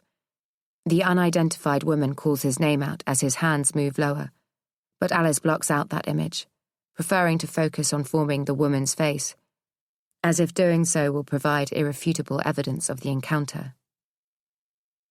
The tips of her fingers are beginning to wrinkle, and her hair is squeaking as she plans the day ahead, skipping over the parts that she doesn't want to acknowledge. "I'll blow-dry my hair. It'll make me feel better. I'll drive Olivia to school and try to find out who my daughter is bullying. I'll work on the drawing room of Belmont House. I'm thinking the maroon crushed velvet with a gold accent. I'll find out who my husband is sleeping with. I'll make a nice paella for dinner tonight. I wonder if there are any king prawns in the freezer." She works her way through the first items methodically, her day in the office going exactly according to plan, until her self-imposed, drawn-out lunch can't be protracted any further. She knows the next item on her list requires attention, and purposefully looks at the overeaten core of her apple to see if just another second can be gleaned from nibbling at the remains. She peers over the top of her computer screen, through the glass into the space beyond. She can just make out the top of Nathan's head, sat at the desk in his office on the other side. With her eyes flicking from him to the screen between them, she enters his personal email address on the login screen before confidently typing his password. Incorrect password entered. Her brow furrows. I must have hit a wrong key, she tells herself, already knowing she hasn't. She types it in again, more slowly, more precisely. Incorrect again. Alice feels as if she's trying to hack Google. She tries their other favoured keywords, insecure variations on birthdays and the girls' names they'd made up together for online shopping accounts, when neither of them could imagine the other needing to spy on them. Nothing will open sesame. Nathan is up out of his chair and heading in her direction, but she's too busy trying to crack the password to notice. "Hey," he says, as he swings open the glass door. Her ears instantly go hot, and his words are momentarily muffled. She tries to change screens as quickly, yet as casually, as she can manage. "Hi," she says, finding her voice. "I'm just popping to the bank to make sure everything's finalised, ready for Monday." She looks at him. "Oh, I thought you did that yesterday." It's a question she expects him to answer. Yeah, I did." "So, what do you need to go again for?" They need your passport," he says, though Alice may be imagining the hesitation. She unlocks her desk drawer and blindly sifts through the mess of paperwork, makeup, and stationery that's in there. "There it is," tuts Nathan, leaning in to retrieve it from underneath a checkbook and some fabric samples. "Wait," says Alice, grabbing hold of his wrist. "I'll come with you." "There's no need. I literally just need to drop it in so they can take a quick copy." "All the same, I should come," she says, "just in case they need anything else." "It's honestly a waste of your time. It'll be a 2-minute job." Alice starts picking up her phone and keys from the desk. "No problem. I could do with getting out of here for a bit." "This is ridiculous." Nathan lets out a huff as she ushers him out of her office. "It doesn't take 2 of us to go to the bank." "Come on, we can chat on the way," says Alice. He stops at the bottom of the stairs and turns around to face her. "Look, stop," he says, his brow vexed. Alice stops in her tracks. "I didn't go to the bank yesterday," he says abruptly, his eyes avoiding hers. It takes a moment for Alice to process the admission. "But you said—" "I know what I said, but I didn't go." So now it's beginning to come out. He's got himself into a hole and knows that I'm about to discover that he wasn't where he said he was. "So, where were you?" she asks, her heart in her mouth. It seems to take forever for him to answer. "I was trying to get something for Livy." That's the last thing she was expecting. "Sorry, what?" "For her birthday." He's speaking to her as if she's stupid, as if she should understand what he's saying. But she can't, for the life of her, work out what Olivia's birthday has to do with him not going to the bank. "I wanted it to be a surprise," he goes on. "I'm sorry," she says, shaking her head. "What are you talking about?" "I told you I'd gone to the bank yesterday afternoon, but I went to see someone about a present for Livy." Alice raises her eyebrows, waiting for more. "I went to look at a dog." "A dog?" she repeats incredulously. "Since when have we wanted a dog?" "It's just something that Livy mentioned a little while back, and I thought it might be a good idea. I wanted it to be a surprise for all of you." "Isn't that something that you and I should discuss first?" asks Alice. "I'm not sure that I would want one just now. It's a huge commitment." "Yeah, I know. But I think it would be fun." "Where did you go then?" asks Alice. "To see this dog." "It was over Kentway." "And?" she asks, trying hard not to let her doubt in his story show in her voice. "And what?" "Did you like it?" No. It wasn't right for us." "What was it?" It was one of those crossbreeds, like a Labradoodle or something." "Ah, cute," says Alice. "What colour?" "Chocolate brown," he says, quicker now, warming to the theme. Alice looks in his eyes, trying to see any hint of deceit. "So why are you telling me this now?" "Because you've put me in a corner," he says, as if he's aggrieved. "It's going to be obvious. when we get to the bank, that I didn't go yesterday. But if you hadn't insisted on coming..." Alice refuses to take the bait and opens the door to the car park. She walks briskly around the corner, leaving Nathan to catch up. "And what about Josh?" she asks, as they fall in line with each other on the high street, narrowly missing a collision with a twin buggy. Or was it Joe? "They should ban those things," says Nathan, in an effort to change the subject. "So Josh?" presses Alice, not letting him off. "Where did you meet him? Or is that a lie as well?" "I'm not lying, Alice," he says. "Jesus, I just wanted it to be a surprise." "The dog part or the Josh part?" "You're being ridiculous," he says wearily. "I got the train down to see the dog and bumped into Josh at Waterloo on my way back. He was just heading home after work and one beer turned into 3. You know how it is." "So, what time did you get in?" she asks as he holds the door to the bank open for her. He attempts to laugh. "I wish I knew. Around 1, maybe 2. He sounds more unsure with every number. "So you weren't with her?" asks Alice, surprising even herself. Of all the times and places she'd imagined having this conversation, it wasn't now, in a bank queue. She wishes she could suck it back in, but the best she can hope for is that he didn't hear her. "Her," he repeats, as if he's hoping he's misheard. Alice turns to look at him, jutting her chin out in an act of defiance. She doesn't say anything because she doesn't trust her voice. "Are we honestly going to go there again?" he asks incredulously, under his breath. "I haven't even started," hisses Alice. He throws his arms up in the air. "What are you going to accuse me of this time?" "I saw the text," is all she says. Nathan looks around, checking who's in listening distance. A mum with a noisy toddler is in front of them, and an elderly gentleman is a few feet behind them. Neither will be able to hear very much. "What text?" he says. "The text from her." She almost spits it out. "The one where she begs for you." Nathan shakes his head and looks at her as if to say, "Poor Alice, you need help." She remembers a nurse doing the very same thing when she was in the unit, and how she used to fantasize that when she got out, she'd break into her house and just sit there in the corner of her front room. She wouldn't speak, just slowly shake her head and pull her mouth into a pitying smirk. Alice opens the photos on her phone and hands him the screenshot of the text he'd received in Japan. She watches as the colour drains from his cheeks. "Did you go to her, Nathan?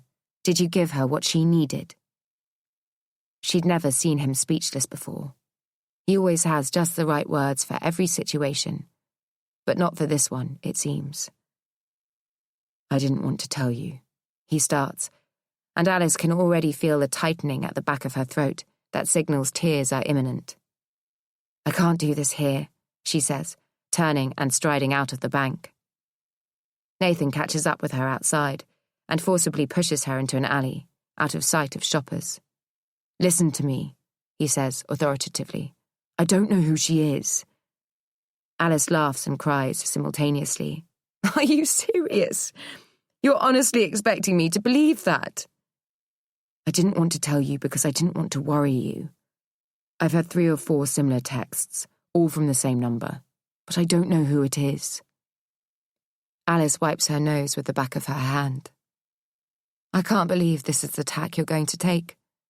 I expected more from you, Nathan. You're an intelligent man. I thought you'd have your excuses all ready to go. But I'm truly disappointed that that's all you've got to offer." He takes hold of her shoulders, his face just a few centimetres away from her. "You need to believe me because it's true. I've tried calling the number again and again, but it just rings. I've texted it, but had no response." "And yet there's nothing on your phone to prove your story," says Alice. "In fact, there's no trace of anything apart from the one message that I saw. No attempt by you to find out who it is. No attempt to block the number. Nothing apart from a dirty text." He gets his phone out, scrolls through his recent calls, and turns the screen to face Alice. "Look, there," he says, jabbing a finger at a number. I've called it 15 times today alone. God, you must be crazy about her, snorts Alice derisively. For fuck's sake, I don't know who it is, he says as he rakes a hand manically through his hair.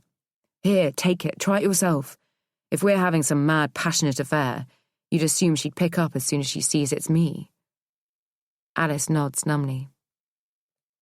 Well, go on then. Call it. See what happens. Just as Nathan had predicted, the line rings out. What more do I have to do? He asks, his frustration evident. I do everything I can to be the man you want, the man you need, but I still get it thrown back in my face. The only thing you make me feel I'm doing right is being a father. Nothing else is ever good enough for you. Alice wipes away the tears from her cheeks. Is she asking for too much? Expecting a fairy tale that doesn't exist? Look, I understand how it must look right now, Nathan goes on. And if I'd known you'd seen the text, then I would have explained sooner. I don't know what's going on or who's messing with me, but I promise you I'm not having an affair. You and the girls are my world. Alice allows Nathan to pull her into him because, despite everything, she needs to be held. You need to find out who's doing this, she says into his chest. Don't worry, I will, he says. Now, let's go back into the bank and do what we came here to do. Chapter 39. Okay, no running, Alice calls out from the kitchen as 10 overexcited 9-year-olds race in from the garden and up the stairs. Livy, not upstairs, please. There's more people at the door. If she wasn't out of breath from blowing up the balloons and didn't have 20 party bags still to fill, she'd go to the door herself. But as per usual, she thought she still had plenty of time, only realising there was less than half an hour to go when Olivia danced into her bedroom in her Elsa dress. Shit, she says out loud. Nathan, can you get the lemonade in from the garage and find somewhere to hang the piñata? I'm on it. Grandma's here, squeals Olivia from the hall. Alice instantly feels calmer now that backup has arrived. In the kitchen, Mum, she calls out. Screaming kids whiz back past her, followed by Linda, who raises her eyebrows as if to say, Are you mad? I know, Alice says. It just seemed like a good idea at the time. Right, where do you want me to start? Asks Linda, in her typical no-nonsense way. Mummy, can we do the piñata? Olivia calls out from the conservatory.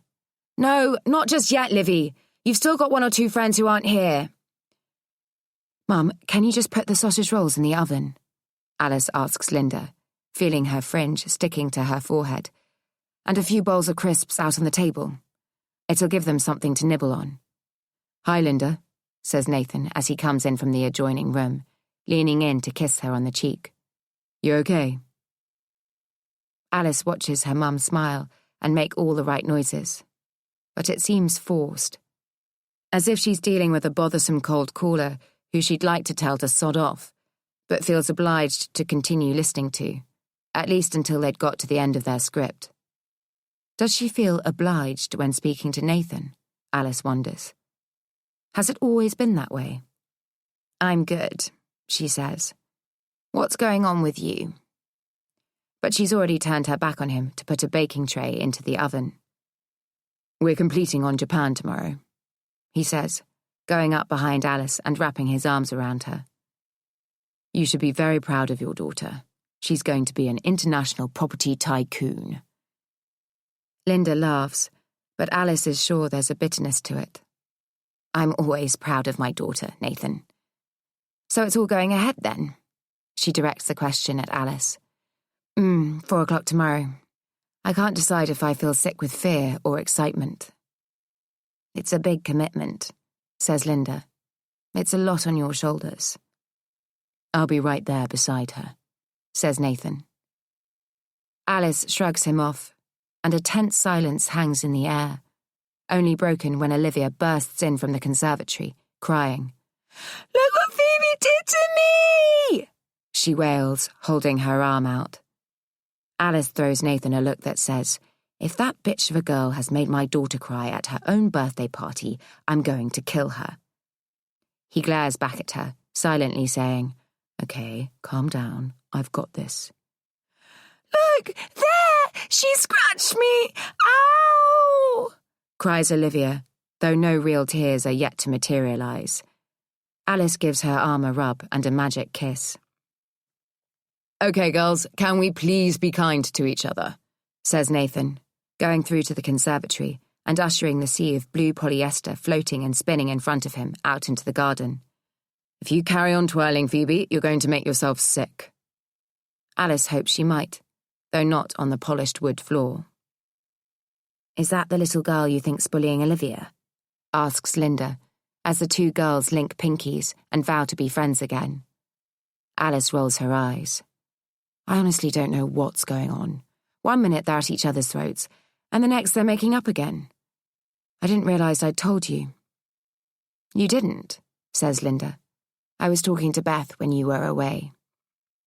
Alice's stomach lurches at the sound of her name, knowing that she's going to be here any minute. "Well, believe it or not, it's now being suggested that it's actually Livy that's being mean," says Alice. Linda folds her arms and takes a territorial stance, like a mother hen ruffling her feathers, ready for battle. Alice can't help but laugh. "She might not be the angel you think she is."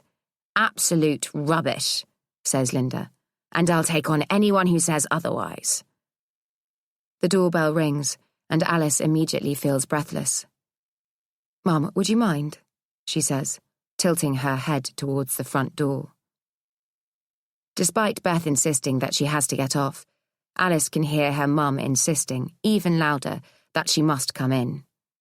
Her heart drops, and she knocks back the biggest mouthful of wine that she can manage when she hears Millie coming down the hall saying, "Just come in for a bit, Mummy, and then you can go."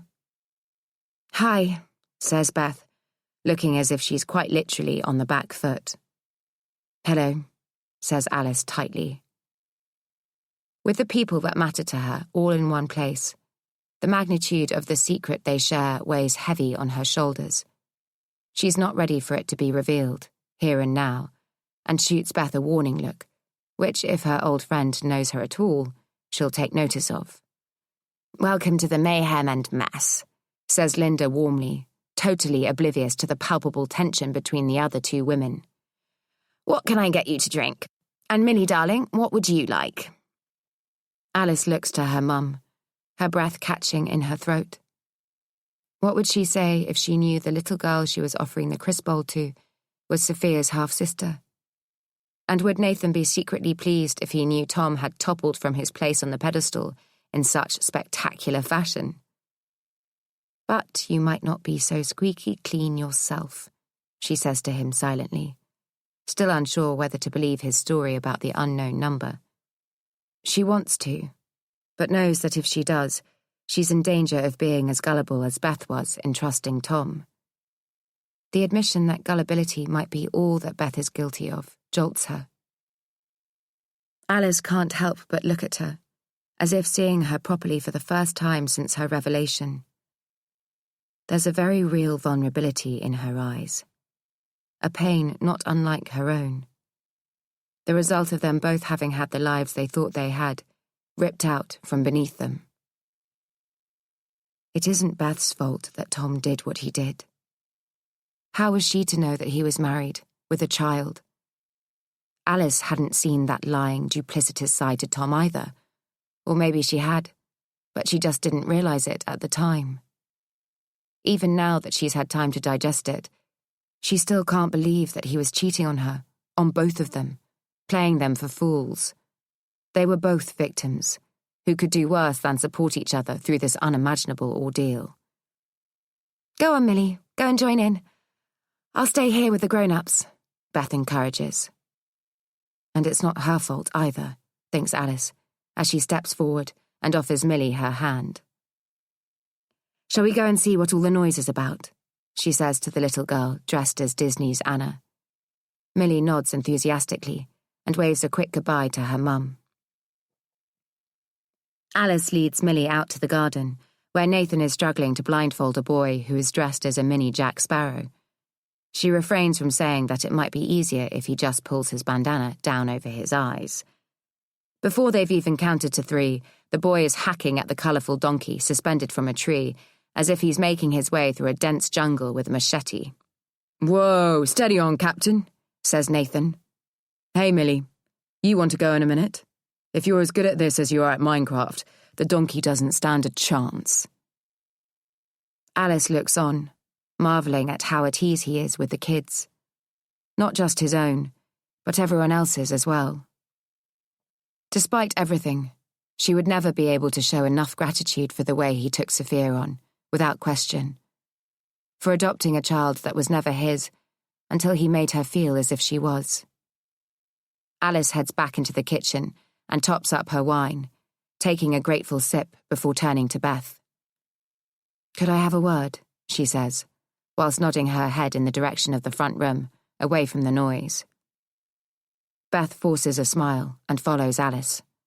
The 2 women walk into the living room, and Alice shuts the door softly behind them, playing for time, not knowing where to start. "Listen," she says, wringing her hands together. "I'm finding this all really difficult to deal with. It's come at me like a rocket, and I can't deny that I'm having trouble processing it all and what it means." Beth nods, her lips pressed tightly together, as if they're the only thing stopping her from shouting out. "I'm devastated by Tom's deceit," says Alice, holding herself back from revealing what's on Facebook. She needs to deal with that on her own, before involving anyone else, as it will only serve to complicate matters. "But I will come to terms with it in my own time," she goes on. "And in my own way, as I'm sure you will." Beth nods. "And as much as this newfound knowledge pains me, it is the realization that I've lost our friendship that pains me even more." "You don't have to," starts Beth. "No, please," says Alice, holding a hand up. "Let me finish. All I've thought about is how it affects me and Sophia, not thinking for a second about you and Millie. I'm sorry for that. It was selfish and wrong. I can't even begin to imagine how this news has affected you, and for any part I've played in making that even harder, I'm truly sorry." Beth's eyes widen at Alice's admission. "I hadn't realised quite how much your friendship meant to me until you weren't there," Alice goes on. "We've only known each other for 2 years? Beth nods. "Almost 3. But yet it feels like a lifetime," says Alice. "I've not always found it easy to make friends, and, as you know, I'm not the most social mum in the playground." "I've never seen you move so fast as when you drop Livy off," Beth says with a little smile. "Exactly," says Alice. "So friends don't come easy to me, but you—" She feels tears spring to her eyes. "You and I feel like kindred spirits. And if we allow our friendship to suffer because of someone else's duplicitous character, then there are no winners in this sorry state of affairs. I lost Tom once, and now I feel like I've lost him all over again. I don't think I can cope with losing you, too." "I'm so sorry," says Beth, her face crumpling. "If I'd known I was about to throw a bomb into your world—" The 2 women approach each other awkwardly, until Alice opens her arms and pulls Beth into her. "What do they say?" Alice laughs snottily. "You should never allow a man to come between friends." "Something like that," sniffs Beth. "So, we're all good?" "We're all good," says Alice, acknowledging how different it feels to have Beth back on side. "We can work out a plan, going forward, together." "Is everything okay with Nathan now?" Beth asks as they walk back to the kitchen. "It will be," says Alice, suddenly confident. Chapter 40. "I thought that donkey would be able to withstand more of a beating. jokes Nathan as he comes back into the kitchen, his arms so full of piñata debris he can't see where he's going. He staggers blindly towards the bin. I was hoping for at least half an hour of entertainment from that. What's next, Mum? He lets out an exaggerated sigh as he picks up a glass from the worktop and takes a mouthful of red wine.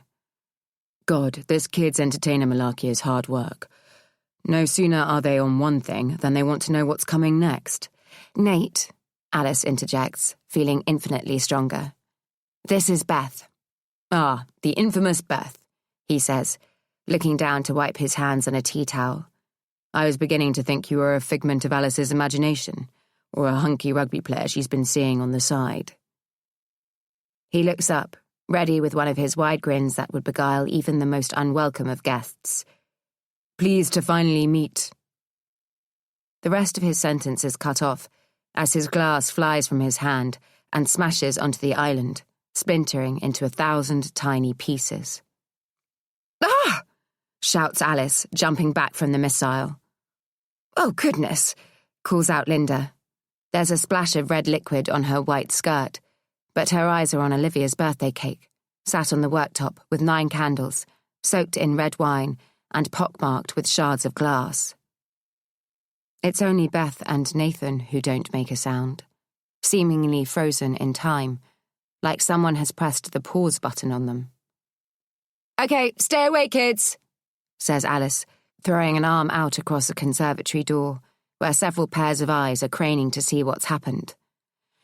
But look at my cake, shrieks Olivia. Olaf's all red. The colour has drained from Nathan's face, his expression suspended in disbelief, whilst all around him chaos reigns. But how? He manages, in barely more than a whisper. A crippling heat descends upon Alice as she looks to Nathan, to Beth, and back again. How what? What the hell's wrong, Nathan? He stutters. Are you okay? Alice asks her husband, as Linda reels off kitchen roll and starts soaking up the pooling liquid. Nathan looks to Beth, his eyes blinking rapidly. What? Yeah. Yeah, I'm fine. What's going on? Alice can't help but notice the change in the atmosphere, as if somebody had come in and wired 500 amps into a socket. That somebody appeared to be Beth. Alice looks to her, but she just shrugs her shoulders and smiles. Nathan? God, I don't know what happened there, he says, running a hand through his hair and attempting to laugh. You look just like somebody I used to know, and for a moment I thought you'd come back from the dead. I got the fright of my life. Beth smiles sweetly. Oh, I can assure you I've not died.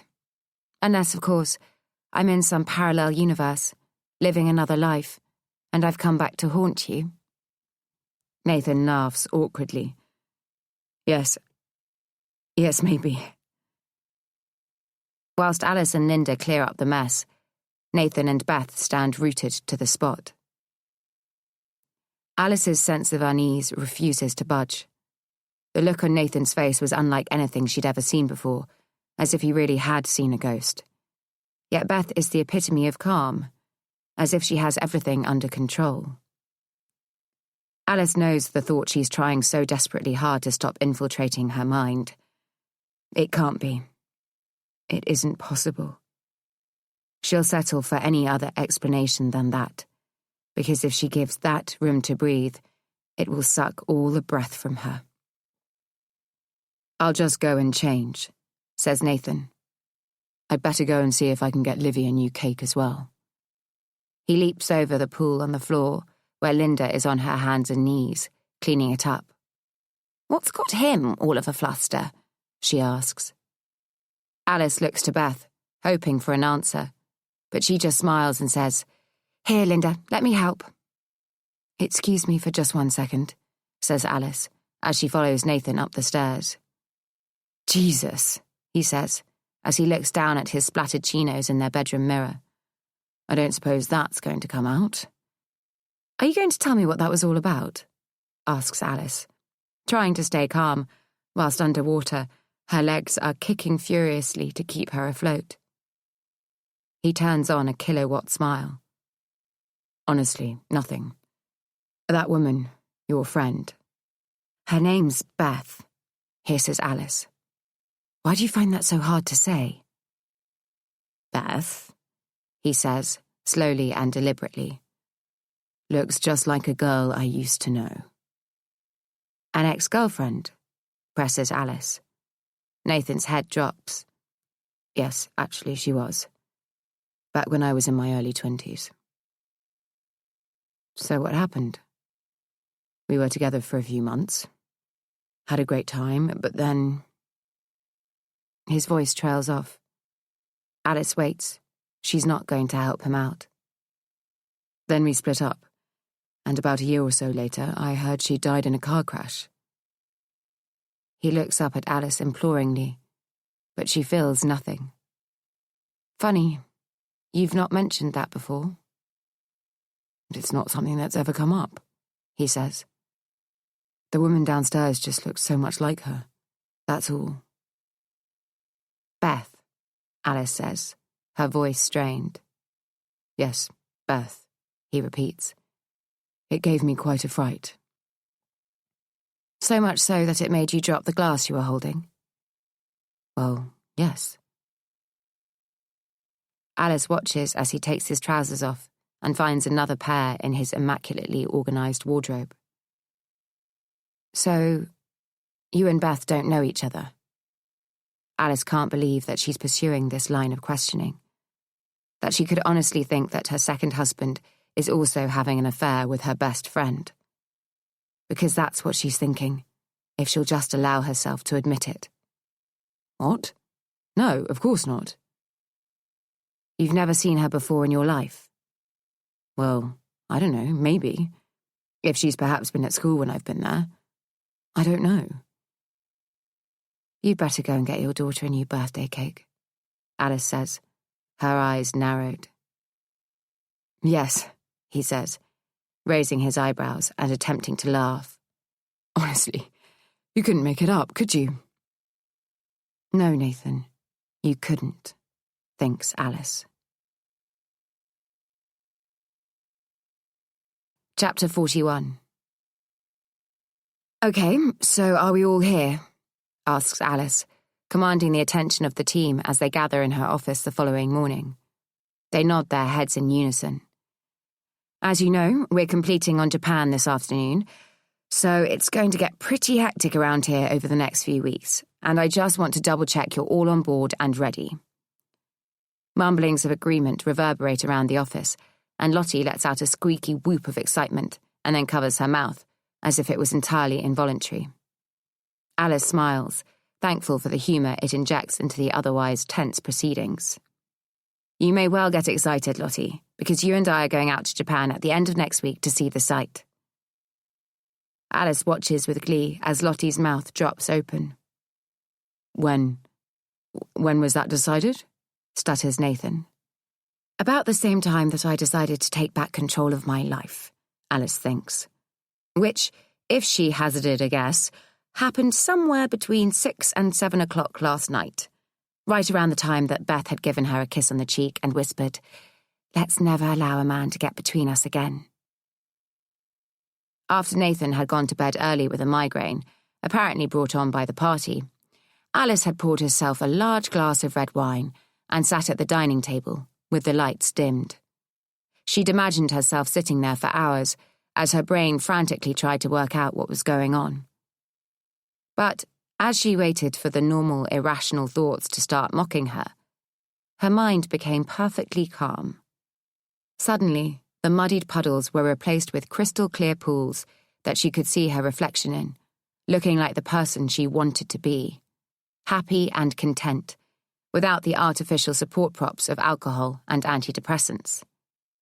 She used to be that person once, back when life was simpler, before she allowed men to cloud her judgment and dictate her path. Well, no more. She was not going to allow the men she loved, who she thought loved her back, define who she was, and what she could be.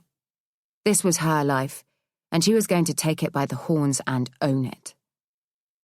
She'd picked up her full glass and poured it into the sink, mesmerised by the swirls of dark burgundy as the water carried what had become her cornerstone away. Surprised by the power that surged through her as she did so, she systematically opened the remaining 6 bottles, some she'd only bought earlier that day, and drained them. When she went up to bed, her tablets, which made her sleep just that little bit easier and smoothed out the rough edges of her paranoia, called out to her from where she hid them behind the bubble bath she never used in her medicine cabinet.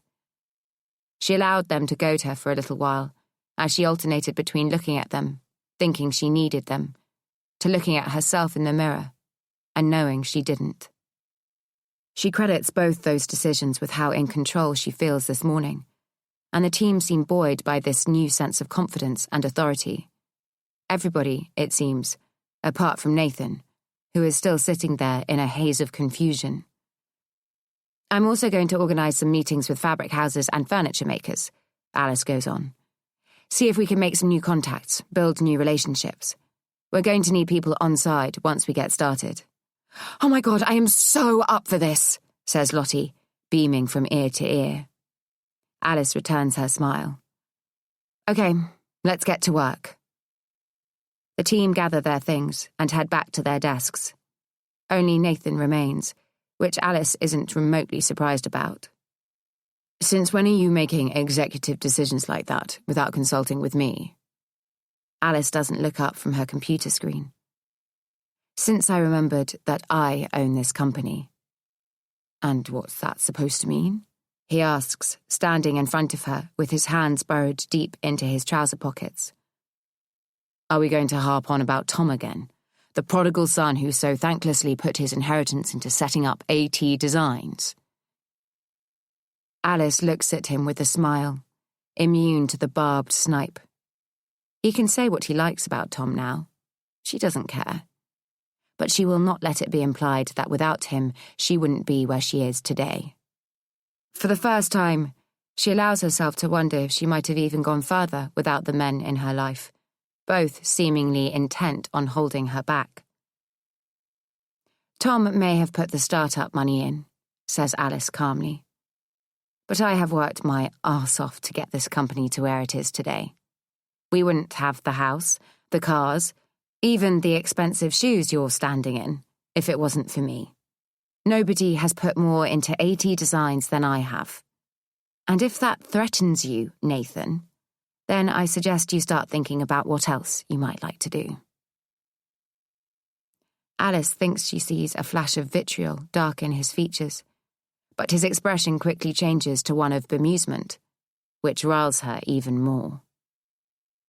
I'm going to get a sandwich, he says. You do that, says Alice. As soon as his back is turned, she lets out the air that she'd held in to bolster herself up. Those swallowed breaths that give you extra confidence and stop your nerves from jangling, at least not loud enough for anyone else to hear.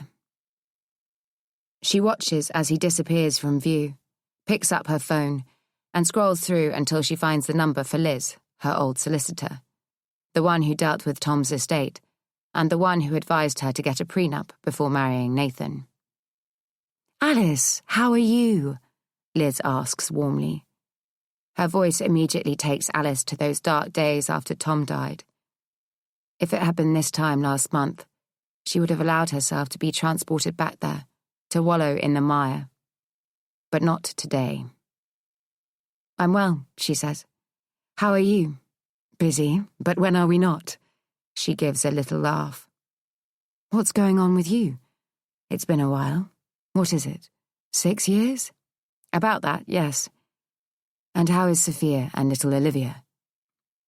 Alice feels touched that she remembers the names of her children. Not so little anymore, I bet. Livy's 9, going on 24, and Sophia is everything you'd expect a 15-year-old girl to be, says Alice. She can't for the life of her remember Liz's children's names, and is instantly disappointed in herself. I'm sorry to bother you, but I'm after some advice, if you don't mind. Of course. You may remember I was getting married to Nathan around the time we last spoke. I was looking for some advice about a prenup. Alice is sure she can hear the disapproval in Liz's, We're going through a bit of a rocky patch, Alice goes on. It's just a tentative inquiry at the moment, but I'd like to get an idea on where I'd stand financially, should we separate and divorce. Alice can hear Liz rustling some papers on her desk and imagines her sitting on a maroon leather chair in a mahogany-adorned chamber. I'm sorry to hear that, she says, sympathetically, and it takes all of Alice's resolve not to cry. Maybe she's not as tough as she's pretending to be. Well, if I remember correctly, you decided not to go ahead with the prenup. No, that's right, says Alice, and she can almost hear Liz silently saying, silly girl. It wasn't something either of us wanted to do, she goes on, trying to justify every bad decision she made back then. So, what assets do you have? Asks Liz. Just a rough idea. Alice tots everything up as quickly as she can. Well, I don't have specific figures, but the house is in my name and is worth about $2 million. AT Designs is profitable and has cash in the bank, but I've just recently taken a loan out for £1 million to buy some land in Japan. We're building 28 apartments near to the Olympic site. Wow, that sounds interesting, says Liz, but Alice is sure she can hear disbelief in her voice. And the business is solely in your name? Yes.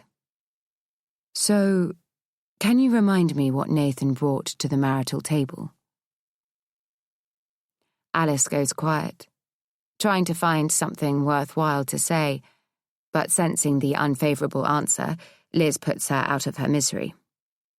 Okay, so despite Nathan turning up with nothing but the shirt on his back, he can still make a claim on your wealth if you separate. Alice winces at the lawyer's brutal choice of words. So that's not looking too good for me, then.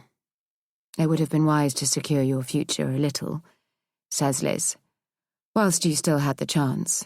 But you were in love, and sometimes love is blind. Alice can't help but notice her use of the word were. Does that mean we aren't anymore? She wonders. I guess that's why I'm calling her. But I can draw something up to give you more detail if it should get to that stage, Liz goes on. Right now, Alice can't see any chance that it won't. Thanks, she says. But just before you go, about Japan, Nathan has largely been dealing with the business end of the transaction up until now. I've already paid $100,000 on exchange, and I'm about to complete this afternoon. I know I'm asking a lot, Liz, but is there any way you could take a quick look at the contract? Just so, you know. I assume a conveyancing solicitor has read through it before now, asks Liz. Well, yes, says Alice. My lawyer is based in Japan and he seems happy enough. But as I say, Nathan's been dealing with that side of things. I would just appreciate you checking it through, especially if I'm going to be on my own, going forward. You're not leaving yourself an awful lot of time, comments Liz. And I can't claim to be an expert on international property law. But if you send it over now, I'll take a quick look at it. Thanks, Liz. Just let me know how much I owe you. If it's all straightforward, it shouldn't take me too long. You're lucky you've caught me in the office. Any other day this week, and I would have been in court. Thanks, Liz. I really appreciate it. Alice puts the phone down, just as Lottie is passing her office. Lottie, would you mind asking Matt for a copy of the Japan contract? She says, as nonchalantly as she can manage. Yep, sure, she says breezily. A few minutes later, Matt pops his head around Alice's door. I hear you're after the Japan contract, he says. I believe Nathan's put it in the safe, under lock and key. Good job I've got a key, then. Alice smiles as she reaches into her desk drawer and throws Matt a small bunch of keys. Would you mind? When he brings the contract in, he closes the door behind him. Can I have a word? Sure, says Alice, knowing it's unlike him to ask. What's up? The company credit card has taken some pretty hefty hits recently. The news is no surprise to Alice. That's okay, she says. I've been hitting it hard with fabrics and furniture for Belmont House. There was some stuff we needed to pay for up front. Well, that's the thing, he says. I know where we are with Belmont, but it already feels as if the Japan project is running away from me. Alice looks at him, her brows knitted. What do you mean? Large sums are already being spent, mostly with one company. And I understand that we need to be a little organic on this, but I could do with a bit of a heads up so that I can prepare for whatever's coming at us over the hill.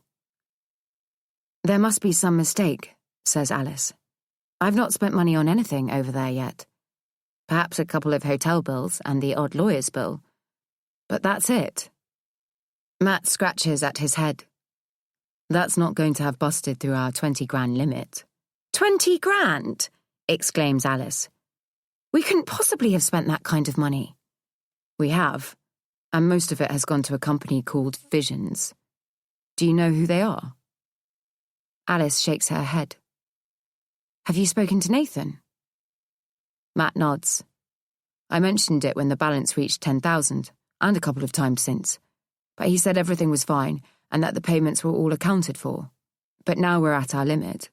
There's nowhere for us to go. Might our credit card have been cloned or something like that? It definitely sounds as if there's been a breach somewhere. Can you check it out? Sure. I'll find out what's going on and report back. He offers a tight smile and turns to leave Alice's office. She flicks through the contract that he leaves with her, but without speaking lawyer language, it's double Dutch. She can't see any anomalies, but scans a copy straight over to Liz for her to check. I'm popping to the bank, reads a text from Nathan, and Alice instinctively walks over to the window. So why do you need your car? She wonders, as she watches him hurry towards it, peering around furtively before sliding behind the steering wheel. Chapter 42. Alice watches through the windscreen as Nathan types something into his phone.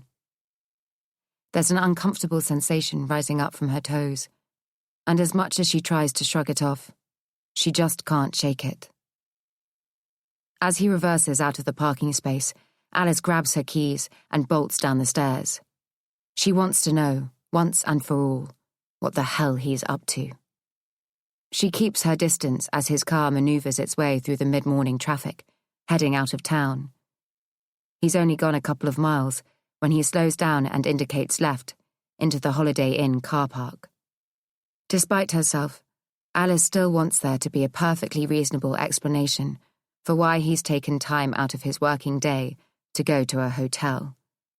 But the evidence against him is mounting. Alice pulls into a space a few rows behind Nathan and hopes that the rain will obscure his vision in the same way it's dulling hers. She keeps the windscreen wipers on full power, yet they still struggle to offer her a clear view through the glass.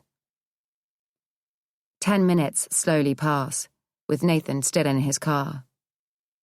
Alice switches off her wipers to try and retain some level of inconspicuousness, which makes it all the harder to stake out the women she sees, squinting through her rain-splattered windscreen as they make their way to or from their cars, waiting for one of them to head towards Nathan.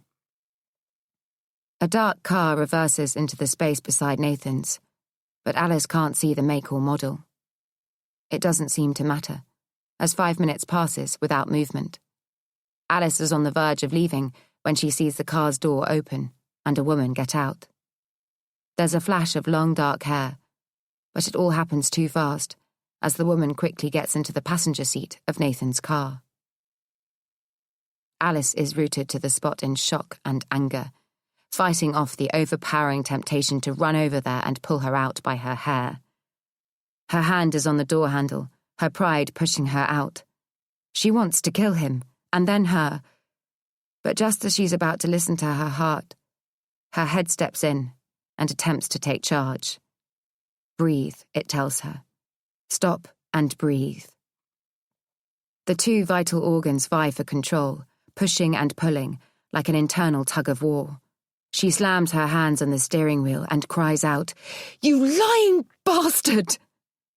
It wasn't as if she hadn't given him the chance to confess, to get it all out in the open. Yet he'd still prevaricated. But she's seen it with her own eyes now. She's not been the paranoid, needy wife Nathan has made her out to be. She's been right all along, and the overriding emotion is one of relief. Relief that she doesn't have to keep trying to catch him out. Relief that when he lies to her, she'll know the truth. And relief that she's been cast adrift in the ocean, with just her two girls by her side. Just a few days ago, the thought would have killed her. But she feels differently now that she's no longer beholden to anyone else. Now, all she has to do is dodge the obstacles that tie her to a marriage that isn't what she thought it was. The house, the business, and Japan suddenly seem superficial compared to the only real hurdle she's heading towards at 100 miles per hour. The children. She has to do everything in her power to push through the complications, animosity, and bitterness that will no doubt spill over from this ultimate deceit. She has to stay strong and true to her girls in her efforts to protect them from the fallout. There's nothing more to see here. It doesn't even matter who it is anymore. It won't make Alice stay with a man who would rather be with someone else. Just as she puts the car into gear, the woman gets out of Nathan's car, screams something that Alice doesn't quite catch, and slams the door. A couple of people in the vicinity automatically look in their direction, but, fearful of getting involved, put their heads back down and hurry by. Alice winds her window down to get a clearer look through the rain, just as Nathan's car screeches forward, no doubt leaving rubber on the tarmac. The woman shouts something again and gesticulates with her arms, but Nathan's car keeps on moving, at speed, out of the car park. Alice wishes she'd driven away a few seconds ago, before she had seen the woman who has wrecked her marriage, before she knew who she was. With her heart hammering through her chest, she gets out of the car and runs across the car park, lifting her jacket over her head to protect her from the lashing rain. She has no idea what she's going to say, as she wets her lips, desperate for some moisture in her dry mouth. The woman's still standing there, with her back to Alice, staring after Nathan's car. Alice feels sick as she is faced with the gut-wrenching deceit. "Beth!" she croaks, hating her voice for letting her down. Beth turns around, her wet hair stuck to her face. Alice can't tell if the drops in her cheek are tears or rainwater. She sees Alice and is instantaneously paralyzed. It takes a few seconds for the shock to subside, but it feels like minutes for Alice, her eyes not leaving Beth's. "Oh, Alice," Beth stutters, seemingly incapable of forming a full sentence. She looks in the direction that Nathan's car went, as if it will somehow magically tell her whether Alice had seen him or not. What are you doing here?" "I'm not sure I'm the one who needs to answer that question," hisses Alice, her stare unmoving. It's not what you think," stutters Beth. "I can't even begin to get my head around this," cries Alice. "How could you? How could you do this to me again?" "I'm not having an affair with him, Alice," says Beth, pulling herself up, suddenly seeming more in control. "You've got this all wrong." "Have I?" snaps Alice. "What other possible explanation can there be?" The two women stare at each other through the pouring rain. "Get in the car," says Beth eventually. "We need to talk." "I knew it," cries Alice, chastising herself as she gets into the passenger seat of Beth's car. "I knew something wasn't right yesterday, as soon as Nathan saw you. It was so obvious. But I didn't want to believe it, refused to believe it." Anyone but you, Beth. Why? Why would you do this to me? First Tom, and now Nathan. Beth turns to look at Alice. I'm not sleeping with Nathan. Alice takes her phone and pulls up the number of the mystery text sent to her husband. Beth's face freezes as a ringtone emanates from her handbag on the back seat. Alice shakes her head and reaches for the door handle. Wait! Beth calls out as she stretches across to pull the door to. I've heard all I need to hear, says Alice. You haven't heard the half of it, hisses Beth. Alice, sensing a shift in atmosphere, falls resignedly back onto the seat. Are you in love with him? She asks. I was once, yes, admits Beth. But that was a long time ago. Alice turns, her eyes wide. How long has this been going on? She asks, incredulously. Years, says Beth. Long before I met you. Alice feels like her brain might explode, unable to compute what she's being told. She can't even form the words if she wanted to. You look surprised, says Beth coldly. This has been going on all this time, and you knew Nathan was my husband all along. Yes, says Beth. But in my defense, this started way before you two got together. I met Nathan before you did. What? Gasps Alice. How is that even possible? Because he's not your Nathan, says Beth calmly. He's my Thomas. Chapter 43. What the hell are you talking about? Alice shouts, her indignation spilling out. Well, it turns out that things aren't quite what they seem, says Beth, her tone acerbic. I met and fell in love with a man I knew as Thomas Evans some 10 years ago. Despite having thought she'd built a barrier to immunize herself against the hurt that knowledge caused, Alice still feels a pain slice across her chest. She wants to close her ears off to what Beth is saying, but yet she wants to know, has to know. We were really happy, Beth goes on. I was completely in love with him and thought we'd be together forever. But then I saw him with you. You saw us together, says Alice, in barely more than a whisper. So you knew who I was. You've known all this time that I was Tom's wife. Well, you see, that's where it starts to get interesting. Alice numbly shakes her head, no longer listening to what Beth's saying. You've known all this time that I was Tom's wife. You've sat and let me talk about him, held me when I've cried about him, all the while knowing that you had an affair with him, had a child with him. Her shoulders convulse as a sob catches in her throat. Why would you do that? It wasn't like that, says Beth, her voice softer. The man I knew as Thomas Evans left me for you. Alice looks at her with a confused expression. But that's not possible. I was his wife. How can that be? Because the man I thought was Thomas was actually Nathan. I don't understand. You're not making any sense. It didn't make any sense to me either, not at first. But do you remember Nathan taking you to Albany Avenue in Guildford? When? Asks Alice, unable to remember ever going to Guildford, let alone the road name. Around 10 years ago? We waited in his car. He had a silver Audi at the time. Outside a flat. My flat. Slowly the memory begins to form, but it's vague at best.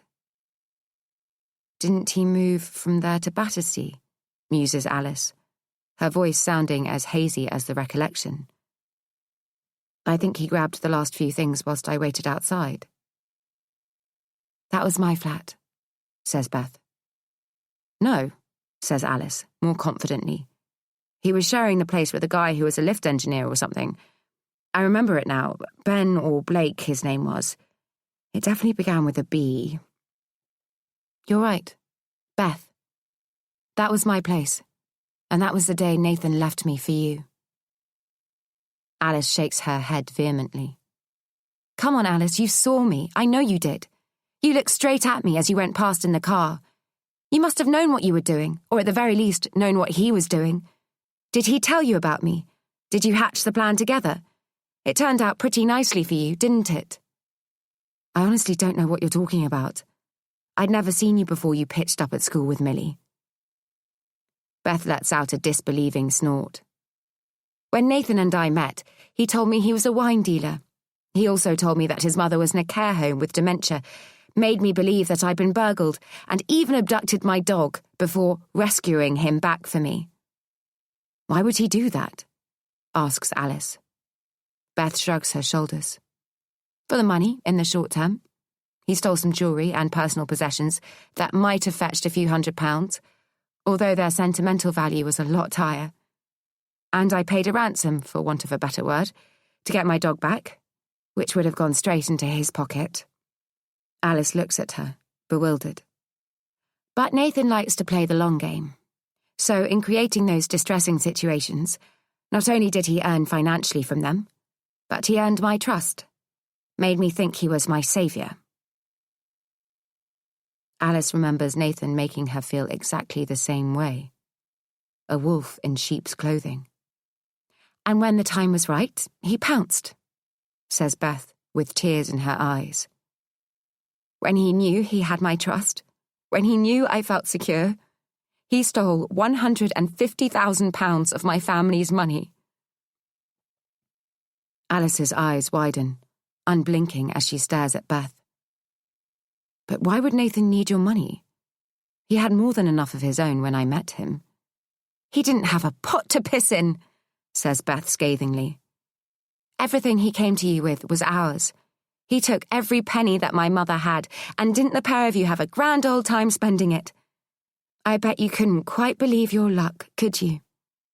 But whilst you were living the high life, my mother was slowly dying of embarrassment and shame. Alice's blood runs cold. It broke her heart and took her soul. It was everything she and my dad had worked for, and without it, she couldn't carry on living in the house that she cherished, the house that she had shared with my father. Beth's face crumples as the tears come. And I allowed him to do it.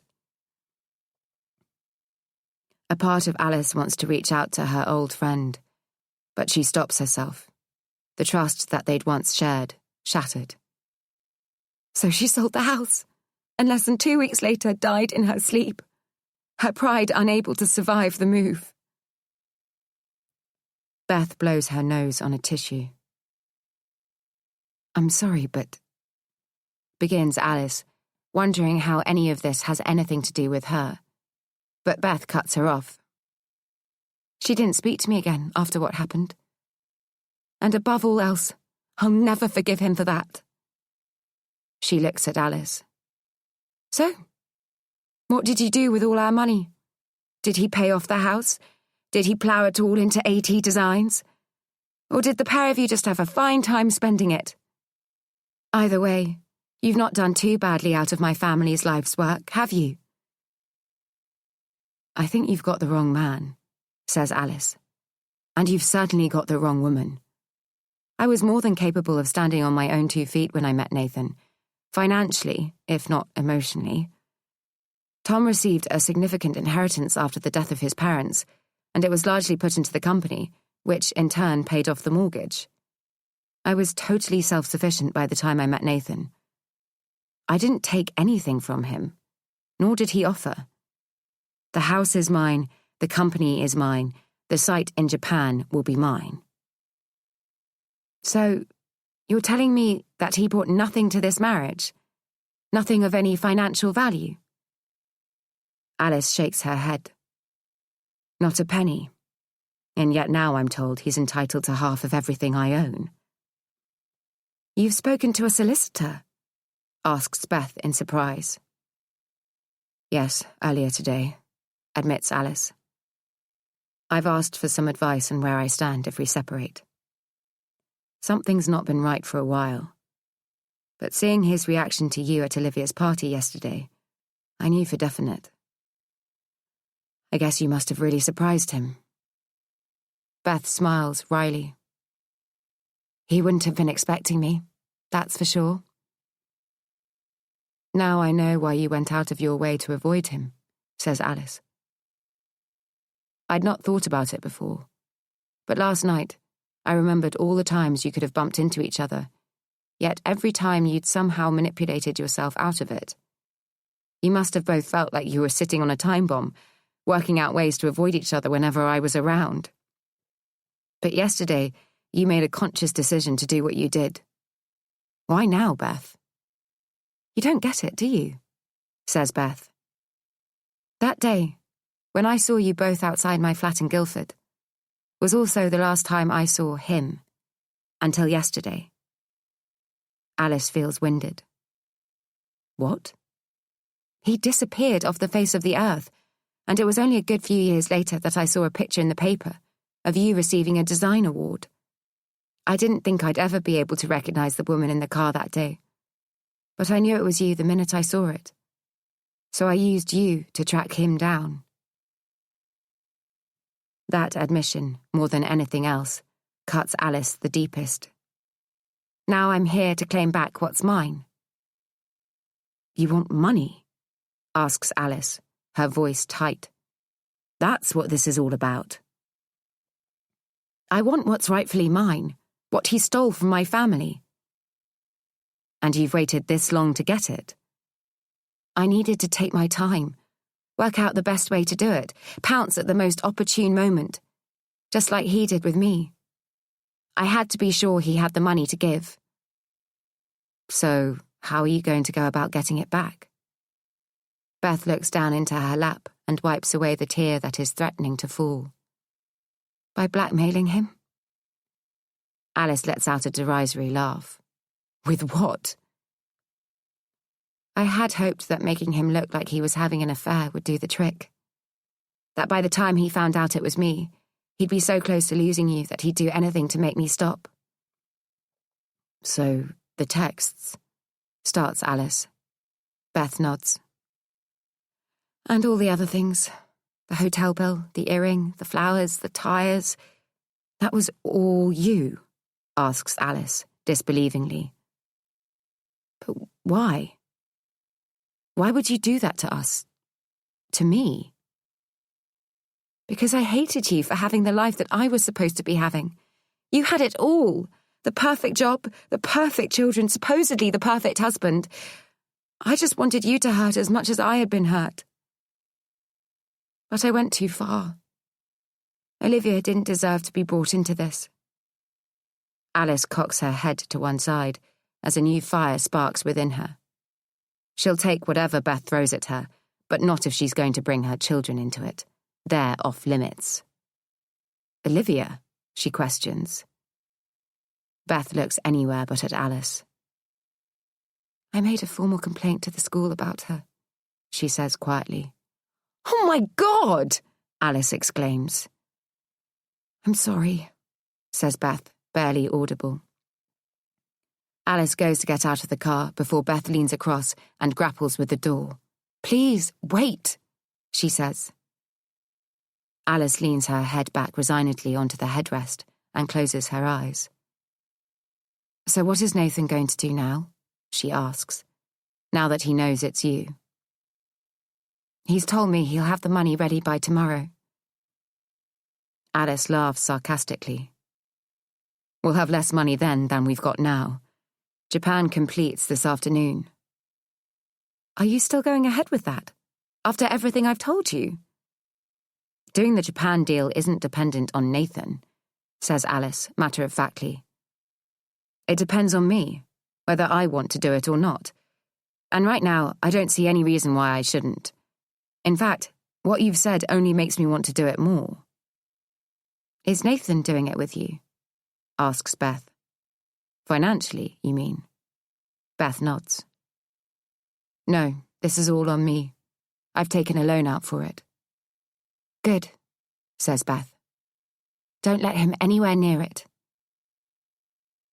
"And what are you going to do?" asks Alice. "Now that I know everything. Now that you can no longer blackmail him." Beth turns to look at her imploringly. "Don't tell him, Alice." "What?" she says, exasperated. "After everything you've done, you honestly expect me to do you a favor?" "Please," begs Beth. "What if everything you've told me is a lie?" says Alice, looking directly at Beth for the first time. "What if you've made this all up? And even if you haven't, why should I do anything you say? Look at what you've done to me, to my family. Right now, Nathan doesn't look like he's actually done anything wrong. At least not by me. So why would I show you loyalty over him?" "Because he pretended to be your dead husband," blurts out Beth, stopping Alice in her tracks. "Please, if for no other reason, do it for that." Alice feels a jolt. Tom. "So, Nathan told you that his name was Thomas Evans?" Beth nods. "Born on 21st of May, 1976. So regardless, you've known for ages that your Thomas and my Tom were two entirely different people, yet you still implied that he was one and the same person." "Yes," whispers Beth. So you never actually knew my Tom?" Alice asks tentatively. "Your Thomas Evans was Nathan?"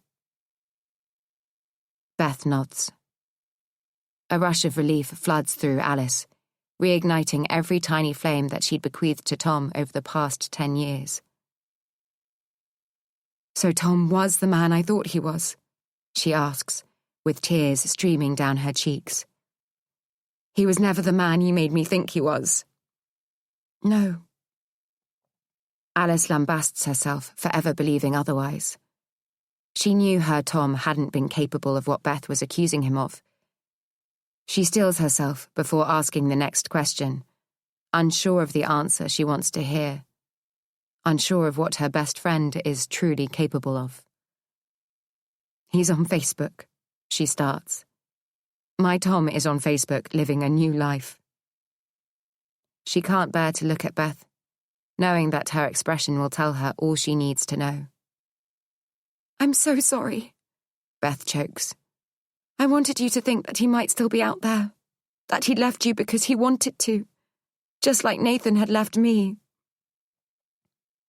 Alice closes her eyes tightly, willing her heart not to break all over again. "But the photos. Surprisingly easy," says Beth quietly. "They're all on your phone. And how often have you left it on a pub table whilst you went to the bar, or given it to me to hold whilst you were in the toilet? The picture of the other woman and child was a random photo from the internet." "God, you must really hate me," cries Alice.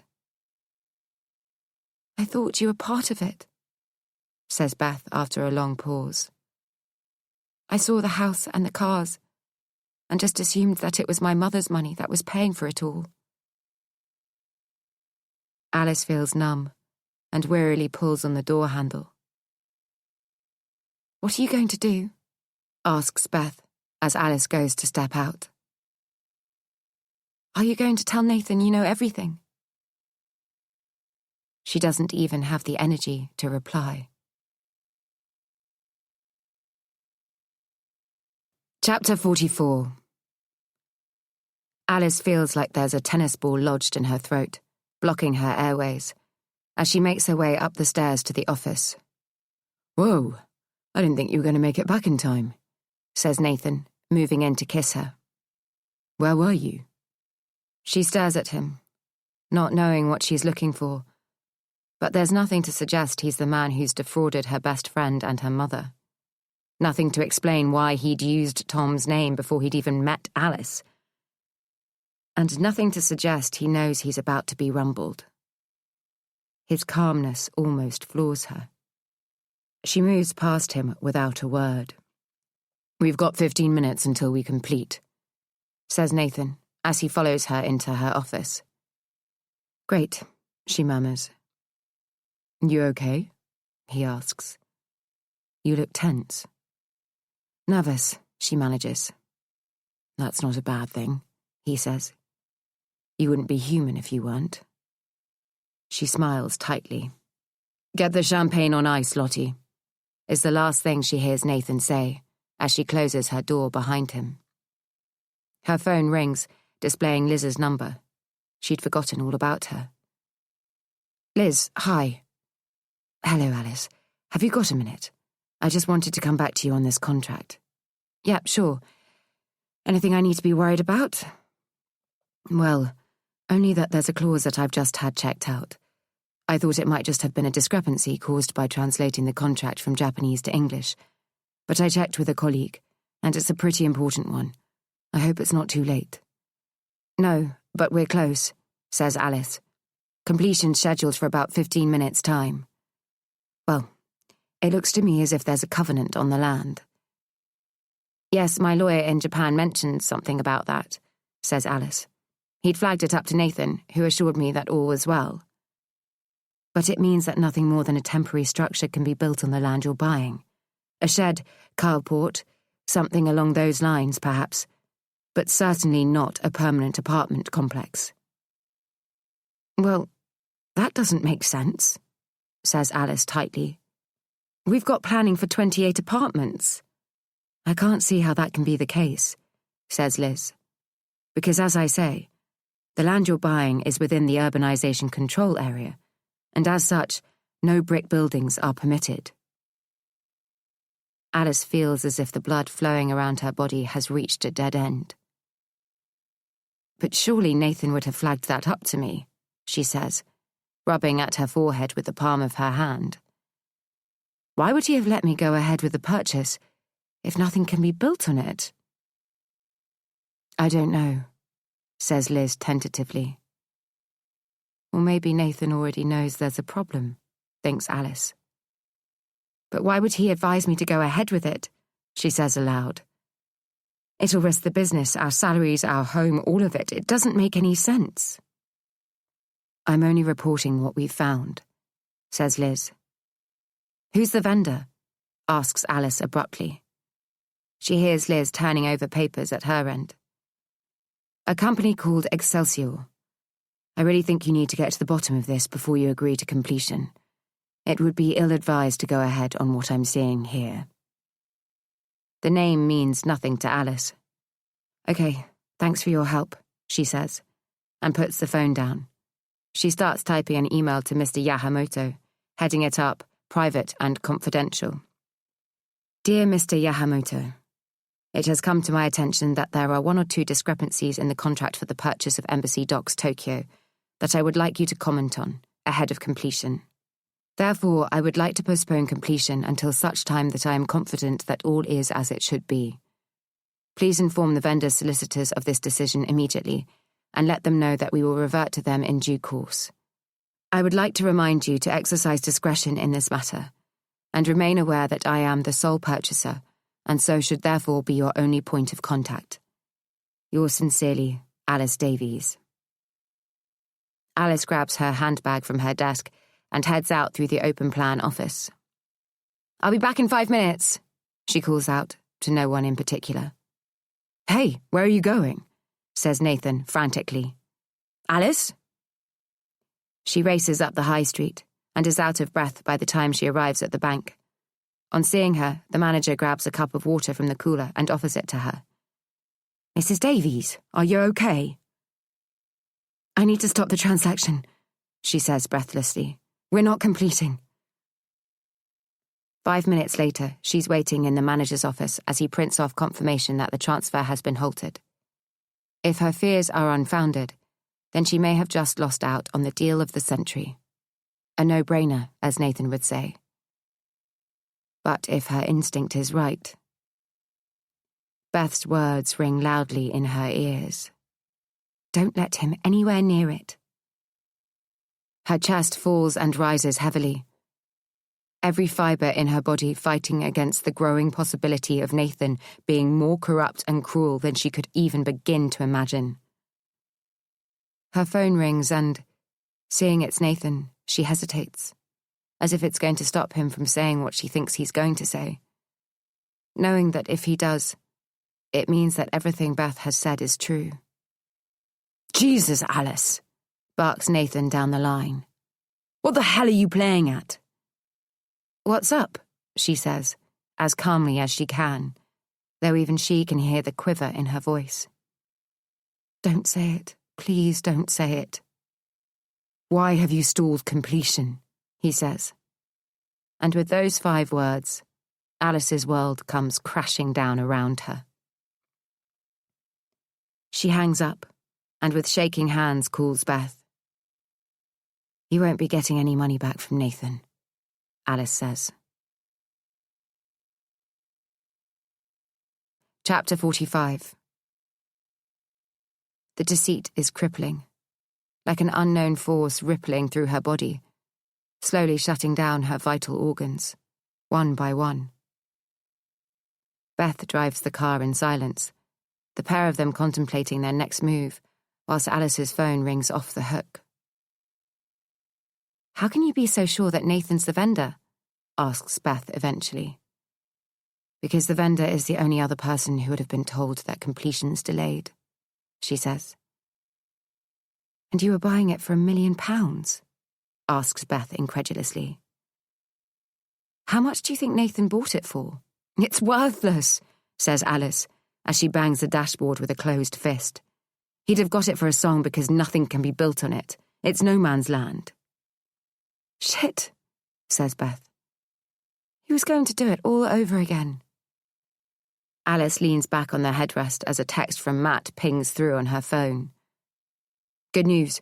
Looks like the payments divisions are all kosher as they're a subsidiary of Excelsior, the vendors on Japan. We'll talk you through when you're back in the office. What do you want to do? Asks Beth. Alice counts to 10 in her head, concentrating on taking slow, deep breaths in and out. I want to kill him, is what I want to do. Who was that disgusting man?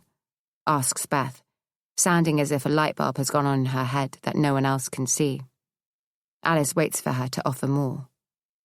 That creep who owned Temple Homes, the one who assaulted you.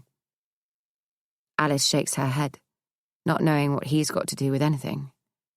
David, she says. David Phillips. Where's that site? The one he wanted you to work on? Bradbury Avenue, says Alice, a slight irritation to her. How was this solving the very big problem of Nathan? Beth snatches a look at her watch. Will it still be open? What, the site? Beth nods. I don't know. Why? Call David and find out if you can meet him there. Alice turns in her seat. Why would I do that? Just ask him to meet you there now. Absolutely not, snaps Alice. I never want to speak to him again. Just do it, says Beth, her eyes not leaving the road in front of her. I've got an idea. And what do I do if he says yes? We'll revert to plan B. Alice begrudgingly looks up his number, unsure of whether she deleted it from her phone after their encounter. She almost hopes that she has. When she sees it, she fights the urge to lie to Beth. I don't want him to think that what he did was okay, she says quietly, remembering his hands on her behind, his rough fingers kneading her breast.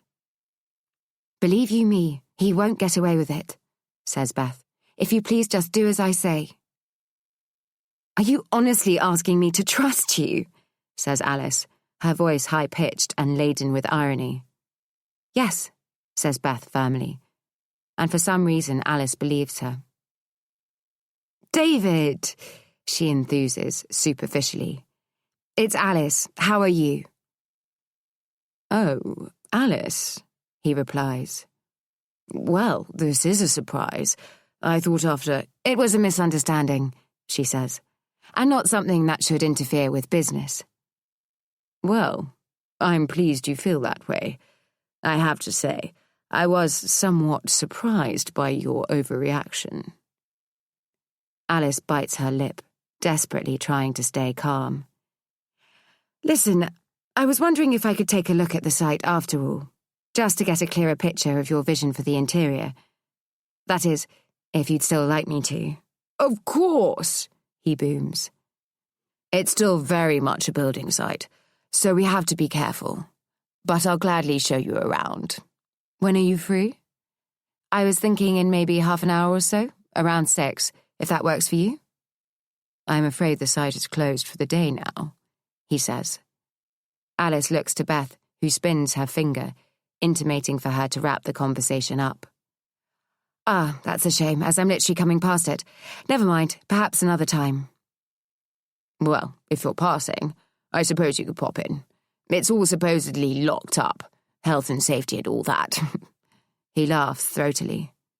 But if you go round the back, there's a loose hoarding that you can slide across.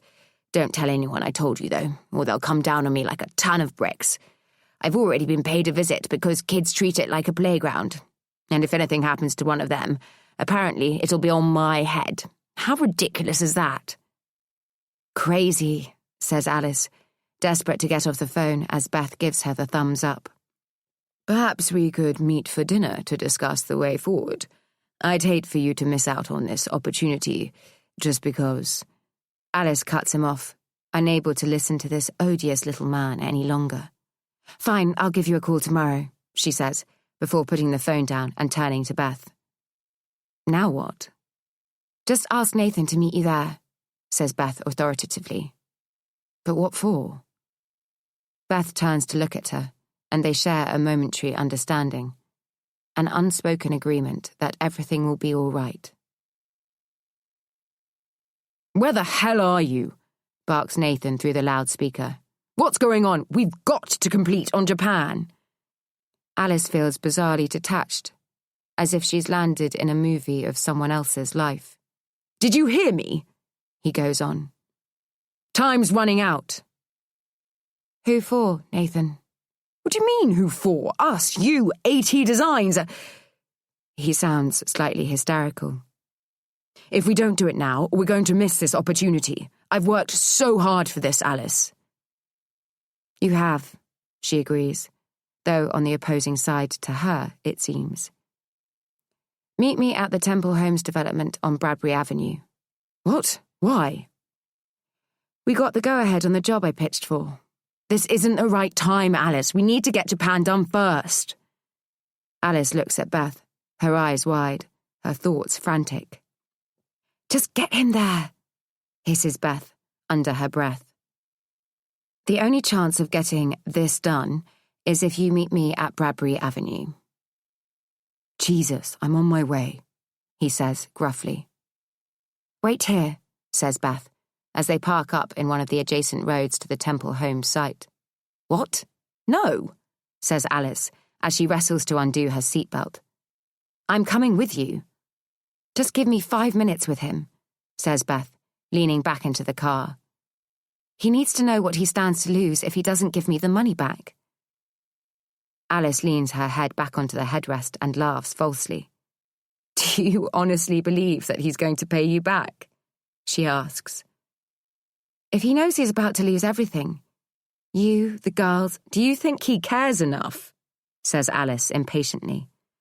What part of his behaviour in the last hour has made you think that he has mine and the children's best interests at heart? He thinks he's about to defraud me of £1 million. He'll be intending to leave immediately. He'd have to, before I found out that he'd sold me a worthless piece of shit. Do you honestly think that on his way to wherever he's going to go and hide, he'll suddenly develop a conscience and think, oh, hang on, I'd better pay Beth back her mother's life savings from 10 years ago? If what you've told me is true, we need to work together to make sure he never does this to anyone else, ever again. It's the best we can hope for. She softens her tone.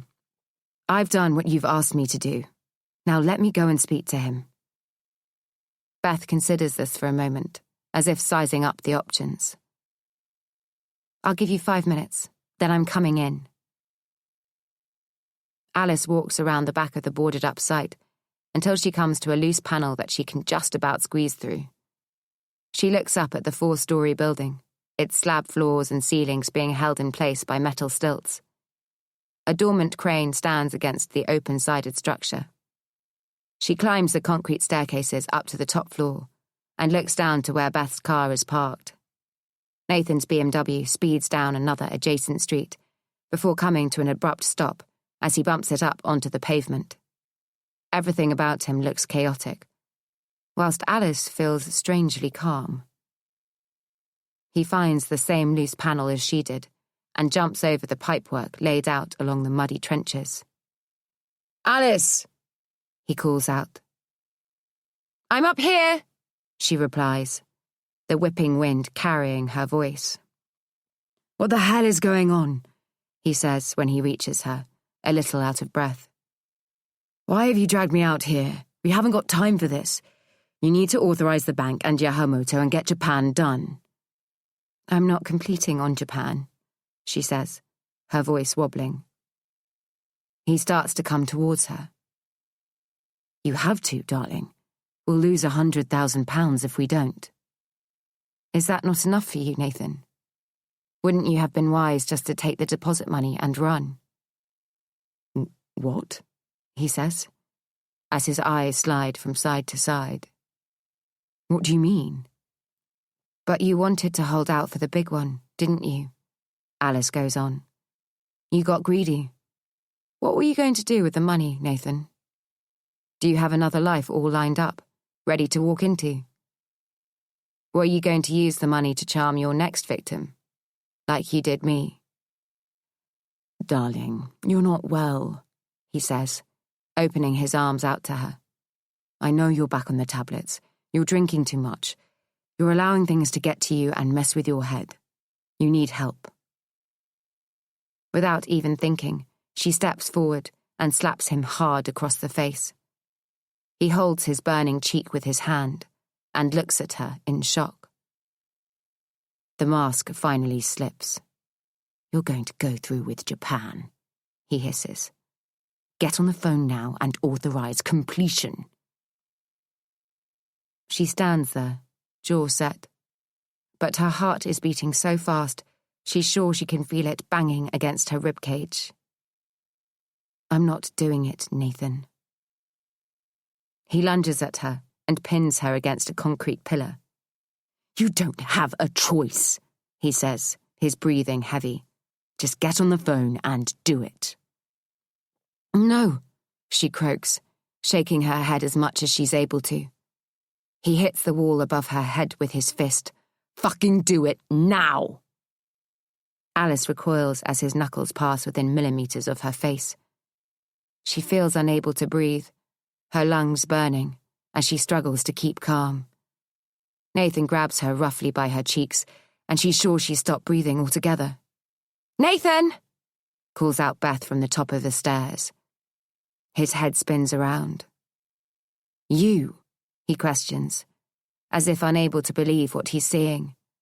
He looks from Beth to Alice and back again. "What the fuck?"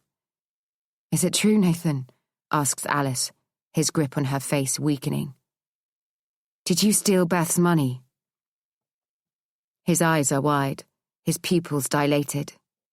"You owe me," hisses Beth. "For what?" laughs Nathan hollowly. "It was your own greed that brought you down." "You killed my mother," she says. "That's a little overdramatic, isn't it? Did I force either of you to give me money, or did you give it to me willingly?" Alice wants to close her ears so that she can't hear what her husband was capable of in a different life. "In this life," she says to herself. "You were going to do it again, weren't you?" says Alice, trying desperately hard not to cry as the reality hits her.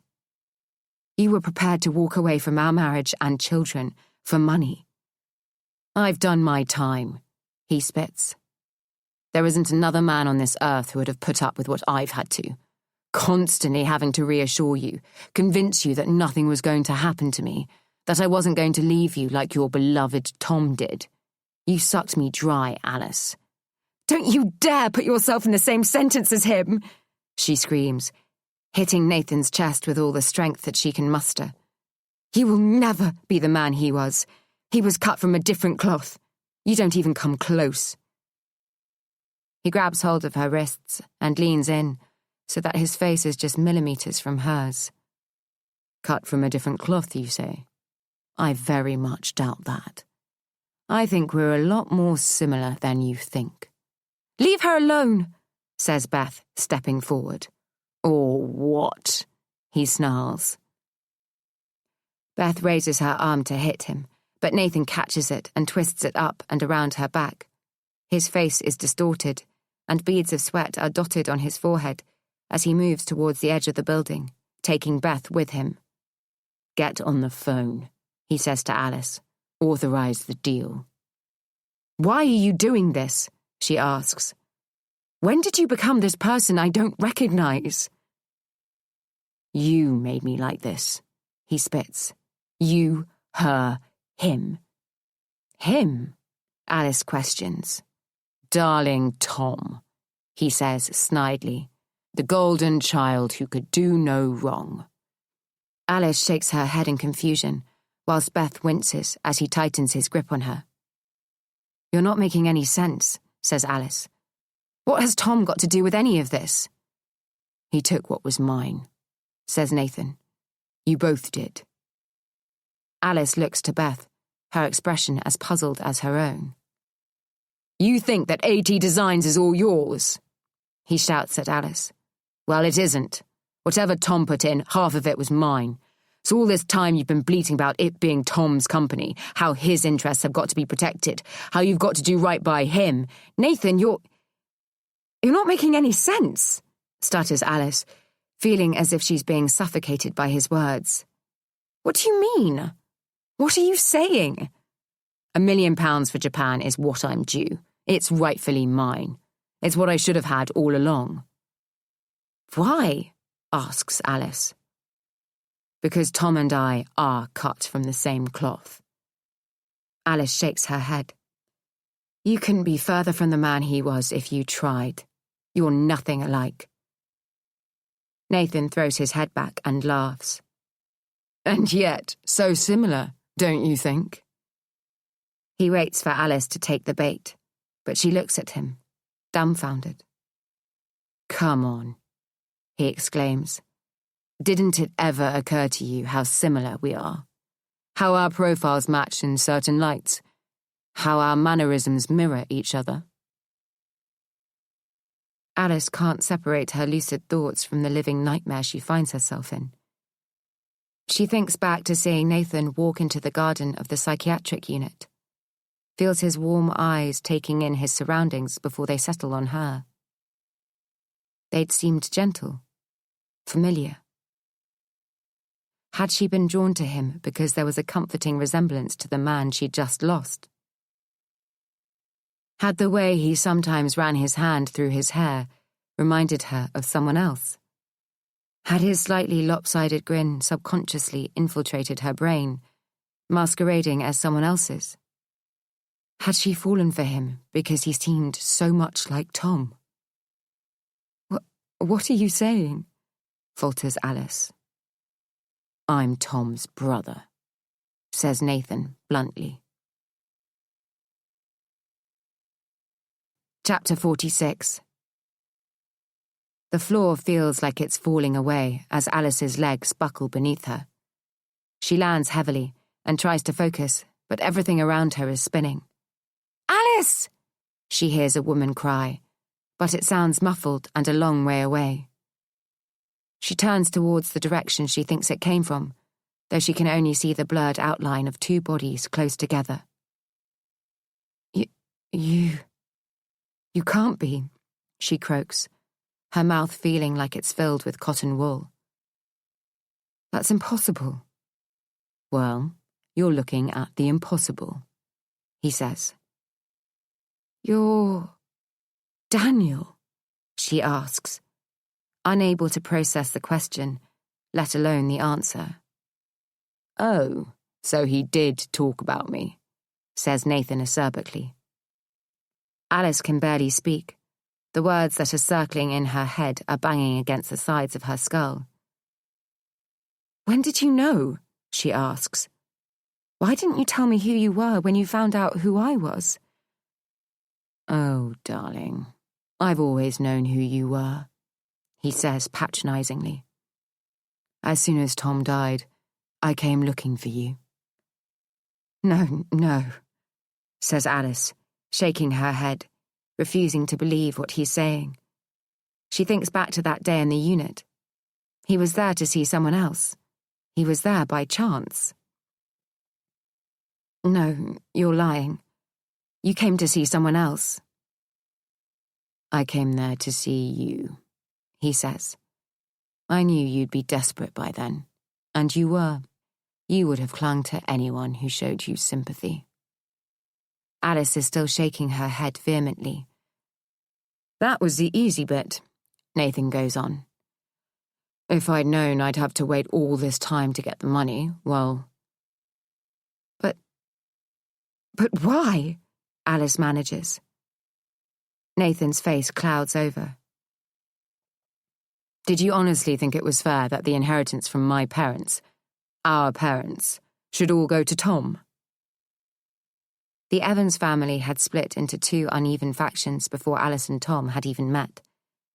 It seemed they'd done all they could to help their volatile and capricious son and brother, and by the time Alice was welcomed into the family fold, there was little to show for Daniel's existence, aside from a few childhood photos on the mantelpiece.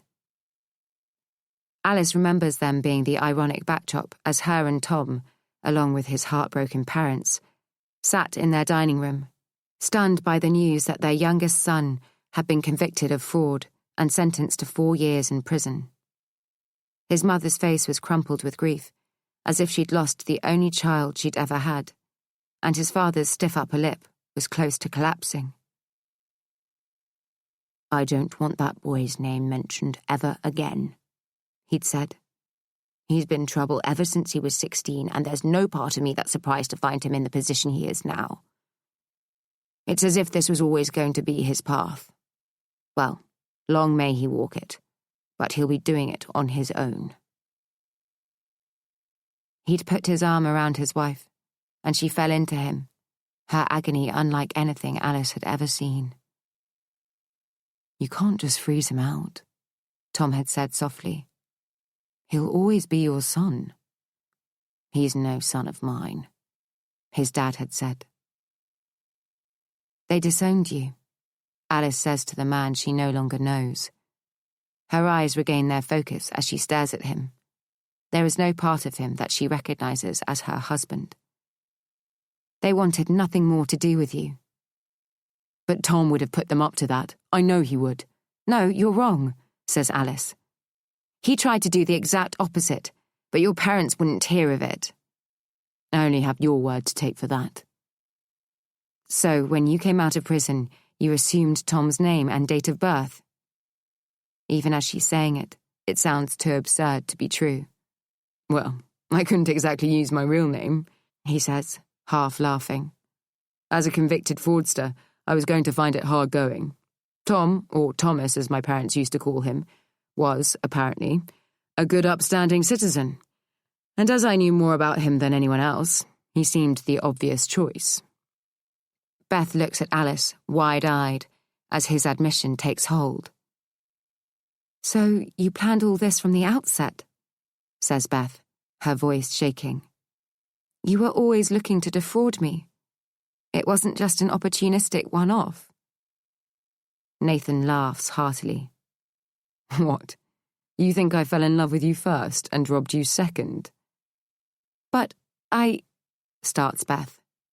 I also knew who you were before I met you. Those dating sites are an invaluable source of vulnerable, needy women looking for a knight in shining armor. I didn't need to read too hard between the lines of your profile to find out who you were.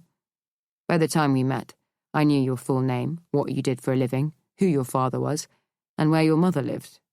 All I had to do then was wait for you to get greedy. And boy, did you get greedy. Beth turns and raises her free hand, striking him on the face. He pulls her hair, yanking her head back, and she screams. Beth! Alice calls out as she struggles to get up. Beth is writhing, frantically trying to get a grip on him as he stands behind her with his hand furled in her hair, pulling on her scalp.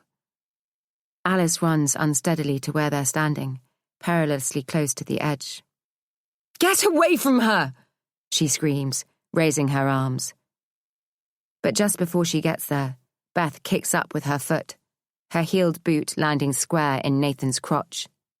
He momentarily lets go of her as he doubles over in pain, and in that instant she pushes him with all her might. He stumbles backwards as if in slow motion, and Alice tries to grab him.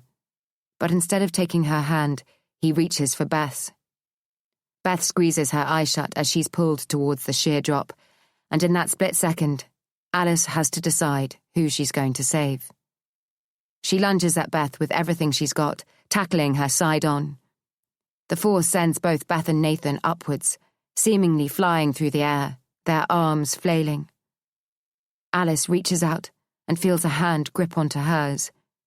She closes her fingers around it as tightly as she can and pulls back with every shred of strength she can muster. It's only then, as the body falls heavily on top of her, that Alice is aware of the choice she's made. It was the right one.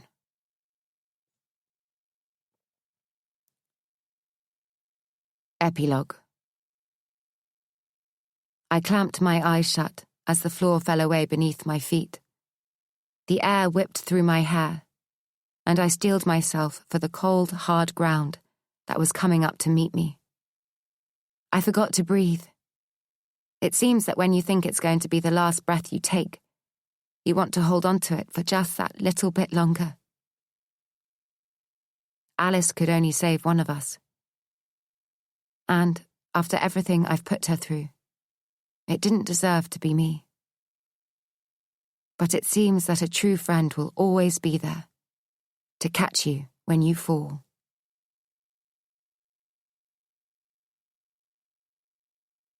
This was an audio production of The First Mistake by Sandie Jones, read by Natalie Buscombe. Published by Pan, an imprint of Pan Macmillan, a division of Macmillan Publishers International Limited. Text copyright Sandie Jones 2019. Recording copyright Macmillan Publishers International Limited 2019. The right of Sandie Jones to be identified as the author of this work has been asserted by her in accordance with the Copyright Designs and Patents Act 1988. All rights reserved. Produced by the Strathmore Studios, Clerkenwell, London. Directed by Perrin Sledge and recorded at the Sound House, London.